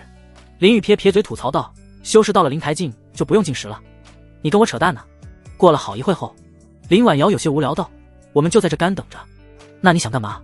林雨疑惑道：我们也进去看看，我怕那小丫头不会付钱。林婉瑶说着就拉起林雨就往春香楼走去。林雨也是十分无奈，下定决心等以后变强了一定要教训一下这个女人。而就在这时候，砰一声巨响打断了2人的脚步，客栈的木门轰然破碎，一道瘦小的身影如断了线的风筝般飞出，重重摔在林雨面前，激起一片尘土。林雨眉头微蹙，目光落在那蜷缩成一团的身影上，正是刚刚进去不久的刘雪莹。刘雪莹浑身颤抖，却倔强的想要爬起来，那脏兮兮的小脸上满是痛苦，但那双眼却死死盯着客栈门口，浑身臭气，影响到本皇子吃饭了。一个锦衣华服的年轻男子站在破碎的门框内，面色阴鸷。这时皇子身后几个随从模样的人哄笑起来，其中一人抛接着一个袋子，正是林雨给柳银雪的那袋灵石。一个乞丐怎么会有灵石？一定是偷的。那随从谄媚的附和道，顺手将钱袋递给皇子。刘雪莹抬手擦去嘴角的血迹，声音虽轻却异常坚定：把灵石还给我。大哥哥刚给自己的灵石，若是就这么丢了，他可就没有脸去见大哥哥了。那皇子像是听到了什么笑话，夸张的大笑起来。你们听见了吗？这小乞丐还想要回赃物。他随手打开钱袋，倒出几颗下品灵石，在掌心把玩，说吧，从哪儿偷来的？本皇子今天心情好，说不定能给你个痛快。围观的人群渐渐聚集，却无人敢出声，因为他们感受到皇子的修为乃是涅槃境，而且他们对于一个乞丐的死活并不关心。这才不是偷的。刘雪莹大声反驳，泪水充满眼眶，可这次却倔强的没有流下来。一位随从不满呵斥道：“这个乞丐不仅偷东西，还满嘴谎话，真是不要脸。”刘雪莹抿着嘴唇，双手死死攥着衣角，胸口里仿佛充斥着无尽的委屈和愤怒。林雨不禁眯起眼睛，他倒要看看究竟是谁如此猖狂。此时一块面板浮现在眼前，姓名：周江胜，年龄376，体质：天阳明君体，境界：涅槃境一重天，天赋：天级天赋，武器：岳阳镇山印，上品真气。周江胜，此人是谁？林雨有些疑惑。就在这时，林婉瑶给他传音，简单介绍了一下眼前这个皇子。林雨听完后也大致有所了解，周江胜来自于灵辉王朝，身份是三皇子，而这所谓的灵辉王朝则是东荒域的一个二流势力，同时也是归属于玄星宗座下。虽说是一个二流势力，但也是二流势力的顶尖存在，以目前的趋势，若是再给个几百年时间，恐怕可以跻身进入一流势力的行列。而想要进入一流势力的最低条件，便是有一位法相境强者坐镇。目前灵辉王朝最折乃武灵皇帝，修为达到了玉主境7重天，距离法相境还有3步之遥。定，触发掠夺任务，选择1，带着小乞丐离开，不发生争夺，做一个遵纪守法的好弟子，奖励功法。福地冲天拳，中品地级功法。选择2，强势保护小乞丐，与不法分子勇于争斗，最后将其财宝掠夺，奖励功法。太古龙皇拳，极品地级功法。此时周江胜不禁眯起眼睛，正是个不知死活的乞丐，如今本皇子已然没有耐心和你玩下去了。说着，他给了旁边随从的一个眼神，随从心领神会，然后冷笑着朝刘雪莹走去。臭乞丐，今日我便惹我主子的下场。刘雪莹心里一惊，身子下意识害怕的颤抖，但却一咬舌尖，让自己振作起来。今日不拿回灵石，誓不罢休，把灵石还给我。刘雪莹咬着牙，罕见的拔高声音：“真是吵人，赶紧动手！”周江胜有些不耐烦的催促。得令。随从狰狞的笑着，并扭动了一下脖子，发出骨头的清脆响声。他一步踏前，拳头上汇聚着浓郁的灵气，一拳轰向刘雪莹，气势磅礴，在凡人眼里，这就是毁天灭地的一拳。周围有不少柔弱的女子都立马捂上双眼，不敢观看接下来血腥的一幕。刘雪莹望着面前朝着自己冲过来的硕大拳头，呼吸瞬间凝重，心脏仿佛也停止了跳动一般。她整个人都感受到了一股巨大威压，令人不寒而栗。我要死了吗？刘雪莹不禁如此去想，若是就这么死了，她这也算是解脱了吧。而且死前能遇到一个帮助自己的大哥哥，已经十分满足了，只是没有把灵石抢回来，让她感觉有些对不起大哥哥。这时在她不知情的情况下，左眼散发出一阵微弱的光芒，瞳孔迅速浮现出一只威严的凤凰。就在所有人都以为小乞丐要遭殃的时候，他们却看到林雨一步来到小乞丐身旁，伸出手掌将拳头接了下来，两人的掌拳相碰，发出了一声砰的巨响。刘雪莹下意识闭上眼睛，眉头都皱起成一个川字，可这时她却发现身上一点痛觉也没有。她缓缓睁开眼睛的时候，只看见一个熟悉的身影站在自己面前。大哥哥！刘雪莹兴奋地大喊一声，而眼中的凤凰图案也因为没有危险而消失了。随从不悦地皱起眉头，怒斥道：你是何人，竟敢阻止我？若是为皇子办事不成功，那皇子恐怕不会给他什么好脸色，所以现在他十分愤怒，大呼小叫的，烦不烦？林雨毫无感情地说道，眼中的寒意逐渐泄露出来。随从被那寒意吓了一跳，但却立马镇定下来，咬牙切齿道：混账，给我让开，否则后果自负。林雨根本不在意，眼前的随从不过是一个玄法境修士，竟也敢跟他叫嚣，真是不知死活。有种便试试。他冷声说道，手上青筋暴起，瞬间用出全力，一股强大的气势喷薄而出。咯嘣一声，随从骨头破碎的声音突兀的响起，紧接着是一连串细碎而尖锐的咔嚓声。他的拳头在林雨的手上迅速变形，指骨、掌骨纷纷破碎，变成了一团扭曲的血肉。啊！随从发出一声撕心裂肺的惨叫，只觉得一股剧痛感从手上迅速传遍全身，他的身体剧烈的颤抖着，双脚用力蹬踏着地面，试图摆脱这无尽的痛苦，但林雨的手却牢牢锁住，让他动弹不得。周围的人都傻了，不可置信地看着眼前血腥的一幕，令们不寒而栗，下意识捂住手掌，仿佛被捏碎的是他们的手。忽然人群中有人认出了林雨，立马惊声喊道：是他昨天在天赏阁大闹的那个宗门弟子。有不少人心里猛地一颤，迅速观察，越看越眼熟，纷纷惊呼一声：没错，就是那个弟子，不仅摧毁人们的仿佛，还破坏了灵芒山，据说还公然反抗镇守官，做事十分猖狂。什么？是那个号称或是瘟神的弟子？大伙别说了，先跑吧，以免殃及自身。周围还在围观的众人听闻此言，顿时就四散而逃，个个都躲得远远的。周江胜不禁皱起眉头，心里闪过一丝诧异，但却不是因为听到百姓的议论诧异，而是他注意到了那个小乞丐刚才眼中浮现了一抹淡淡的凤凰图案。他不禁有些疑惑，这个小小的乞丐怎么会和凤凰扯上关系？他可是清楚得很，凡是能和凤凰扯上关系的都是无价之宝。要知道，凤凰可是世间最高贵的灵兽之一，但血脉却难以繁衍。如今广袤无垠的苍蓝大陆，凤凰怕是总共就30多只，可见有多么珍贵。可就是这么珍贵的凤凰，又怎么会出现在一个小乞丐身上？这让他十分不解。此时刘雪莹看着林雨，脸上露出一抹不可置信的神色。刚才那恐怖的家伙在大哥哥手上竟然如此不堪一击，大哥哥还真是厉害。这般想着，他瞳孔不禁流露出羡慕的神情。若是他也能如此厉害就好了。松手！随从痛苦的哀嚎，脸色惨白，五官几乎皱在一起。好，林雨淡淡一声道。随从心里一喜，发现林雨确实把手松开了。正当他以为脱离苦海的时候，却听到林雨十分冰冷的话语，心头猛地一颤。下辈子注意点。林雨说完，跳起来，在空中快速旋转一圈后，猛地抬起腿，狠狠地一脚甩在随从脸上。砰的一声，这是大力沉的一击将随从踢飞，就像断线的风筝一般冲向周江胜，速度十分迅猛。周江胜冷冷看着，抬手用灵气将飞来的随从打飞到一边。随从转变方向，落到一边的街道上，砸出了一个深坑。此刻他两眼翻白，七窍流血，昏死过去。更恐怖的是，随从的整张脸都凹了进去，可见林雨这一脚用了多大力。哎，你听到没？刚才百姓称呼你为或是瘟神呢。林婉瑶笑嘻嘻地走到一旁，那副神情仿佛没把眼前的事情当回事。林雨淡淡地瞥了一眼，颔首道：那说明我本事大。是，本事大到把我家拆了。林婉瑶撇撇嘴吐槽道。此时刘雪莹躲在林雨后面，眼睛里已然毫无惧意，不知为何现在她只觉十分安心。林雨没有反驳林婉瑶的话，不过却察觉到一丝异常。他发现百姓似乎都不认识这位不着调的城主，不然刚才那位妇人也不会去报官，毕竟城主在这去报官貌似也没有意义。你是何人？周江胜此刻总算开口，声音冷得吓人。林婉瑶率先开口，笑着说道：你没听见刚才的议论吗？这位可是大名鼎鼎的或是瘟神。周江胜不禁眯起眼睛，上下打量着林雨。或是瘟神他自然听说过，昨日突然疯传的一件大事，只是他不太在意，并没有派人去调查，所以不清楚这所谓的瘟神是谁。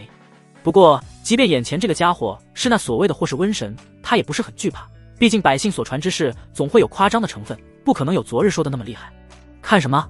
没见过帅哥？林雨冷冷道。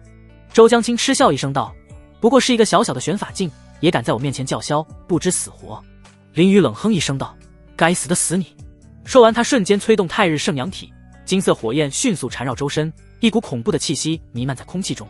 周江胜心底一沉，没想到眼前这人竟有如此实力，立马催动天阳明君体，身后浮现一轮红日，散发一股泛红的气息以来抵御。可很快他就意识到了不对，自己经脉中涌出一抹恐惧，让他毛骨悚然。周江胜心里一惊，这人体质是和他同类型的，而且那人的体质却比他的天阳明君体要强很多，否则也不会有如此现象。他立马镇静下来，眼里流露出贪婪之色，若是将此人体质吸收，自己的实力恐怕会有质的提升。真是令人恶心的眼神。林雨冷冰冰地说道，一个箭步踏出，犹如一道闪电般迅速掠出，眨眼间就到了周江胜面前，举起拳头猛地轰出。这一拳没有使用任何精妙的功法，拳风中裹挟着的仅是朴实无华的灵气和源自肉身的强悍。这一拳看似简单，却似有千钧之力潜藏其中，让人不容小觑。好快！周江胜瞳孔猛缩，身子根本就没有做出任何反应，拳头就出现在眼前。砰的一声巨响，周江胜犹如炮弹一般倒飞出去，速度快的如同陨落的流星，直接砸穿春香楼，然后沿着街道直线飞行，最后落入一张大湖之中，溅起滔天的水花。刘雪莹呆呆地看着，嘴里不禁呢喃：好厉害！别光看着，来吃点，别饿坏了。林婉瑶身子一闪，再次回来时手里多了一份烧饼，将其递到刘雪莹面前。刘雪莹看了看，小心翼翼接过烧饼，感激道：谢谢姐姐。说完便一口咬在烧饼上，脸上尽是满足的神色。此时一位男子从西方迅速飞来，悬停在天空上，冷冷地看着林雨，怒斥道：欺负母女，当街打人，你该当何罪？是镇守官来了。林婉瑶看着那男子的衣服，挑眉笑道。林雨只是淡淡地瞥了一眼，发现不过是玄法境9重天的修士，根本不屑理会，径直朝湖的方向走去。你敢无视我！名叫赵崇的镇守官怒斥，立马取出一把长剑，朝林宇俯冲而去。这时林婉瑶瞬间闪身挡在赵崇面前，语气平淡：“等会，事情不是你想的那样。你是何人？”赵崇蹙眉怒斥道，用剑指着：“你猜？”林婉瑶淡淡道，心里却十分无奈。早知道当初接手城主之位的时候，就不在大家面前使用变化之术了，不报上名来，就当同伙处置。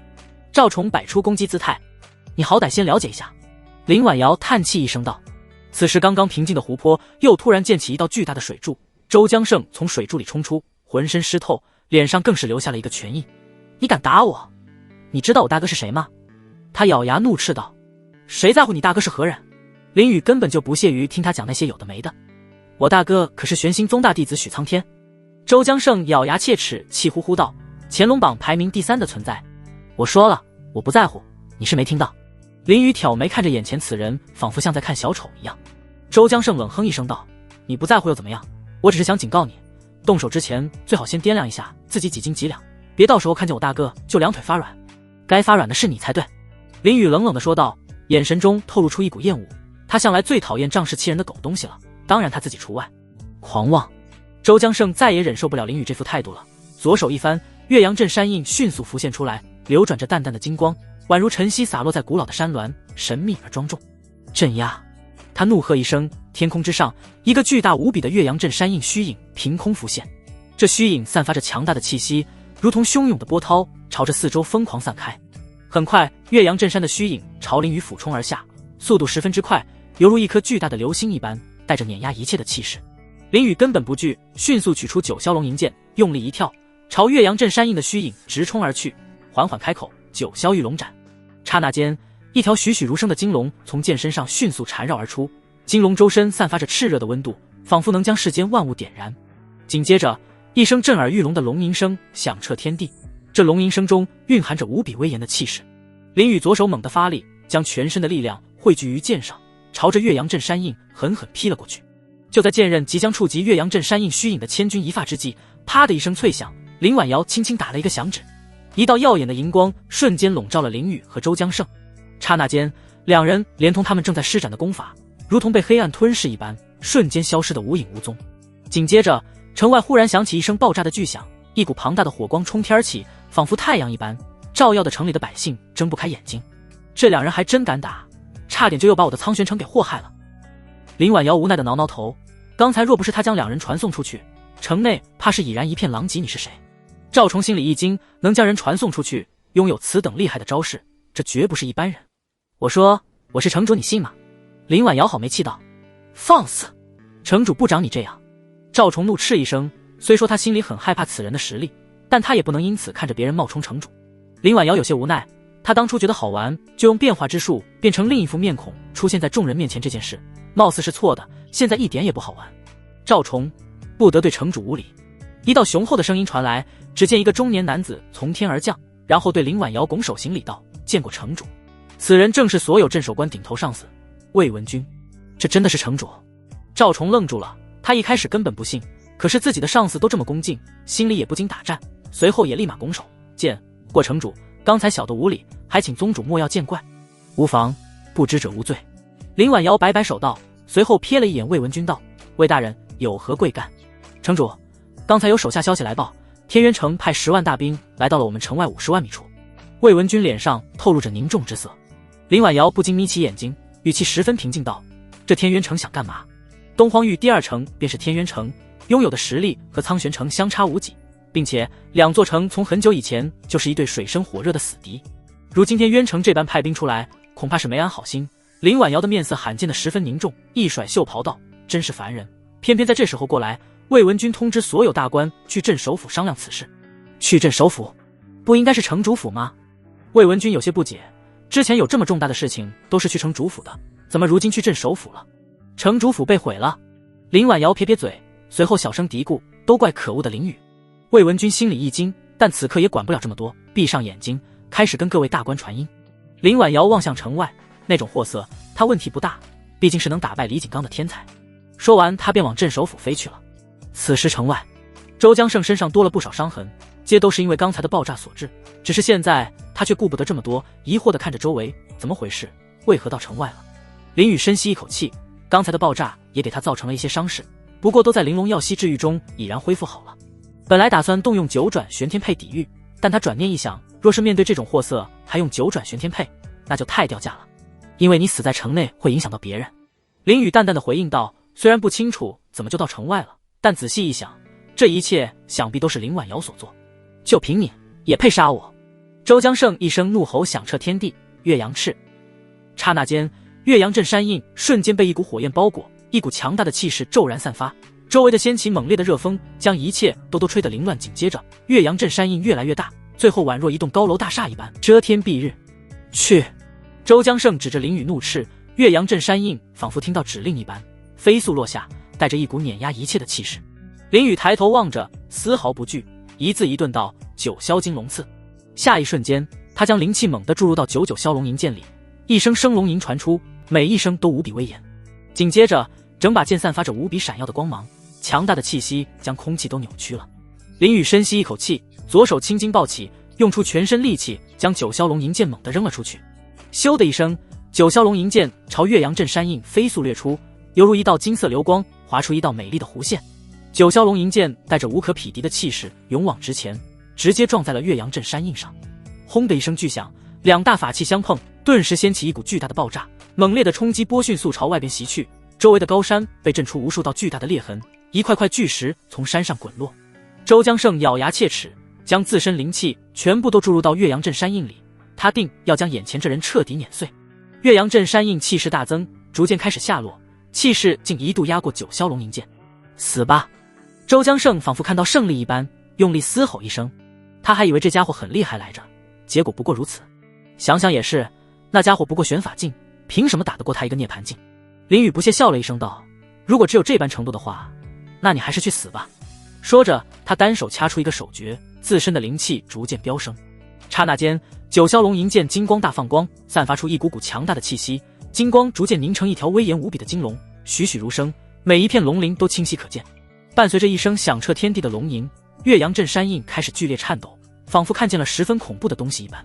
砰的一声巨响，金龙瞬间将岳阳镇山印给撞碎了，无数碎片朝四周飞去，最后落到地上，砸出一个个深坑。什么？周江胜不可置信道，他的岳阳镇山印竟然就这么碎了，这怎么可能？他心里十分震惊，那可是上品真气，岂是一个小小的玄法竟能打碎的？但现在周江胜想不了这么多，抬手凝聚出一道灵气护罩，用来抵御袭来的金龙。可这防护罩就仿佛纸糊的一样，金龙直接给撞碎了，甚至连一点停顿都没有。一股属于极道地兵的气息骤然扑到周江胜脸上，令他心头猛颤。此刻他终于明白了，为什么那把剑能轻松击碎他的岳阳镇山印，因为那是地兵，这就够了。只是他一个玄法境修士，为何能有地兵啊？他心底震惊的怒吼。砰的一声，金龙直接撞到了周江胜身上，他顿时就感觉到一股撕心裂肺的疼痛传遍全身，七窍流出了猩红的血液，他的意识几乎快要消失。在最后一刻，他艰难取出一个令牌，用力捏碎，然后就两眼翻白昏死过去。金龙带着周江胜猛冲直撞，最后直接撞到了一座高山上。砰的一声，高山瞬间被撞无数道巨大裂痕，溅起无数烟尘。此时金龙消散，变回了九霄龙银剑，插在周江胜胸口上，将他钉在峭壁之上。林宇抬起手掌对准周江胜，下一瞬间，九霄龙剑画出一只龙爪，然后将周江胜的储物袋拿下。接着，九霄龙银剑剧烈颤抖，从周江胜胸口拔了出来，然后迅速飞向林宇，并在空中划出一道金色的弧线。林宇轻松接下剑和储物袋，正当他要上交任务所需物品时，忽然破望圣瞳金光一现，他脑海里浮现一个强大的老者对他胸口发起了攻击。不好！他心里一惊，迅速向后退去，并立马催动焚天凤翼带燃，速度陡然暴增，瞬间便拉开了几千米的距离。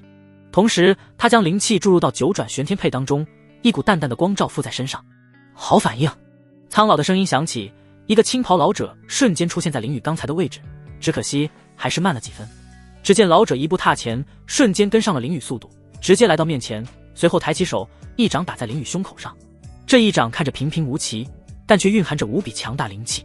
砰的一声，林宇犹如断线风筝被打飞出去，速度十分之快，甚至比刚才使用焚天凤翼带时还快。刹那间便飞出了万米之远，然后落到地上砸出一个深坑，并向后翻滚了好几个跟头才停下来。林宇胸口起伏不定，立马坐起来，发现一点伤势也没有后，拍了拍胸口，安抚好自己刚才惊魂未定的心情。幸好最后一秒把九转玄天佩用了出来，不然就刚刚那一掌，他恐怕就得见阎王了。真是一个王八，我倒要看看你这保命的法器能用多久。老者瞬间来到林宇面前，冷笑一声，再次挥出一掌，这次气势要比之前的还要强大。林宇丝毫不惧，咧嘴一笑，能用一辈子。老者恐怖的一掌朝林宇的面门袭去，若非有九转玄天配保护，他恐怕都扛不住这一掌的威压。而就在这时，一道白色倩影出现林宇面前，伸出纤纤玉手打在了老者手掌上。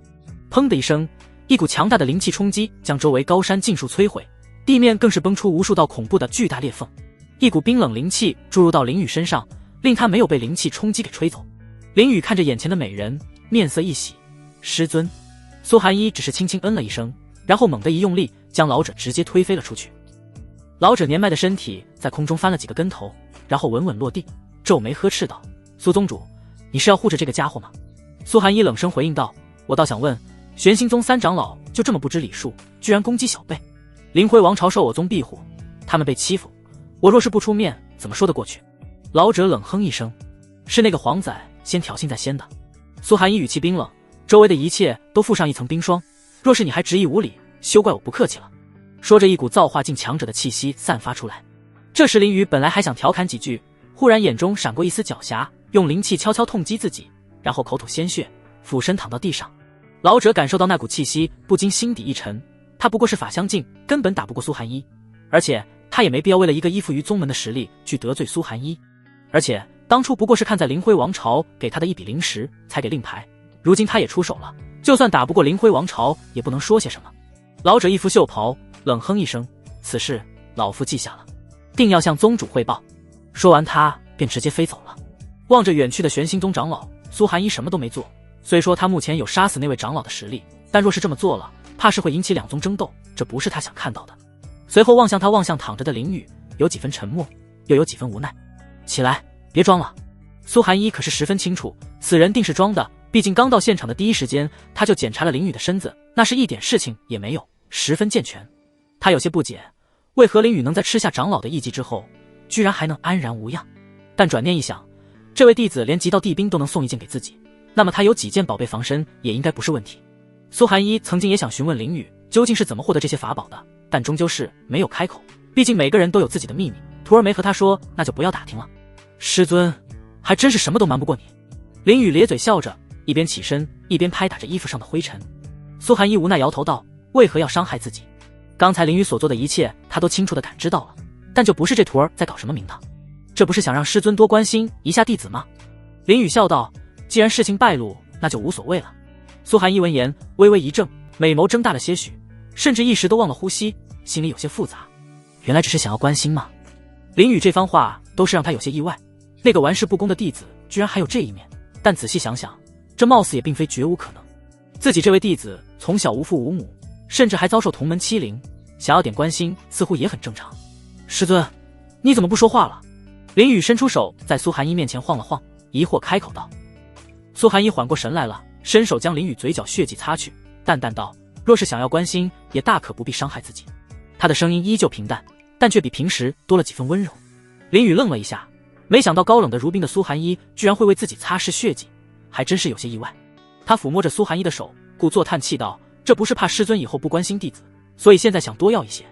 苏寒一顿时俏脸微红，立马抽回了手，深吸一口气后尽量平静道：你是我的徒儿，无论怎么样为师都会关心你的，不用为此担心。真的只是徒弟吗？林宇凑近几分，眼神闪过一抹戏谑，扑面而来的少年气息让苏寒一一时不知所措，俏脸也比刚才红润了不少。他当然还记得当初道侣的那个约定，只是现在他不知如何面对。虽然他活了500多年，见过很多事物，也见过不少道侣和夫妻，但这500多年里，他却把大部分时间都放在修炼上，根本就没有和任何一个男子结为过道侣，甚至也没有过亲密的接触。所以在谈恋爱这方面上，他完全是个小白，根本不知道该如何去做。而且最重要的是，他心里很难去跨过师徒这道门槛。这时林宇跳到苏寒一的背上，搂着他的脖子，笑道：师尊，别瞎想了，我们先回去吧。你干什么？苏寒一心里一惊，他能感受到炽热的体温，这让他跳不禁加快几分。林宇笑了笑道：当然是回去了，刚才不是说了吗？回去就回去，到为师背上干嘛？苏寒一语气不再平静，甚至有些羞涩，此刻他甚至能感受到徒弟有力的心跳，宛如战鼓般撞击着自己的后背。我看话本上说，徒弟受伤了，都是师尊背回去的。林雨笑嘻嘻地解释着。少看点画本。苏寒一忍着羞耻感说道，本来是想把林雨抓下来的，但看着那张坚韧的面容，心里升起了一股难以言喻的心情，令他打消了这个念头。最后无奈，他缓缓伸出手抱着林雨的大腿，无奈道，就这一次。林雨脸色一喜，立马上前贴在苏寒一脸上，不愧是师尊，对徒弟就是好。他的心里更是欣喜万分，什么就这一次？他可不信，正所谓万事开头难，有了这一次，以后就会有无数次。你别这样。苏寒一别过去头，娇嗔一声，在这般，等会就扔你下去。林雨安分下来，将头缩了回去，笑道，师尊说什么就是什么咯。此刻他的脸几乎都快挨着苏寒一的秀发，那股淡淡幽香令他十分享受。苏寒一见林雨没再继续，便松了一口气，只是此刻他的心跳有多快，或许只有他自己知道。而且若是此时有几个不了解情况的人在这里，想必一定会以为眼前的两人是一对恩爱的道侣。咻的一声，苏寒一催动灵气，化作一道流光，径直往城内飞去。这时林雨忽然想到什么，开口道，对了师尊，待会路过天府街的时候，帮我带一个小女孩。好。苏寒一淡淡道，他通过存放在林雨体内的那道灵石，早已观察到了今日所发生的一切，那个小女孩自然也是一清二楚。他有些欣慰，林雨看起来玩世不恭，但至少还有点善心，这一点很不错。时间飞逝，很快到了月亮升起来的时候。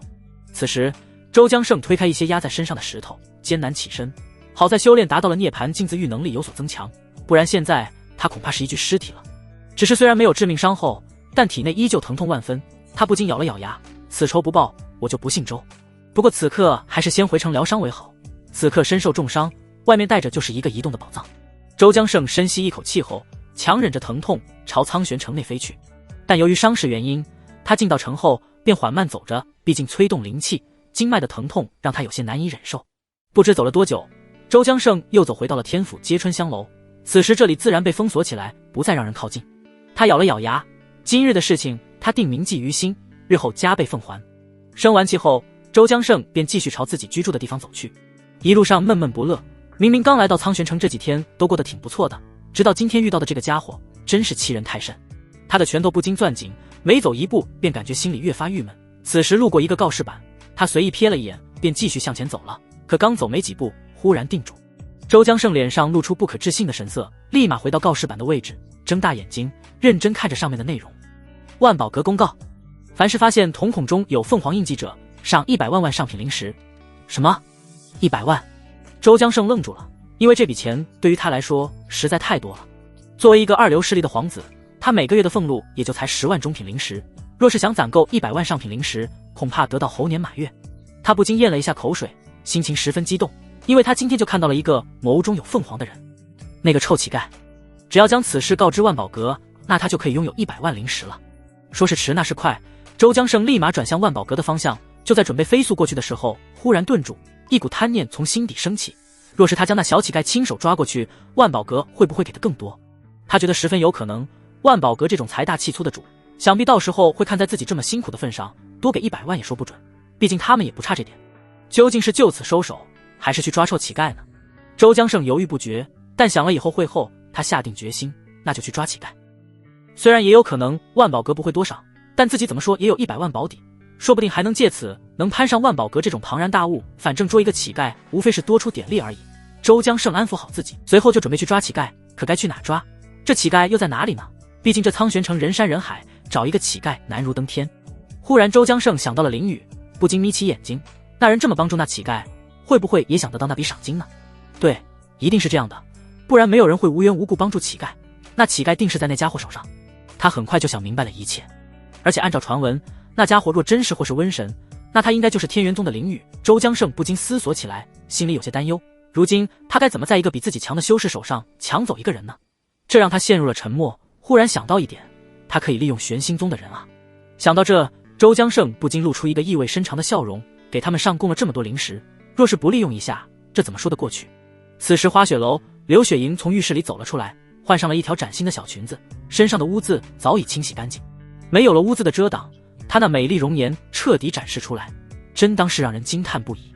刘雪莹此刻躲在浴室旁边的桌子后，害羞的细若闻名道：“大哥哥，大姐姐，别看了。”林雨笑呵呵道：“这有什么看不得？好看的脸不应该多看看吗？”说着他便走过去，伸手就要去捏捏那娇嫩的脸颊。“别吓到人家，顾星蹙眉，上前拍掉林雨的手，随后笑盈盈道：“别怕，有姐姐在。”喂，她可是我带回来的。林雨无奈摸了摸手背，忽然狡黠一笑，上前捏了一把顾星的脸。既然如此，那只能捏你的脸了。顾星耳垂微红，娇嗔道：“你别瞎闹，等会教坏小孩子。”说着又去拍林雨的手，只可惜这次却被林雨躲开了。这怎么是教坏小孩子呢？林雨笑着说道，随后看向刘雪莹：“你说是吧？”刘雪莹也不知道说些什么，只能羞涩地点了点头，十分拘谨。顾星对此也十分无奈，不过对于林雨带个小女孩回来，他并未说些什么，因为林雨还能有些善心，对于他来说也算是一件好事。而且他还挺喜欢这小丫头的，刚开的时候对她还是十分生疏，但经过一下午的陪伴，现在也算是友好了许多，甚至小丫头这套裙子都是她买的。刘雪莹此时只觉得心里暖暖的，大哥哥和大姐姐对她都十分好，让她一度不好意思，甚至一度拒绝好意，可却什么用也没有。如今这种情况让她想起了当初有娘亲的日子，真的十分温馨，温馨的让她以为在做梦，生怕一醒来自己发现还是睡在垃圾堆里。忽然林雨想看看这丫头的天赋，若是好的话，便让师尊收入天元宗里。很快一块面板在眼前浮现，姓名刘雪莹，年龄18，体质太虚凤凰体，圣体，未觉醒，境界无，天赋地级天赋，未觉醒，武器无，对宿主的好感80。什么？又是圣体和地级天赋？林雨愣了一下，眼眸里闪过一丝不可置信，这地级天赋和圣体何时这么泛滥了？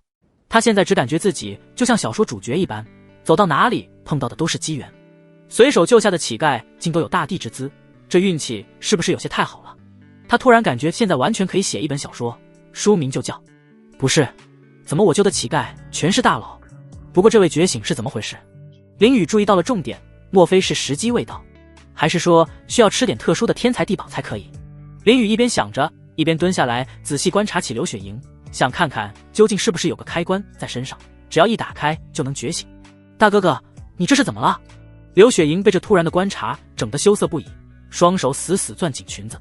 这时顾星挡在林雨面前，蹙眉娇斥道：“喂，你别跟个登徒子一样。”说完他就感觉说错了，这家伙好像就是个登徒子。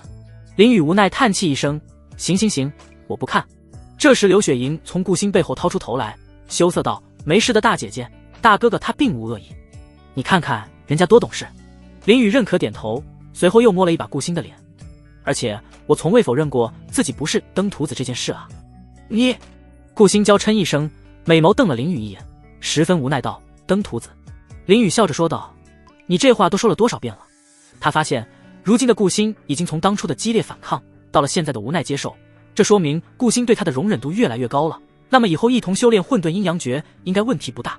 说多少遍都不够。顾星轻哼一声，别过头去。林雨掏着耳朵打了个哈欠道：“那还挺费口水的。”随后往楼上走去，笑道：“我先回房间睡觉了，你照顾好小雪莹。修士睡什么觉？应该好好修炼，不辜负师尊的期待。”顾星好没气吐槽，但转念一想，这个家伙应该听不进去，随后摆摆手：“去吧去吧。”林雨只是挑眉笑了一下，随后回到了自己的房间，一屁股坐到了床上，直接取出周江胜的储物袋，心里暗道：系统掠夺。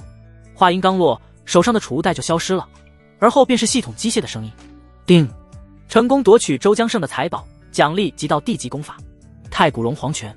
叮，由于宿主最近表现出色，额外奖励大礼包一个。大礼包：1，20年功法感悟卡1张，可将一本功法以宿主的天赋修炼感悟20年。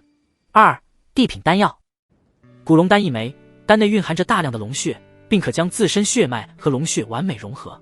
3，甜蜜修为共生卡，可与宿主好感度高于80的异性绑定，双方每次获得修为的提升，都可以将这股修为共享到对方身上，助对方提升修为，绑定无上限。嚯，这次还不错，居然还有额外赠礼，你这系统还算有人性。林雨心里罕见的感叹一句，其中最他喜欢的便是古龙丹了。这东西他虽说没听过没见过，但他怎么说也知道龙血的珍贵。曾经苏寒一就已说过，现在苍兰大陆龙血是有价无市的，光是指头大小的一瓶龙血都能让那些庞大的势力豪掷千金，而他这古龙丹却描述有着大量龙血，那岂不是堪称绝世珍宝？这等顶级丹药要是被人发现，肯定又会杀得个血雨腥风。而且这丹药还能让自身血脉与龙血完美融合，这简直太棒了。据说有些人会因为体内龙血超过 50%， 最后变成了丧失理智的龙形怪物。当然，这个传说是林宇在某个话本里看到的。不过，如今有了这股龙丹，他就不用再为这个传说而担忧了。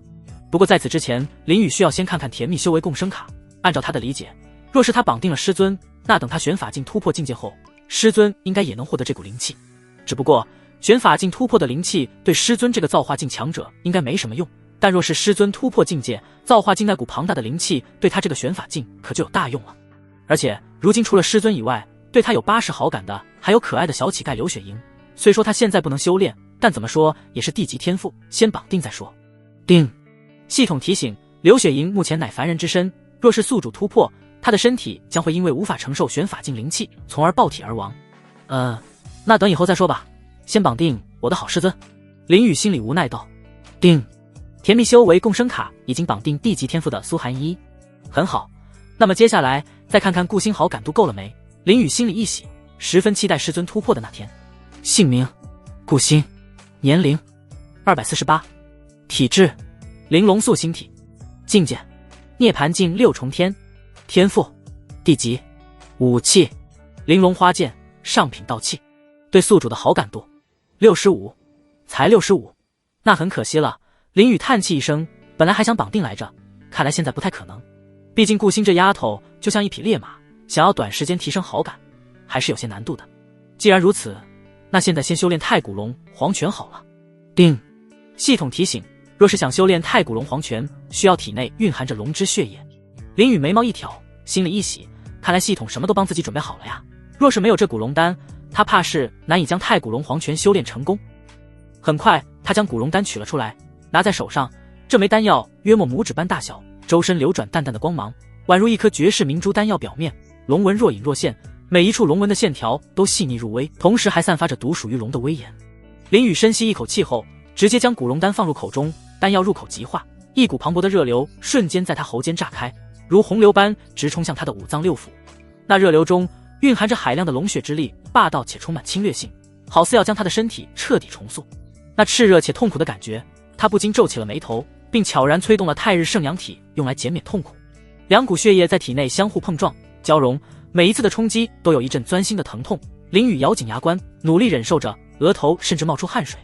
不知过了多久，两股血液总算融为一体。林宇缓缓睁开双眼，眸中闪过一抹璀璨的龙芒，整个人的气息陡然提升，隐隐间竟有一丝龙威散发而出。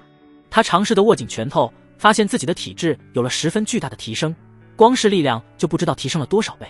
以前能一拳打碎一个巨石，现在恐怕能一拳打碎一座高山。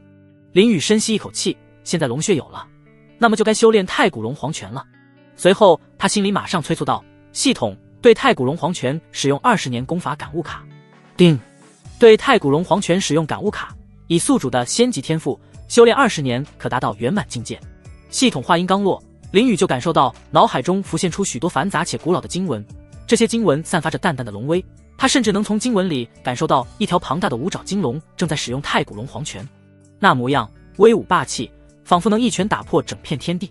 不知过了多久，太古龙黄泉总算修炼完成，那奥妙的经文深深烙印在林宇的脑海当中，怎么使用已然了如指掌。他缓缓抬起手，稍微催动了一下，顿时灵气凝聚成一条金龙，围绕着手臂旋转，散发着一股淡淡的威压。同时瞳孔中也浮现出一道竖痕，透露着一股独属于的尊贵。林宇能清晰感受这功法强大之处，明明只是稍微催动，便有了往日全力一击的力量。他不敢想象，若是全力催动，那威力会达到何种地步。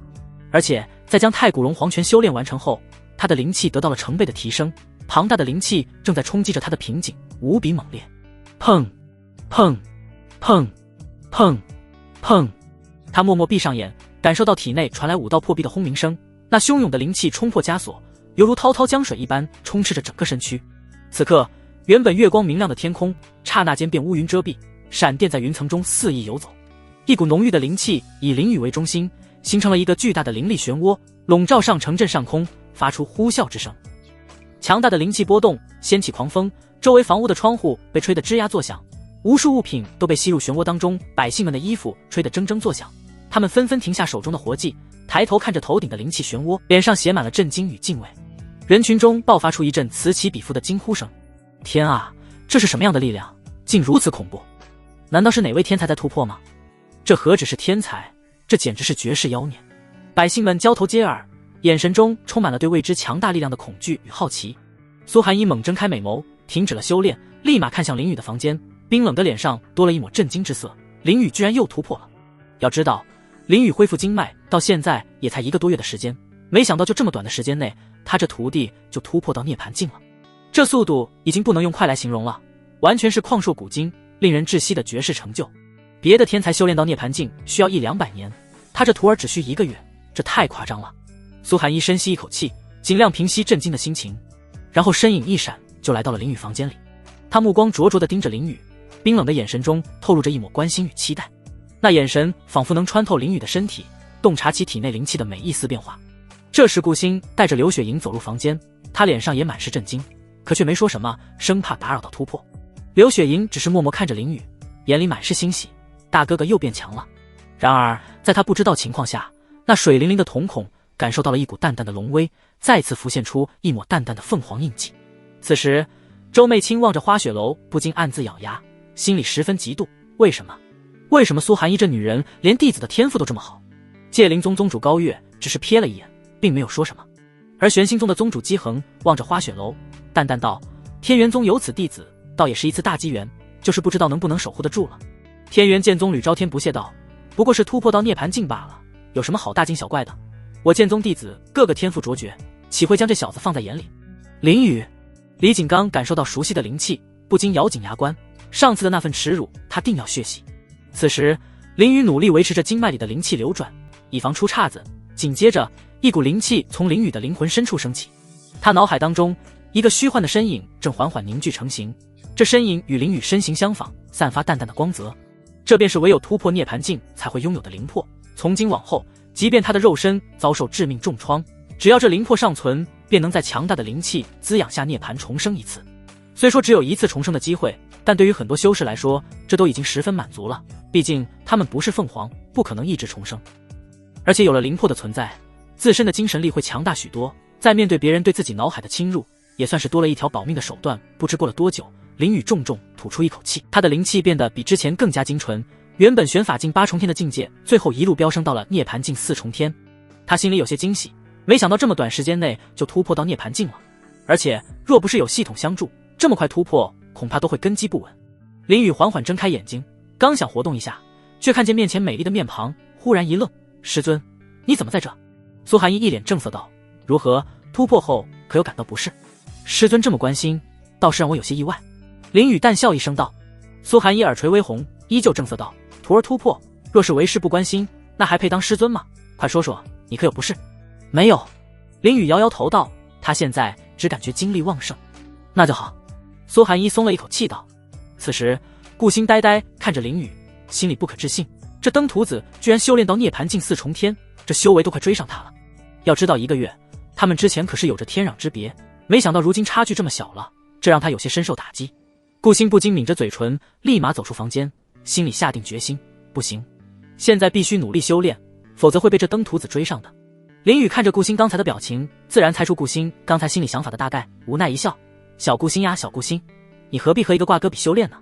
苏寒一确认林雨无恙后，点头道：既然无事，我先回去了。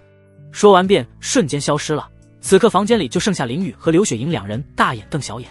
之所以走得这么急，是因为苏寒一感受到体内有些不对劲。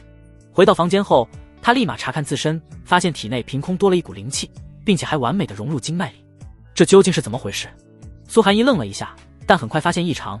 虽说这股灵气对他来说十分少，几乎可以说是没有，但这股灵气却和刚才林雨突破时所产生的灵气一样多，这不禁让他皱起眉头，陷入沉思。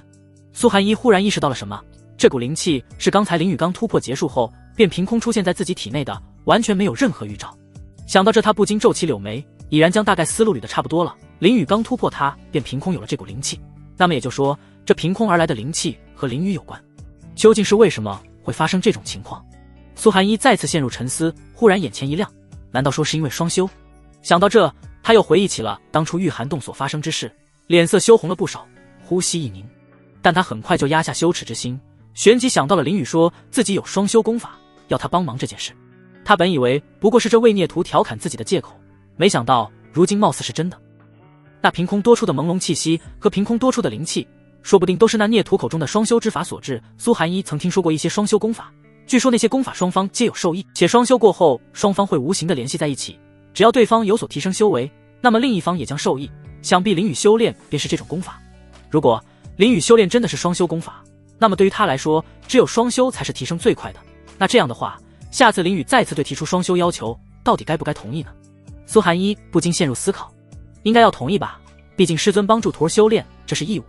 他脑海里忽然冒出这个想法，甚至下意识点头认可。等等，苏寒一猛地一惊，心里不可置信，自己怎么会有如此荒唐的想法？自己这是怎么了？这怎么可能呢？他微微摇头，否决自己的想法。可当他回忆起往事后，很快就发现，不知从什么时候开始，那位孽徒所提的要求，他从一开始的拒绝，到了现在的逐步接受。到底为什么会这样？苏寒一神色复杂，伸出玉手，轻柔地抚摸在心口，仿佛想把那股难以言喻的感情按下去，可却一点用也没有。此时另一边，林雨伸手捏着刘雪莹的脸颊，笑道：“总算让我捏到了。”刘雪莹被捏着脸颊，说话有些含糊不清道：“大哥哥若是喜欢，雪莹每天都给大哥哥捏。”林雨淡笑一声，可脑海里却有些诧异，因为他刚才在这小丫头眼睛里看到了一只凤凰。我日，这不会就是万宝阁要找的人吧？林雨忽然想起了当初那张公告，那他该不该上交呢？毕竟可是会获得100万上品灵石，但这100万灵石对别人可是巨款，对于他来说简直就是小钱。林雨思索着到底要不要给，但看着那稚嫩脸庞，不禁想起当初他在孤儿院被欺负的事情，犹豫再三后叹了一口气，罢了，走一步看一步吧。若是万宝阁强抢，他也没有任何办法。大哥哥，你叹气什么？是有什么烦心事吗？刘雪莹疑惑道。林雨闪过一抹狡黠，故作叹气道：“我再想要，不要把你卖了。”说完便直接躺到床上。听闻此言，刘雪莹忽然一愣，随后两眼一红，脸上满是委屈之色，哽咽道：“大哥哥，是雪莹哪里做的不好吗？”他不明白，为什么刚才还很和蔼的大哥哥，为何突然这么说？难道自己就这么讨人厌吗？他不禁抿着嘴唇，身子止不住的颤抖。难道大哥哥救他就是为了把他卖了？想到这，刘雪莹心里一阵痛，然后颤抖道：“若是大哥哥真的这么想，雪莹也不介意的。”他语气中多了一抹害怕。林雨笑盈盈看着道：“好了，逗逗你的，若真想买，你现在就不可能站在这里。”真的？刘雪莹猛地抬起头，看着林雨，不可置信道。林雨依旧笑呵呵道：“当然是真的，你这买了，连顿饭钱都不够。”看着林雨笑嘻嘻的样子，刘雪莹知道自己不会被卖的时候，激动的直接上前一把搂住林雨的脖子：“谢谢大哥哥。”林雨眉毛一挑，忽而一笑，被美女搂着的感觉真是相当不错，那股独属于少女的幽香真是让人十分满意。随后他掰开刘雪莹的手，笑道：“好了，不逗你了，我现在要睡觉，明天还要去参加那所谓的万宝盛会。”刘雪莹不懂万宝盛会是什么，但还是点了点头，忽然轻声细语道：“大哥哥，我能和你一起睡吗？”林雨刚盖上被子，疑惑道：“为何？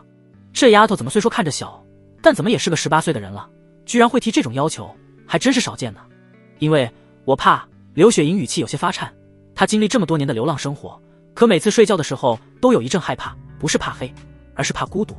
可刘雪莹还没说完，林雨便一把她拉了上来，并为她盖好被子。林雨笑道：“早说你怕黑嘛，没事，有大哥哥在，没什么好怕的。”话是这么说，可她心里却是一喜，有美女主动陪她睡觉，这简直不要太棒。过了一会，林雨很快在这满意的氛围下安然入睡，而刘雪莹却紧张的根本睡不着。她呆呆的看着林雨的面庞，心跳如同战鼓一般砰砰作响。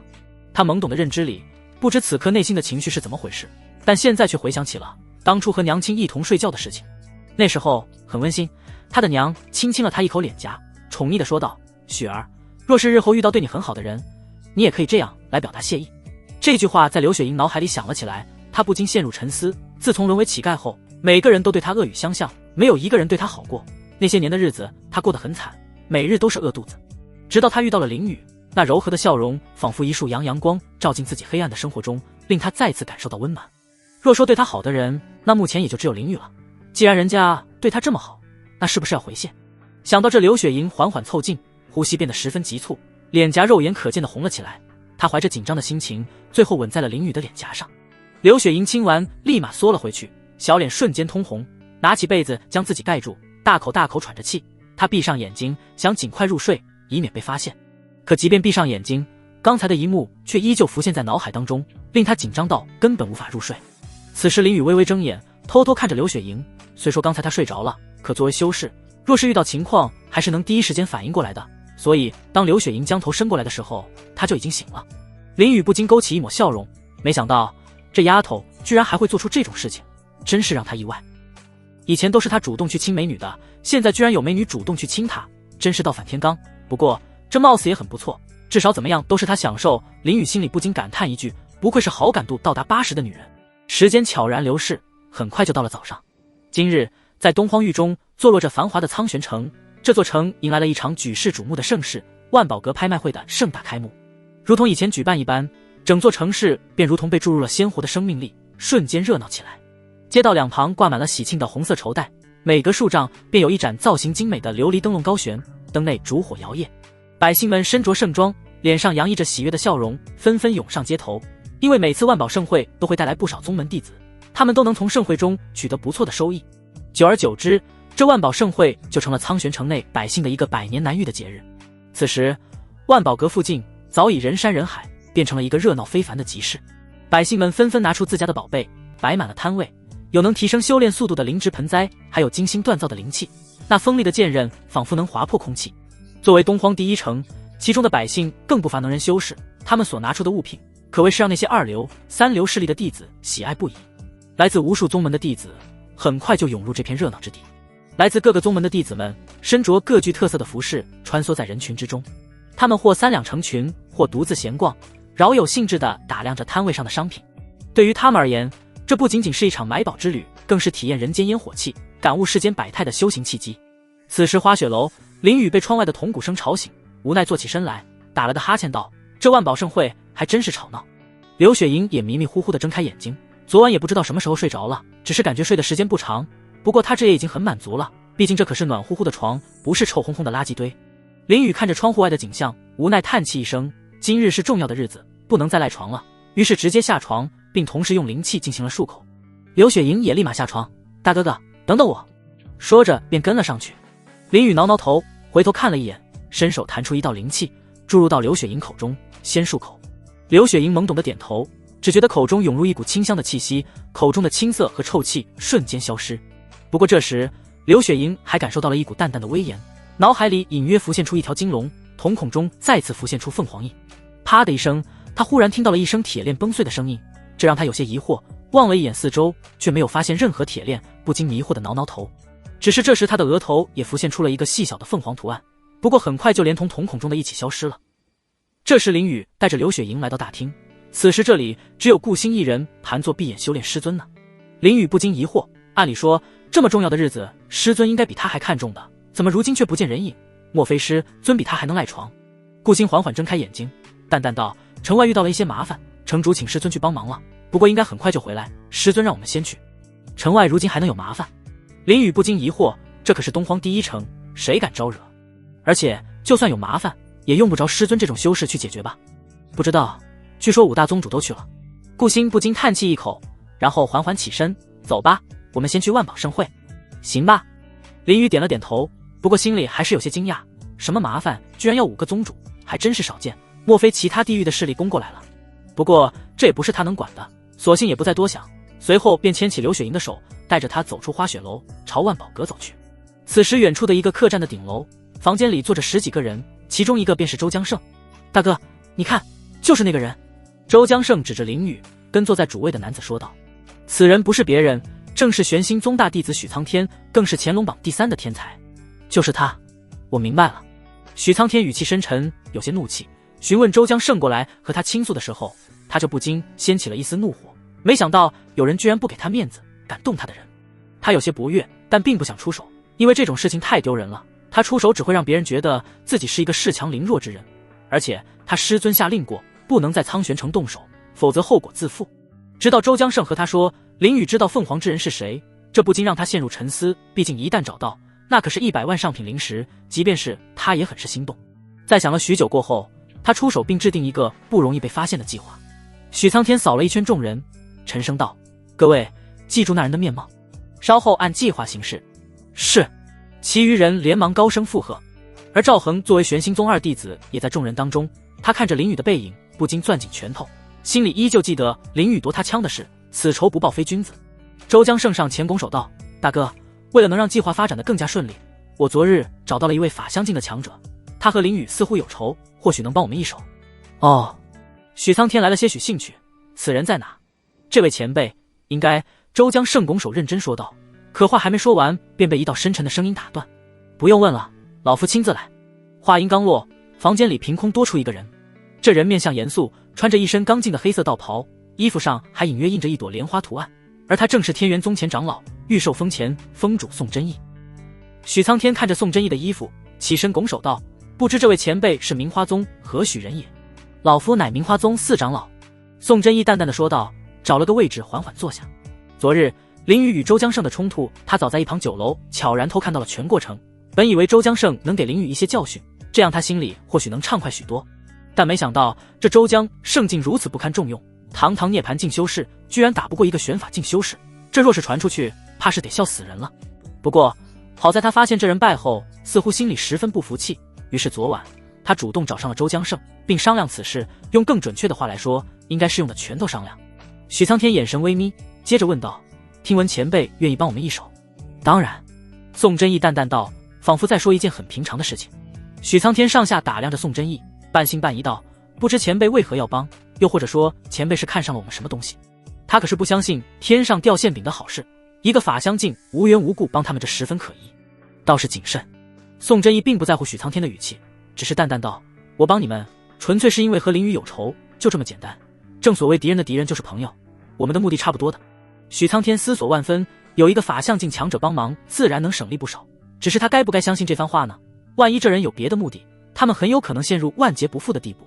宋真义见许苍天犹豫，轻笑一声：“你没有选择的余地。”说着，他手上凝聚出一股强大灵气，顿时整个房间里弥漫招法相近强者的威压。感受到这股威压，所有人呼吸一凝，一股寒意直冲脑门，仿佛若是拒绝的话，他们都得死。宋真义皱起眉头道：“这位前辈，我好歹也是玄星宗核心弟子，若是我出事了，我们宗主可不会放过你和明花宗。”宋真义只觉得有些好笑，这小子居然反过来威胁他来了，真是有些不知天高地厚。如今五大宗主全在城外，若是我现在杀了你，再跑走，想必你们宗主也追不上。宋真义笑眯眯道：“而且我与明花宗本就没多大感情，若是毁就毁了吧。”许苍天心底一沉，没想到这人居然抱着这种想法，真是有些难办。也正如他所说，如今宗主确实不在城内，若是以他法相境的修为逃跑的话，确实很难抓到。而且这人作为明花宗的长老，居然不顾两宗开战的风险，真是有够无耻的。但此刻他也确实没有任何办法反制，只能无奈接受。行，不知前辈的计划是？这个不是你该打听的，你们按照你们的来，到时候老夫自然会出手。宋真义淡淡道。许苍天无奈拱手，那就依前辈所言。话已至此，赶紧出发。宋真义催促道，那语气仿佛在下达命令。而且按他推算，五位宗主应该会在正午时分回来，他必须赶在这之前动手。许苍天暗暗记恨上，但还是无奈向自己的弟兄们大手一挥，立刻动身，按计划行事。此刻万宝阁前方，顾星看着林宇，淡淡道：“你不进去，急什么？拍卖会正午才开始，现在进去傻坐着吗？”林宇撇撇嘴，吐槽道：“不如现在去旁边的闹市逛会。”顾星淡淡点头：“好，但正午之前必须过来。”“知道了。”林宇点头道。顾星看了一眼林宇后，然后看着刘雪莹，语气柔和不少：“小妹妹，那你跟谁？”刘雪莹左看看右看看，最后走到林宇身旁，笑道：“我跟大哥哥。”“不错，跟着我有肉吃。”林宇满意笑道。顾星点了点头，随后走入万宝阁，只是心情稍微有些失落。他忽然发现，凡是他和林宇认识的女人，似乎都会对林宇别样的感情。这小丫头选林宇他不意外，毕竟是林宇救回来的，可连那个高冷寒霜的宗主也对林宇越来越纵容，这就不对劲了。宗主什么时候允许一个男人对他百般调侃了？而且除了宗主，甚至连他自己也此时。林宇笑道：“走吧，我带你去吃好吃的。”说着伸出一个手来：“谢谢大哥哥。”刘雪莹高兴地直接握住了林宇的手，心里十分欣喜。她记得上一次逛闹市的时候，还是很久以前，娘亲带她去的。林宇带着刘雪莹走入闹市，里面人山人海，热闹非凡。感受着里面的烟火气，他不禁感叹：修炼什么的，哪有吃喝玩乐重要？刘雪莹并不懂修炼，只是懵懂地将此番话记在心里。修炼不重要，吃喝玩乐才重要。大哥哥说的话就是对的。林宇带着刘雪莹走过几个摊子后，两人手里多出两样东西，左手拿着包子，右手拿着一个春花灵鸡腿。林宇咬了一口鸡腿，脸上露出满足之色，这儿香而不腻，软而不烂，简直十分美味。虽说修士到了灵台境后便不用进食，但他还是偶尔会吃点，享受一下，不然这个嘴不白长了吗？刘雪莹虽说很饿，但却依旧吃得慢条斯理，生怕把汁水沾到衣服上，毕竟这衣服可是大姐姐买的，不能弄脏。此刻她心里十分满足，吃了这么多年的垃圾，如今总算能吃到美味的食物了。她一边吃，心里一边感激林雨，等以后她绝对要报答此等重恩。林雨吃得正香的时候，忽然瞳孔变为金色，破望圣瞳悄然开启，脑海里浮现出一个人撞他的画面。林雨顿时一愣，抬眼望去，只见一个人以超快的速度冲了过来。几个意思？林雨有些不解，因为这人是对准他的，但现在想不了那么多，因为这人很快就要来到面前了。在这人准备碰到的时候，林雨立马侧身躲开，诧异地看着他，倒要看看这人想干嘛。同时伴随而来的则是一块面板浮现在眼前，姓名孔周，年龄324，体质雷鸣闪速体玄体，境界涅槃境2重天，天赋天级天赋，武器闪明突刺刃。孔周不认识啊。林雨看着面板有些疑惑，不明白旁边有这么多修士，为何偏偏要撞他，而且这家伙还是玄体，还真是第一次。要知道之前无论是赵恒还是李景刚，基本都是王体，也只有这般天赋也才勉强有挑衅他的门槛，如今这个玄体来凑什么热闹？而他目前所知道的体质强度由弱到强分别是凡体、灵体、玄体、王体、黄体、尊体、圣体、仙体。不过既然这人想玩，那就陪他玩玩。林雨眯起眼睛盯着，心里暗道，正好也让好瞧瞧玄体的真实强度如何。刘雪莹从林雨背后掏出个小脑袋，嘴巴塞得鼓鼓，水灵灵的大眼睛看着刚才冲过去的怪人。孔周的脸上此刻全然被不可置信所占据，双眼瞪得滚圆。他无论如何也想不到林雨竟能躲开自己这一击。要知道他的雷鸣闪速体那可是以极致速度名震一方的玄体，即便是大部分王体速度都未必能与之相比，并且在同境界之中，若是单论速度，东荒域根本无人能出其右。这一次他更是精心谋划，瞅准了林雨低头吃东西的绝佳时机，如同一道黑色的闪电般迅猛冲了过去。在他看来，这一击必然十拿九稳，林雨绝无躲开的可能。然而诡异的是，就在他即将攻至林雨身前的刹那，林雨竟像是头顶长了眼睛一般，偏偏在这个时候抬头，而后身形如鬼魅般一闪，轻而易举地躲开了他这志在必得的一击。这怎么可能？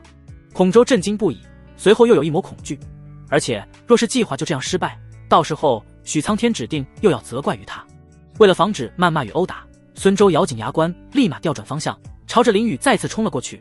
这次他全力催动雷鸣闪速体，身体缠绕着若隐若现的闪电，嗖的一声，他化作一支离弦的箭矢，直接爆射而出，速度飞快，周围的人只觉得眼前一闪，却什么也没看到。只可惜再快的速度在破望圣瞳面前都是小儿科，林雨早就看到了未来2秒的画面，侧身再次躲过。孙周再次一惊，这次他的速度可是比之前更加快，没想到居然还被躲开，看来周江胜果然没有吹嘘，这人果然不简单。但好在他这次早有准备，立马再停了下来，砰的一声直接倒在地上，并且一道灵气直接打入体内，顿时口吐鲜血，那副模样仿佛像是卡车撞到一样。林雨看着那副模样，心里涌出一抹不妙的预感，嘴角忍不住抽了抽，这该不会是杀人了？快来人救命啊！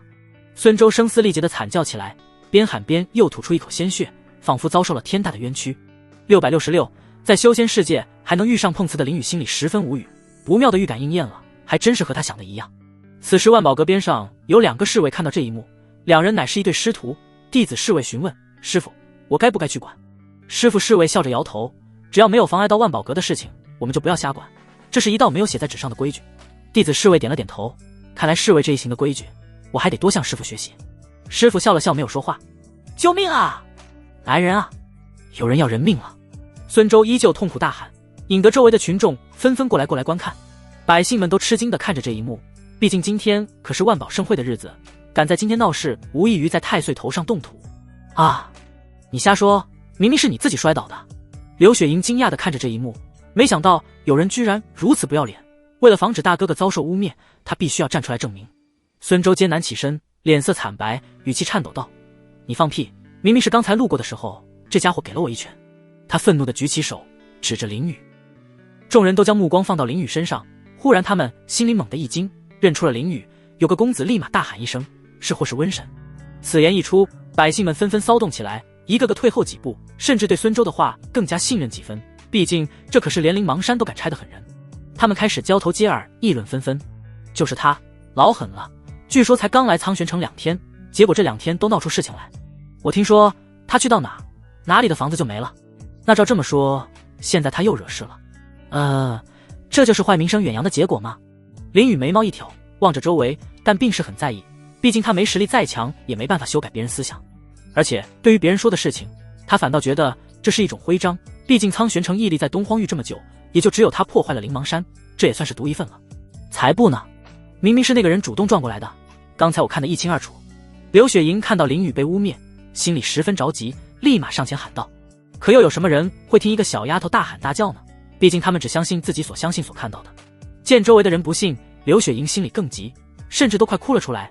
正当她准备理论的时候，林宇抚摸着刘雪莹的额头，笑道：走吧，不用理他们。可刘雪莹有些犹豫，做过乞丐，她可太清楚名声一旦臭了会是什么结果。别想走！一声大喝在空中响起，赵恒从天而降落到林宇面前，挡住了去路。林宇眉毛一挑，来得这么及时，莫非是商量好的？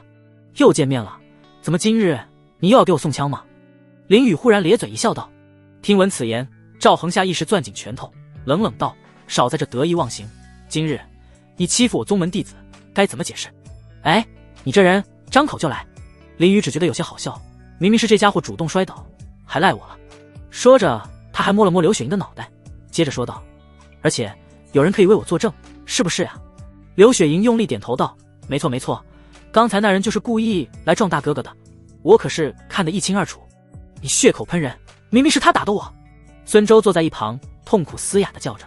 林宇依旧是不着调的语气：你这人真是脸都不要了，没听见我这小丫头说她看得一清二楚？说到这，他忽然顿住了，直勾勾地盯着刘雪莹，疑惑说道：你说你看得一清二楚？对啊。刘雪莹不明白林宇会问这个问题，但还是用力点头了。当时这个人从那边冲过来，但没有碰到大哥哥，然后又转个方向，接着冲了过来，接着就摔倒了。他一边说着，一边伸出手比划着，仿佛想要努力还原真相。林宇愣了一下，按理说现在这小丫头不过是一介凡人，怎么可能看得这么清楚？难不成觉醒了？他一边这么想着，一边伸手去捏了捏刘雪莹的脸颊，同时一块面板浮现在眼前。姓名：刘雪莹，年龄18，体质太虚凤凰体圣体，已觉醒 5%， 境界5，天赋地级天赋，已觉醒 5%， 武器5，对宿主的好感80，觉醒了 5%。 这是什么时候的事？明明昨日还是未觉醒来着。林宇有些惊讶，不过令他更惊讶的是，明明只觉醒了 5%， 居然就能看到一位涅槃境修士的动作了，这是不是有些逆天了？他都不敢想象，若是没有系统，他该怎么应对这些天之骄子了。大哥哥，你干嘛？刘雪莹被捏着脸颊，说话有些含糊不清。林宇缓过神来，松开手笑道：没事，只是觉得你的脸好捏。哦。刘雪莹信以为真，既然大哥哥觉得好捏，那以后他的脸就只给大哥哥捏。此刻赵恒见林宇无视自己，顿时青筋暴起，火气蹭的一下就上来了。他怎么说也是乾隆榜上有名的天骄，去哪里不都是众星捧月的存在，何时有过这种待遇？林宇，你这般不作为是想干嘛？他怒斥一声，眼神死死盯着孙周，痛苦地捶着地面，哀嚎道：天理难容啊，怎么会有如此不讲理之人？林宇瞥了一眼两人，不屑道：我没空理你们两个，闭上你们的臭嘴。说着他还一把拉起刘雪莹，朝着另一个方向走去。现在他只想好好研究一下该怎么让这丫头觉醒。你休想走！赵恒怒喝，一步踏前，直接来到林宇面前，伸出手想要抓住林宇。滚！林宇眼神微眯，拍开了赵恒的手，冷冷道：别妨碍我。说着一股淡淡灵气涌出，弥漫在四周。赵恒心头猛地一震，感受到那股灵气后，呼吸一凝，居然是涅槃境4重天。这怎么可能？明明前几天还是玄法境来着，怎么如今变成涅槃境？这怎么可能？即便是历史上有名的天骄，也不可能突破这么快吧？要知道，涅槃境所需要的灵气可是十分庞大的，一般突破一个境界都有几年甚至10几年，饶是天才也不可能这么短时间内在涅槃境突破这么多个境界。这已经不能用天之骄子来形容林宇了，这简直是绝世妖孽。赵恒心中的震惊难以形容。不准走，今日你必须给个说法。孙周见林宇要走，心里急了，今日他的任务可是将林宇留在这里，好让其他人布置阵法。他再次催动雷鸣闪速体，直接冲了过去，将林雨拦下。好狗不挡道！林雨淡淡说着，直接将刘雪莹抱起，准备加速离开此地。刘雪莹被突然抱起，惊呼一声，下意识抱着林雨的脖子。待她看清现在这个动作后，脸上不禁多了一抹嫣红。孙周抹去嘴角血迹，沉声道：“今日你走不了，你觉得你拦得住？”林雨丝毫不在意眼前这人，仿佛在看空气一般。那便试试。孙周全力催动雷鸣闪速体，周身被一道道电流包裹。若是打架他或许不太行，但若是说他可就太在行了。以他的体质，只要被缠上就别想摆脱。你不行。林雨淡淡说着，一道灵气注入到焚天凤翼带上，然后抬起脚向前走了一步，便消失在原地，只留下一句话：太慢了。什么？孙周不可置信看着这一幕，猛地转身，只见林雨已然来到街道的尽头，他的内心猛地一震，好快！即便是他也不可能这么快到那里，这人的速度远胜于他，这怎么可能？但此刻也管不了这么多了，孙周速度暴增，蹭的一下，宛若一把离弦之箭，直接冲了出去，更是有着一些闪电的噼啪声响起。林雨破望圣瞳金光一闪，根本就不用回头看，只是停下，微微侧过身子，然后伸出一脚。孙周看到后却根本停不下来，砰的一声被林雨绊倒，然后跌落在地，像一个滚落的篮球一般，飞速翻滚了无数个跟头。小丑！林雨不屑看着，本来都不想理这人，非要上来找事，无奈只能给他点教训了。说完他便准备抬腿离开，而这时破望圣瞳又亮了起来，不禁一愣，立马后退一步。轰的一声，一柄长枪从天空疾驰而下，落在了林雨刚才的位置，砸出一个大坑。刘雪莹看着眼前一幕，心跳砰砰的猛的，若是刚才大哥哥再晚一点，可能就出事了。你想跑去哪里？一个白袍男子从天而降，落在了长枪的枪杆之上。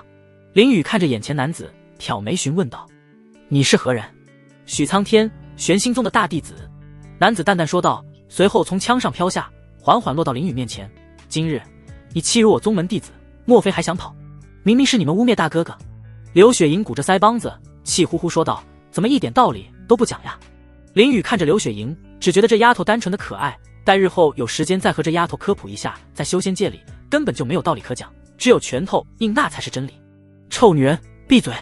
许苍天不禁蹙眉，他向来不喜欢别人对他进行责怪。刘雪莹被许苍天凶狠的模样吓了一跳，下意识又往林雨怀里凑近几分，但嘴巴却还在小声嘟囔着，凶巴巴的，真是有够坏的。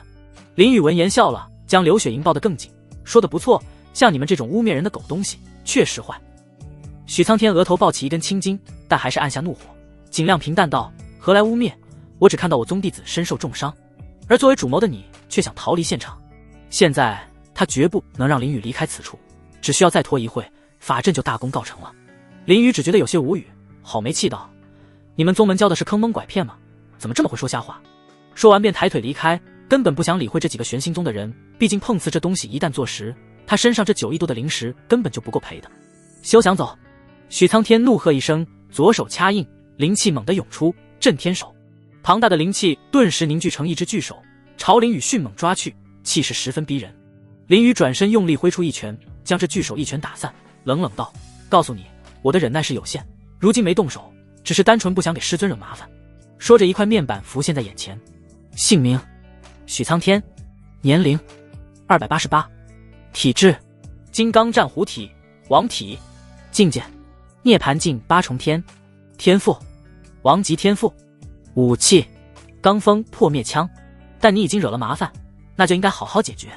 许苍天拿起罡风破灭枪，指着林雨冷笑道。林雨叹气一声，他真纳闷啊，为什么总是麻烦缠身？难道人长得帅就活该被针对吗？若是不解决，今日你走不了。此时赵恒也冲了过来，落到林雨左侧。你打了我，别想这么轻易离开。孙周又跑了回来，怒气冲冲地站在林雨右侧。林雨瞥了一眼两人，挑眉笑道，两面包夹之势。刘雪莹看着眼前的局势，不禁攥紧林雨的衣服，担忧道，大哥哥，无妨，他们不过如此。林雨摸了摸刘雪莹的头，安抚道，刘雪莹用力点头，那担忧的心情在那只温暖的大手下逐渐安心下来。你说我们不过如此，真当是找死？孙周怒斥一声，有大哥在这心里安心不少，于是猛地一踏，化作一道闪电爆射而出。林雨侧身轻松躲过，调侃道，城里打架，小心被镇守官抓哦。你还是好好担心你自己吧。赵恒瞬间来到林雨面前，举起手掌，怒喝一声，英明掌。刹那间，无数紫色闪电覆盖在手上，然后迅速凝聚成为一个鹰爪，用出全力朝林宇抓去，带着一股划破天地的气势。林宇破望圣童金光一闪，他立马提前躲开，然后抓住赵恒的手腕，冷笑一声：“我说过我的耐心是有限的，如今快要被你们磨没了。”说完，他手臂青筋暴起，一股强大的气势散发出来。不好！赵恒心底一沉，那彻骨的寒意令他毛骨悚然，下意识想跑，可却手臂被死死抓着，根本跑不掉。想跑，晚了！林宇冷冰冰道，直接将赵恒如拎小鸡一般拽了起来，使得赵恒双脚瞬间悬空。在赵恒那满是震惊与恐惧的目光注视下，林宇再次发力，猛地将赵恒朝着地面狠狠砸去。砰！这一声巨响，整个地面刹那间被砸出一个大坑，街道上迅速蔓延出许多巨大的裂痕，犹如狰狞的蛛网，无数烟尘伴随着巨大的冲击力冲天而起。而可怜的赵恒在这雷霆万钧般的一击之下，直接被砸得口吐鲜血，那股剧烈的疼痛瞬间席卷了他的全身，令他几乎失去了意识。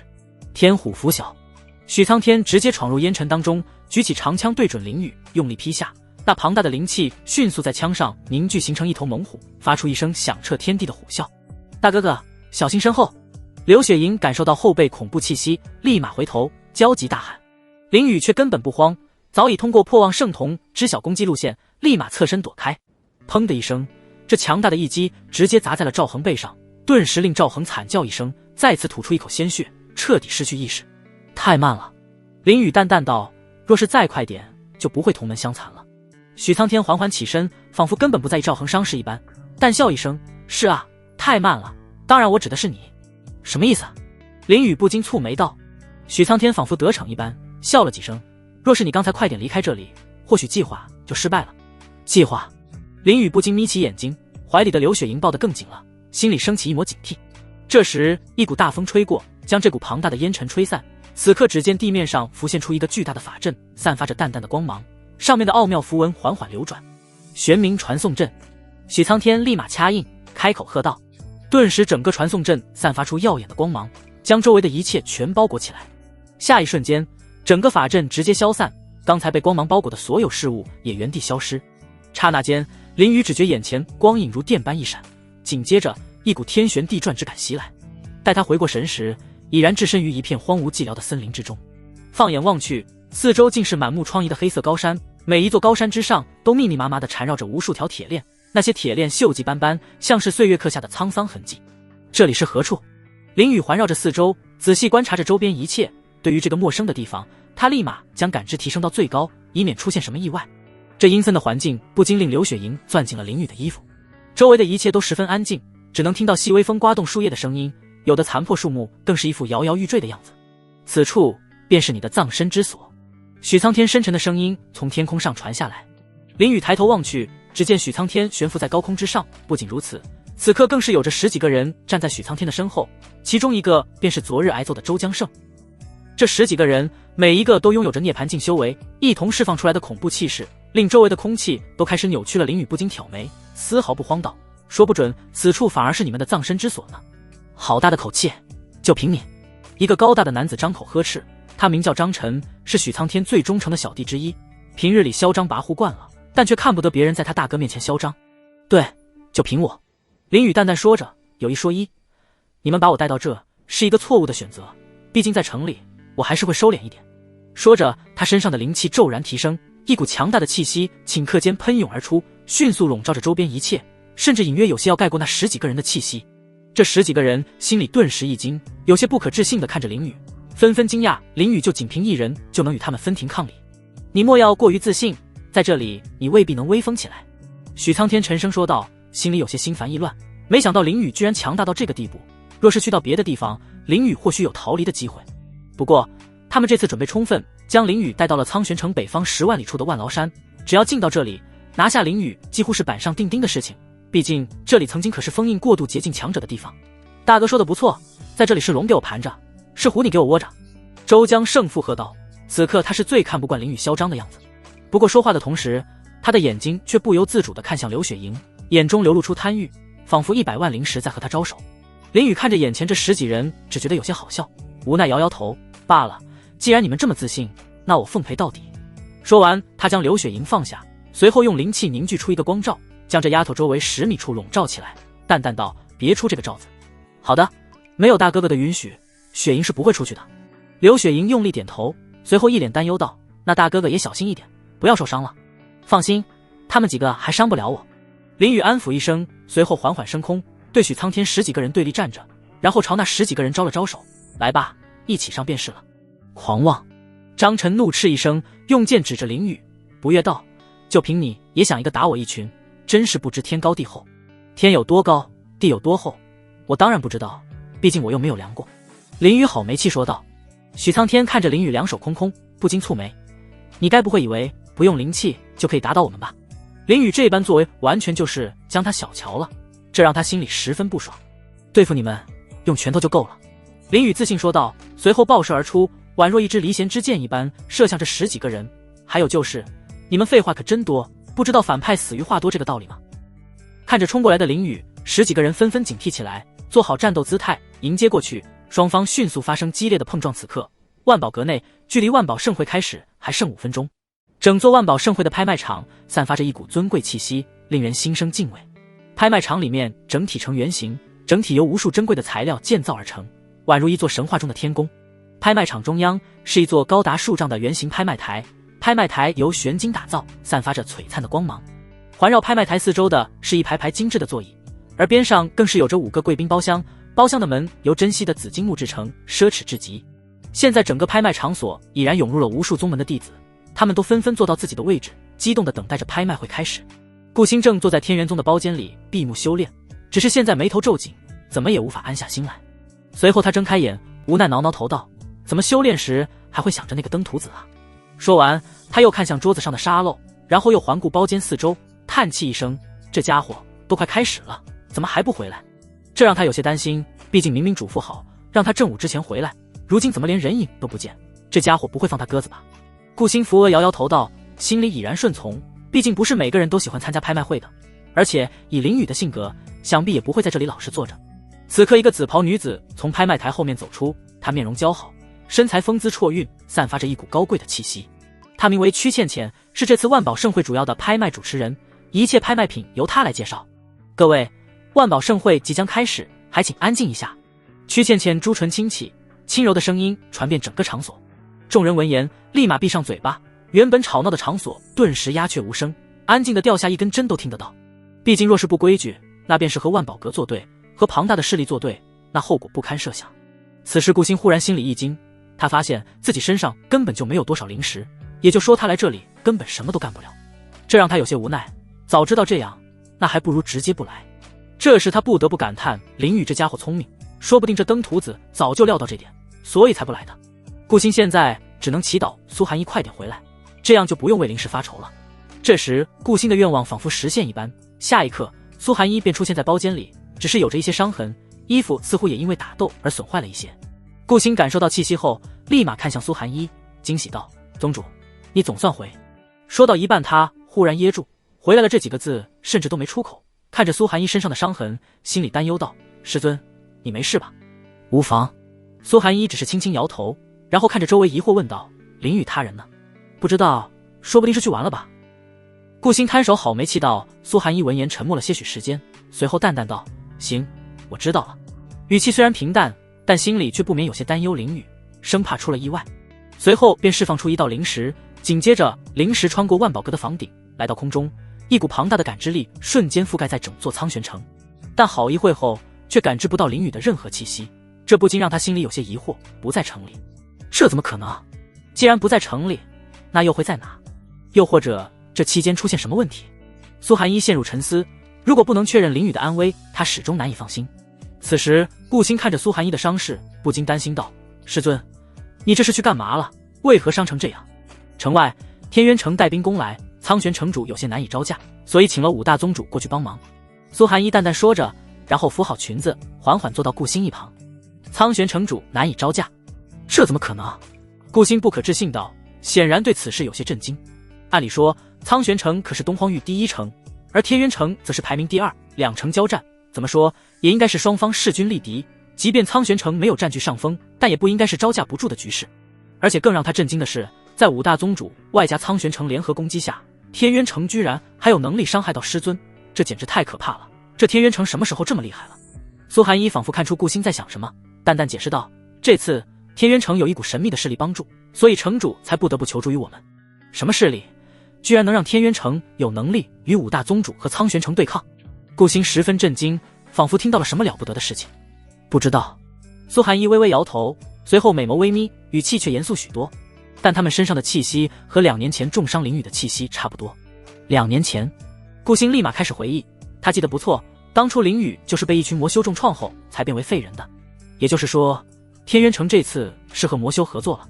只是他不明白为什么，难道天渊城不知道和魔修合作，最后的结果是被东荒域群起而攻之吗？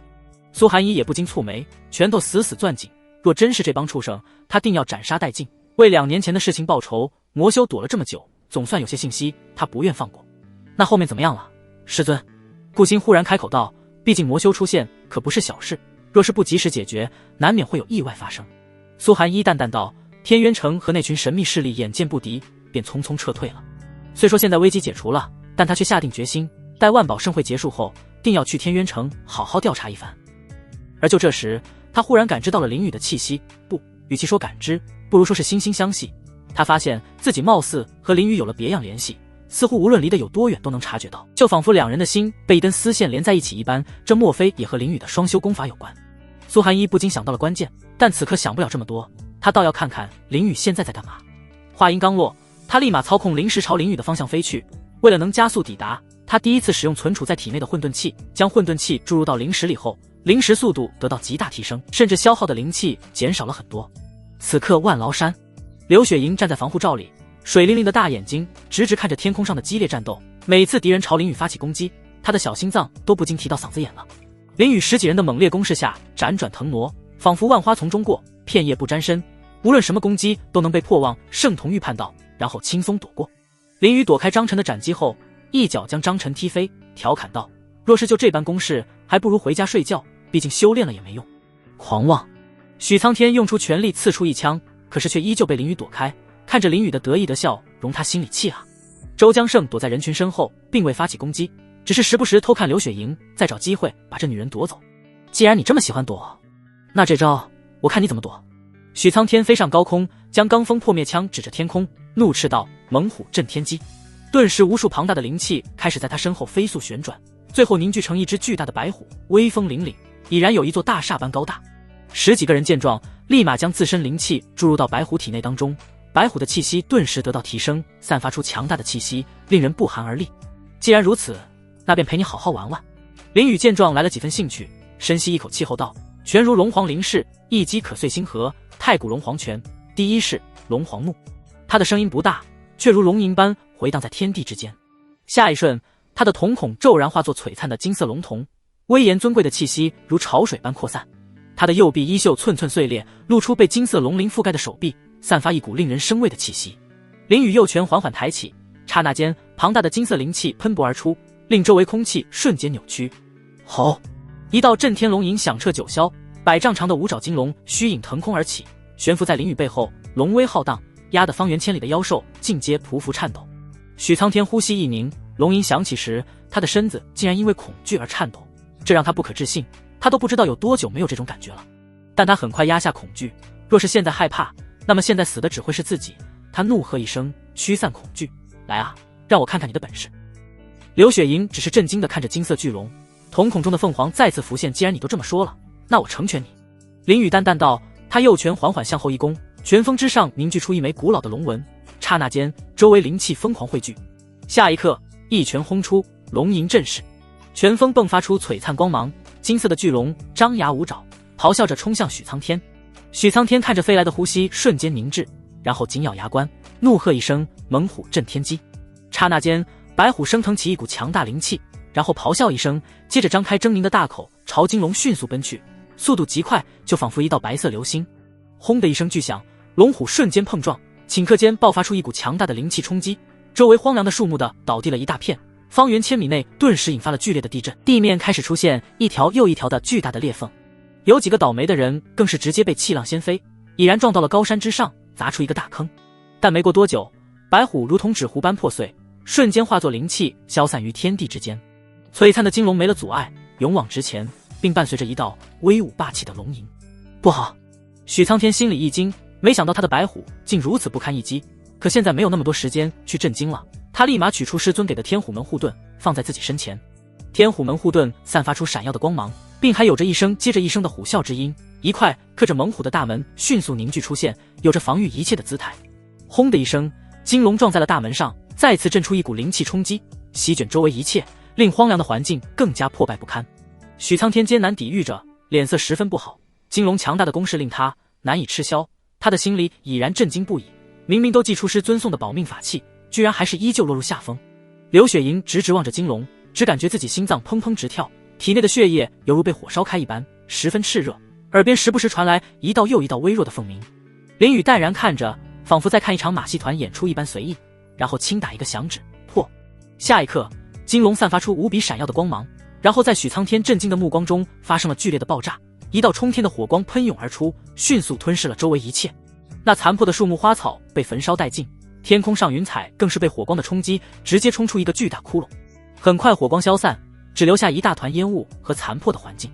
林雨大手一挥，一股狂风凭空而起，迅速将那团巨大的烟雾吹散。此时许苍天大口喘着粗气，他的衣服破烂，身上伤痕累累，就连师尊所送的天虎门护盾也破烂了许多。而他的小弟更是在那场惊天的爆炸当中被重创倒地，生死不明。现在也只剩下一个周江胜还存活着，也就他见识过林雨恐怖的实力，早就林雨出拳前就逃得远远的。许苍天看着周围的小弟，不禁暗自咬牙，心里十分不甘心。没想到他居然败得如此狼狈，要知道他怎么说也是乾隆榜第3的存在，心中的傲气自然十分之高。只可惜这份傲气被太古龙黄泉一击打散了，这家伙怎么能强成这样？许苍天心里咆哮，他不明白，明明是同样涅槃境，为何差距这么大？要知道上次败得这么惨的时候，还是在面对乾隆榜第1的时候。他心里油然升起一抹恐惧，这家伙已经拥有匹敌乾隆榜第1的实力。可恶啊！明明乾隆榜第1那个妖孽已经压得同辈很难受了，如今又跳出来一个，这让他们东荒域的修士还这么修炼。许苍天咬牙切齿，心里痛骂道。这时周江胜见许苍天脸色难看，于是心生一计，嘴角挂起狡黠笑容，悄然传音道：大哥，我有一个法子。说。许苍天闻言立马催促，现在他要将林雨打败，无论用什么方法都行，否则这人以后恐怕会成为自己的心魔。那家伙既然在意那个女人，不如大哥先拖住他，等会我把那女人抓了，到时候岂不是就可以威胁这家伙了？周江胜传音道：好。许苍天直接取出罡风破灭枪，气势再次提升，他没有犹豫，因为这是他唯一能获胜的机会。嗖的一声，许苍天冲了出去，犹如一支离弦之箭一般，速度快点惊人。他很不快就来到林雨面前，举起枪来，猛地劈下，天虎拂晓。林雨淡笑一笑，伸出满是龙鳞的手，直接抓住了罡风破灭枪，太弱了。许苍天听得一肚子火，他可是乾隆榜第3的存在，如今竟然被一个晚辈说太弱了，简直奇耻大辱。他手臂再次发力，一条一条的青筋暴起，是要将林雨劈个粉碎，只可惜一点用也没有，长枪被死死捏着，根本无法动弹。林雨叹气一声道：不给你玩了。说完便一拳打出，直接砸在许苍天脸上，砰的一声，这一拳十分的重，许苍天感受到剧烈的疼痛，鼻血直接喷出，意识模糊的差点分不清东西南北。可即便如此，他也依旧在持续用力，并且朝着林雨挥出一拳。现在他只需要将林雨拖住就可以。真是冥顽不灵。林雨侧身躲过这一击，淡然若知道。忽然他感觉到背后有股气息出现，立马向后看去，只见周江胜已然来到刘雪莹面前，那张脸上已然露出得意的笑容。只要将这破护罩打碎，这100万就是我的了。周江胜得意不已，拳头汇聚灵气，一拳打出，然后发出一声闷响。只可惜貌似什么伤害也没造成，护罩依旧一点事情也没有。周江胜愣住了，没想到这护罩居然硬到这个程度，要知道刚才可是他的全力一击啊。许苍天咬牙切齿，心里怒骂：废物，都是废物，居然连这都打不破。林雨见此嗤笑一声：蠢货，就凭你的实力似乎根本不够看啊。他举起许苍天，准备将这人扔向周江胜，准备阻止。而就在这时，一道强大的灵气从天而降，直接命中防护罩，砰的一声，防护罩瞬间破碎。周江胜见状，立马冲了过去，直接掐住了刘雪莹的脖子，心里一喜，本以为计划失败了，没想到居然会这样，真是天助我也。刘雪莹双手艰难反抗，小脸憋得通红，断断续续说道：放开我。谁？林雨立马抬头，只见一个眼熟的中年人缓缓落下。宋真一俯看着林雨，淡淡道：又见面了。是你？林雨脸色沉了几分，没想到居然能在这见到曾经的御兽峰的峰主。他记得上一次见面还是在他杀江上河的时候。宋真义不慌不忙道：没错，是我。许苍天怔怔地看着两人，没想到这两人居然互相认识，让他一时有些发懵。不过好在的是，两人看起来似乎有仇，这对他来说是一件好事。周江胜将到刘雪莹举到身前，恶狠狠道：林雨，我劝你乖乖束手就擒，否则这女人必将死在这里。大哥哥，不用管我。刘雪莹艰难说着，双手依旧试图掰开周江胜的手指，只可惜一点用也没有。此刻他只觉得内心无比悲凉，为什么苦难总会找上他？明明已经被大哥哥救下，明明不用再过当乞丐的苦日子，明明一切都往好的方向发展，为何偏偏要在这时候他的眼眶发红，充满泪水？可他却倔强的不让其留下来，因为他不想在大哥哥面前丢脸。许苍天见计划得逞，冷笑一声：我劝你快点就范，否则后果自负。林雨只是看了一眼现在的状况，然后大笑几声，仿佛在嘲笑眼前这几个人一般。听到这声音，所有人都懵了，现在怎么看都是对他不利才对，不明白林雨在笑些什么。你笑什么？我告诉你，我可真的会掐死他的。周江胜怒斥一声，对林雨的笑十分反感。林雨停下笑声，看着周江胜，淡漠地说道：你抓的是他，凭什么让我就范？那语气轻描淡写，仿佛眼前的一幕与他毫无关系。周江胜的表情凝固了，他设想过林雨会愤怒，会哀求，会谈判，但绝没想到会是这种反应。他的大脑瞬间一片空白，精心构建的心理优势开始崩塌。什么？许苍天也愣住了，林雨这反应不对吧？按理说不应该老实就范吗？周江胜的眼中闪过一丝慌乱，这不是计划中的反应。他低头看向刘雪莹，然后又用难以置信的眼神盯着林雨。他原以为抓住人质就能掌控局面，却没想到林雨不按常理出牌，这让他一时间陷入了僵局，不知该如何继续下一步的行动。刘雪莹心里有些失落，眼神有些暗淡，但很快就明亮起来，脸上艰难露出一抹笑容。他的心中默默想着，还好我没有成为大哥哥的累赘，没有因为我的缘故让大哥哥陷入被动。尽管处境危险，可这种没有给林雨拖后腿的念头，让他的内心多了几分开心。而这时，林雨眼神微眯，抓着钢锋破灭枪的手猛地发力，将许苍天直接扔向地面，砰的一声，地上被砸出一个大坑。而林雨也在扔出人的瞬间，立马催动焚天凤一带，周身更是有火焰缠身，速度陡然暴增，蹭的一下直接朝周江胜迅速飞去，就像一道红色流星一般。他有自信能在周江胜动手前将刘雪莹救下，几乎是一瞬间的事情。林雨已然来到周江胜面前，在他准备伸手的时候，宋真义忽然出现，朝着林雨一拳打出，淡淡道：太慢了。砰的一声，硕大拳头落在林雨脸上，将其打飞，林雨直接砸落到地上，并在地上留下一道划痕，同时溅起无数烟尘。宋真义看都不看，直接转身就走，淡淡道：走吧。他并不觉得林雨可以活下来，刚才可是他的全力一拳，即便林雨再怎么妖孽，也终究是扛不住的，毕竟法相境修为打一个涅槃境还不是轻轻松松的。周江胜也不相信林雨能在法相境强者的一击下存活，毕竟两者实力差距太大，涅槃境在法相境面前只有被秒杀的份。随后他便掐着刘雪莹跟着宋真义离去，毕竟现在兑现100万更重要一些。刘雪莹只是呆呆地看着那漫天的烟尘，心里悲痛万分。大哥哥，刚才所发生的事情甚至让他忘了挣扎。而就在这时，一道震耳欲聋的声音响起：太古龙皇拳，第一式龙皇怒。龙吟之声响彻天地，散发着无尽的威严。一条璀璨的金龙从烟尘中冲出，朝着周江胜疾驰而去。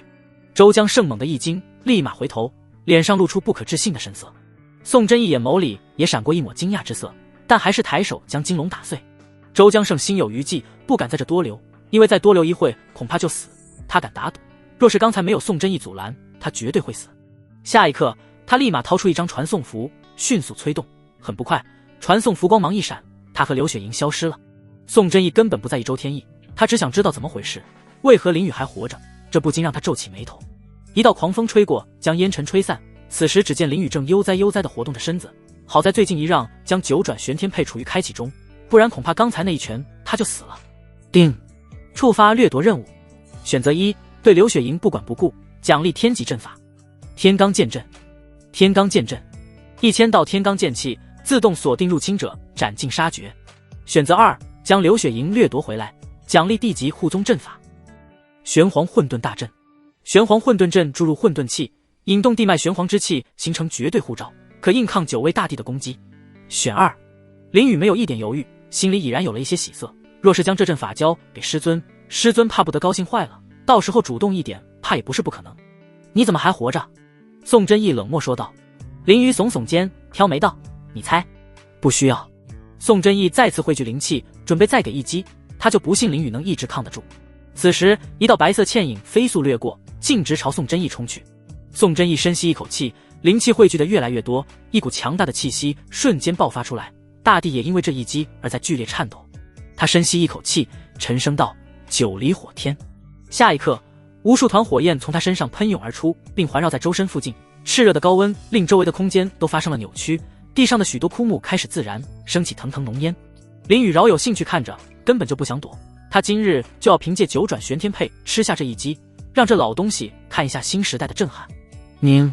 宋真义高声喝道，无数团火焰汇聚成了9把武器的模样，每一把都散发着恐怖的气息。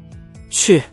他伸手指着林雨喝道，9把火焰武器瞬间射出，速度飞快，瞬间发出一声音爆的轰鸣，就犹如9道流星朝林雨砸去。林雨破望圣童已然察觉，只可惜就算提前2秒预知到，这速度他也根本躲不过，毕竟两人实力差距太大了。不过好在他根本就不想躲就是了。而就在这时，一股彻骨的寒意铺天盖地袭来，周围的一切瞬间覆盖上了冰霜，天上乌云满布，下起纷飞大雪，原本燃烧的枯木已然变成冰块。一道硕大的冰流划破天际，朝着9把火焰武器直射而去。轰的一声，在火焰武器即将打中林雨的时候，冰流已然抵达，将火焰武器直接轰碎，顿时引发了一股巨大的灵气冲击，周围的一切都尽数被摧毁。此时一道白色倩影闪身到林雨面前，替他吃下了这强大的灵气冲击。林雨看着前面貌美的背影，嘴角不禁上扬，淡笑一声道：师尊来得这么及时，莫非是想徒儿了？回应林雨的只有一道清脆悦耳的声音，油嘴滑舌。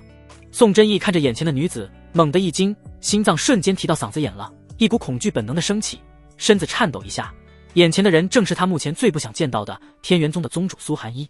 他不再犹豫，身体灵气陡然暴增，瞬间化作流光飞快的逃窜，速度十分之快，宛若划破夜空的闪电，一瞬而至，眨眼间便消失不见了。苏寒一淡淡看着，玉手轻扬，朱唇轻启道：幻冰瞬移。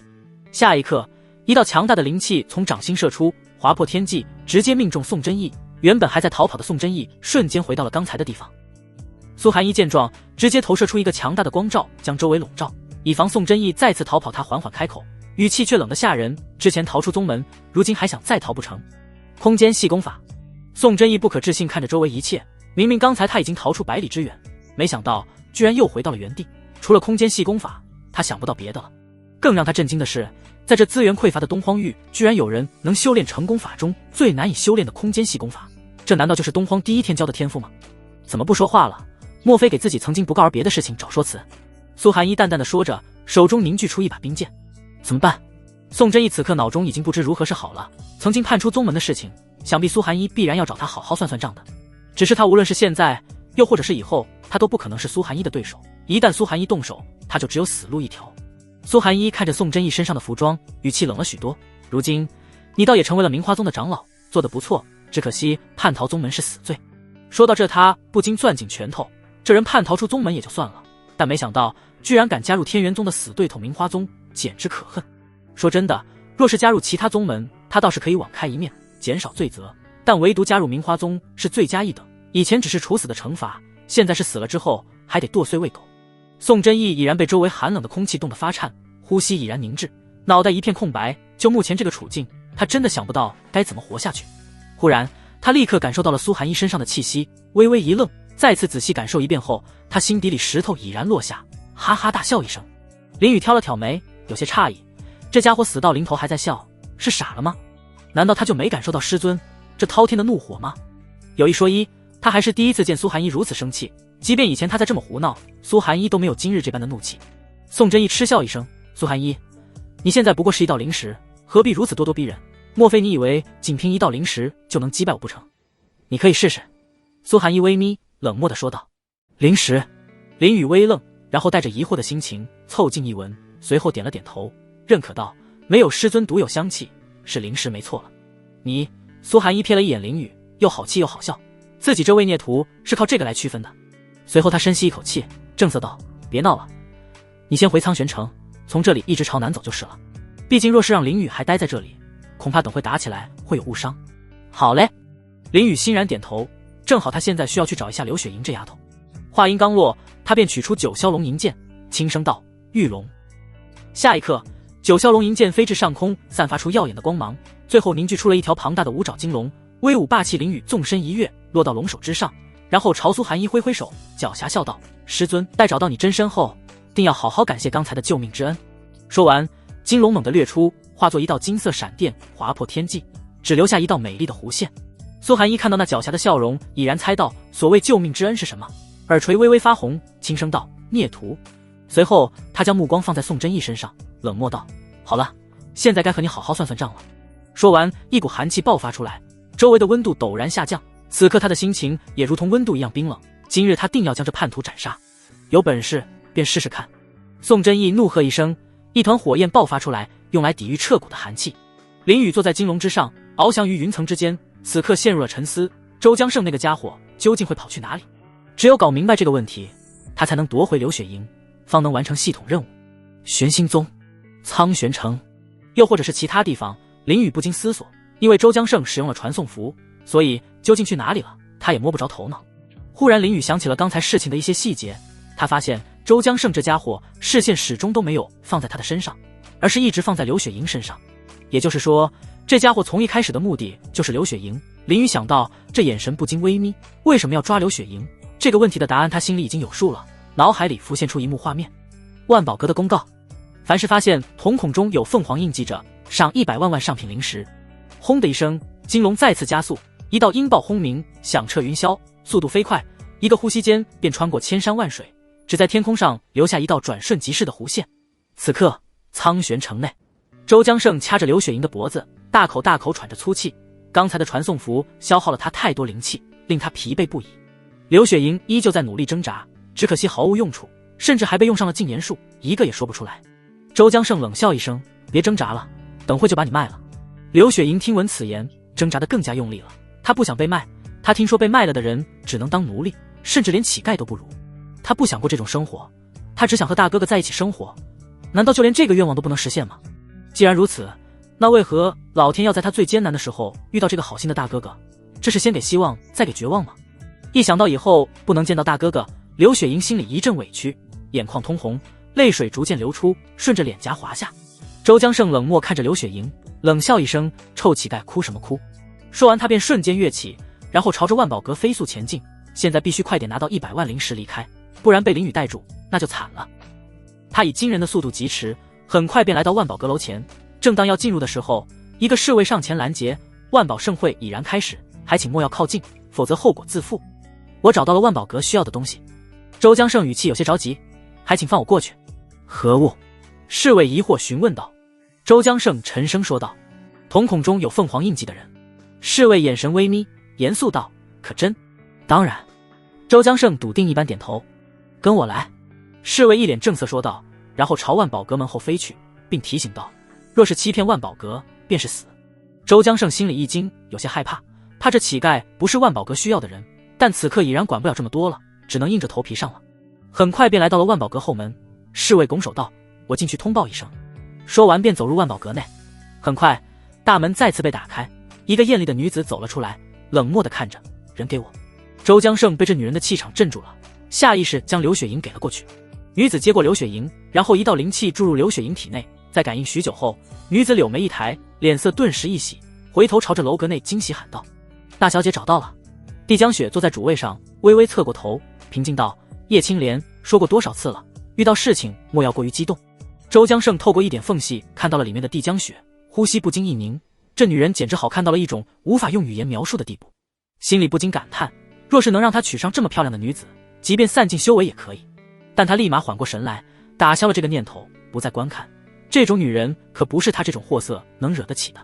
虽说她贵为一国皇子，但这身份在这女人面前却什么也不是，别人或许只需要一句话便可将她的王朝灭掉，还是不要瞎看为好。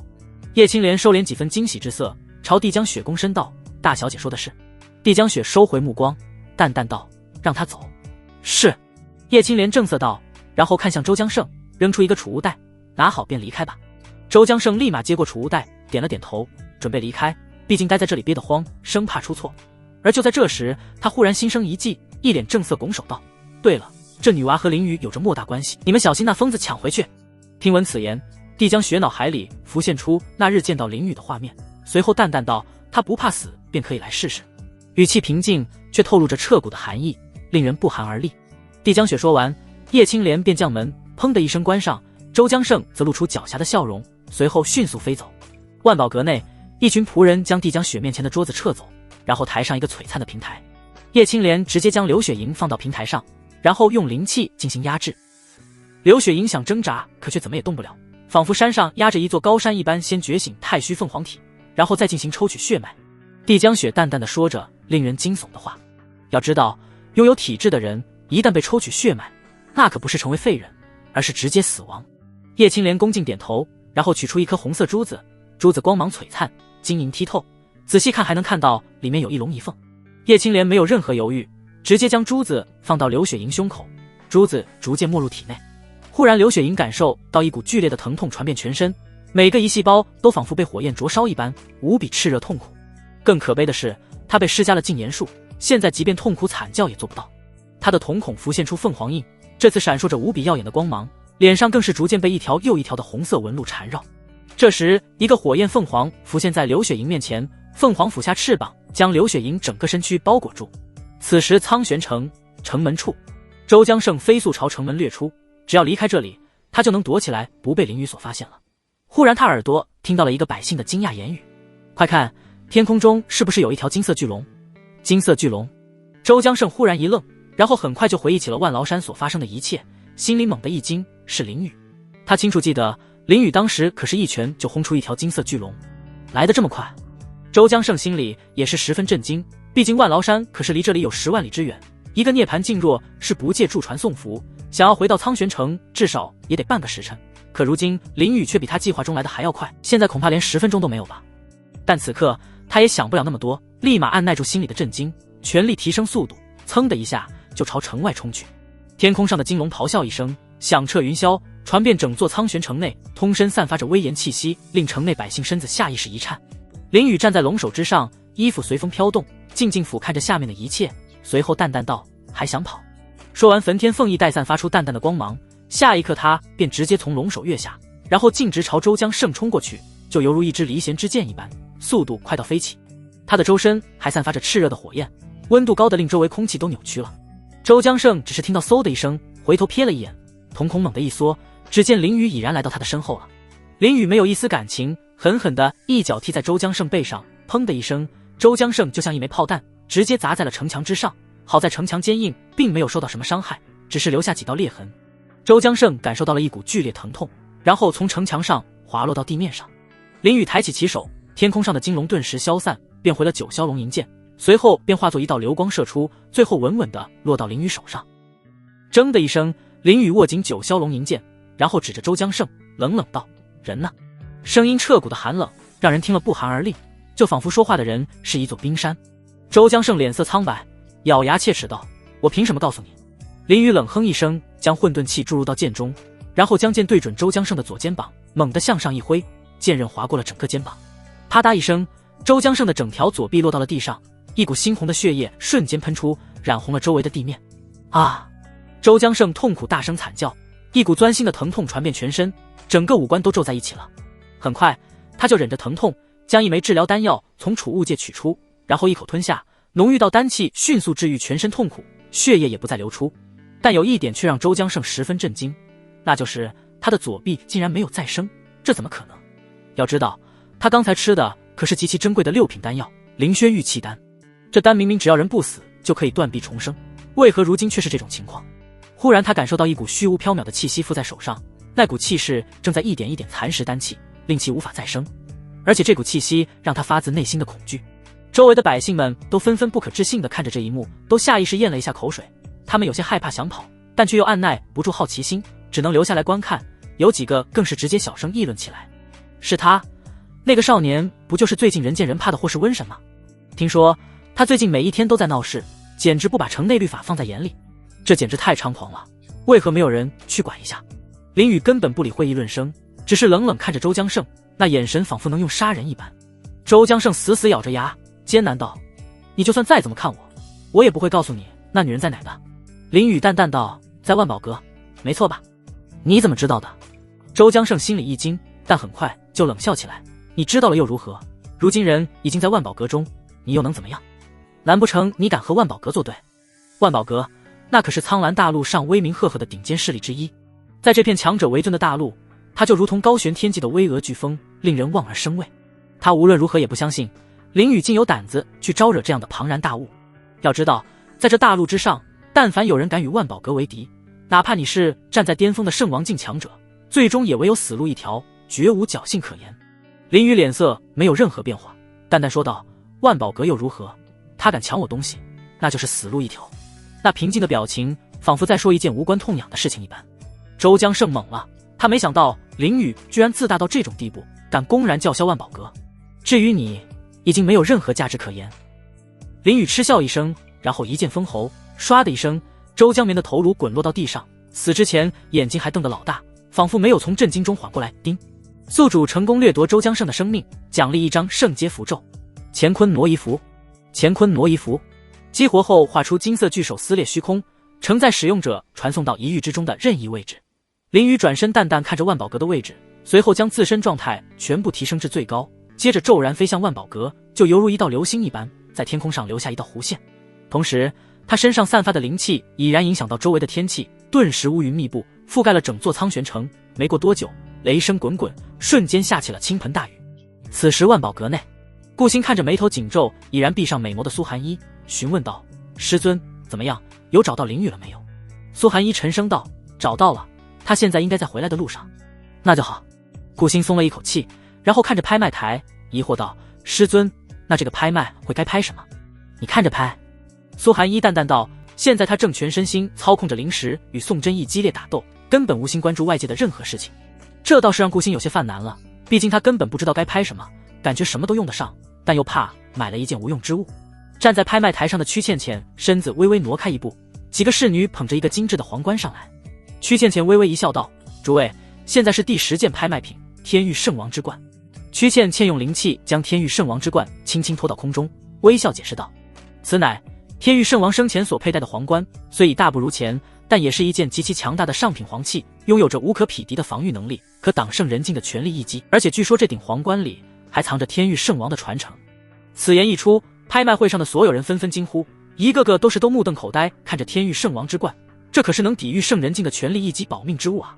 要知道，他们如今修为最高也不过造化境，若是对上圣人，根本就如蝼蚁对上大象一般，不堪一击。可若是有了这皇冠，那以后遇见圣人便多了一次活下去的机会。而且连圣人境都能挡下，那面对上度劫境和造化境，岂不是更加如虎添翼？最重要的是，这皇冠里有着圣王强者的传承，若是能得到传承，实力定会得到巨大提升，毕竟那可是圣王境的传承。此刻即便是其他4大宗主也不得不心动，他们上下打量着皇冠，又各自扫了一眼，通通都把对方都当作敌人。曲倩倩将天域圣王之冠放到展台上，笑意盈盈道，诸位天域圣王之冠，起拍价500万上品灵石。500万！拍卖场内的众人心里一惊，上一件拍卖品也不过是10万开拍，这件直接飙升到500万，可见这皇冠的珍贵。很多2流3流势力的人纷纷叹气一声，毕竟这已经不是他们能买得起的了，500万都够他们1年的营收了550万。周媚清高声喝道，眼神全是对这皇冠的火热，只有得到此冠，他就可以彻底超越苏寒一了。700万！界灵宗高月立马跟价，显然也十分感兴趣。玄心宗姬恒笑意盈盈道，哎呀，这物品我也心动得很，1000万，1500万。天元剑宗吕昭天沉声道，这皇冠归我剑宗。众人都十分吃惊，没想到刚开始价格就被抬到1500万，简直太恐怖了。无数小势力也纷纷看到5大宗门的豪横财力，令他们心有余而力不足。顾星直直看着皇冠，心里正在盘算要不要，毕竟这皇冠若是给苏寒一，必然又能提升一次宗门的整体实力。死了，苏寒一心里默默说着。就在刚才，他操控着灵石将宗门叛徒宋真义一剑斩杀，现在心里好了许多，随后缓缓睁开美眸，看着天域圣王之冠。师尊，这个到底要不要拍？顾星见苏寒一清醒，仿佛找到主心骨一般，立马询问，并将皇冠的大概说了一遍。苏寒一听完后，沉思一会后站起身来，朱唇轻启道：2000万。众人心里一惊，他们本以为1500万已经是极限，没想到居然还有高手。周媚清不屑冷哼一声，这苏寒一果然也对那圣王传承感兴趣，但这一点他却猜错了。苏寒一拍卖天域圣王之冠，并非为了自己，而是为了那个让他操心的徒儿。此刻那冰冷的心里却有着关怀的想法，若是有了这皇冠，孽徒以后惹事就不会那么危险了。吕昭天切了一声，然后接着开口道：2100万。屈倩倩看着几人争夺，心里那叫一个美，几人越是抢，万宝阁挣的就越多。他便出一个木锤，敲了一下木台，2100万一次。轰隆隆，伴随着木锤落下，一道响亮的轰鸣声传遍全场。屈倩倩顿时愣住了，她根本就没有用多大力，怎么会这么响？轰隆隆，声音再次响起，这次大伙听得更加清晰了。有人立马喊道：“是雷声！”众人闻言都愣住了，明明进来的时候还是晴空万里，怎么突然打雷了？而且这雷似乎还掺杂着一些灵气。此刻万宝阁外面，一个年轻侍卫指着远处惊声道：“师傅，你看是不是有人冲过来了？”老侍卫看去，突然瞳孔一缩，确实发现一个少年正朝万宝阁冲来，而且速度丝毫没有减弱。若是就这般冲来，万宝阁恐怕会受到不小损伤。老侍卫立马大喝：“拦住他！”说完便直接冲了过去。年轻侍卫也不再犹豫，立马冲过去，而同时无数名侍卫蜂拥而上。天空上，林雨伴随着猛烈的暴风雨而来，衣服随风飘动，吹得铮铮作响，周身更是缠着雷霆，宛如操控雷霆的主人一般。他凝视着万宝阁，瞳孔深处燃烧着璀璨的惊艳。按照原本的想法，他是想偷偷潜入万宝阁，将刘雪莹偷出来，但这个想法很快就被他否决了。他可是拥有系统的天命之子，世间独一无二的天命之子，想要的东西直接暴力抢夺就是了，何须偷偷摸摸？万宝阁又如何？只要系统在身，无论是谁见到他只有避让。林雨看着底下冲过来的侍卫，甚是不屑，速度陡然提升，化作一道金色流光，将侍卫全部撞飞，径直地朝着万宝阁俯冲而去。此时万宝阁内轰的一声巨响，拍卖场上方的一块墙壁瞬间破碎，一个大窟窿呈现出来，无数碎石朝着拍卖场内四处横飞，并扬起一股巨大烟尘，逐渐弥漫全场。这一番巨响让所有人心里都猛地一惊，不敢相信眼前一切，都纷纷看向烟尘处，震惊地看着，想看看究竟是谁如此大胆。须知晓，万宝阁苍蓝大陆一直以强大无比的姿态震慑四方，几乎无人敢对其生出冒犯之心。特别是在拍卖会举行期间，万宝阁更是严令高悬，但凡胆敢打扰拍卖会者，格杀勿论。往昔曾有一位圣王境强者，自视修为高深，狂妄地以为即便搅扰了拍卖会，也能全身而退。然而他万万没料到，等待他的竟是万宝阁雷霆般的残酷惩处。最终这位不可一世的圣王遭受千刀万剐之刑，受尽折磨后，其头颅更是被高高挂在万宝阁门上。那狰狞的头颅如同一座醒目的警钟，向世间众人昭示着万宝阁不容侵犯的威严，令无数人胆寒心悸。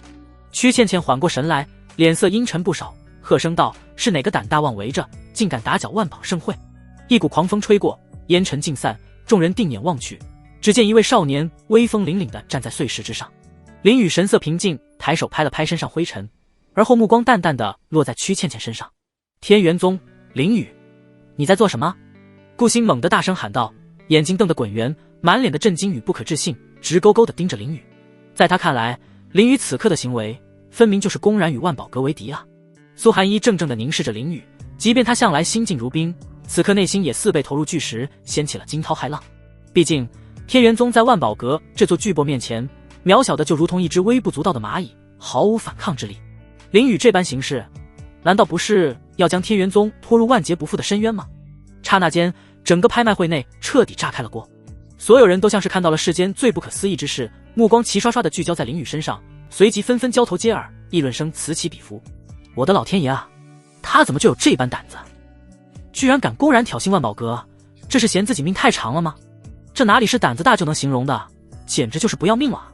林雨就是这几天在城内到处闹事的那个林雨，我早有耳闻，在城内闹事还不够，如今竟闹到万宝阁来了，这人简直疯狂到了极点。周媚清同样一脸震惊地看着林雨，但很快一抹得意的笑容就爬上了他的脸庞。林雨在万宝阁内闹事，苏寒一必定会受到牵连，到时候他就能亲眼目睹苏寒一陨落于此了。高月望向林雨原本一直古井无波的脸色，此时也不禁微微蹙起眉头，眼中闪过一丝惋惜，无奈地摇了摇头道：可惜了，如此出众的天赋。姬恒微微挑起眉毛，眼神中透露出一丝兴味，缓缓说道：林雨确实是个难得一见的天才，只可惜往后怕是再无缘相见了。吕昭天面色阴沉，冷冷地注视着林宇，冷哼一声道：“招惹了万宝阁，唯有死路一条，谁也救不了他。”李景刚站在一旁，眼神如刀，死死地盯着林宇，脸上浮现出一抹阴森的冷笑。林宇如今的所作所为，在他看来就是自寻死路，他简直求之不得。一想到林宇即将命丧黄泉，他的心情顿时畅快了许多。唯一遗憾的是不能亲手将林宇斩杀。天元宗林宇，好，很好。曲倩倩脸色阴沉，玉手一挥，高声喝道：“来人，把他给我拿下！”话音刚落，顿时冲出无数侍卫，每一个都有着涅槃境的修为，所散发出的强大气息都表示他们都不简单。所有人都震惊了，涅槃境即便是在五大宗门里也都是中流砥柱的存在，没想到在万宝阁却只能当一个侍卫。侍卫们一脸严肃，纷纷朝着林宇迅速冲了过去，每一个侍卫速度都十分之快，完全不输东荒涅槃境的天骄。林宇破望圣瞳再次一闪，早已预判到每一个侍卫的攻击路线，但这次他并不想夺，只是将灵气注入到九霄龙银剑内，然后淡淡道：“盘龙护身。”下一刻，九霄龙银剑金光大闪，一条金龙凭空出现，并迅速旋转，最后金龙环绕在林宇身上。侍卫们立马催动自身灵气，瞬间无数华丽的功法朝林宇打去，但每一道攻击最后都只砸在金龙身上，根本就没有造成任何伤害。林宇看着眼前的侍卫们，根本毫不在意，将混沌气注入到金龙身上，轻声道：“破！”下一刻，金龙散发出无比闪耀的光芒，尾巴抬起，猛地一甩，砰的一声打在所有侍卫身上。侍卫们被打得四处横飞，每个人身上都多出一道狰狞的剑痕，有不少侍卫都痛苦哀嚎，声音此起彼伏。就刚才的一击，就让侍卫们感受到了剧烈的疼痛。每个人都不可置信地看着林宇，心里都充满不可置信。这人居然一击就击退了一众涅槃境高手，这简直太离谱了！要知道，能在万宝阁当侍卫的几乎都没有善茬，每一个都有极强的天赋，即便放在五大宗门，也是被当宝贝供着的天骄。而就是如此强大的侍卫，竟然在林宇手下撑不住一击，这完全颠覆了他们的认知。曲倩倩只是扫了一眼侍卫，然后冷冷地看着林宇，公然反抗，你好大的胆子！林宇耸耸肩，毫不在意道：“过奖了，除了师尊外，你是第一个说我好大的。”此言一出，所有人都懵了，不知林宇在说些什么。曲倩倩也没有摸清头脑，对林宇的话十分不解。而苏寒一也愣住了，脑海里回忆着自己什么时候说过，毕竟他和林宇聊天时似乎并不说过这种话。但他突然想到什么，立马意识那根本不是聊天时所说，而是当时在寒玉洞里双修时说的。想到这，苏寒一俏脸染上一抹红晕，一时羞耻不已。这位孽徒居然在这么人面前说这些话，简直是让他无地自容。师尊，你怎么了？顾星察觉异样，关心询问道。没事。苏寒一深吸一口气，缓解内心羞耻，缓缓说道。曲倩倩冷哼一声，少在这跟我胡说八道，今日你会为你的行为付出代价。哦。林宇淡淡回应，随后闭上眼睛，感知力提到最高，想要感知一下流血营在何处。可无论怎么感应，他都发现这万宝阁空空如也，什么气息也没有。不在这吗？林宇思索着，但很快就否定了这个问题，因为万宝阁法宝无数，有几个能遮掩气息的也不为过。就在他准备放弃感知的时候，忽然听到一声微弱的凤鸣，顿时体内的龙血开始沸腾，手臂不自主的开始浮现一块又一块的金色龙鳞。感知到了，就在这拍卖场后面。林宇猛地睁开金色龙眸，不再犹豫，左手向后攻去，庞大的灵气汇聚拳头，淡淡道：“太古龙皇拳，第一式龙皇怒。”下一刻，林宇猛地轰出一条璀璨的金龙，朝正前面拍卖场的墙壁迅猛冲去，速度快如一闪而过的闪电。曲倩倩看着那迎面而来的金龙，心中陡然一惊。仅仅是一瞬之间，她便从这金龙身上察觉到一股恐怖气息，令她的呼吸都凝滞起来。生死关头，她银牙一咬，强自压下恐惧，毫不犹豫地伸出双手，试图以此来抵御前方那来势汹汹的金龙。她心里很清楚，若是任由这金龙撞碎身后的墙壁，只怕自己就算有10条命，也不够万宝阁惩处的。滋啦一声尖锐的声响划破空气，曲倩倩的双手堪堪接住了金龙。然而金龙体表那骇人的高温瞬间传来，她的双手眨眼间便被烫得通红。更要命的是，这条金龙所蕴含的灵气磅礴如海，即便是身为涅槃境巅峰强者的她，竟也有些难以招架。她的身子在金龙强大的冲击力下，不由自主的一点点往后退去，双脚在地板上硬生生踩出2道深深的划痕，仿佛是大地在痛苦的呻吟。滚开！林宇眼神中没有丝毫波澜，冷冷地吐出2个字。紧接着他抬手一挥，一道神秘而古朴的混沌气如蛟龙出海，瞬间注入到金龙体内。刹那间，金龙仿佛得到了某种强大力量的加持，灵气陡然暴增。金龙发出一声无比威严的龙吟，响天彻地。拍卖会场内，一些修为较弱的人，耳朵在这龙吟声的冲击下如遭重锤，疼得脸色煞白，甚至有血液从耳中缓缓流出。曲倩倩终究是再也支撑不住这股恐怖的力量，整个人被金龙直接撞飞出去，重重地砸到一旁的观众席上，溅起一片尘土。轰！伴随着一声惊天动地的巨响，没了曲倩倩的阻拦，金龙如同一颗失控的流星，径直砸在墙壁之上。坚固的墙壁瞬间被砸出一个巨大的窟窿，无数碎石如炮弹般向四周飞溅而出，同时溅起一股烟尘，弥漫四周。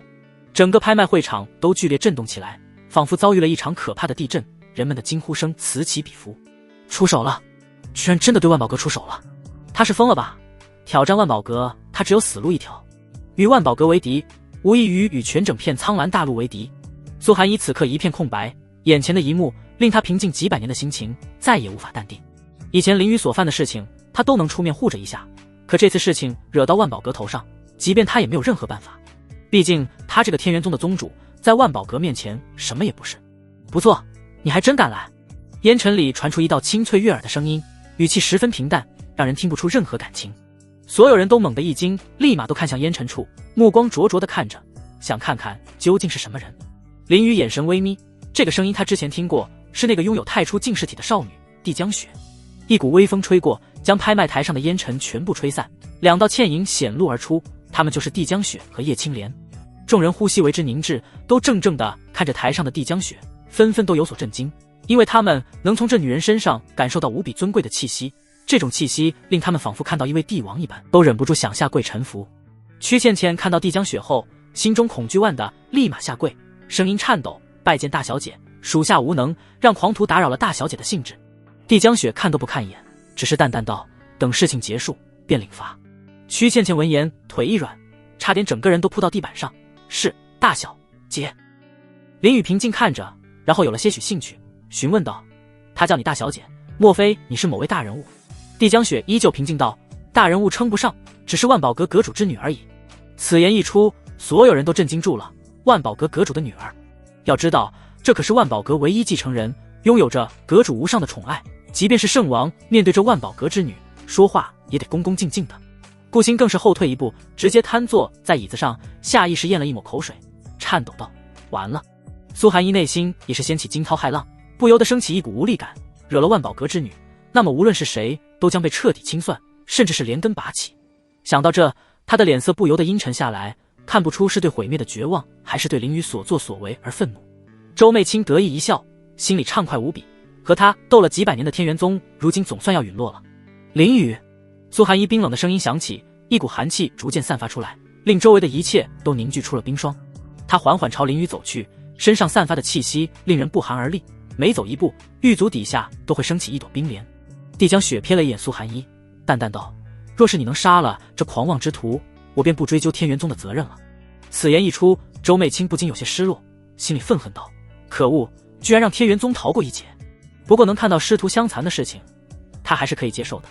顾星看着眼前一幕，不禁抿着嘴唇，心里悲痛不已。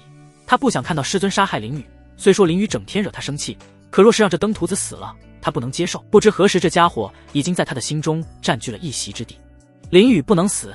顾星原本悲痛的眼神立马坚定起来，他要拼上性命也要救下林雨。这般想着，体内的灵气逐渐提升。现在场上所有人都认为苏寒衣会杀掉林雨，毕竟杀一个弟子便能救下宗门，这笔买卖还是很划算的。就连林雨也是这般想的，毕竟他的师尊一直是将宗门放在第一位，当初为了能救下宗门，甚至不惜和他双修，就能看出宗门在师尊心中的地位。苏寒衣走到林雨面前，冰冷的眸子直直看着，所有人都没能从那对眸子里看出一丝感情。师徒俩就这么互相看着，好像什么都没说，但又好像什么都说了一般。沉默如同一块沉重的石头，压得空气都快要窒息。动手吧，苏宗主。帝江雪仿佛笃定一般说道，甚至直接转身，不想看一个结局已定的闹剧。苏寒衣缓缓抬起手，所有人都屏住呼吸，期待着接下来师徒相残的一幕。可让他们期待的一幕完全没有出现。只见苏寒衣用手轻轻抚摸林雨的脸颊，他的声音十分沉重，却又带着一丝坚定道：为师永远站在你这边。师尊。林雨怔怔地看着苏寒衣，目光有些错愕，没想到最后居然是这种结果，看来他在师尊内心中的地位已经特别高了，不然也不会这样。这时苏寒衣突然身子微微一侧，仿佛感知到了什么东西一样。林雨有些疑惑，不知师尊为何避开时，只见一道倩影迅速冲了过来，犹如炮弹一般，直接撞入他的怀里。待他看清后，嘴角微微上扬，伸手抱着了这位美人，调侃道：“顾师姐，这么急着撞入怀里，是舍不得我？”顾星顿时俏脸一红，张了张朱唇，却不知如何解释。刚才他看见苏寒衣举起手来的时候，便立马冲了过去，可却没想到苏寒衣居然没有下手，这让他很意外。当反应过来的时候，身子已经停不下来了。帝江雪脚步微微一顿，转过身来，淡淡的看着眼前一幕。这次那向来平静的眼眸中却多了一分寒意。他缓缓开口道：“苏寒衣，你们天元宗是想与万宝阁作对吗？”这时在场的人群再次炸锅，没想到事态竟然会发展到这个地步，纷纷交头接耳议论着。我的天啊，天元宗这完全是不知死活，这下完了，坏了，东荒5大宗门以后变成4大宗门了。不可置信，苏寒衣难道真的要为这一个弟子而葬送整个天元宗吗？周媚清露出欣慰笑容，心里暗爽道：“没错，就是这样。苏寒衣，你可是东荒第一天骄，一定要与万宝阁斗争到底。”苏寒衣瞥了一眼帝江雪，内心十分复杂。本来一开始他也是打算林雨来换宝宗门和平的，但他却无论如何也无法下定这个决心，因为一旦想到杀了林雨，他内心就痛苦不已，甚至回想起了往日的点点滴滴。他也知道自己这样不对，作为宗主不能就这么柔弱，应该把心狠下来。可当苏寒衣看到林雨那认真的眼神后，他发现自己这孽徒在心里占据了太多位置，内心根本无法狠下来。在和林雨对视过后，他决定遵循自己内心的想法。不过在此之前，他还有一件事情要确认，缓缓开口道：“你认为你做得对吗？”林雨看着苏寒衣的眼神，罕见认真道：“当然，我是为了救人而来。”“为师相信你。”苏寒衣得到答案后，嘴角微微上扬，那笑容如冰雪初融，春花绽放，美得令人心颤。林雨一时呆住，他还是第一次见到苏寒衣这般笑容。顾星也是如此，甚至都下意识忘了从林雨怀里出来。“你们先跑，我来为你们断后。”苏寒衣说完，便转身将两人护在身后，直视着帝江雪，冰冷道：“何为作对？我不明白。”帝江雪淡淡道：“很好，看来天元宗还真是不知死活。作为万宝阁唯一继承人，他提出的要求，别人向来只能同意，但今天还是人生中第一次被拒绝，这让他悄悄有一丝不爽。师尊，我不走，我还人没救林雨向前2步，站在苏寒衣身侧，而且能和师尊一起战斗，是弟子的荣幸。”顾星缓过神来，立马从林雨怀里挣脱，站到了林雨另一侧，脸色羞红，有些手足无措。苏寒衣还想让他离开，可看着那执着的眼神，最后只是轻轻嗯了一声。“帝江雪，赶紧把人还给我，否则后果自负。”林雨毫不畏惧直视着，淡定道。叶青莲闻言立马上前一步，呵斥道：“大胆，竟敢直呼大小姐真名，找死不成？”林雨眉毛一挑，指着叶青莲挑衅道：“你是哪根葱，竟敢跳出来在我面前逼逼赖赖？难不成你就是这里的头？”叶青莲心里一惊，下意识瞥了一眼帝江雪后，冷笑一声：“不是，但对付你足够了。”“不是。”林雨双手抱胸，一脸不屑，十分嫌弃道：“不是你跳出来干什么？哪里凉快哪里待着去。”“你……”叶青莲很显然被林雨气到了，一股怒火在胸口燃烧。“好了。”帝江雪上前一步，淡淡道：“不必和一个将死之人计较，直接杀了便是。”“是。”叶青莲闻言后，心里一喜，脸上瞬间挂满了怒火，一股强大的灵气散发出来，弥漫在整个拍卖场。造化镜，场内的所有人都心里一惊，没想到在东荒境只手执天的造化镜，仅仅只是听命于帝江雪的下人。下一刻，叶青莲变出一把长剑，身体爆射而出，几乎是瞬间就来到林雨面前，然后一剑劈下。然后林雨根本不慌，因为破望圣童根本就没有预知到危险，也就说他是安全的。轰的一声，苏寒衣直接唤出万载玄冰剑，瞬间来到林雨面前，将剑一横挡住了攻击，一股强大的冲击瞬间爆炸，整栋万宝阁顷刻间化为无数碎石崩塌，只有一个被火光包裹的平台悬浮在上空。一些比较弱的人更是承受不住冲击，被震得七窍流血昏死过去，直接被埋入废墟里。而强大的人则立于半空之上，完全不受影响。林雨身上的九转玄天配散发出淡淡的光芒，将他和顾星罩住。碍事，叶青莲再次砍下一剑，这一剑要比刚才更猛，力道更大，灵气更多。苏寒衣眉头一皱，再次汇聚灵气，用力抵挡。这一次爆炸的冲击波席卷了周围的一切，无数高楼坍塌，无数百姓遇难，甚至死亡。忽然枪的一声响起，苏寒衣的万载玄冰剑符现出几道裂痕，宛若蛛网一般。眼前一幕令他有些凝重，万载玄冰剑作为下品皇器，向来坚韧无比，没想到这次居然扛不住这2击。你这剑的品质不行。叶青莲冷笑一声，随后再次发力，试图连人带剑一起砍断。修行之路并非只靠武器。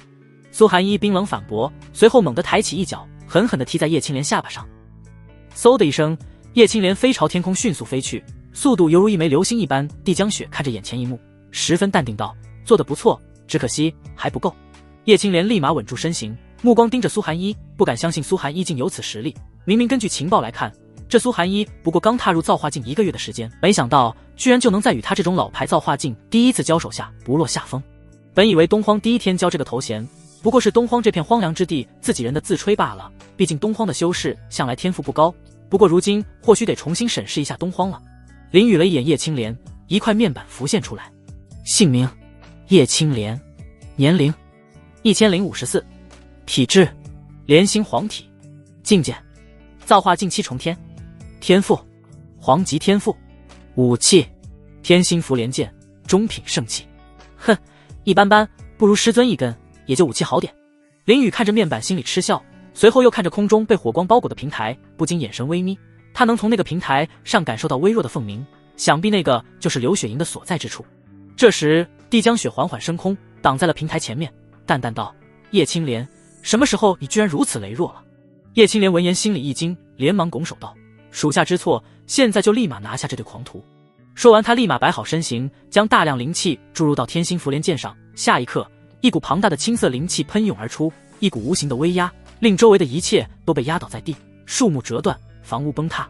与此同时，一朵青色莲花在他的身边环绕，背后更是浮现出一个青莲法阵。苏寒一死死盯着上空，脸色无比凝重，上面的一击让他感受到无比强大的威胁，心里不禁沉重几分。这般攻势，他未必护得住这2位徒弟。这时叶轩拍了拍苏寒一的肩膀，淡定道：“师尊，你去上面阻拦他，我和顾星便足以应对。可是你们2个……”苏寒一沉声道，可话还没说完，便被林雨打断了。“相信我。”林雨无比认真，无比自信说道。苏寒一怔怔看着这3个字，仿佛有着一种魔力一般，令他不得不信，最后郑重点头：“行。”说完，他便拔地而起，朝着叶青莲迅速飞去，身后浮现出一尊高贵的太阴玄女体虚影，散发着一股股寒气以来对抗青莲之气。天清玄寒斩！苏寒一冷喝一声，立马挥出一道彻骨冰冷的强大剑气，那气势仿佛要斩断天地。剑气朝着叶青莲奔袭而去，速度快如闪电，刹那间便来到叶青莲面前。叶青莲不得不将剑横在身前，以来抵御一道猛烈的攻击。轰的一声，剑气劈在天心福莲剑上，随后炸开，无数冰碴朝叶青莲飞去。只可惜并没有伤到任何地方，只是令叶青莲后退几分。苏寒一剑上再次汇聚灵气，面对比自己强的人，他不会放过一丝一毫的破绽，准备趁着这个时间再次挥出一剑。这时一道雷蛟朝着苏寒一奔袭而来，气势磅礴，仿佛要一口吞掉苏寒一一般。苏寒一脸色一沉，立马调转方向，一剑斩出，强大的寒芒顿时将雷蛟撕开。苏宗主，如今这般是不是该给说法？这时宁州飞到空中，手持一柄蓝色长枪，威风凛凛。苏宗主，公然违抗万宝阁可是不对的哦。周媚青也飞了过来，娇笑一声，他可不会放过任何针对苏寒一的机会。此刻3个人位居3角，将苏寒一团团围住，形成一股包夹之势。天空上气氛十分凝重，几乎可以说是一触即发。杀了他！叶青莲冷喝一声，随之而来的便是3人朝苏寒一发起了猛烈的攻击，丝毫不带犹豫的。苏寒一深吸一口气，将灵气提升至巅峰，丝毫不惧地冲了出去。狂风呼啸，虚空震荡，4道身影如鬼魅般在高天之上纵横穿梭。4人每一次碰撞都似雷霆炸响，激起层层气浪。双方战斗快到极致，只见光影闪烁，分不清谁攻谁守。叶青莲3人攻势如潮，剑锋枪影化作一道道凌厉的劈链，从不同方向朝苏寒一疯狂卷去。苏寒一丝毫不惧，在密不透风的攻击中辗转腾挪，每一次闪避都显得毫厘，又能迅速反击。寒气发出尖锐的呼啸，朝3人攻去。他们的速度快得让空间都仿佛扭曲，一道道残影在空中交错重叠，每一次交锋都只在刹那之间，让人根本来不及看清招式。此刻帝江雪只是淡淡瞥了一眼上空，随后俯瞰林雨，平静道：“与万宝阁作对，无异于与全大陆为敌，你真觉得会赢吗？”林雨闻言，嘴角上扬，露出一副无比自信的笑容道：“会赢的，狂妄！既然你这么自信，那就让我看看你有没有这个实力。”帝江雪依旧是淡淡的语气，所有天骄听着，取下林雨的人头便能获得一个上品黄器。此言一出，所有天骄都炸锅了，纷纷露出震惊与疯狂之色，这可上品黄器，即便是他们努力一辈子也未必能获得的宝贝。他们看向林雨，那眼神仿佛是在看一件美丽的宝物一般。怎么办？顾星走到一旁，暗自传音道。林雨环绕了一眼周围虎视眈眈的天骄，传音道：直接打便是了。不过等会若是有机会，我们便去救小乞丐，救那个女人身后的平台。刘雪莹。顾星猛地一惊，诧异地看着林雨，没想到林雨居然只是为了救那女孩子，明明他们才认识不久，林雨居然会为此不惜得罪万宝阁。今日的事情让他对林雨有了极大的改观，嘴角不禁上扬，这登徒子还是有可取之处的。林雨，李景刚率先冲出，周身血气弥漫，这次的事情对于他来说简直是天大良机，不仅可以联手别的天骄击溃林雨，还能获取一把黄器，毕竟他的武器在和林雨打完后不见了。所有天骄见此，不愿慢下半分，纷纷提起速度向林雨冲去，仿佛10几年没吃饭的人见到食物一样。林雨看着冲来的众人，淡淡一笑，一群蝼蚁。顾星深吸一口气，看着这么多人，心里不禁沉重许多，毕竟这里其中更是不乏佼佼者，如李景刚、王牧阳这种乾隆榜天骄。你这是紧张了？林雨瞥了一眼旁边的顾星，淡淡一笑，放心，有我在，不会有人伤害到你的。说完便催动9转玄天佩，将一道光罩覆盖在顾星身上。这是？顾星疑惑着看着身上的护罩。林雨淡淡道：能救你命的东西。帝江雪看着那个光罩，眉头稍微皱了一下，随后平静道：怪不得敢如此放肆，原来是仗着9转玄天佩，只可惜这东西对我没用。林雨。李景刚怒喝一声，率先到林雨面前，血气覆盖在上，然后一拳轰出，血煞拳。这一拳带着无可匹敌气势，几乎刺破了空气，将周围的一切都染上了血色。林雨淡淡瞥了一眼，左手瞬间被龙鳞覆盖，随后猛地探出，轻松接下了这一拳。下一刻，两人相接触的瞬间，一股强大的灵气冲击爆发出来，迅速将周围的废墟进一步摧残。太弱了，我让你看看什么是拳。林雨淡淡说道，接着左手将李景刚猛地拉近，右手则也被龙鳞覆盖，然后一拳打出太古龙皇拳，第一式龙皇怒。李景刚看着奔袭而来的金色之拳，他就感觉像是在面对一条凶猛的巨龙，心里的恐惧来到顶点，甚至一时忘了呼吸。砰的一声巨响，拳头砸在了李景刚脸上，这是大力沉的一击，将他直接打飞出去，速度很快，就像离弦之箭一般射出。李景刚狠狠砸向了一栋楼房，那栋原本坚固无比的楼房在敌人的撞击下瞬间化为齑粉，无数的砖石碎片如流星般四散飞溅。紧接着敌人又撞向了第2栋、第3栋，每一栋楼房在他的撞击下都如同纸糊的一般不堪一击。终于在一连串的撞击之后，李景刚如同一颗陨落的星辰，重重地落在了北边城楼上。看到这一幕，所有天骄都下意识停下脚步，不禁咽下口水，因为他们此处位于苍玄城的南边。要知道苍玄城十分巨大，南北距离更是相距甚远，就犹如天际一般，一眼望不到头的那种。但没想到林雨却可以一拳将人打得这么远，可见那一拳的威力是多么庞大。南边城楼与北边城楼之间原本繁华的街区，此刻竟多了一条直直的通道，无数百姓都十分诧异地看着这一幕。帝江雪看着林雨手上的龙鳞，不禁陷入沉思，因为他能感觉到林雨身上的气息不是用功法伪造出来的，而是货真价实的真龙血脉。作为万宝阁之女，她见多识广，所以对此事很是疑惑，毕竟龙族以高贵自称，是绝对不会让任何种族去玷污他们的血液。万宝阁曾经试过抓过几条真龙，可最后都以失败告终，因为真龙宁愿生死将真血燃烧殆尽，也不愿屈服，所以林雨这一身龙血哪来的？要知道万宝阁不是没有龙血，而是十分稀少，甚至只有1小瓶，可谓是极其珍贵。你的龙血怎么来的？帝江雪淡淡地问道。此言一出，剩下的3大宗主都目光灼灼地盯着林雨，他们自然也感受到了那股俯瞰世间的高贵气息。林雨悠哉抚摸着手腕，淡淡道：我凭什么告诉你？那便打到你说。帝江雪依旧平静，随后瞥了一眼其他天骄，你们都愣住干什么？天骄们纷纷从刚才的震惊中缓过神来，立马都朝着林雨迅猛冲过去。林雨丝毫不慌，看了一眼顾星，师姐，你帮我挡一下，我准备给他们来一发大的。顾星不知林雨要干嘛，但还是重重点头道：好，我不会让他们靠近你的。说完便取出玲珑花剑，上前一步将林雨护在身后，甚至下定决心，若是想碰林雨，那就得从他尸体上踏过。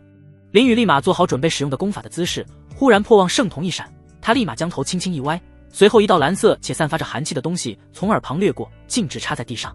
林雨回头瞥了一眼，忽然瞳孔一缩，那是万载玄冰冷剑，而且仔细一看，这还是断掉的。此刻上空，周媚清冷笑一声，手中的鞭子无风自动。如今我看你还怎么抵抗？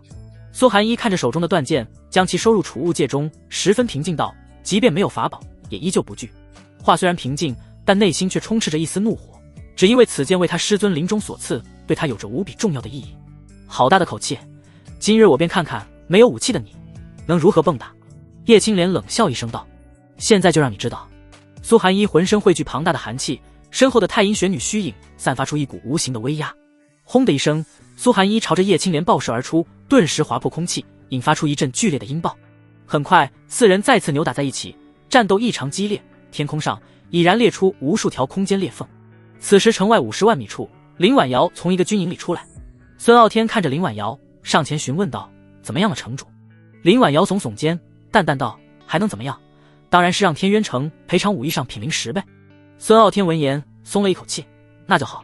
这次他们出兵损失也是十分惨重，若是没有赔偿，恐怕苍玄城有些难以承受。不说了，我要回城找林雨玩了。”林婉瑶迅速升空。孙傲天有些疑惑，城主貌似和林公子很合得来。那是当然，这家伙十分有趣。林婉瑶嘴角上扬，笑道：“而且这颗举世无双的天才，若是能打好关系，日后对苍玄城也是一笔好处。”说完，他便朝苍玄城疾驰而去，在空中留下了一道美丽的弧线。孙傲天闻言恍然大悟，随后对林婉瑶的话语十分认同。林雨确实是一个绝世天才，若是正常发展下去，日后必成一方大能。若能增进关系，确实挺不错的。此刻苍玄城内，帝江雪瞥了一眼上空，然后又看着林雨，淡淡道：“看来你师尊要出事了。”林雨却毫不在意，淡笑一声：“有我在，师尊绝不会出事。你还是注意一下你自己吧。”口气倒挺大。那就让我看看你的本事。帝江雪没有任何波澜道。话音刚落，众多天骄蜂拥而至，他们脸上写满志在必得的脸色，仿佛林雨的人头已经是囊中之物。就在众人准备一拥而上之时，顾星身形一闪，挡在了林雨身前。那瀑布般的发丝飘动，那双明亮的美眸透露出坚定与决然。他微微扬起下巴，娇声喝道：“想要伤他，先过我这一关。”说罢，他便手持玲珑花剑冲了过去，并将玲珑药心体催动到极致，一股花香弥漫出来。王牧阳冲了过去，手持金刚锤，猛地将其砸下，怒喝道：“破天之击！”这一击携带着恐怖无比的灵气，仿佛要将眼前女子直接砸烂。顾星瞥了一眼，直接探出手，轻描淡写的接着了这一锤，声音平淡且冰冷道：“看来前几天还没有给你打服。”话音刚落，他另一只手猛地斩出一剑，玲珑斩。一股绿色灵气喷涌而出，凝聚出一道弯月形剑气，直接斩在王牧阳胸口上，将他直接击飞，最后砸进一栋大楼里。王牧阳艰难起身，望着胸膛绿色的伤口，五官不禁皱在一起：“有毒。”说完，一口鲜血吐了出，那猩红的血液中还掺杂着一些绿色光芒。这时，有无数天骄趁着这一空档，直接掠过顾星，径直朝林雨冲过去，速度十分之快，带着一连串的残影。林雨根本不鸟这些人，他打心底相信顾星会将这些给拦下来了的。随后他深吸一口气，缓缓闭上眼睛，喃喃道：“青木运灵，残叶凝晶，摄纳命芒，以获永生。青木长生诀。”下一刻，林雨的灵气猛地注入地面，一股耀眼的青芒迅速覆盖方圆100米内。很快，地上的花草树木开始迅速枯萎，厚实的泥土开始龟裂崩塌，周围已然一副荒凉山地的样子。到手了！冲在最前方的几人齐声高呼，并直接一剑砍下。顾星直接握紧玉手，冷声道：“我说过，你们过不去。”几乎是一瞬间，干燥的地面顿时冲出几条顺硕大的藤蔓，将那几个人通通缠绕，然后猛地甩飞。而就在这时，绿色壮实的藤蔓迅速枯萎，化作灵气朝林雨冲去。顾星察觉到后，回头瞥了一眼，眼神有一丝惊讶之色，还真是诡异的功法。但现在不是想这个的时候，他立马双手掐印，喝声道：“玲珑石幻身。”话音刚落，一股庞大的灵气从顾星身上散发出来，无数灵气逐渐凝聚，最后都变成顾星的样貌，可以说是完全没有任何差别。整整10个幻身站在顾星身后，一字排开，就仿佛形成了一道牢不可破的城墙一般。上！顾星剑指前方众多天骄，随后直接冲入人群之中。10位幻身紧随其后，很快双方展开了激烈的战斗，场面异常混乱。来了！林雨猛地睁眼，瞳孔中散发着淡淡的绿光。此刻，地面里汇聚了一股无比庞大的自然气息，随后这股气息如洪水般冲入林雨体内。下一刻，一声震耳欲聋的轰响炸起，仿佛天地间的惊雷在林雨身侧乍现。刹那间，林雨周身灵气以排山倒海之势朝四面八方疯狂喷薄，所过之处，空气都已然扭曲，不堪重负。与此同时，雄浑的灵气助笔直冲天而起，宛如一把开天利剑，直插云霄，撕裂了整片云层。所有人都为之一惊，吕昭天不禁皱起眉头，这气息甚至不输于主境的修士。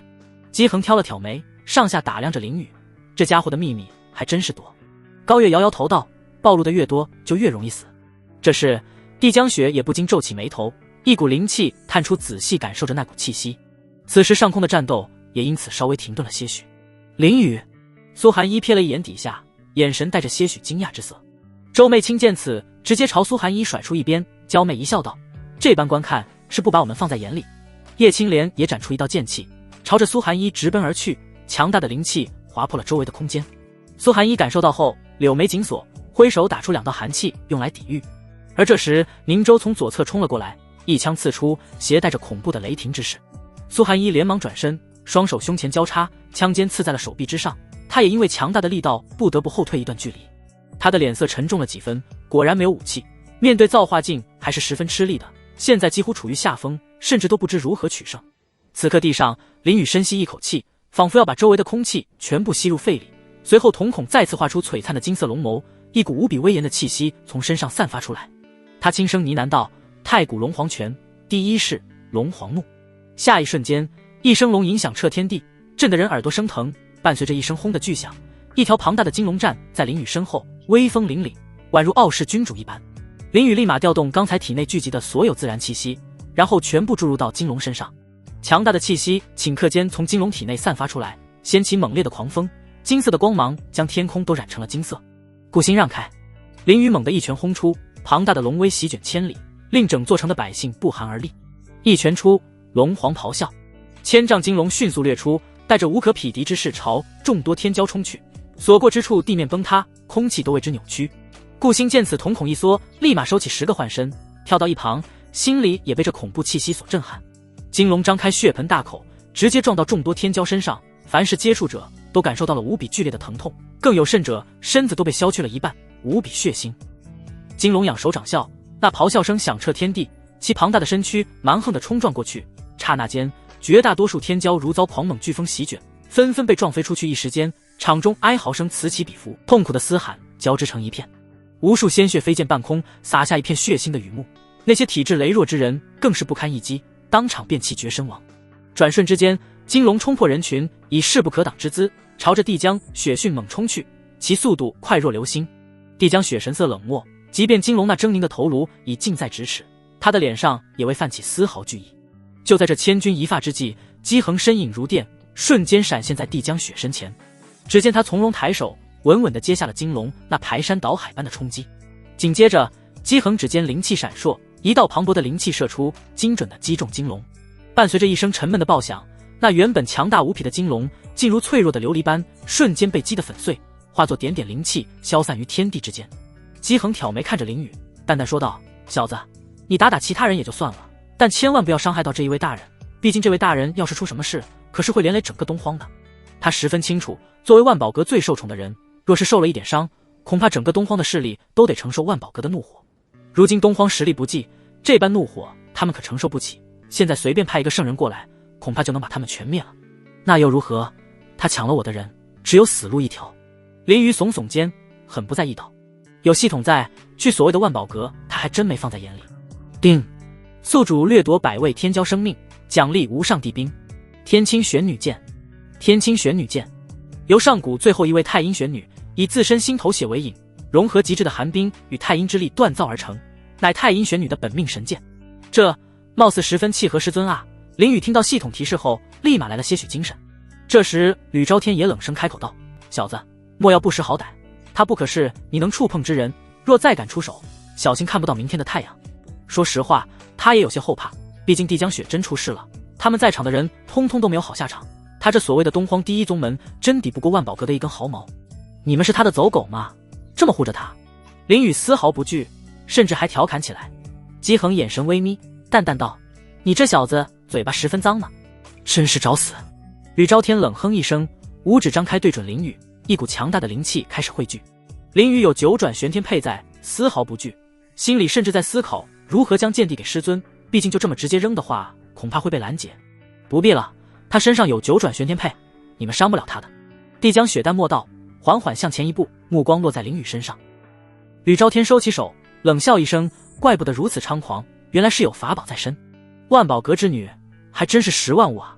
林雨轻笑一声，心里倒也不以为然，毕竟是万宝阁之女，见多识广，倒也正常。帝江雪微微颔首道：“此人交由我来对付，你们去当着他的面把苏寒衣杀了。若是能杀了苏寒衣，可与万宝东荒风阁合作1年。”此言一出，3位宗主眼睛顿时亮了起来。毕竟能与万宝阁合作1年，那收益恐怕会是一个天文数字。吕昭天立马动身，直接冲向天空之上，几乎是一瞬间就到了苏寒衣面前。高月则紧随其后。虽说击杀苏寒衣在他眼里不是一件好事，但比诱人的交易对他们界灵宗有十分大的好处。姬恒回头拱手道：“大小姐你小心一点，这人实力诡异得很，让人难以琢磨。”放心，铜镜之内我无敌。帝江雪唯有说这话的时候，神情带了几分高傲。姬恒闻言也不再担心，随之立马冲天而去。林雨则十分不屑道：“就你还铜镜无敌，有问过我意见吗？小心等会被我打得屁滚尿流。你与其担心我，不如担心你师尊，他恐怕要撑不住了。”帝江雪依旧平淡说着。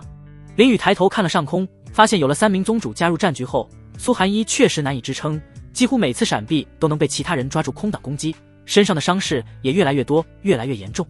师尊，顾星看着上方的战斗，不禁攥紧拳头，十分紧张，心脏都提到嗓子眼了。这时林雨忽然笑了，反问道：“你是不是忘记我说过的话了？”“什么？”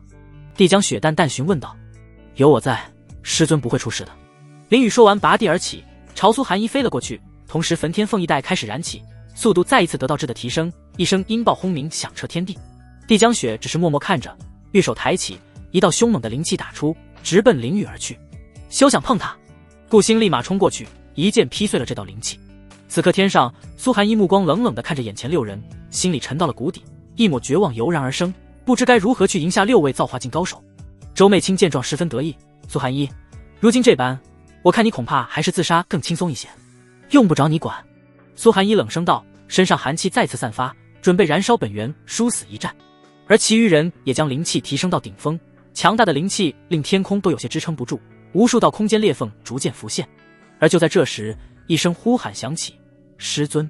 苏寒衣闻言猛地看去，只见林雨正朝自己飞来，心里一惊，语气罕见着急道：“你不准过来，这可不是你该来的战场。”叶青莲大手一挥，用灵气汇聚出一个硕大的莲花，然后朝飞速前进的林雨砸去。轰的一声，莲花在砸到林雨身上，顿时发生一股惊天动地的爆炸，狂风呼啸，整座苍玄城都在地动山摇林雨。苏寒衣瞳孔一缩，声音骤然提高。爆炸的能量庞大无比，周围的所有人都被这耀眼的光芒照得睁不开眼睛，那响亮的轰鸣更是底下百姓疼得捂住了耳朵。林雨，顾星猛地看向上空，心脏仿佛瞬间停止一般。别分心了，帝江雪淡淡说道，再次打出一道凶猛的灵气，直冲顾星而去。顾星反应过来，手握玲珑花剑，一剑斩出，把灵气劈散。此刻苏寒衣死死盯着爆炸中心，内心十分痛苦，仿佛有什么重要东西失去一般，红艳的朱唇不禁抿起，娇躯已然有些颤抖。周媚清看到苏寒衣这么难受，心里畅快至极，嘲笑道：“哎呀，徒弟死在眼前这种事情真是太难受了，我想体验都体验不到。”叶青莲冷笑一声：“这就是你们忤逆大小姐的后果。”苏寒衣十分难受，她从来没有体验过这种感觉，就像心被掏空一样，悲痛万分。这时一道调侃的声音响起：“师尊这么关心，莫非是喜欢上我了？”苏寒衣闻言，原本暗淡的眼神都明亮许多，死死盯着爆炸中心，略微颤抖道：“林雨。”只见爆炸的璀璨灵气消散，林雨的身影逐渐显现，身上毫发无伤，显然没有受到任何影响。这怎么可能？叶青莲震惊看着，一脸不可置信。要知道林雨不过是小小的涅槃境，这怎么可能抗得下他造化境的攻击？周媚清的脸色凝固，并逐渐阴沉下来，那模样仿佛吃饭没有筷子一样难受。他有保命法宝，不用太过在意。吕昭天冷漠地解释道：“怪不得。”叶青莲死死咬着牙道。苏寒衣看着林雨的样貌，松了一口气，仿佛有一颗巨石落地一般。师尊接着。林雨不再犹豫，取出天青玄女剑，直接扔给苏寒衣，速度极快，犹如离弦之箭一般。苏寒衣看着飞来的宝剑，伸出玉手接下，刚拿到剑的一刻，传来的手感十分趁手，仿佛是为他量身定做的一样。天青玄女剑，他的脑海里自动想起了这个名字，背后的太阴玄女的虚影也散发出淡淡的光芒。苏寒衣怔怔地看着手上的剑，剑身通体如月华凝冰，半透明刃体内流淌星河光晕，剑柄缠9道冰蚕丝绦，柄端悬一枚玄女泪坠。下一刻，一股强大的气息瞬间爆发，天地瞬间变色，方圆万里的高山开始逐渐崩塌，花草树木凝聚出一层厚厚的冰霜，大片大片的天空出现一道又一道的虚空裂痕，犹如巨兽大口一般，十分恐怖。这是地冰。帝江雪感受着那威严的气息，第一次皱起了眉头。无上帝冰！叶青莲失声尖叫。饶是在万宝阁待了许久，他也依旧难掩震惊，因为地冰真的是太罕见了。什么？其余5人纷纷震惊，他们不敢相信，眼前居然有一把地冰，这不是传说中的武器吗？怎么会出现在东荒？更加让他们震惊的是，林雨这地冰从何而来？它不是一个小小的涅槃镜，怎么会有这等神器？周媚清更是气急败坏，平常他们为了一把黄气争得你死我活，结果别人的徒弟居然反手掏出一把地冰，这是不是太不可能了？苏寒一呆呆看着林雨，心里同样难掩震惊，他刚想开口询问，却被林雨打断。林雨淡笑一声道：“师尊，有什么事以后再说，先把他们全部打败，并好好感受这把剑的力量吧。”苏寒一看着眼前的情况，然后点了点头，郑重道：“好。”他长发无风自动，冰冷的寒气自他体内迸发，身后那尊高达100丈的太阴玄女法香散发着无尽威严。玄女头戴9凤冠，身披星月纱，垂眸俯视众人，仅仅是气息外放，便让对面的6人被一眼瞪得不寒而栗。他们不敢相信眼前所发生的一切，他们可是强大无比的造化境，居然颤抖了。太阴临世，诸邪退散。苏寒一清冷吟诵，他只划过剑锋，剑身浮现出太阴玄女纹路。当他挥剑的刹那，时间仿佛静止，6人脸色骤变，纷纷感受到强大无比的气息后，打心底的恐惧立马一同凝聚出灵气，面前形成一道厚实的防护罩。苏寒一以并指如剑，脑海里自动浮现一个功法，仿佛天生就会一般，冷声轻喝：“天青诛灭斩！”天青玄女剑出剑的瞬间，一道横贯天地的月白色剑芒横扫而出，剑光所过之处，空间扭曲崩裂，直接砸到了防护罩上，顿时狂风呼啸，强大灵气冲击将整片天空打得支离破碎。咔嚓一声，防护罩迅速浮现许多裂痕，开始寸寸崩断，最后直接炸开。强大的剑气直接劈在6人身上，每个人胸口都被撕开一道狰狞的伤痕，伤口上有着厚实的冰霜，令他们无法治愈。砰的一声，强大的剑气将他们直接击飞，速度很快，顷刻间便飞出了一望无际的苍玄城。苏寒一举剑而冲，化作一道流光，直接朝几人飞去，在空中留下一道美丽的弧线。他的速度很快，直接超过了6人。他目光盯着叶青莲，冷冷道：“刚才就是你要伤我徒？”这次苏寒一不准备用任何功法，他要用最纯粹的暴力来发泄心中怒火。林雨望着远去的师尊，只是轻轻一笑，然后取出9霄龙吟剑，朝帝江雪俯冲而下，淡淡道：“现在该你了。”几乎是瞬间就来到帝江雪面前，用力一剑劈下。帝江雪冷漠看着林雨，同样取出自己的武器，竟是天罚莲，单手握住，横在头顶挡下了这道剑击。太弱了，他淡淡的说道，用力一挥将林雨击退。林雨向后一个空翻，落到一个残破的房顶上，笑道：“我都没用力，你得意什么？”顾星落到帝江雪另一边，持剑警惕道：“林雨，我们一起。”帝江雪左右各瞥了一眼，丝毫不惧道：“来，就让我看看你们的本事。”那就让你看看。林雨说完，深吸一口气，仿佛要把天地之间的空气吸入肺里，璀璨的金铜散发着尊贵的威严，心跳如战鼓般响动，即便是隔着一些距离的顾着都听到了。帝江雪冷漠地看着林雨，他倒要看看这人究竟能拿出什么样的功法。顾星也不再犹豫，手指划过剑刃，轻声呢喃道：“玲珑问天斩。”下一刻，他身上的灵气缓缓散发出来，逐渐弥漫在周围，原本干枯的地面也因为感受到这股柔和的灵气，开始有了些许生机，杂草以肉眼可见的速度长了出来。顾星玉手向右一挥，展出一道100丈剑气，剑气裹挟着呼啸的风声朝帝江雪直冲而去。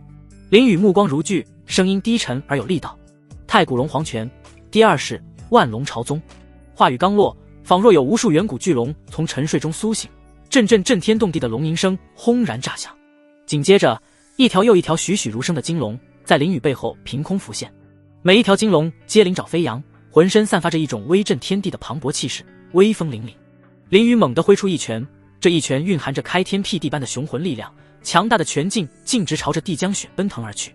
在这股拳劲飞驰的过程中，周围的天地灵气疯狂汇聚，逐渐凝聚成一条100丈大的金龙。与此同时，林雨背后那无数条金龙仿佛接收到了某种指令一般，齐齐发出一声激昂的龙吟，而后如同潮水般跟随着那条100丈金龙，以排山倒海之势蜂拥而出，向着帝江雪汹涌扑去，仿佛要将眼前的一切都彻底淹没。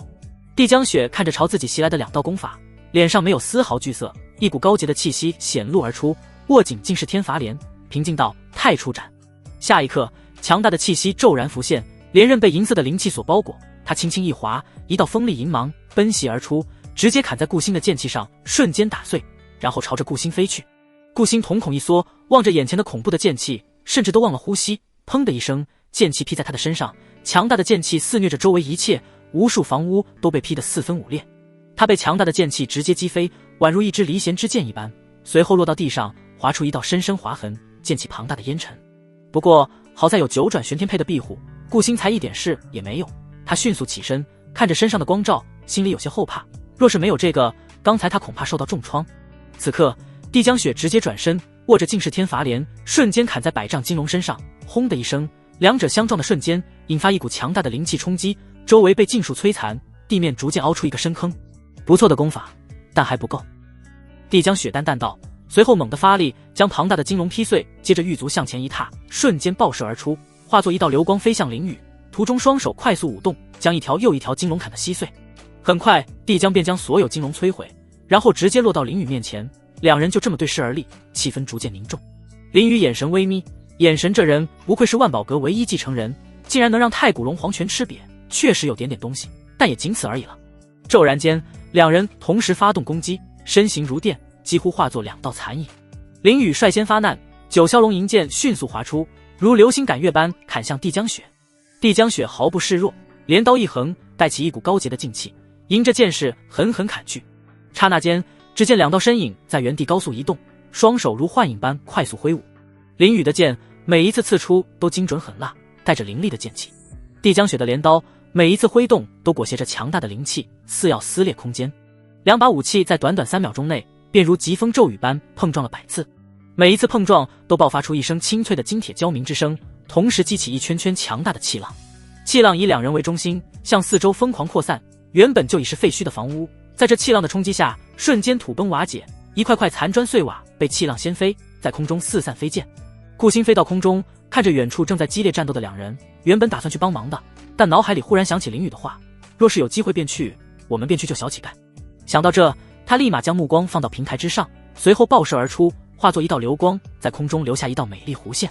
很快，顾星便来到平台前面，望着台上正在燃烧的凤凰，他的呼吸不禁凝重许多。这凤凰栩栩如生，无时无刻都在显露着尊贵的气质，仿佛真凤就在这里一样。但现在不是观摩的时候，顾星压下震惊心情，直接将手探出，滋啦一声，手掌刚接触凤凰便被烫伤了，整个手掌十分通红，一股钻心的灼热感让他不禁皱起眉头。他下意识收回手掌，怔怔看着，即便有这层光照也没有用吗？蠢货！帝江雪一边与林宇激烈对战，一边在脑海里不屑一顾。凤凰可是能焚烧万物的存在，即便法则也不例外，区区9转玄天佩又怎么能抵御凤凰真火？很快，他将注意力全身心放在林宇身上，他不信顾星有能力将人救出，除非是他的手不想要了。顾星催动玲珑耀息，手掌的烧伤逐渐恢复，他看着眼前的凤凰，又瞥了眼正在战斗的林宇，随后一咬牙，下定决心，他不能辜负林宇的信任。顾星深吸一口气，忍住恐惧心理，再一次将手探出，直接抚摸在凤凰身上，炽热的火焰将他的皮肤烧烂，血肉尽毁。为此，他直接全力催动玲珑耀息，手掌在深入凤凰体内的同时，血肉皮肤逐渐再生，然后又被烧毁，两者就这么反复进行着剧烈的疼痛，令顾星脸色苍白，五官都皱在一起了。为了忍受痛苦，他的银牙将嘴唇都咬破了。帝江雪注意到后，不禁微眯眼神，平静道：“真是个疯子。”说完，身子往后退去，躲开了林宇的攻击，然后直接朝顾星冲过去。他绝不能让任何人打扰凤凰血脉的觉醒。如今距离觉醒仅差一步之遥，不能功亏一篑。林宇望着远去的帝江雪，轻笑一声，立马催动焚天凤翼带，直接爆射而出，速度十分之快，化作一道流光从帝江雪一旁掠过，然后来到平台前面，转身将其挡住。他淡然一笑道：“现在攻守一行，轮到我挡你了。”帝江雪立马停下，冷漠地注视着眼前少年，淡然道：“你在找死？你若是能杀死我，便试试看。”林宇从容不迫道。帝江雪脸色阴沉了些许，将镰刀横在身前，冷漠道：“尽是3重。”下一刻，一股高洁且尊贵的气息逐渐弥漫开来，充斥在方圆100米内。凡是靠近的灵兽在感知到这股气息后，都为之一颤，身子下意识臣服，甚至藏在血脉中的原始兽性都泯然消失。他右手紧握尽是天罚帘，然后用力一挥，猛地挥出3道纯白的灵气，散发着优雅的气息。灵气瞬间凝聚成3头猛兽，白龙、白虎、白凤凰。这3头猛兽各自发出咆哮，朝林宇张牙舞爪冲去。林宇瞬间扫视3头猛兽，立马摆好战斗姿态，让你飞速展出3道剑气，剑气金光璀璨，迅速化作3条金龙，与对面3头猛兽直接撞到一起。顷刻间，剑气肆虐，干枯的地面被劈出一道又一道剑痕，甚至就连500米开外的房屋上都留下无数道剑痕。6头猛兽扭打在一起，场面狰狞恐怖，直到最后各自剑气耗尽，这才消失得无影无踪。真是碍事。帝江雪冷漠道，随后直视林宇眼睛，淡淡道：“你若是就此让开，今日之事我就不追究了。”林宇挑了挑眉，没想到这位尊贵的万宝阁大小姐居然会服软，看来刘雪莹对她诱惑还挺大的嘛。他轻笑一声道：“我可以让开，但这丫头我得带走。你休想。”帝江雪皱起眉头，语气不好道：“那就免谈了。”林宇耸耸肩，很随意回答，然后身子再次爆射而出，瞬间就来到帝江雪面前，将九霄龙银剑挥出，九霄摆尾。下一刻，九霄龙银剑被金色剑气包裹，一条庞大的金色龙尾逐渐形成，然后朝帝江雪猛地抽去。帝江雪迅速将尽世天罚莲在身边横起，以来抵御这猛烈的一击。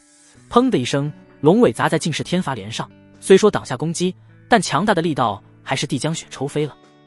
帝江雪丝毫不慌，优雅的稳定身姿后，仿佛仙子一般，轻盈落到地上，淋雨俯身而去，犹如一颗流星一般落到帝江雪面前，淡然道：“今日你休想触碰那丫头。很可惜，你做不到。”帝江雪淡淡道，然后微微颔首道：“林宇，你该不会以为有九转玄天佩在，你就可以为所欲为吧？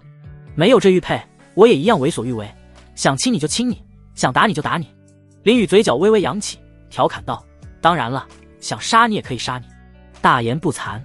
帝江雪眼神中露出一抹厌恶，作为尊贵的万宝阁大小姐，平日里别人都是对她恭恭敬敬，何曾说过这种轻浮的话，今日还是人生中的第一次。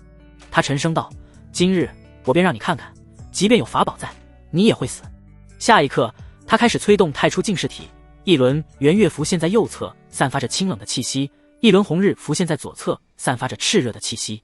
而她尊贵的纯白灵气逐渐凝为实质，在那灵气里蕴藏着点点星光，宛如宇宙星辰一般。灵气如洪流一般逐渐朝四周扑去，方圆100米处全部灵气覆盖，从天上看去，宛如看到了一个小型银河，而帝江雪则处在银河的中央。最重要的是，林宇在接触到这股灵气后，九转玄天佩逐渐暗淡，身上的光照也逐渐消失。这是……林宇诧异地低头看着自身，一脸疑惑，显然对这灵气有些惊讶。此乃太初灵气。帝江雪扬起下巴，十分高傲解释道：“这灵气能净化世间一切，无论任何法宝、丹药、符箓都将在这灵气面前无效化。那还真是厉害呢，连这么厉害的法宝都能净化。”林宇咂了咂嘴道，脸上却没有惧意，反而像发现了有趣的物品一样，一脸好奇。打铁还得自身硬，像你这种依赖法宝的人，都将在太初灵气面前原形毕露。帝江雪摆好战斗姿态，目无一切道：“我使用法宝不过是图个方便，能省去很多麻烦。”林宇耸耸肩，不在意道：“但这不代表我本身实力不强，而且我自身硬不硬，你得试过才知道。”登徒子。帝江雪冷哼一声，显然是听懂了林宇话里的意思。林宇只是淡笑一声，然后催动太日圣阳体，金色火焰逐渐弥漫在周身，背后更是浮现出一轮今日，璀璨夺目。他抬起手，掌心凭空浮现一抹惊艳，淡笑道：“只是不知道，你这太初灵气能否把我这团火焰净化呢？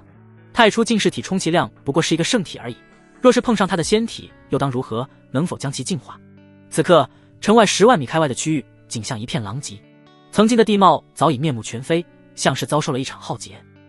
巍峨的高山尽数崩塌，整条庞大的河流被蒸发，地面更是有无数个深坑，天空上已经不知道有多少道裂痕了。苏寒衣飞速展出6道寒气，将对面6道攻击尽数抵消，两者相碰的瞬间，再次引发剧烈的爆炸，周围的环境再次被一步摧毁。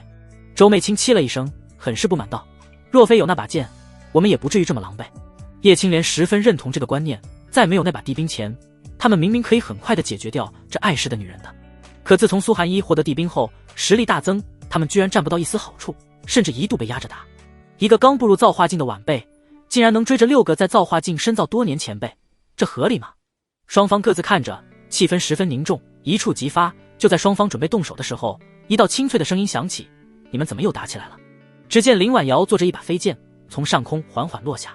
林婉瑶身着一袭洁白如雪的长裙，裙摆随风轻轻飘动，她那如瀑般的秀发肆意飞扬，美眸灵动，正左右好奇地打量着对峙的两方人马。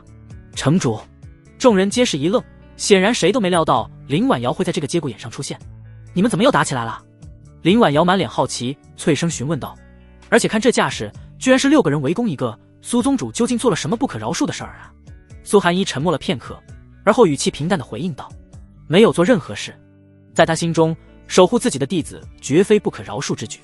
况且林雨也讲了，是为了救人方才闯入万宝阁，如此看来，从一开始便是万宝阁理亏。你的弟子公然在万宝阁内闹事，还把整座万宝阁都给毁了，这还叫没有？叶青莲顿时气得咬牙切齿，大声反驳道。周媚清也赶忙随声附和，满脸不爽地叫嚷道：我们就是要替万宝阁出这口恶气。此刻他们这边正处于下风，若是能把林婉瑶拉拢过来，局势想必会大为改观。苏寒衣的弟子在万宝阁闹事，林婉瑶听到这个消息，瞬间有些发懵，甚至本能地觉得这是假消息。毕竟万宝阁威名赫赫，谁敢在那儿闹事呢？可若是闹事之人是林雨，仔细想想，似乎又并非全无可能。毕竟这家伙自从来到苍玄城后，每天都在上演各种事端。城主莫要思索了，万宝阁有令，今日势必拿下苏寒衣。吕昭天冷漠道，此刻他心情十分不爽。作为东荒第一宗的宗主，居然与别人联手的情况下，居然还落入下风，这简直是耻辱。万宝阁的命令。林婉瑶闻言，脸色凝重了些许，没有了往日的嬉笑，眼神在两边人马中来回扫了一眼后，陷入了深深沉思。城主不必犹豫了，若是能拿下苏寒衣，万宝阁重重有赏。叶青莲眉头紧锁，催促道。苏寒衣脸色沉重了几分，此刻他已经做好了一达7点准备了，毕竟万宝阁的命令很难违抗。林婉瑶闭眼沉默一会后，随后郑重说道：我先回城看看。说完，他便全力加速往苍玄城内飞去，犹如一道流光一般，在空中留下一条美丽的弧线。众人就这么看着林婉瑶离开，周媚清更是咬牙切齿，若是还没有过来增援，他们恐怕真的打不过苏寒衣了。如今他已经强烈意识到，什么所谓的人多力量大不过是一个笑话，在无上帝兵面前根本就不够看。可恶，苍玄城几个意思？难道他也要违背万宝阁的命令吗？叶青莲紧咬牙关，愤愤不满道。苏寒衣手指缓缓划过剑刃，淡淡道：并不是每个人都你们万宝阁的奴才，莫要擅自期待他人。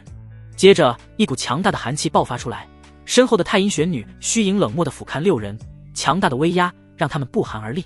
天霜。苏寒衣清冷的声音响彻云霄，随着这一声令下，他背后那尊若隐若现的太阴玄女虚影缓缓抬起了手。刹那间，一股凛冽的寒气从虚影手中汹涌而出，迅速将周围的一切尽数覆盖。原本明亮的天空在这股寒气的侵袭下骤然间变得昏暗无光，紧接着大雪纷飘落，一颗颗如拳头大小的冰雹也裹挟其中，铺天盖地地砸落下来。去！苏寒衣手中长剑直指6人，声音虽轻，却仿佛带着一种不容置疑的威严。雪花与冰雹仿若接收到了某种指令一般，瞬间朝着6人迅猛奔袭而去。他们的速度快到了极致，仿佛突破了空间的束缚，只是眨眼之间便已如疾风骤雨般来到了6人面前。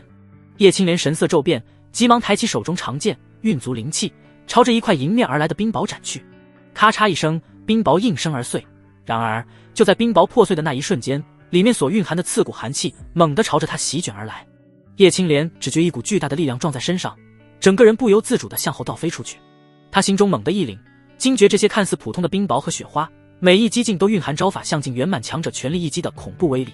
此刻苍玄城内整个地面也被打出一个巨大的深坑，林雨丽与帝江雪在深坑里上演着全力对攻戏码，两人仿佛忘了防御一般，只知道全力攻击。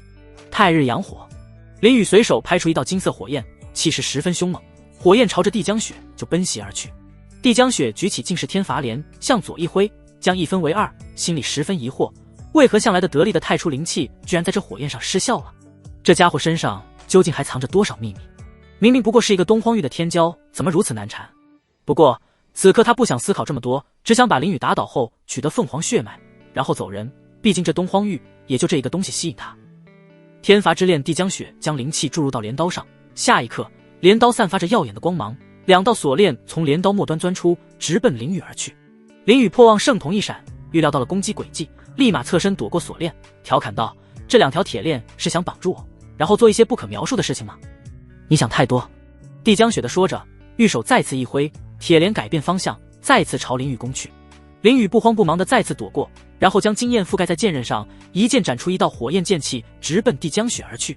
帝江雪抬手打散剑气，然后加大灵气输出，下一刻，大量锁链冲出，朝不同方向射出，将林宇团团围住。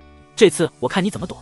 林宇看着四面八方的锁链，知道即便破望圣童能反应过来，但他的身体未必能跟得上，于是淡笑一声，那就不躲就好了。此时，林婉瑶站在苍玄城上空，目光盯着万宝阁那片区域，看着那些破碎的房屋，心里顿时懵了。望着那一片坍塌的房屋，林婉瑶简直怀疑自己的眼睛出了问题。他不过才离开苍玄城短短不到1天的时间，怎么刚一回来就看到这般狼藉的景象？好在让他稍感安心的是，城镇其他地方的房屋看上去还算完好，并未遭受过多损害，受灾最严重的区域似乎仅集中在万宝阁周边。此刻他迫切地想弄清楚这一切究竟是怎么回事。难道真如那几人所言，是林宇主动挑衅万宝阁，才导致了这场灾难？很快，他的目光落在了不远处那个巨大的深坑之中，轻声自语道：他们在那里。话刚出口，他身形一闪，如同一道白色的流星般疾飞出去，眨眼间便一头扎进了深坑之内。此时的深坑中，无数天罚之链犹如张牙舞爪的毒蛇，紧紧追着林宇不放，那股子劲头仿佛不将林宇缠住就誓不罢休。林宇身形灵动，左躲右闪，巧妙地避开一条条飞来的天罚之链，还不忘调侃道：你这所谓的绝招也不过如此，连我一根头发丝儿都碰不着，只会耍嘴皮子。帝江雪神色冷漠道，他再次挥动手中的尽是天罚镰，顿时更多的灵气注入铁链之中，那些铁链速度陡然加快，如闪电般朝着林宇猛冲过去，几乎眨眼间便已追到林宇近前。林宇眼中破望圣童光芒一闪，凭借着矫健敏捷的身姿再次轻松躲过。对于那些实在躲不过的铁链，他则挥动九霄龙银剑将其一一击飞，一时间一连串金属交击的脆响在坑底回荡。就在林宇准备展开反击之时，林婉瑶那清脆的声音突然传来：等等！砰的一声，林婉瑶稳稳地落在两人中间，他抬手轻轻一挥，一股柔和却又磅礴的力量涌出，瞬间将两人身上散发出来的凝重气息击散。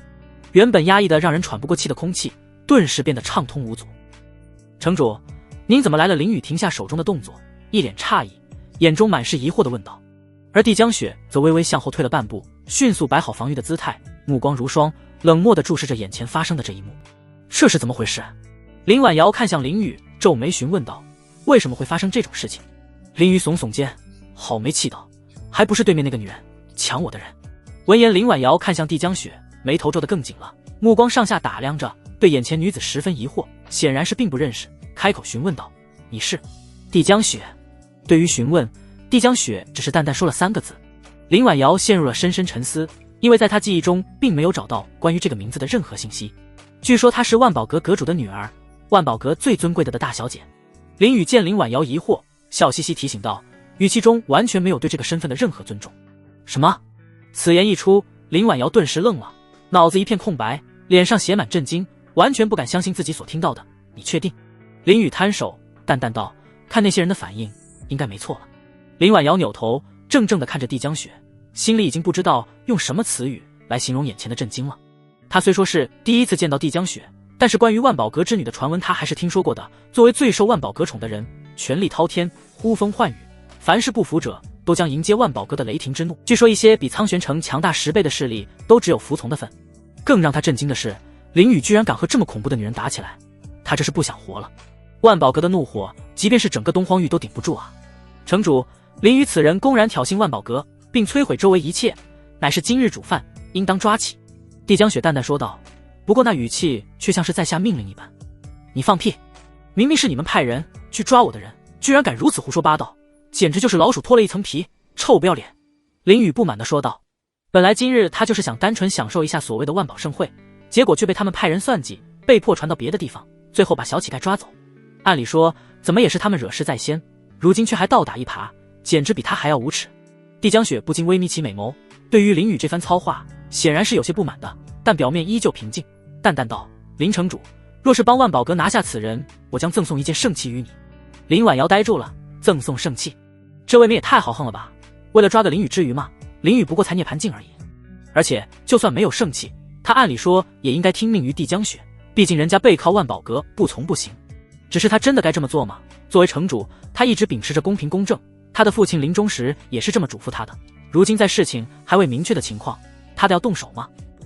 林婉瑶脑子十分混乱，不知是该畏惧强权去服从万宝阁，还是应该调查完真相后再做决定。他没有做出任何回应，三人就这么僵住了，气氛十分凝重。而此刻，顾星正在全力突破凤凰的阻拦，将手一点一点探入，衣服的袖子早已被烧烂，手臂皮肤溃烂，满是被烧伤的样子。他紧咬牙关，脸色苍白，忍受着这炽热的痛苦。玲珑药息的恢复速度已经赶不上凤凰真火的灼伤速度了。快了！随着手臂一点点探入，顾星已经隐约能感觉到刘雪莹就在眼前，就差一些距离就能摸到了。啪嗒一声，他的手掌触摸到刘雪莹的手臂，然后一把抓住。就在他准备将人拖出来的时候，凤凰突然鸣叫一声，散发出一股强大的火焰冲击，砰的一声，顾星直接被打飞出去，砸到了废墟之中。凤凰仰起头，再次发出一声响亮的凤凰，响天彻地，身上的火焰也愈发旺盛，最后化作一团火红色的灵气钻入刘雪莹体内。帝江雪感受到后，盯着上方平台，淡淡道：“总算完成了。”林雨闻言抬头看去，眼神微眯起来，上面的那股炽热的气息愈发浓烈，周围的温度开始逐渐上升，热气腾腾的，废墟里的木头不点自燃，熊熊大火开始燃烧，空气也因为火势而扭曲了。林婉瑶也停下了思索，怔怔地看着被火焰包围的平台，心里一惊，居然能察觉到一丝凤凰的高贵气息。帝江雪从储物戒中取出一枚白色的珠子，珠子里面印着一个凤凰的图案。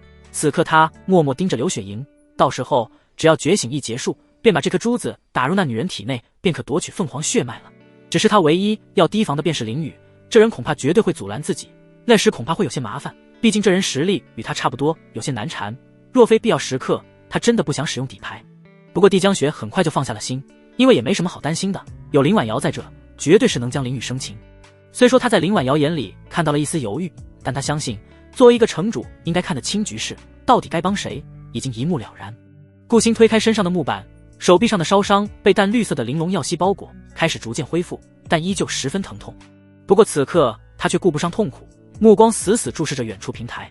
刹那间，轰隆隆一阵巨响，大地开始剧烈震动，仿佛被一只无形的巨手疯狂摇晃，整座苍玄城都在这股力量下颤抖不已。刘雪莹所在的平台上，她的身体不受控制的缓缓脱离地面，朝着上空缓缓升起。与此同时，一团又一团炽热的火焰在她的身畔凭空浮现，这些火焰闪耀着光芒，眨眼间便凝聚出9团，每一团都散发着璀璨夺目的光辉。紧接着，9团火焰开始围绕着刘雪莹缓缓旋转，起初速度还较为缓慢，可不过瞬息之间，旋转速度便陡然递增，那速度快到了极致，人们的肉眼已然无法捕捉火焰的残影，只能看到一个高速旋转的火圈，如同一个燃烧着的漩涡。随后，9团火焰像是受到某种强大力量的牵引，迅速朝着刘雪莹靠拢，几乎是在同一瞬间直接没入她的体内。轰！刘雪莹猛地睁开双眸，那原本清澈的瞳孔里赫然映照出一只栩栩如生的凤凰图案，散发着刺目耀眼的红色光芒，仿佛要将世间万物都灼烧殆尽。与此同时，红色的纹路缓缓在她的脸上蔓延开来，原本就美丽动人的脸蛋在此刻更添几分惊心动魄的美。下一刻，一道磅礴无比的火焰光柱从刘雪莹的体内冲天而起，瞬间将她整个人包裹其中。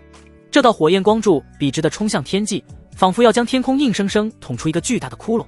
随着火焰光柱的升起，天空瞬间风云变幻，原本晴朗的天空眨眼间便乌云密布，一道道雷霆如银蛇般在云层中飞速闪烁，发出震耳欲聋的轰鸣声。所有的乌云仿佛被一股强大的吸力牵引，如同巨大的漩涡一般，围绕着那道火焰光柱急速旋转。顷刻间，豆大的雨点从天空倾泻而下，整座苍玄城瞬间被笼罩在一片雨幕之中。就在这狂风暴雨之际，只见2只巨大的凤凰虚影在火焰光柱的周围逐渐凝聚成型，它们身姿雄伟，羽翼舒展，发出一声声清脆而响亮的凤鸣，声音响彻天地。随后，2只凤凰虚影围绕着火焰光柱开始缓缓盘旋飞舞，仿佛在为这股新生的力量献上最崇高的礼赞。林雨死死盯着眼前震撼的一幕，随后系统面板调出：姓名刘雪莹，年龄18，体质太虚凤凰体，圣体，觉醒中，境界引气境3重天，天赋地级天赋，觉醒中，武器5，对宿主的好感已从80上升至90，已经开始觉醒了。林雨不禁沉思，现在不仅好感度增加了，就连境界也提升了许多。忽然他瞳孔一缩，发现境界那一列正在飞速变化，从3重天变成了4重天，然后是5重天，甚至突破到了灵台境，但依旧没有停下来的趋势，境界还在一路飙升中。此刻城外10万米处，4位长老和2位万宝阁使者此刻已然被苏寒衣一人打得抬不起头来，几乎每一次攻击他们都难以抵挡。苏寒衣一边挥动着手中天青玄女剑，心里也是很惊讶，没想到这把地兵竟对他有这么大的提升。要知道眼前的几人的实力全部都在他之上，而且都还是踏入造化境多年的强者，按理是应该他被直接秒杀才对，可如今却是他一人占尽上风，可见这般地兵的提升有多么之大。砰的一声，苏寒衣再次挥出一道天寒斩，一击便将6人击退几百米。周媚青抹去嘴角的血迹，冷冷地看着苏寒衣，不明白为何老天总是眷顾苏寒衣，几乎每次困难时刻这女人都能化险为夷。上一次下毒是这样，这一次也是如此。叶青莲紧握手中之剑，冷声怒斥道：苏寒衣，你若是就此让开，我可以保证天元宗安然无恙，只刁难那个男的。不可，天元宗每个弟子都很重要，我不能将他给你们。苏寒衣将剑横在身前，冷冷道。就当他准备出手的时候，一股无比威严的气息从后方冲来，他回头瞥了一眼，只见远处有着一道火光直冲天际。叶青莲也看到了，心里一沉，如今凤凰血脉已经觉醒，现在他需要快速回到帝江雪身边来保护着血脉的夺取仪式。你们全力拦住这女人，我回去帮助大小姐。叶青莲冷声呵斥道，随后立马朝苍玄城飞速前进。休想走！苏寒衣立马去追，他绝不能让这女人回去，否则自己的徒儿可能就危险了。这时一道雷鸣轰然而至，挡在了苏寒衣面前，此人便是宁州。他冷冷道，你今日回不去。作为万宝阁的一员，他自然知道此刻是多么重要的时候，他绝不能放任苏寒衣回去，哪怕拼上性命。其余4人迅速围拢而上，各自占据一个方位，将苏寒衣严严实实的团团围住。万宝阁的命令如同高悬头顶的利刃，容不得他们有丝毫违抗，只能硬着头皮遵从。吕昭天暗自咬牙，心中满是不甘，他怎么也没想到自己身为一方强者，竟要与他人联手才能对付一个区区造化境一重天的修士，这对他而言简直是奇耻大辱。周媚青双手紧紧握拳，指甲几乎嵌入掌心，他将自身气息毫无保留地提至巅峰状态。在他心中，今日务必将苏寒衣置于死地，否则日后自己的日子恐怕如坠深渊，永无宁日。宁州周身雷霆疯狂暴动，他高举蛟龙吞海枪，只见一条由闪电凝聚而成的蛟龙在高空之中昂扬而起。随着这条蛟龙的出现，周围的天空瞬间乌云密布，天色陡然暗了下来。宁州深吸一口气，这次他决定燃烧体质本源之力，拼尽全力拖住苏寒衣，绝不让他干扰帝江雪的计划。苏寒衣冷冷扫视着周围众人，向来如冰的内心此刻竟罕见地泛起一丝焦急。他深知，若是继续在此耽搁时间，自己的徒儿凌雨恐怕就会遭遇不测。事已至此，他已无暇顾及诸多风险，唯有全力一战。你以为唯有你懂得燃烧本源？苏寒衣语气依旧冰冷刺骨，话音未落，他同样毅然决然地开始燃烧本源之力。刹那间，一股凛冽的寒气以他为中心迅速炸开，所过之处一切皆被冻结，仿佛时间都在此刻静止。他背后那尊太阴玄女虚影散发着令人胆寒的威严气息，宛如仙子临世，却带着无尽的肃杀。这股气息压得其他人喘不过气来，众人只感觉呼吸愈发困难，仿佛每一口空气都被冻结。冰魄9变，第6变玄冥。苏寒衣那冰冷的声音清晰地传入每个人的耳中。下一刻，苏寒衣体内的灵气陡然暴增，那股强大的气息让周围的空间都不堪重负。只见方圆1000米的空间开始如破碎的镜面一般，不规则的寸寸崩碎。此时此刻，苏寒衣的内心无比坚定，默默念道：凌雨等着为师，为师即刻赶来。此刻苍玄城内原本直冲天际的火焰光柱逐渐暗淡收缩，最后变化为了一个火焰光球，将刘雪莹包裹起来。2只凤凰虚影逐渐变为点点灵气，钻入火球里面。火球的火焰愈发强盛，温度再一次得到了提升，即便相隔万米的人也感受到了炽热，流出了大量汗液。来了！帝江雪直直凝视着火球，淡然道。咔嚓一声，火球表面浮现许多裂痕，几乎覆盖了整个表面。突然，整个火球轰然破碎，化作无数火星四散飞溅。在原本火球的中心位置，只剩下一团火焰悬浮在空中。火焰逐渐收缩凝聚，最终显露出一个修长的女性轮廓。当最后一丝火焰消散，刘雪莹正闭着眼睛静静地悬浮在上空。林雨看着刘雪莹愣住了，因为刘雪莹的体态有了极大的变化。那个跟萝莉一般的小乞丐，如今却长着高挑的身材，玲珑的曲线，及腰的乌黑长发间跳动着几缕火焰般的惊鸿。这分明是个18、19岁的年轻女子。最令人惊叹的是，她身上那条流动的火裙，如同活物般缠绕在她身上。林城主拦住林雨，不然万宝阁的怒火将摧毁整座苍玄城。帝江雪冷喝一声，迅速飞向流雪营，玉手一挥，数条天罚之链朝流雪营飞去，凤凰血脉就在眼前。你休想！林雨喝道，立马冲了过去。而这时林婉瑶瞬间挡在林雨面前，咬着牙道：你不准过去。这话几乎是全部力气说出去的。虽说他对林雨有所好感，但他终究是一城之主，他不能拿全城人的性命来做赌注。林雨默默看着林婉瑶，已然注意到了他眼中的挣扎，忽然一笑，知道对付这种内心挣扎的人最简单了，脑海里甚至不需要想任何对策。这时天罚之链几乎快来到林婉瑶面前，砰的一声，顾星瞬间出现，一剑将天罚之链全部砍飞。你们两个蝼蚁真的很烦人。帝江雪美眸微眯，手持镰刀瞬间来到顾星面前，直接斩出一击。顾星抬剑抵挡，沉声道：想要碰他，先过我这一关。此刻林雨上前一步，淡淡道：林城主，这世上强权虽恶，但也不能一味惧怕，一味的退让，只会让他们得寸进尺。古往今来，多少仁人志士不畏强权，奋起抗争，哪怕粉身碎骨也绝不低头。若是就此低头，你让城内百姓怎么看你？若是没了骨气，那以后就只能任人欺负，绝无出头之日。你想让百姓过这种日子吗？林婉瑶听到此言，美眸逐渐增大，呆呆地看着林雨，呼吸有些急促，脑海里不知为何突然回忆起父亲临终前将城主之位传给自己的时候。婉瑶，你要记住，作为城主，你是百姓们的榜样，若是日后遇到强敌，宁愿战死也绝不苟活，因为城主都懦弱了的话，百姓又该如何？想到这，他的眼眶流下一点泪水，顺着脸颊滑下。林雨见林婉瑶这般模样，只是淡然一笑，随后立马朝帝江雪冲去。而这一次林婉瑶没有任何阻拦，太初三斩。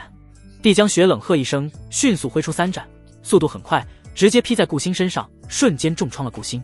砰的一声，顾星被打飞到远处的一处废墟当中，他艰难起身，身上的伤口血流不止，哪怕是玲珑药溪也无法治愈。原来林雨一直都在和这种妖孽战斗。顾星艰难说道，第一次对林雨的实力有了认知，他本以为林雨的实力应该也就比他强一些，但想到如今却差了这么多。同样的敌人，林雨能游刃有余，而他却撑不过一杯茶的时间。帝江雪将白色珠子注入灵气，下一刻珠子迅速朝流雪营飞去，只要这珠子进入流雪营体内，凤凰血脉便可夺取成功。这时他的背后掠出一条金龙，极快的速度带来一阵狂风，将他头发吹得凌乱。金龙张开嘴巴，一口咬住了白色的珠子。帝江雪望着那气势汹汹扑来的金龙，秀眉再次紧紧皱起，他直接举起尽释天罚镰，猛地一挥，如同一道撕裂虚空的闪电，朝着金龙呼啸而去。然而这金龙却仿佛拥有灵性一般，以一种极为诡异的姿势巧妙地躲开了这凌厉的一击。紧接着他迅速调转方向，宛如一颗金色的流星，朝着林雨所在的方向迅猛飞去。帝江雪反应极快，瞬间转身，掌心对准那颗散发着光芒的珠子。刹那间，珠子仿佛受到召唤一般，开始剧烈地颤抖起来，像是急于挣脱束缚回到帝江雪手中。可是金龙却死死咬住珠子不放，任凭珠子如何挣扎，他都岿然不动。与此同时，帝江雪手中法诀一变，几条天罚之链从他身后猛地射出，朝着金龙奔袭而去，那架势仿佛要将这条金龙彻底擒获。金龙察觉到危险，扭动矫健的身姿，天罚之链抓捕中灵活地躲避着。然而这一次他似乎没了之前的好运，一条天罚之链如鬼魅般缠绕而上，精准地缠上了金龙的一只龙爪。有了这一条天罚之链的阻碍，金龙的行动顿时受到极大限制。紧接着其他天罚之链如潮水般涌来，纷纷缠上金龙的身躯，不过眨眼间金龙便被束缚得难以动弹分毫。帝江雪见状紧紧握住拳头，随着他的动作，那些天罚之链开始缓缓收缩，朝着他所在的方向靠拢，金龙也被迅速地拖了回去。就在这千钧一发之际，林雨如同离弦之箭般爆射而出，眨眼间他便来到了金龙面前。只见他手中九霄龙吟剑寒光一闪，毫不犹豫地朝着天罚之链斩去。随着一声清脆的咔嚓声，天罚之链应声而断。紧接着林雨顺势伸手从金龙口中稳稳地取下了珠子。这珠子倒是挺好看的。林雨瞥了一眼手里的珠子，然后挑衅地看向帝江雪，要不送我了？帝江雪冷冷道，拿过来，否则后果自负。哎呀，我好怕怕哦，简直要被吓死了。林雨故作害怕道，那模样仿佛真的被吓到一样。帝江雪不禁地握紧拳头，他活了这么多年，哪一个认识他的人不都对他恭恭敬敬，不都对他言听计从？而像林雨这般不仅不听话，还主动挑衅的，确实是第一次遇到。这种人真让他火大，难道这人就不怕万宝阁的怒火吗？既然不听话，便杀了你。帝江雪眼神凌厉的许多，太初灵气如同洪水般涌入尽释天罚镰里。这时他的语气也沉重不少，劫灭天。可他功法还未施展出来，林雨便展出一道剑气，直接打断了他。帝江雪迅速调整姿势，猛地一挥，将迎面袭来的剑气一击砍碎。真是有够烦的，他冷冷地说道，语气仿佛能将人冻结一般。毕竟我可不能怔怔看着你用功法打我嘛。林雨挑眉笑道，然后将珠子递了过去。对了，这东西你还要不要？帝江雪冷漠盯着珠子，他当然想要，毕竟没有这珠子，如何夺取凤凰血脉？只是他也知道，林雨这人不过是在挑衅自己，是绝不可能交出来的。不过这珠子已经认他为主了，即便林雨一直拿着也没有一丝用处，在那林雨手中，这珠子不过是一个摆饰物品而已。怎么不说话了？莫非哑巴了？林雨接着调侃道，若是让别人看见他这般挑衅万宝阁之女，恐怕会惊掉下巴。伶牙俐齿的家伙。帝江雪美眸微眯，显然忍耐自己到了极限。既然你不说，那就归我了。林雨故作叹气道，随后心里暗笑。系统掠夺。下一刻，珠子凭空消失，而异瞳的声音随之响起。叮！成功掠夺上品圣器天命珠，获得奖励几道地兵。无相玲珑衣。无相玲珑衣。素心之天，无相护道此法宝乃上古时期一位天生玲珑素心体的女帝以无相蚕丝和自己的玲珑精血编织而成。无相防御，可抵御圣王的全力一击，冷却1个小时。若是圣王之下，则没有冷却。破妄归真，若被诅咒或污染，衣袍会自动剥离受污部分，并且免受幻境幻术。玲珑燃烧，若是拥有者为玲珑素体，可将燃烧精血提升灵气，短暂的提升5个境界，冷却1天。这仿佛就是为顾星量身定做的啊！林雨听到系统，心中不禁感慨，这东西给他完全不能发挥出全部价值，貌似只能给顾星了。不过若是给顾星的话，他必须得在顾星身上掏点好处才行，毕竟得让顾星知道天上没有掉馅饼的好事。帝江雪罕见的愣了一下，随后死死盯着林雨，冷声道，你做了什么？他的天命珠现在居然感应不到了，这怎么可能？这个可珠子可是用了特殊方法才将他的精血烙印在里面，即便是圣王也难以抹除。可林雨是怎么做到的？他明明不过才涅槃境而已，完全没有实力抹除印记才对。你猜对了，我就告诉你。林雨耸耸肩，轻松惬意的笑道。帝江雪刚想呵斥，却忽然感知到了什么，冷漠道，不必猜了，把你杀了就什么都知道了。你做的吗？林雨倒是不在意道，当然。帝江雪高傲的抬起头，俯视着林雨，沉声道，叶青莲杀了他。下一刻，一道流光从远处飞速袭来，朝着林雨冲了过去，速度快到已经让人看不清一点影子。叶青莲，我记得不错的话，是他旁边的侍女，有着造化境的实力，如今九转玄天佩不能发挥作用，好像还真会死。林雨心里默默念道，不过此刻却丝毫不慌，因为他的破妄圣瞳没有亮起，所以他现在是安全的。叶青莲几乎瞬间就来到林雨面前，举起剑一剑狠狠地劈下。像这种污蔑大小姐的人，他是绝不会心慈手软的。而这时，砰的一声，一道倩影从林雨身后掠出，手中握着一把扇子，为林雨挡下了这凶猛的一击。林雨面带微笑，目光柔和地看向身旁的家人，轻声说道，城主果然深明事理。林婉瑶手持月影青莲扇，轻轻一挥，一股无形的力量骤然爆发，直接将叶青莲击退至100米开外。叶青莲身形一晃，迅速稳住身形，怒声呵斥道，林城主，你这是什么意思？帝江雪的脸色阴沉下来，眼神中透露不满，质问道，林城主，莫非你也想公然违抗万宝阁的命令不成？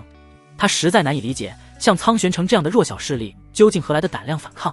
难道他们就不怕万宝阁一怒之下将整座苍玄城从这世间彻底抹除吗？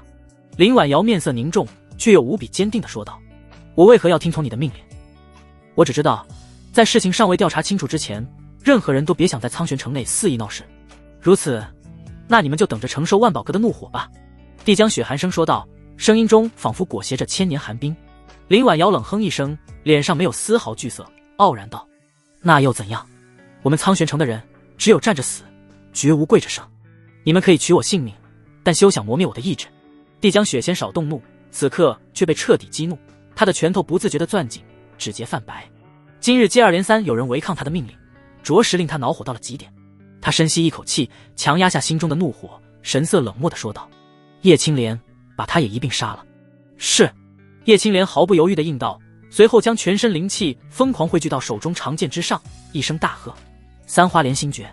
只见他一剑斩出，一道青色剑气朝着林婉瑶飞速袭去。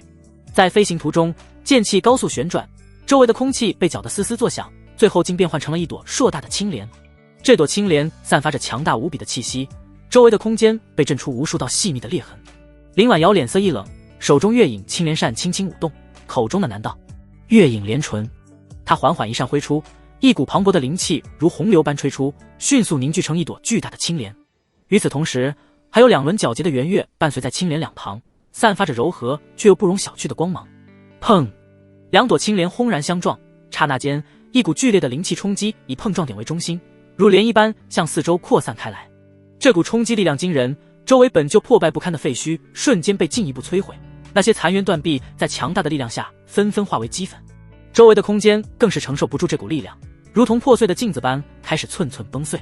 为了保护城内百姓的安全，林婉瑶迅速运转灵气，将方圆1000米内的区域全部包裹起来。这层灵气屏障如同护盾，有效地阻挡了4亿的灵气，使其无法波及到无辜的百姓。此刻2朵青莲在半空中激烈对抗着，双方都承受着巨大的压力，开始剧烈颤抖。最终2朵青莲再也无法支撑，化作点点灵气消散在天地之间。真是一个个的无法无天了。帝江雪呵斥一声：“你们今日将在此陨落。”林雨瞬间来到帝江雪面前，轻笑一声道：“焦躁不安乃是兵家最忌讳的一种情绪，你不知道吗？”接着他一脚踢出，这迅猛的一脚缠绕着金色灵气，瞬间化作一条龙尾，然后狠狠地朝帝江雪抽了过去。帝江雪立马反应过来，然后抬手抵挡，但还是被这强大的一击给击飞了数百米。他立马稳住身形，冷冷地看着林雨，眼神中透露着不满：“都是这个家伙害的，若非没有这个家伙，现在他早就抽完血脉，离开东荒这蛮荒之地了。你敢打大小姐，找死！”叶青莲怒喝一声，直接朝林雨打出一道无比强大的灵气作为侍卫。他可是一直见证着大小姐尊贵的一切，要他说，在整个苍兰大陆，究竟是谁敢对大小姐出手？有一说一，他跟着大小姐这么久，还是第一次见到大小姐被打。休想在城内动手！林婉瑶瞬间闪身，直接拍出一扇，把向林雨袭来的灵气给一击打散了。林雨得意地看了一眼叶青莲，随后上前直接轻轻地抱住了刘雪莹。叮！宿主成功夺回刘雪莹，完成任务，奖励地级护宗阵法玄黄混沌阵。玄黄混沌阵注入混沌气，引动地脉玄黄之气，形成绝对护罩，可硬抗9位大帝的攻击。得到奖励后，林雨心里也是松了一口气。他之所以敢如此正大光明去万宝阁闹事，正是因为这次奖励格外强大。只要有了此阵法，即便万宝阁倾巢而出，他也无所畏惧。除非他们万宝阁能拿出10位大帝来，否则休想动他一根毫毛。当然这是绝不可能，毕竟苍兰大陆的大帝十分稀少，基本只存在于那种十分顶级的势力里，而且那种势力一般能有一个都算是烧高香了。这时昏迷的刘雪莹似乎是感受到熟悉的气息一样，往林雨怀里依偎了一下，玉手轻轻抓着林雨的衣服，呢喃道：“大哥哥。”叶青莲看到林雨抱着刘雪莹，心里慌了。他们这次主要目的便是这个凤凰血脉，任若是最后都没有得手，他都不知道帝江雪会发多大的火，到时候恐怕他就要遭殃了。为了不被惩罚，他现在必须不顾一切夺回刘雪莹。而就在叶青莲准备燃烧本源的时候，只听见嗖的一声，一把冰剑以极快的速度迅速飞来，直接从背后将叶青莲贯穿。叶青莲望着冲出胸口的剑刃，只感受到无比彻骨的寒冷，这股寒冷让他身体十分僵硬，浑身止不住的颤抖。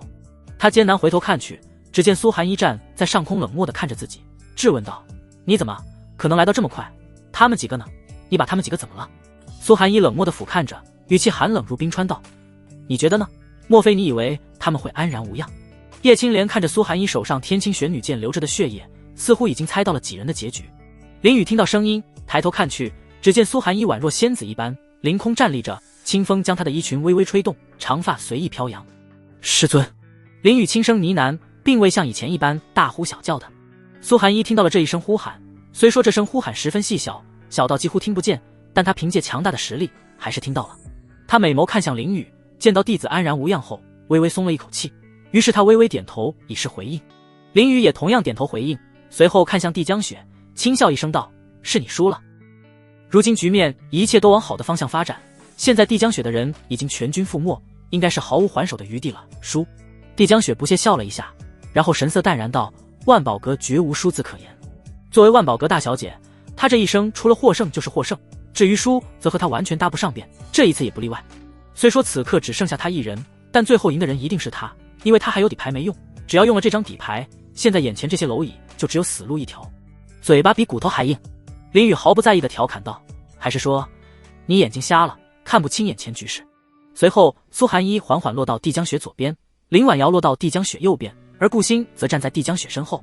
几人形成包夹之势，将这位万宝阁大小姐团团围住，不给一丝逃跑机会。师尊把她杀了吧，免得出事端。林雨好没气说道，仿佛在说一件很轻松的事情。杀了？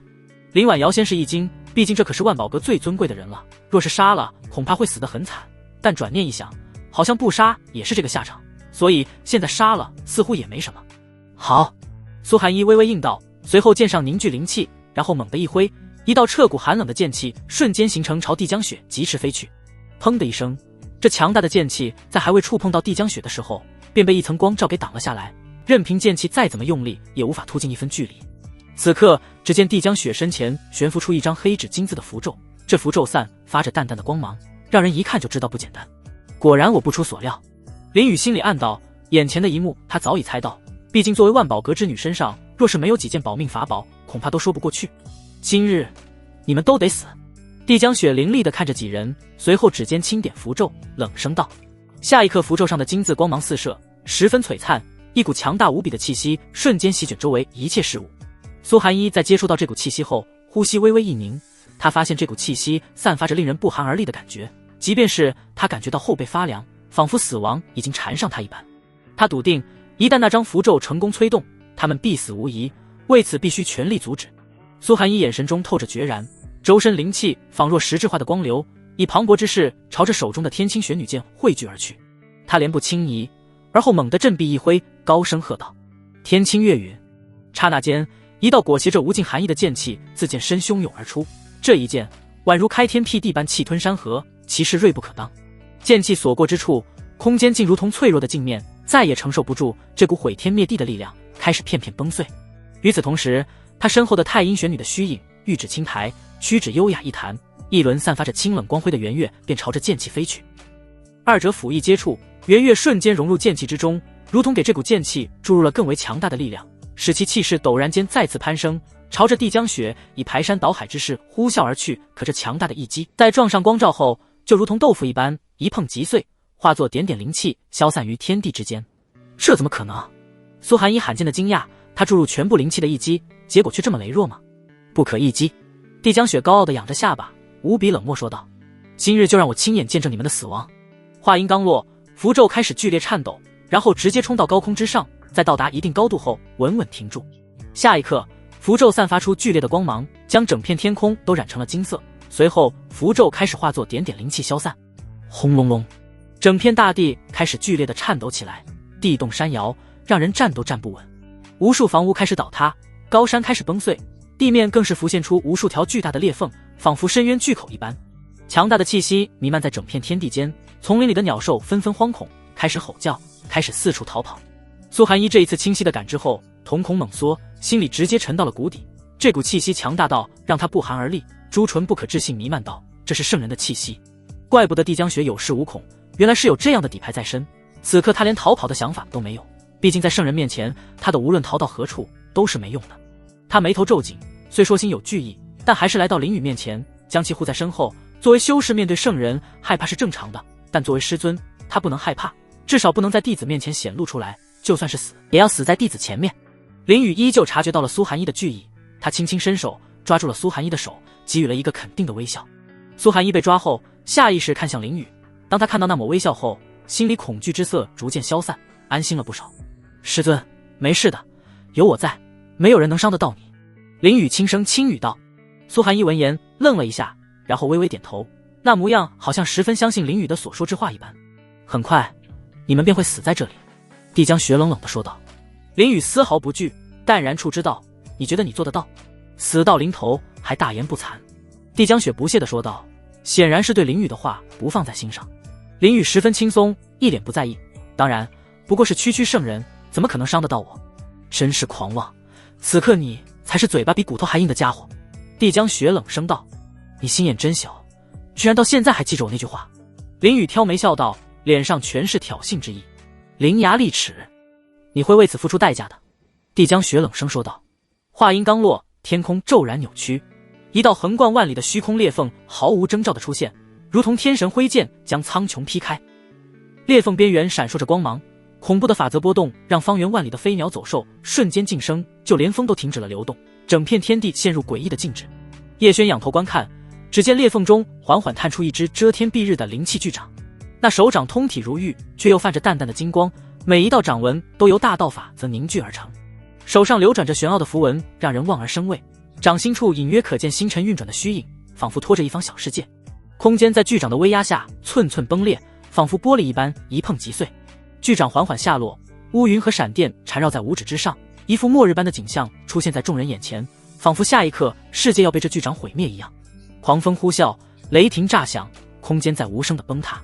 掌缘所过之处，参天巨树化为齑粉，坚硬的山岩分解成灵气，就连光线都被扭曲，在巨掌周围形成一圈七彩的光晕。城中的百姓看到这一幕都颤抖不止，有的更是腿一软，直接坐到了地上。他们惊恐的眼神里仿佛说明了一切，纷纷颤抖的连话都说不明白。完蛋了，这样攻击根本就不是我们能阻挡的。我们这是要死吗？这真的是修士所能使用出来的功法吗？这是不是有些太离谱了？林婉瑶怔怔地看着上方巨掌，心中沉到了谷底。有一说一，这是他第一次感受到圣人的威压，这种感觉让他十分难受，仿佛在圣人面前自己连蝼蚁都称不上。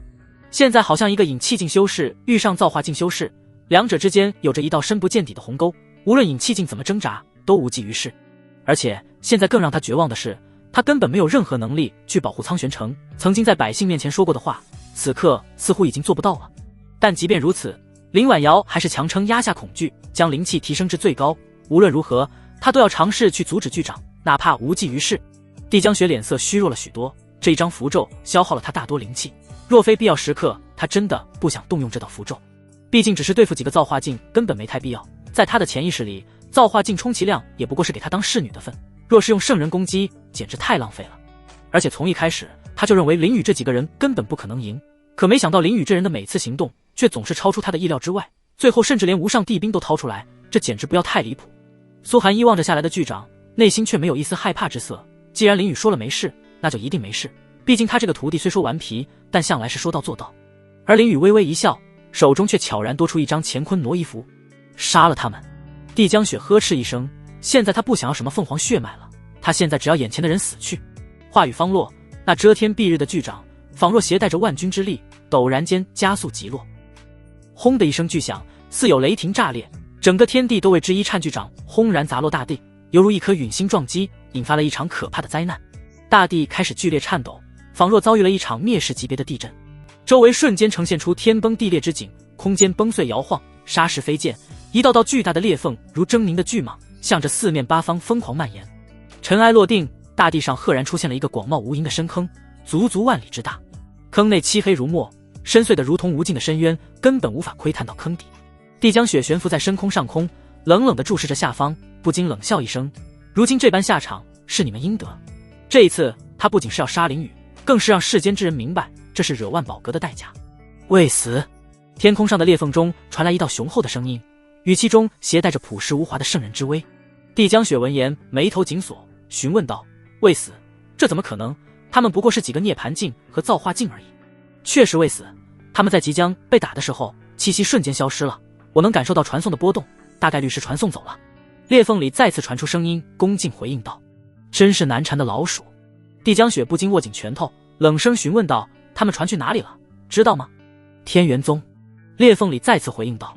帝江雪眼神微眯，下令道：现在立马派一队人马过来东荒域，并通知东荒域里的所有势力，一同围歼天元宗。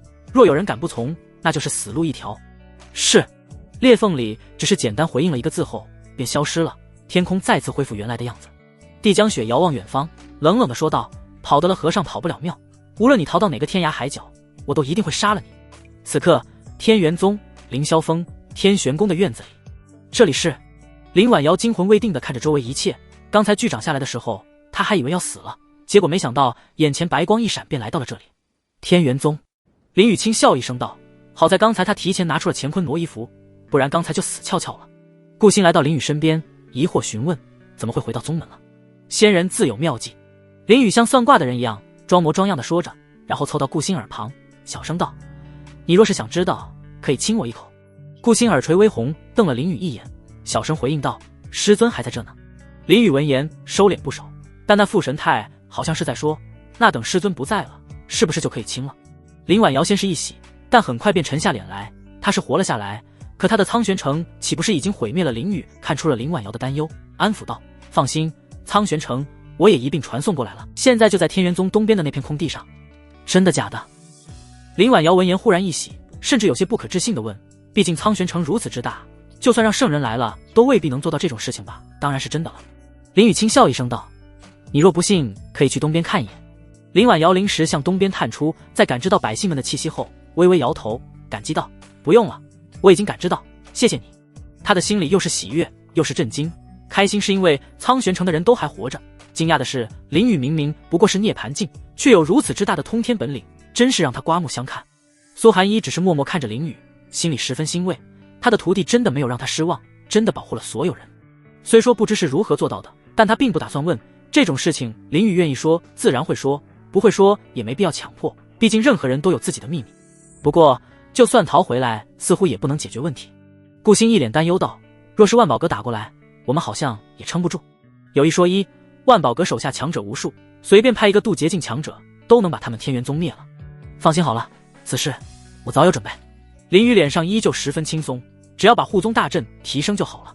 如何提升？苏寒一询问道。毕竟作为宗主，现在这个护宗大阵他是最为了解的，仅仅只能抵御渡劫境的全力一击。虽说在苍蓝大陆上这个护宗大阵不值一提，但在整个东荒域都没有一个渡劫境的情况，这个护宗大阵还是很好用的。不过若是提升护宗大阵的话，需要提升到何种地步才能抵御万宝阁呢？更令他惊讶的是，自己这位徒弟居然还做到了这一步，真是有些意外。毕竟之前这徒弟一直都是一副吊儿郎当的模样。他不知道林宇提升护宗大阵后能不能抵御万宝阁，但有这份心就足够了。简单，不过得先帮我抱着他。林宇得意一笑，将怀里的流血银递了出去。苏寒一玉手伸出，轻轻接过流血银，心里却默默想着，若是真的提升了护宗大阵，那这份恩情简直太大了，他该如何偿还？好了，我要开始了。林宇淡淡说道，然后活动了一下身子。此言一出，其余三女都默默注视着林宇，都想看看如何提升护宗大阵。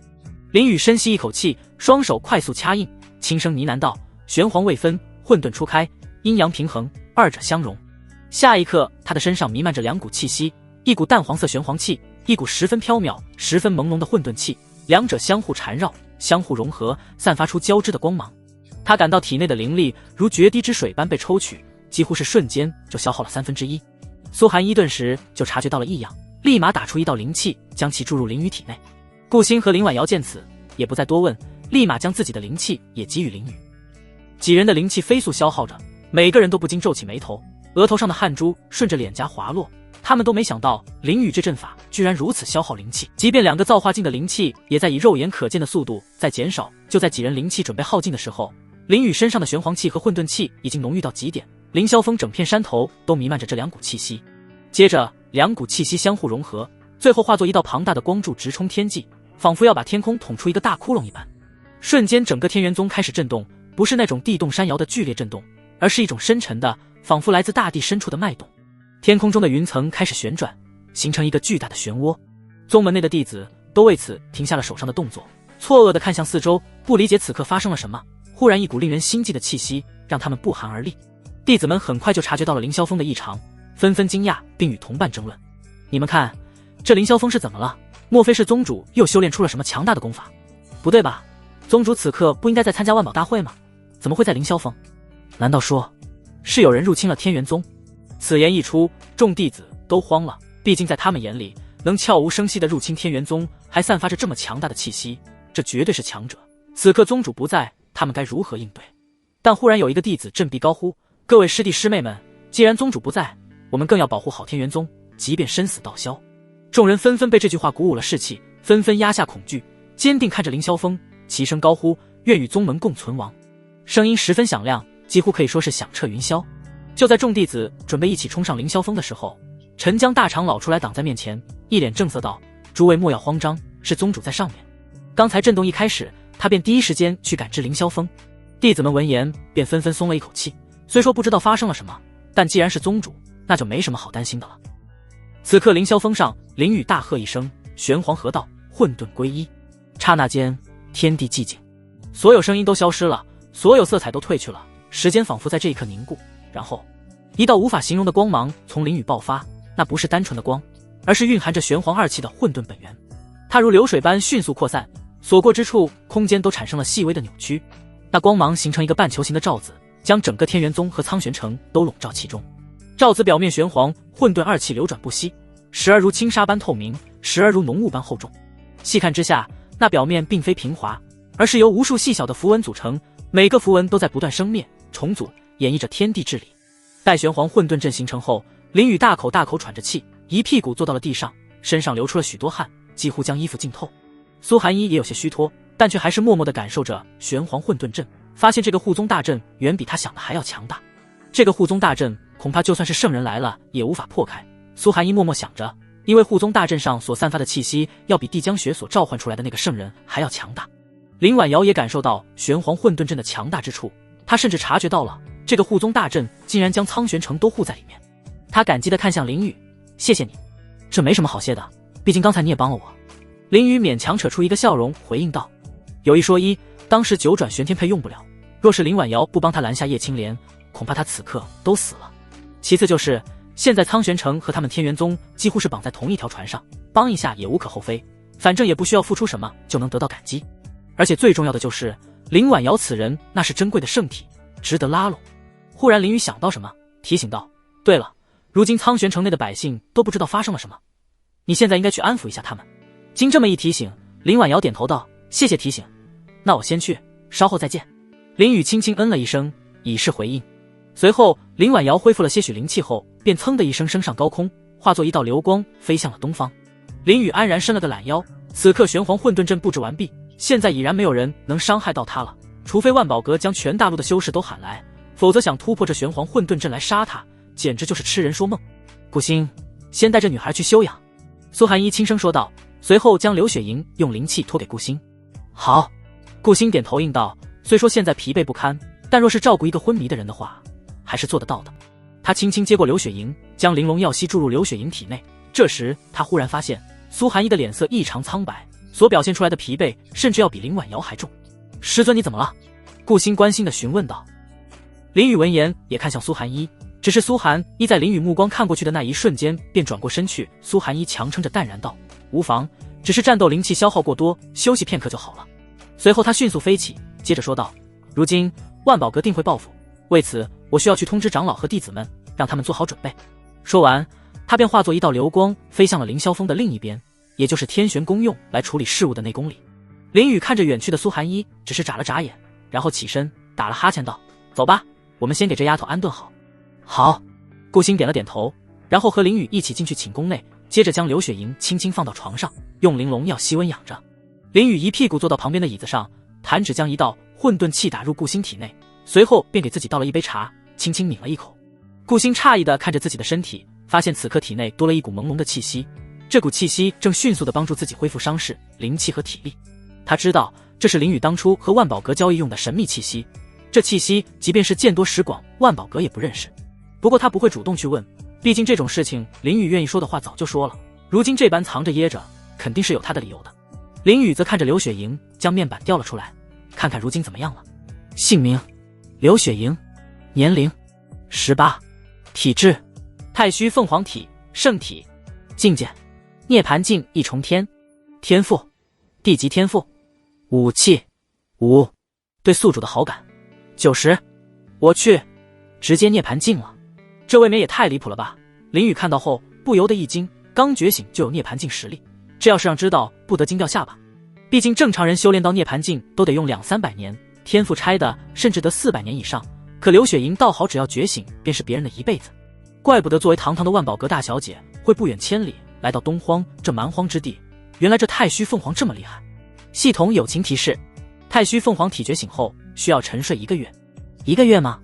林雨倒是不以为然，对于正常人确实有些久了，但对于修士来说，这1个月十分之短，几乎是一眨眼的事。毕竟修士现在闭关都是1年起步，而且会随着境界提升，闭关的时间也会越来越长。据说那些大能修士动不动就是几百年甚至上千年。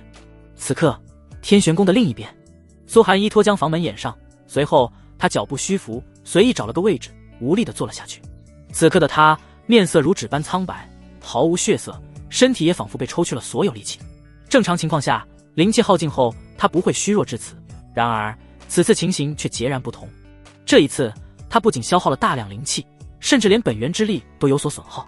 对于修士而言，本源之力至关重要，一旦受损，后果极为严重。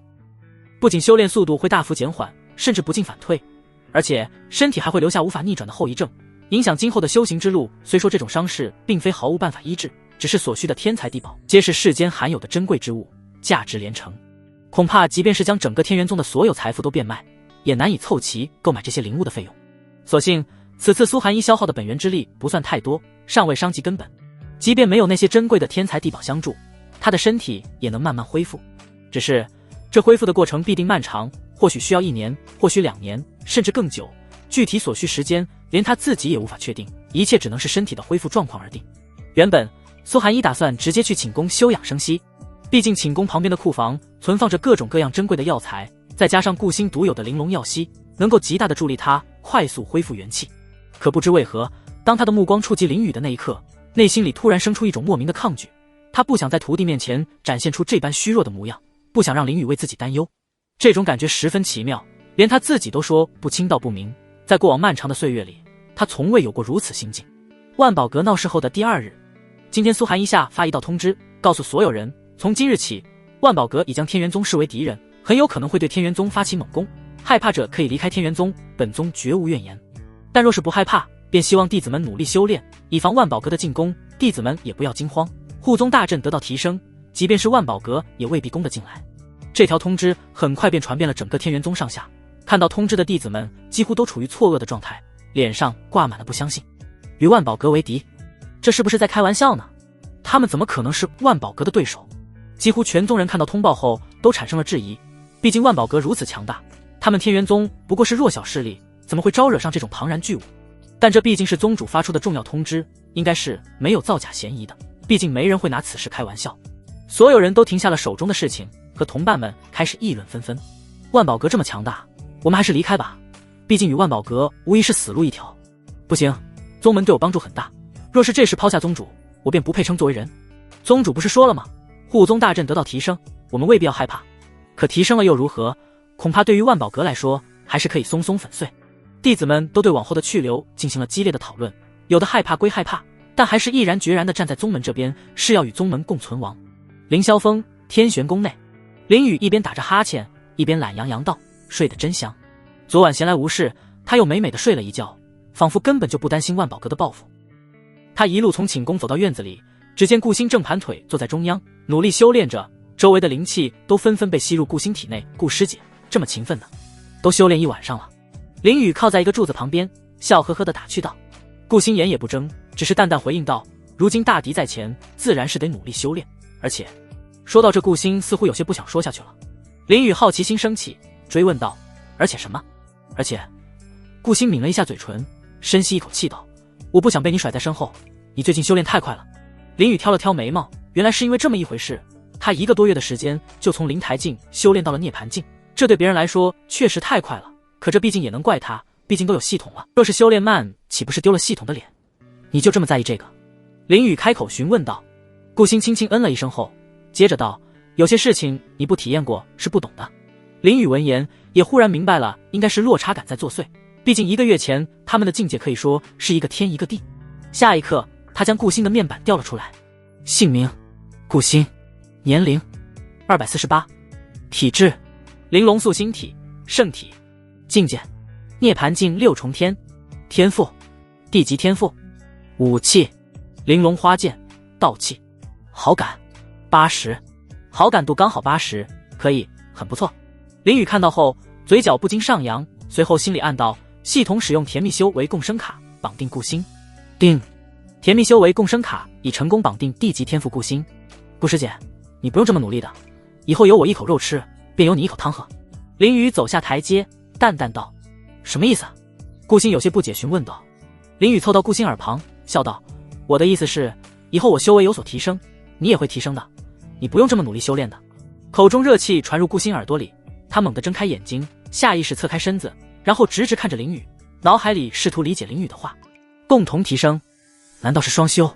想到这，他的脸色红润了许多，因为这个世界能共同提升修为的功法很少，而最广为人知的便是双修。你在想什么？我和你可是师姐弟，怎么可能？顾星十分羞涩地说道，且双修2个字始终说不出口。林宇愣了一下，看着顾星的模样，大概也猜到了些许，嘴角不禁抽了抽。他好不容易正经一次，结果顾星反倒胡思乱想了。你脑子里想的都是什么？怎么如此龌龊？林宇好没气道。你才龌龊！顾星冷哼一声反驳，可话还没说完，天空便传来一道清脆的声音将其打断。林宇，你师尊呢？只见林婉瑶从天空上迅速落下。林宇有些意外道，你找我师尊干嘛？林婉瑶脸色有些焦急道，大事不好了，昨日我派出的探子发现东荒域的所有势力都前往了天宁剑宗进行会合，据说是万宝阁要集结整个东荒域要攻打我们。什么？顾星惊了，整个东荒域都要来进攻他们天元宗，这简直是太离谱了。也就是说，他们要一个宗门对抗一整个域。林宇倒不以为然道，这有啥的，有这护宗大阵在，即便再来10个东荒域也不可能对我们造成一点伤害。林婉瑶微微摇头道，这不是重点，重点是万宝阁已经下令，所有商会和势力都不能对天元宗进行买卖，如此我们不会受到伤害，也会被困在这护宗大阵里面，以后只能自给自足。有一说一，这个是他最不愿意看到的，毕竟无论是苍玄城还是天元宗，都需要购买外面的众多物品，比如锻造兵器的玄铁之类的。这个简单，把他们打服那不就好了。林宇耸耸肩，语气显然不是很在意。这怎么可能？那可是整个东荒域啊！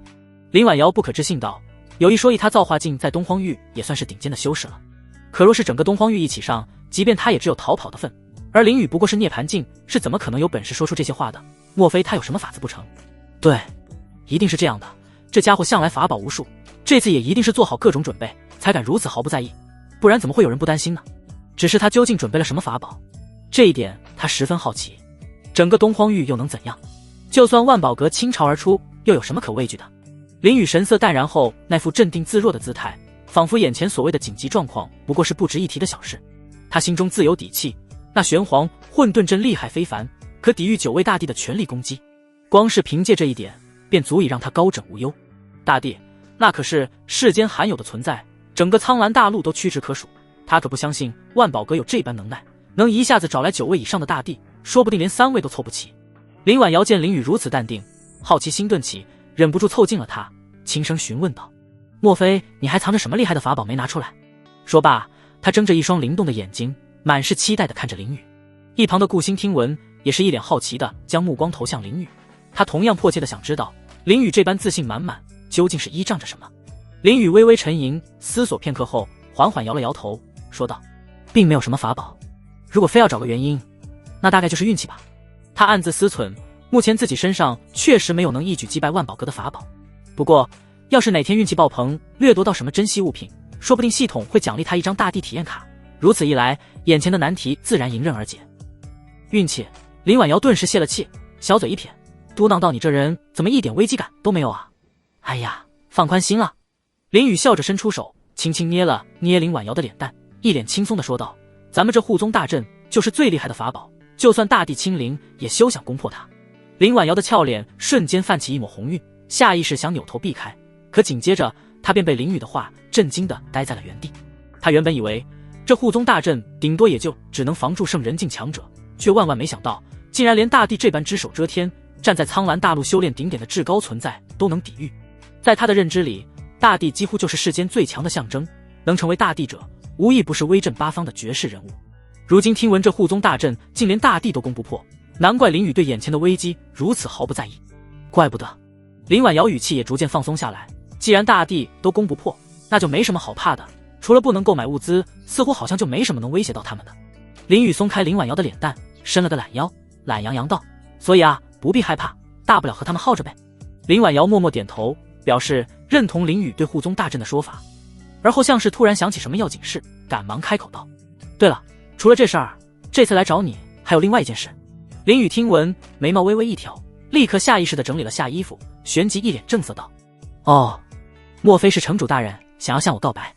倘若真是城主，我倒是可以斟酌斟酌。才不是呢。林婉瑶没好气地白了林宇一眼，气得鼓起腮帮子，娇嗔道，其实是天机阁公布了新一期的乾隆榜。哎，居然不是告白啊。林宇故意做出一副失望至极的模样，连连摇头叹息，你这是什么表情吗？我们才认识几天呀，你就盼着我跟你告白？林婉瑶轻哼一声，嘴角不屑的一撇，真是自恋。听到林婉瑶如此评价，一旁的顾星深以为然，十分认可的点了点头，眼神里也透着一丝对林雨这番表现的无奈。看着两位女子这般表情，林雨顿时一阵无语，随后无奈的耸了耸肩，道：那你特意跑来跟我说这事，想必这次榜单上有我，对吧？林婉瑶轻点琴手，朱唇微起，脆声道：不错，而且你的排名可不低呢。说着，她玉手轻抬，从储物戒中取出一张极为金贵的大纸，那纸张几乎和一扇门差不多大小。只见她轻轻一抖，纸张缓缓张开，而后如同被一股无形的力量托举着，缓缓悬浮在半空中，上面的内容也随之逐渐清晰可见。最顶头写着乾隆榜这龙飞凤舞3个大字，紧接着便是正式排名内容。魁首，天宁剑宗赵武，玉主敬意重天，曾独占10大天骄并取得胜利。位2，天元宗林雨，涅槃境4重天，敢将万宝阁搅得天翻地覆且能安全逃脱的猛人。位3，天元宗顾星，涅槃境6重天，曾一举击败乾隆榜2位天骄，并与林雨一同大闹万宝阁。这张榜单上共展示了20名天骄，每一位都是声名远扬、实力不凡的狠角色，在整个修炼界都有着响当当的名号。林雨指着榜单，脸上挂着一抹戏谑的笑容，看向顾星说道：顾师姐，你瞧，我在你上面哦。哼，排名高又有什么值得炫耀的？顾星没好气地回怼道。可当他看到林雨那别有深意的笑容时，瞬间明白了他话里隐藏的调侃意味。他俏脸唰的一下红到了耳根，又羞又恼地咬牙骂道：登徒子！林婉瑶对林雨这般习性实在是佩服得五体投地，无论什么事，这家伙总能巧妙地往男女之事那方面去联想。林雨却对顾星的责骂魂不在意，只是轻笑了几声，随后将目光默默投向榜单的魁首之位。赵武这个名字，林雨也仅仅是略有耳闻，听闻此人常年霸占着乾隆榜魁首的宝座，在新一代天骄之中，他的实力几乎没有任何争议，是公认的第一人。不过嘛，林雨嘴角微微勾起，露出一抹自信且志在必得的笑容。既然此次他登上了这乾隆榜，那就意味着赵武这个稳坐魁首之位的日子恐怕也快要到头了。顾星看着林雨的笑容，心中很清楚，赵武这个第一名怕是当不了多久了。别看林雨平日里总是一副玩世不恭的样子，但他那恐怖的天赋着实令人惊叹。在修炼意图上，天赋往往能决定一个人的高度，而林雨无疑拥有着让人仰望的天赋资本。林雨察觉到顾星的目光，嘴角一勾，再度调侃起来：怎么了？这般直直地看着我，莫不是对我心生爱慕之意了？才没有呢。顾星像是被戳中了心事，赶忙收回目光，赌气般的将头扭到一边，还不忘轻哼一声，以此来掩饰自己的些许慌乱。林雨对此倒也没放在心上，毕竟系统显示顾星对他的好感度都已经高达80了，要说他心里对自己没有一丝喜欢，那才叫奇怪。这时林婉瑶直接开口询问：之后你有什么打算呀？他还是想瞧瞧这位总能创造奇迹的少年对于应对万宝阁的危机是否已经有了良策。那当然是先在护宗大阵里猫着呗。林雨打了个哈欠，淡淡的瞥了一眼林婉瑶，懒洋洋道：难不成你还指望我傻乎乎的冲出去，然后被别人当路边一条杀死？说实话，目前的处境颇为棘手，为数不多可能破局的方法便是通过掠夺，指望系统奖励一些强力法宝才有机会破解眼前的困局，不然就只能老老实实埋头修炼，提升自身实力了。林婉瑶沉默了好一会儿，才缓缓点了点头，轻声说道：好，既然暂时没有更好的办法，那他便下定决心努力修炼，等哪天修炼到圣人境界，甚至是更强大的圣王境界时再杀出去。只是他也清楚，光是修炼到圣人境界便不知要耗费多少时间与精力，未来的路还漫长着呢。时光悄然流逝，很快月亮便高挂于天空之上。林雨像个死人一样躺在床上，今天真的是给他无聊坏了，认识的人几乎都是在认真修炼，想找个人说话都难，要不去找师尊？他十分无聊想着，毕竟一天没见到那美丽的师尊就浑身难受。说是迟那是快，他当即从床上起来，瞥了一眼顾星，询问道：你知道师尊在哪吗？应该是在主殿里。顾星依旧在认真修炼，眼睛都没有睁开，只是淡淡的说道：好。林雨闻言点了点头，然后直接踏出寝宫。等等，师尊现在很忙的，你……顾星立马提醒道。可睁开眼睛后，林雨早已没了身影，他只能无奈地摇了摇头，对此也已经习以为常。林雨一路疾行风驰电掣般朝着主殿赶去，他一把推开殿门，只见殿内一位女弟子正专注地整理着案台上的物件。我师尊呢？林雨开口询问。女弟子闻声只是微微抬眸看了他一眼，便又低下头继续手头的动作，语气平淡地说道：宗主刚刚说去后山了，具体所为何事并未言明。林雨轻轻颔首，随后退出主殿，脚尖轻点，整个人如离弦之箭般腾空而起，径直朝着宗门后山的方向飞去。天元宗后山那座最高的山峰之上，苏寒衣静静地伫立着，他凝望着夜空，思绪却如乱麻般纠结。平日里，苏寒衣处理宗门政务时向来全神贯注，然而今日情况却截然不同。不知为何，在处理事务的过程中，林雨的身影总是不由自主地在他脑海中浮现，挥之不去。这让他深感诧异，毕竟自认识林雨以来，这般状况还是头一遭。他不禁暗自思忖，这究竟是怎么回事？莫非这就是世人常说的男女之间的喜欢之情？想到此处，苏寒衣缓缓取出林雨所赠的天青玄女剑，他凝视着剑身，仿佛透过这冰冷的剑身，能看到送剑之人的玩世不恭的笑容。良久，他才轻轻将剑收起，心中泛起一阵涟漪。喜欢自己的徒弟吗？他本能地觉得这似乎不太可能，自己的心向来如冰般冷冽，又怎会轻易对人动了情？更何况已故的师尊曾严词叮嘱，切不可对任何人萌生感情，因为这于修炼而言毫无益处。尽管他在心底这般反复告诫自己，可他眼中不经意间流露出的那一抹温柔，却已然出卖了他的内心。师尊，你果然在这儿啊！就在这时，林雨从天而降，脸上挂着笑容，每次见到师尊，心情总是愉悦不少。苏寒衣听到声音后，眼睛罕见露出一丝惊慌，但很快就镇定下来，淡淡询问道：你怎么来了？这么晚没见到师尊，怕师尊出事，所以找过来了。林雨随意编了个谎言：有心了，不过为师很安全，你可以先回去了。苏寒衣淡淡说道，但心里却似乎有些温暖。不急。林雨摆摆手，笑道：我其实还有一个问题询问师尊。什么？苏寒衣依旧平静地问道。林雨忽然凑近询问道：师尊今日的眼神似乎有些不对，莫非是喜欢我？虽说苏寒衣现在依旧冷着一张脸，可与往日不同的便是眼神。以往的眼神总是冷冷的，让人不敢靠近，可今日的却给人一种十分柔和的感觉。苏寒衣闻言心里一颤，下意识取出铜镜看了一眼后，发现自己的眼神和这张冰冷的脸完全不搭。这是为什么？他明明已经尽量压制情绪了，为什么还会这样？不，你看错了。苏寒衣深吸一口气道，然后转过身去。看着苏寒衣这般慌张的模样，林雨更加确定了内心中的想法，果然喜欢一个人的眼神是藏不住的。他故作失望道：原来是这样吗？果然像我这么不着调的人是不配得到师尊喜欢的。我们是师徒，不应该有喜欢这种事情。苏寒衣勉强维持平静，刚才听到林雨的话，心里不知为何有些难受。林雨摇摇头，一脸悲痛欲绝道：既然师尊不喜欢我，那我活着也没什么意义了。莫要说这种混账话，人活在世上又……苏寒衣谴责道。可他话还没说完，就见到林雨纵身从悬崖处跳下。再见了师尊，我们下辈子见。林雨的话传入苏寒衣耳朵里，他瞳孔一缩，脑袋一片空白，心里从未如此慌乱，甚至不知林雨为何会为此跳下去。可身体却比思想先动，他竟也直接纵身一跃，朝着林雨迅速飞去。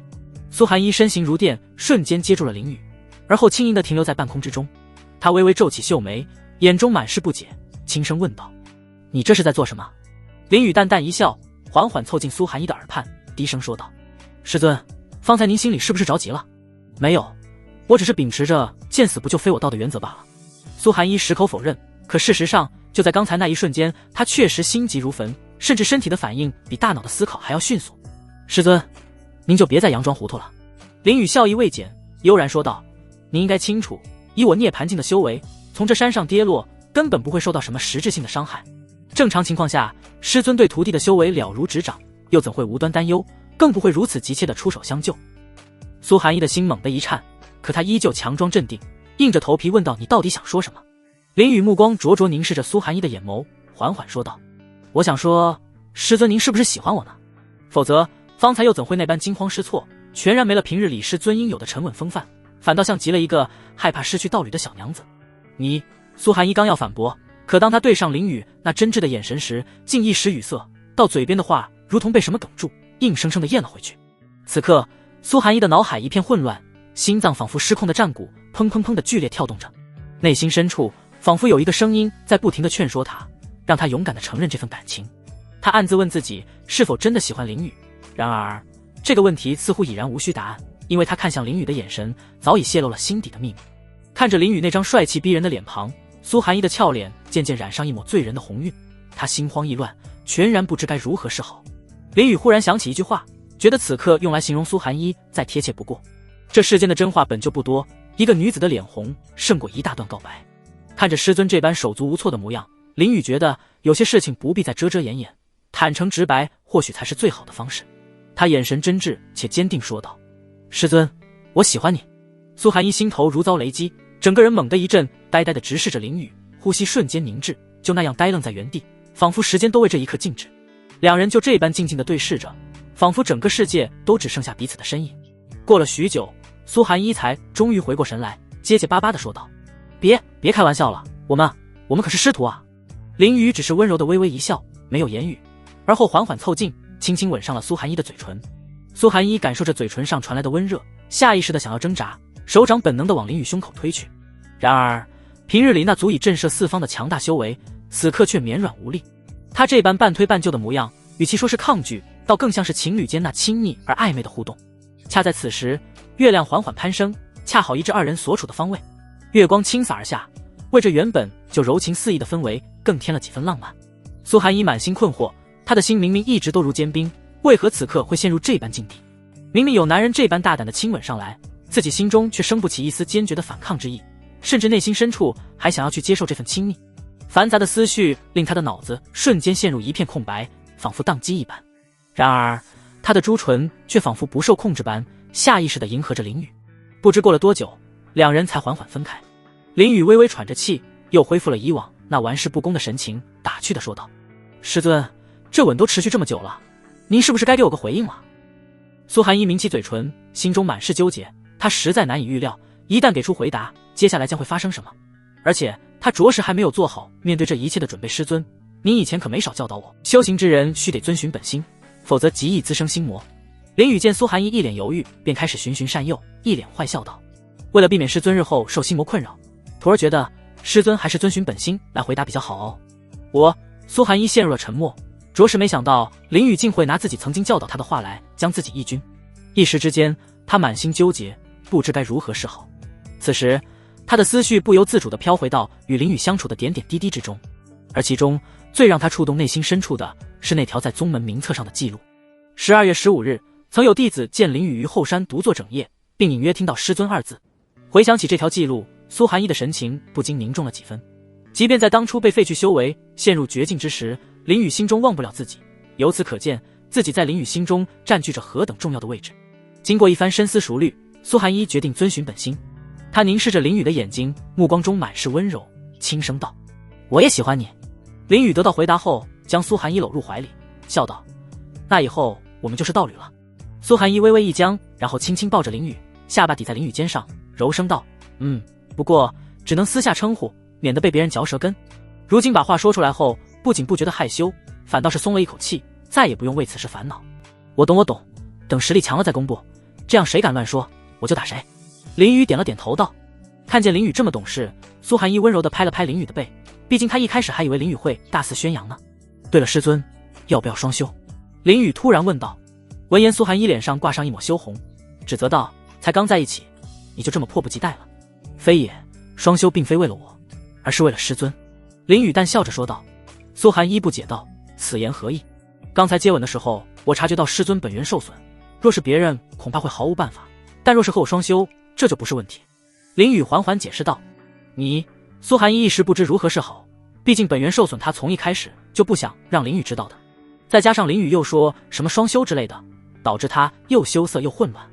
而且双修一事又怎么可以随便，不应该郑重一点吗？苏寒一深吸一口气，别过头去，强装镇定道：即便是为了恢复本源，但此事依旧过于急躁了。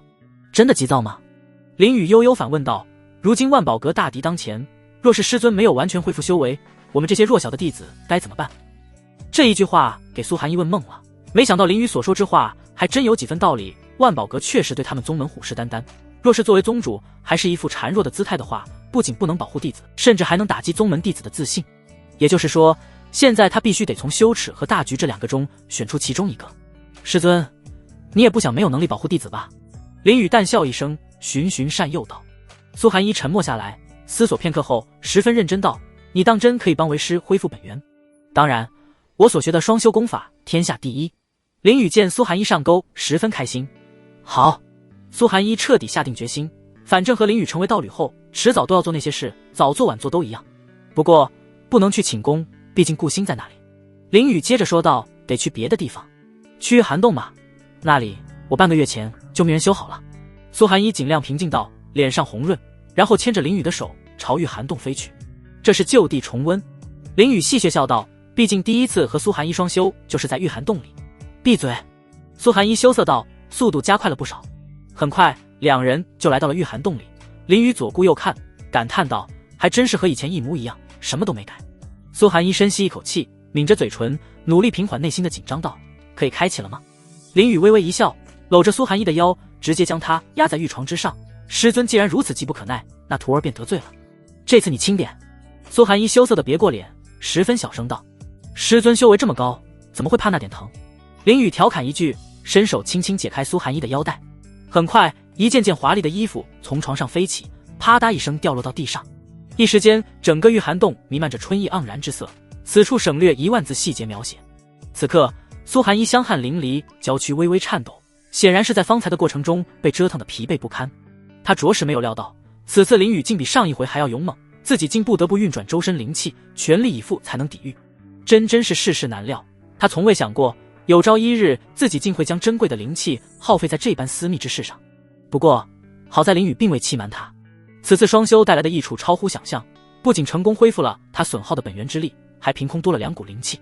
其中1股是双修过程中自然获得的，而另1股则是在林雨突破境界之后无端凭空出现的，想来与上次林雨突破时的情形如出一辙。经过此番双修，苏寒衣明显感觉到自己的修为有了质的飞跃，虽说尚未突破到大的境界，但距离突破也仅有1步之遥。苏寒衣在心中默默计算起来，若是接下来认真修炼，只需1个月时间，他便能顺利突破到造化境2重天。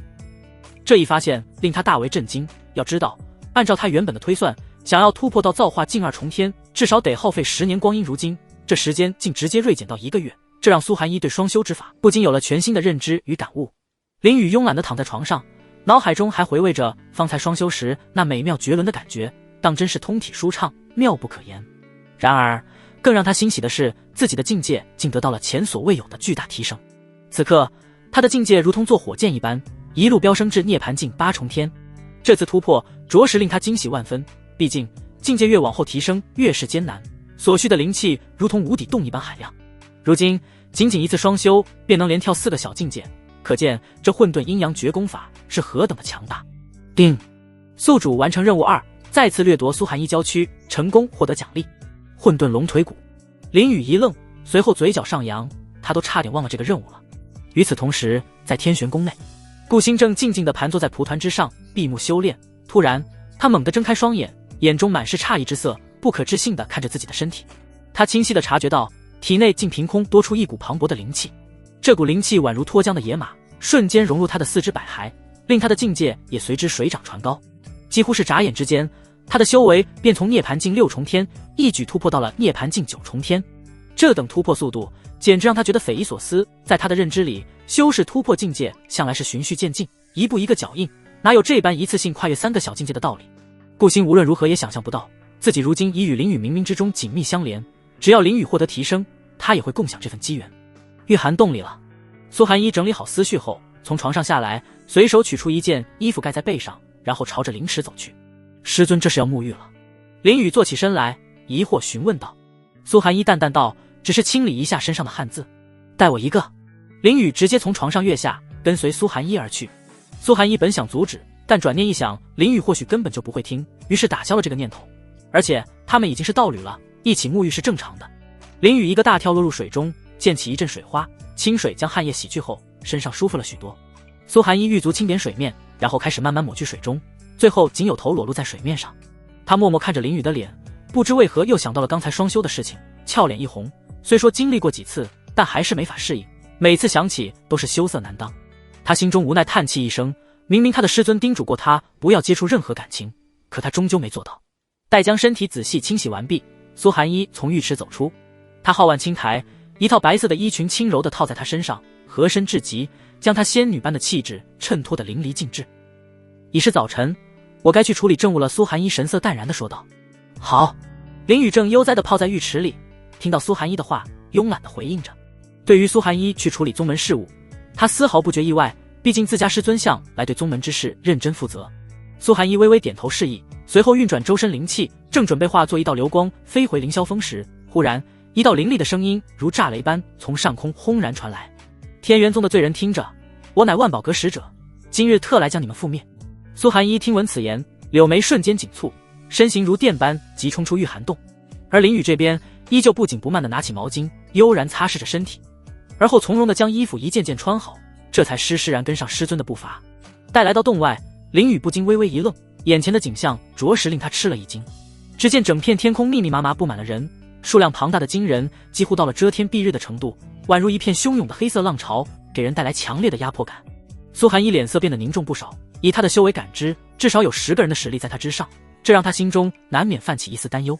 就在这时，林雨轻轻握住苏寒衣的手，神色淡然地说道：师尊，无需惧怕他们，他们就算倾巢而出，也绝无可能破开我们的护宗大阵。苏寒衣感受到手上传来的温暖，心中顿时安定不少，轻声应道：我知道。如今护宗大阵得到了极大提升，其防御之强大已然超出了他的预估范围。他深信眼前这看似声势浩大的一群人根本无法撼动护宗大阵分毫。随后苏寒衣带着林雨脚尖轻点，化作2道璀璨的流光，朝着那群人迅猛冲去。不多时，2人便来到护宗大阵的边缘，就这样坦然地与面前浩浩荡荡的一众敌人对视着。2人身子单薄地面对这么多人，颇为一种一人面对千军万马的样子。紧接着苏寒衣运用灵力向全体宗门弟子传音，语气沉稳道：诸位弟子莫要害怕，眼前的事情就由我来处理。所有弟子听闻宗主的传音后，原本高悬着的心总算放下了一些，不过仍有部分弟子神色紧张，眼睛一眨不眨地紧盯着对面那群来势汹汹的人。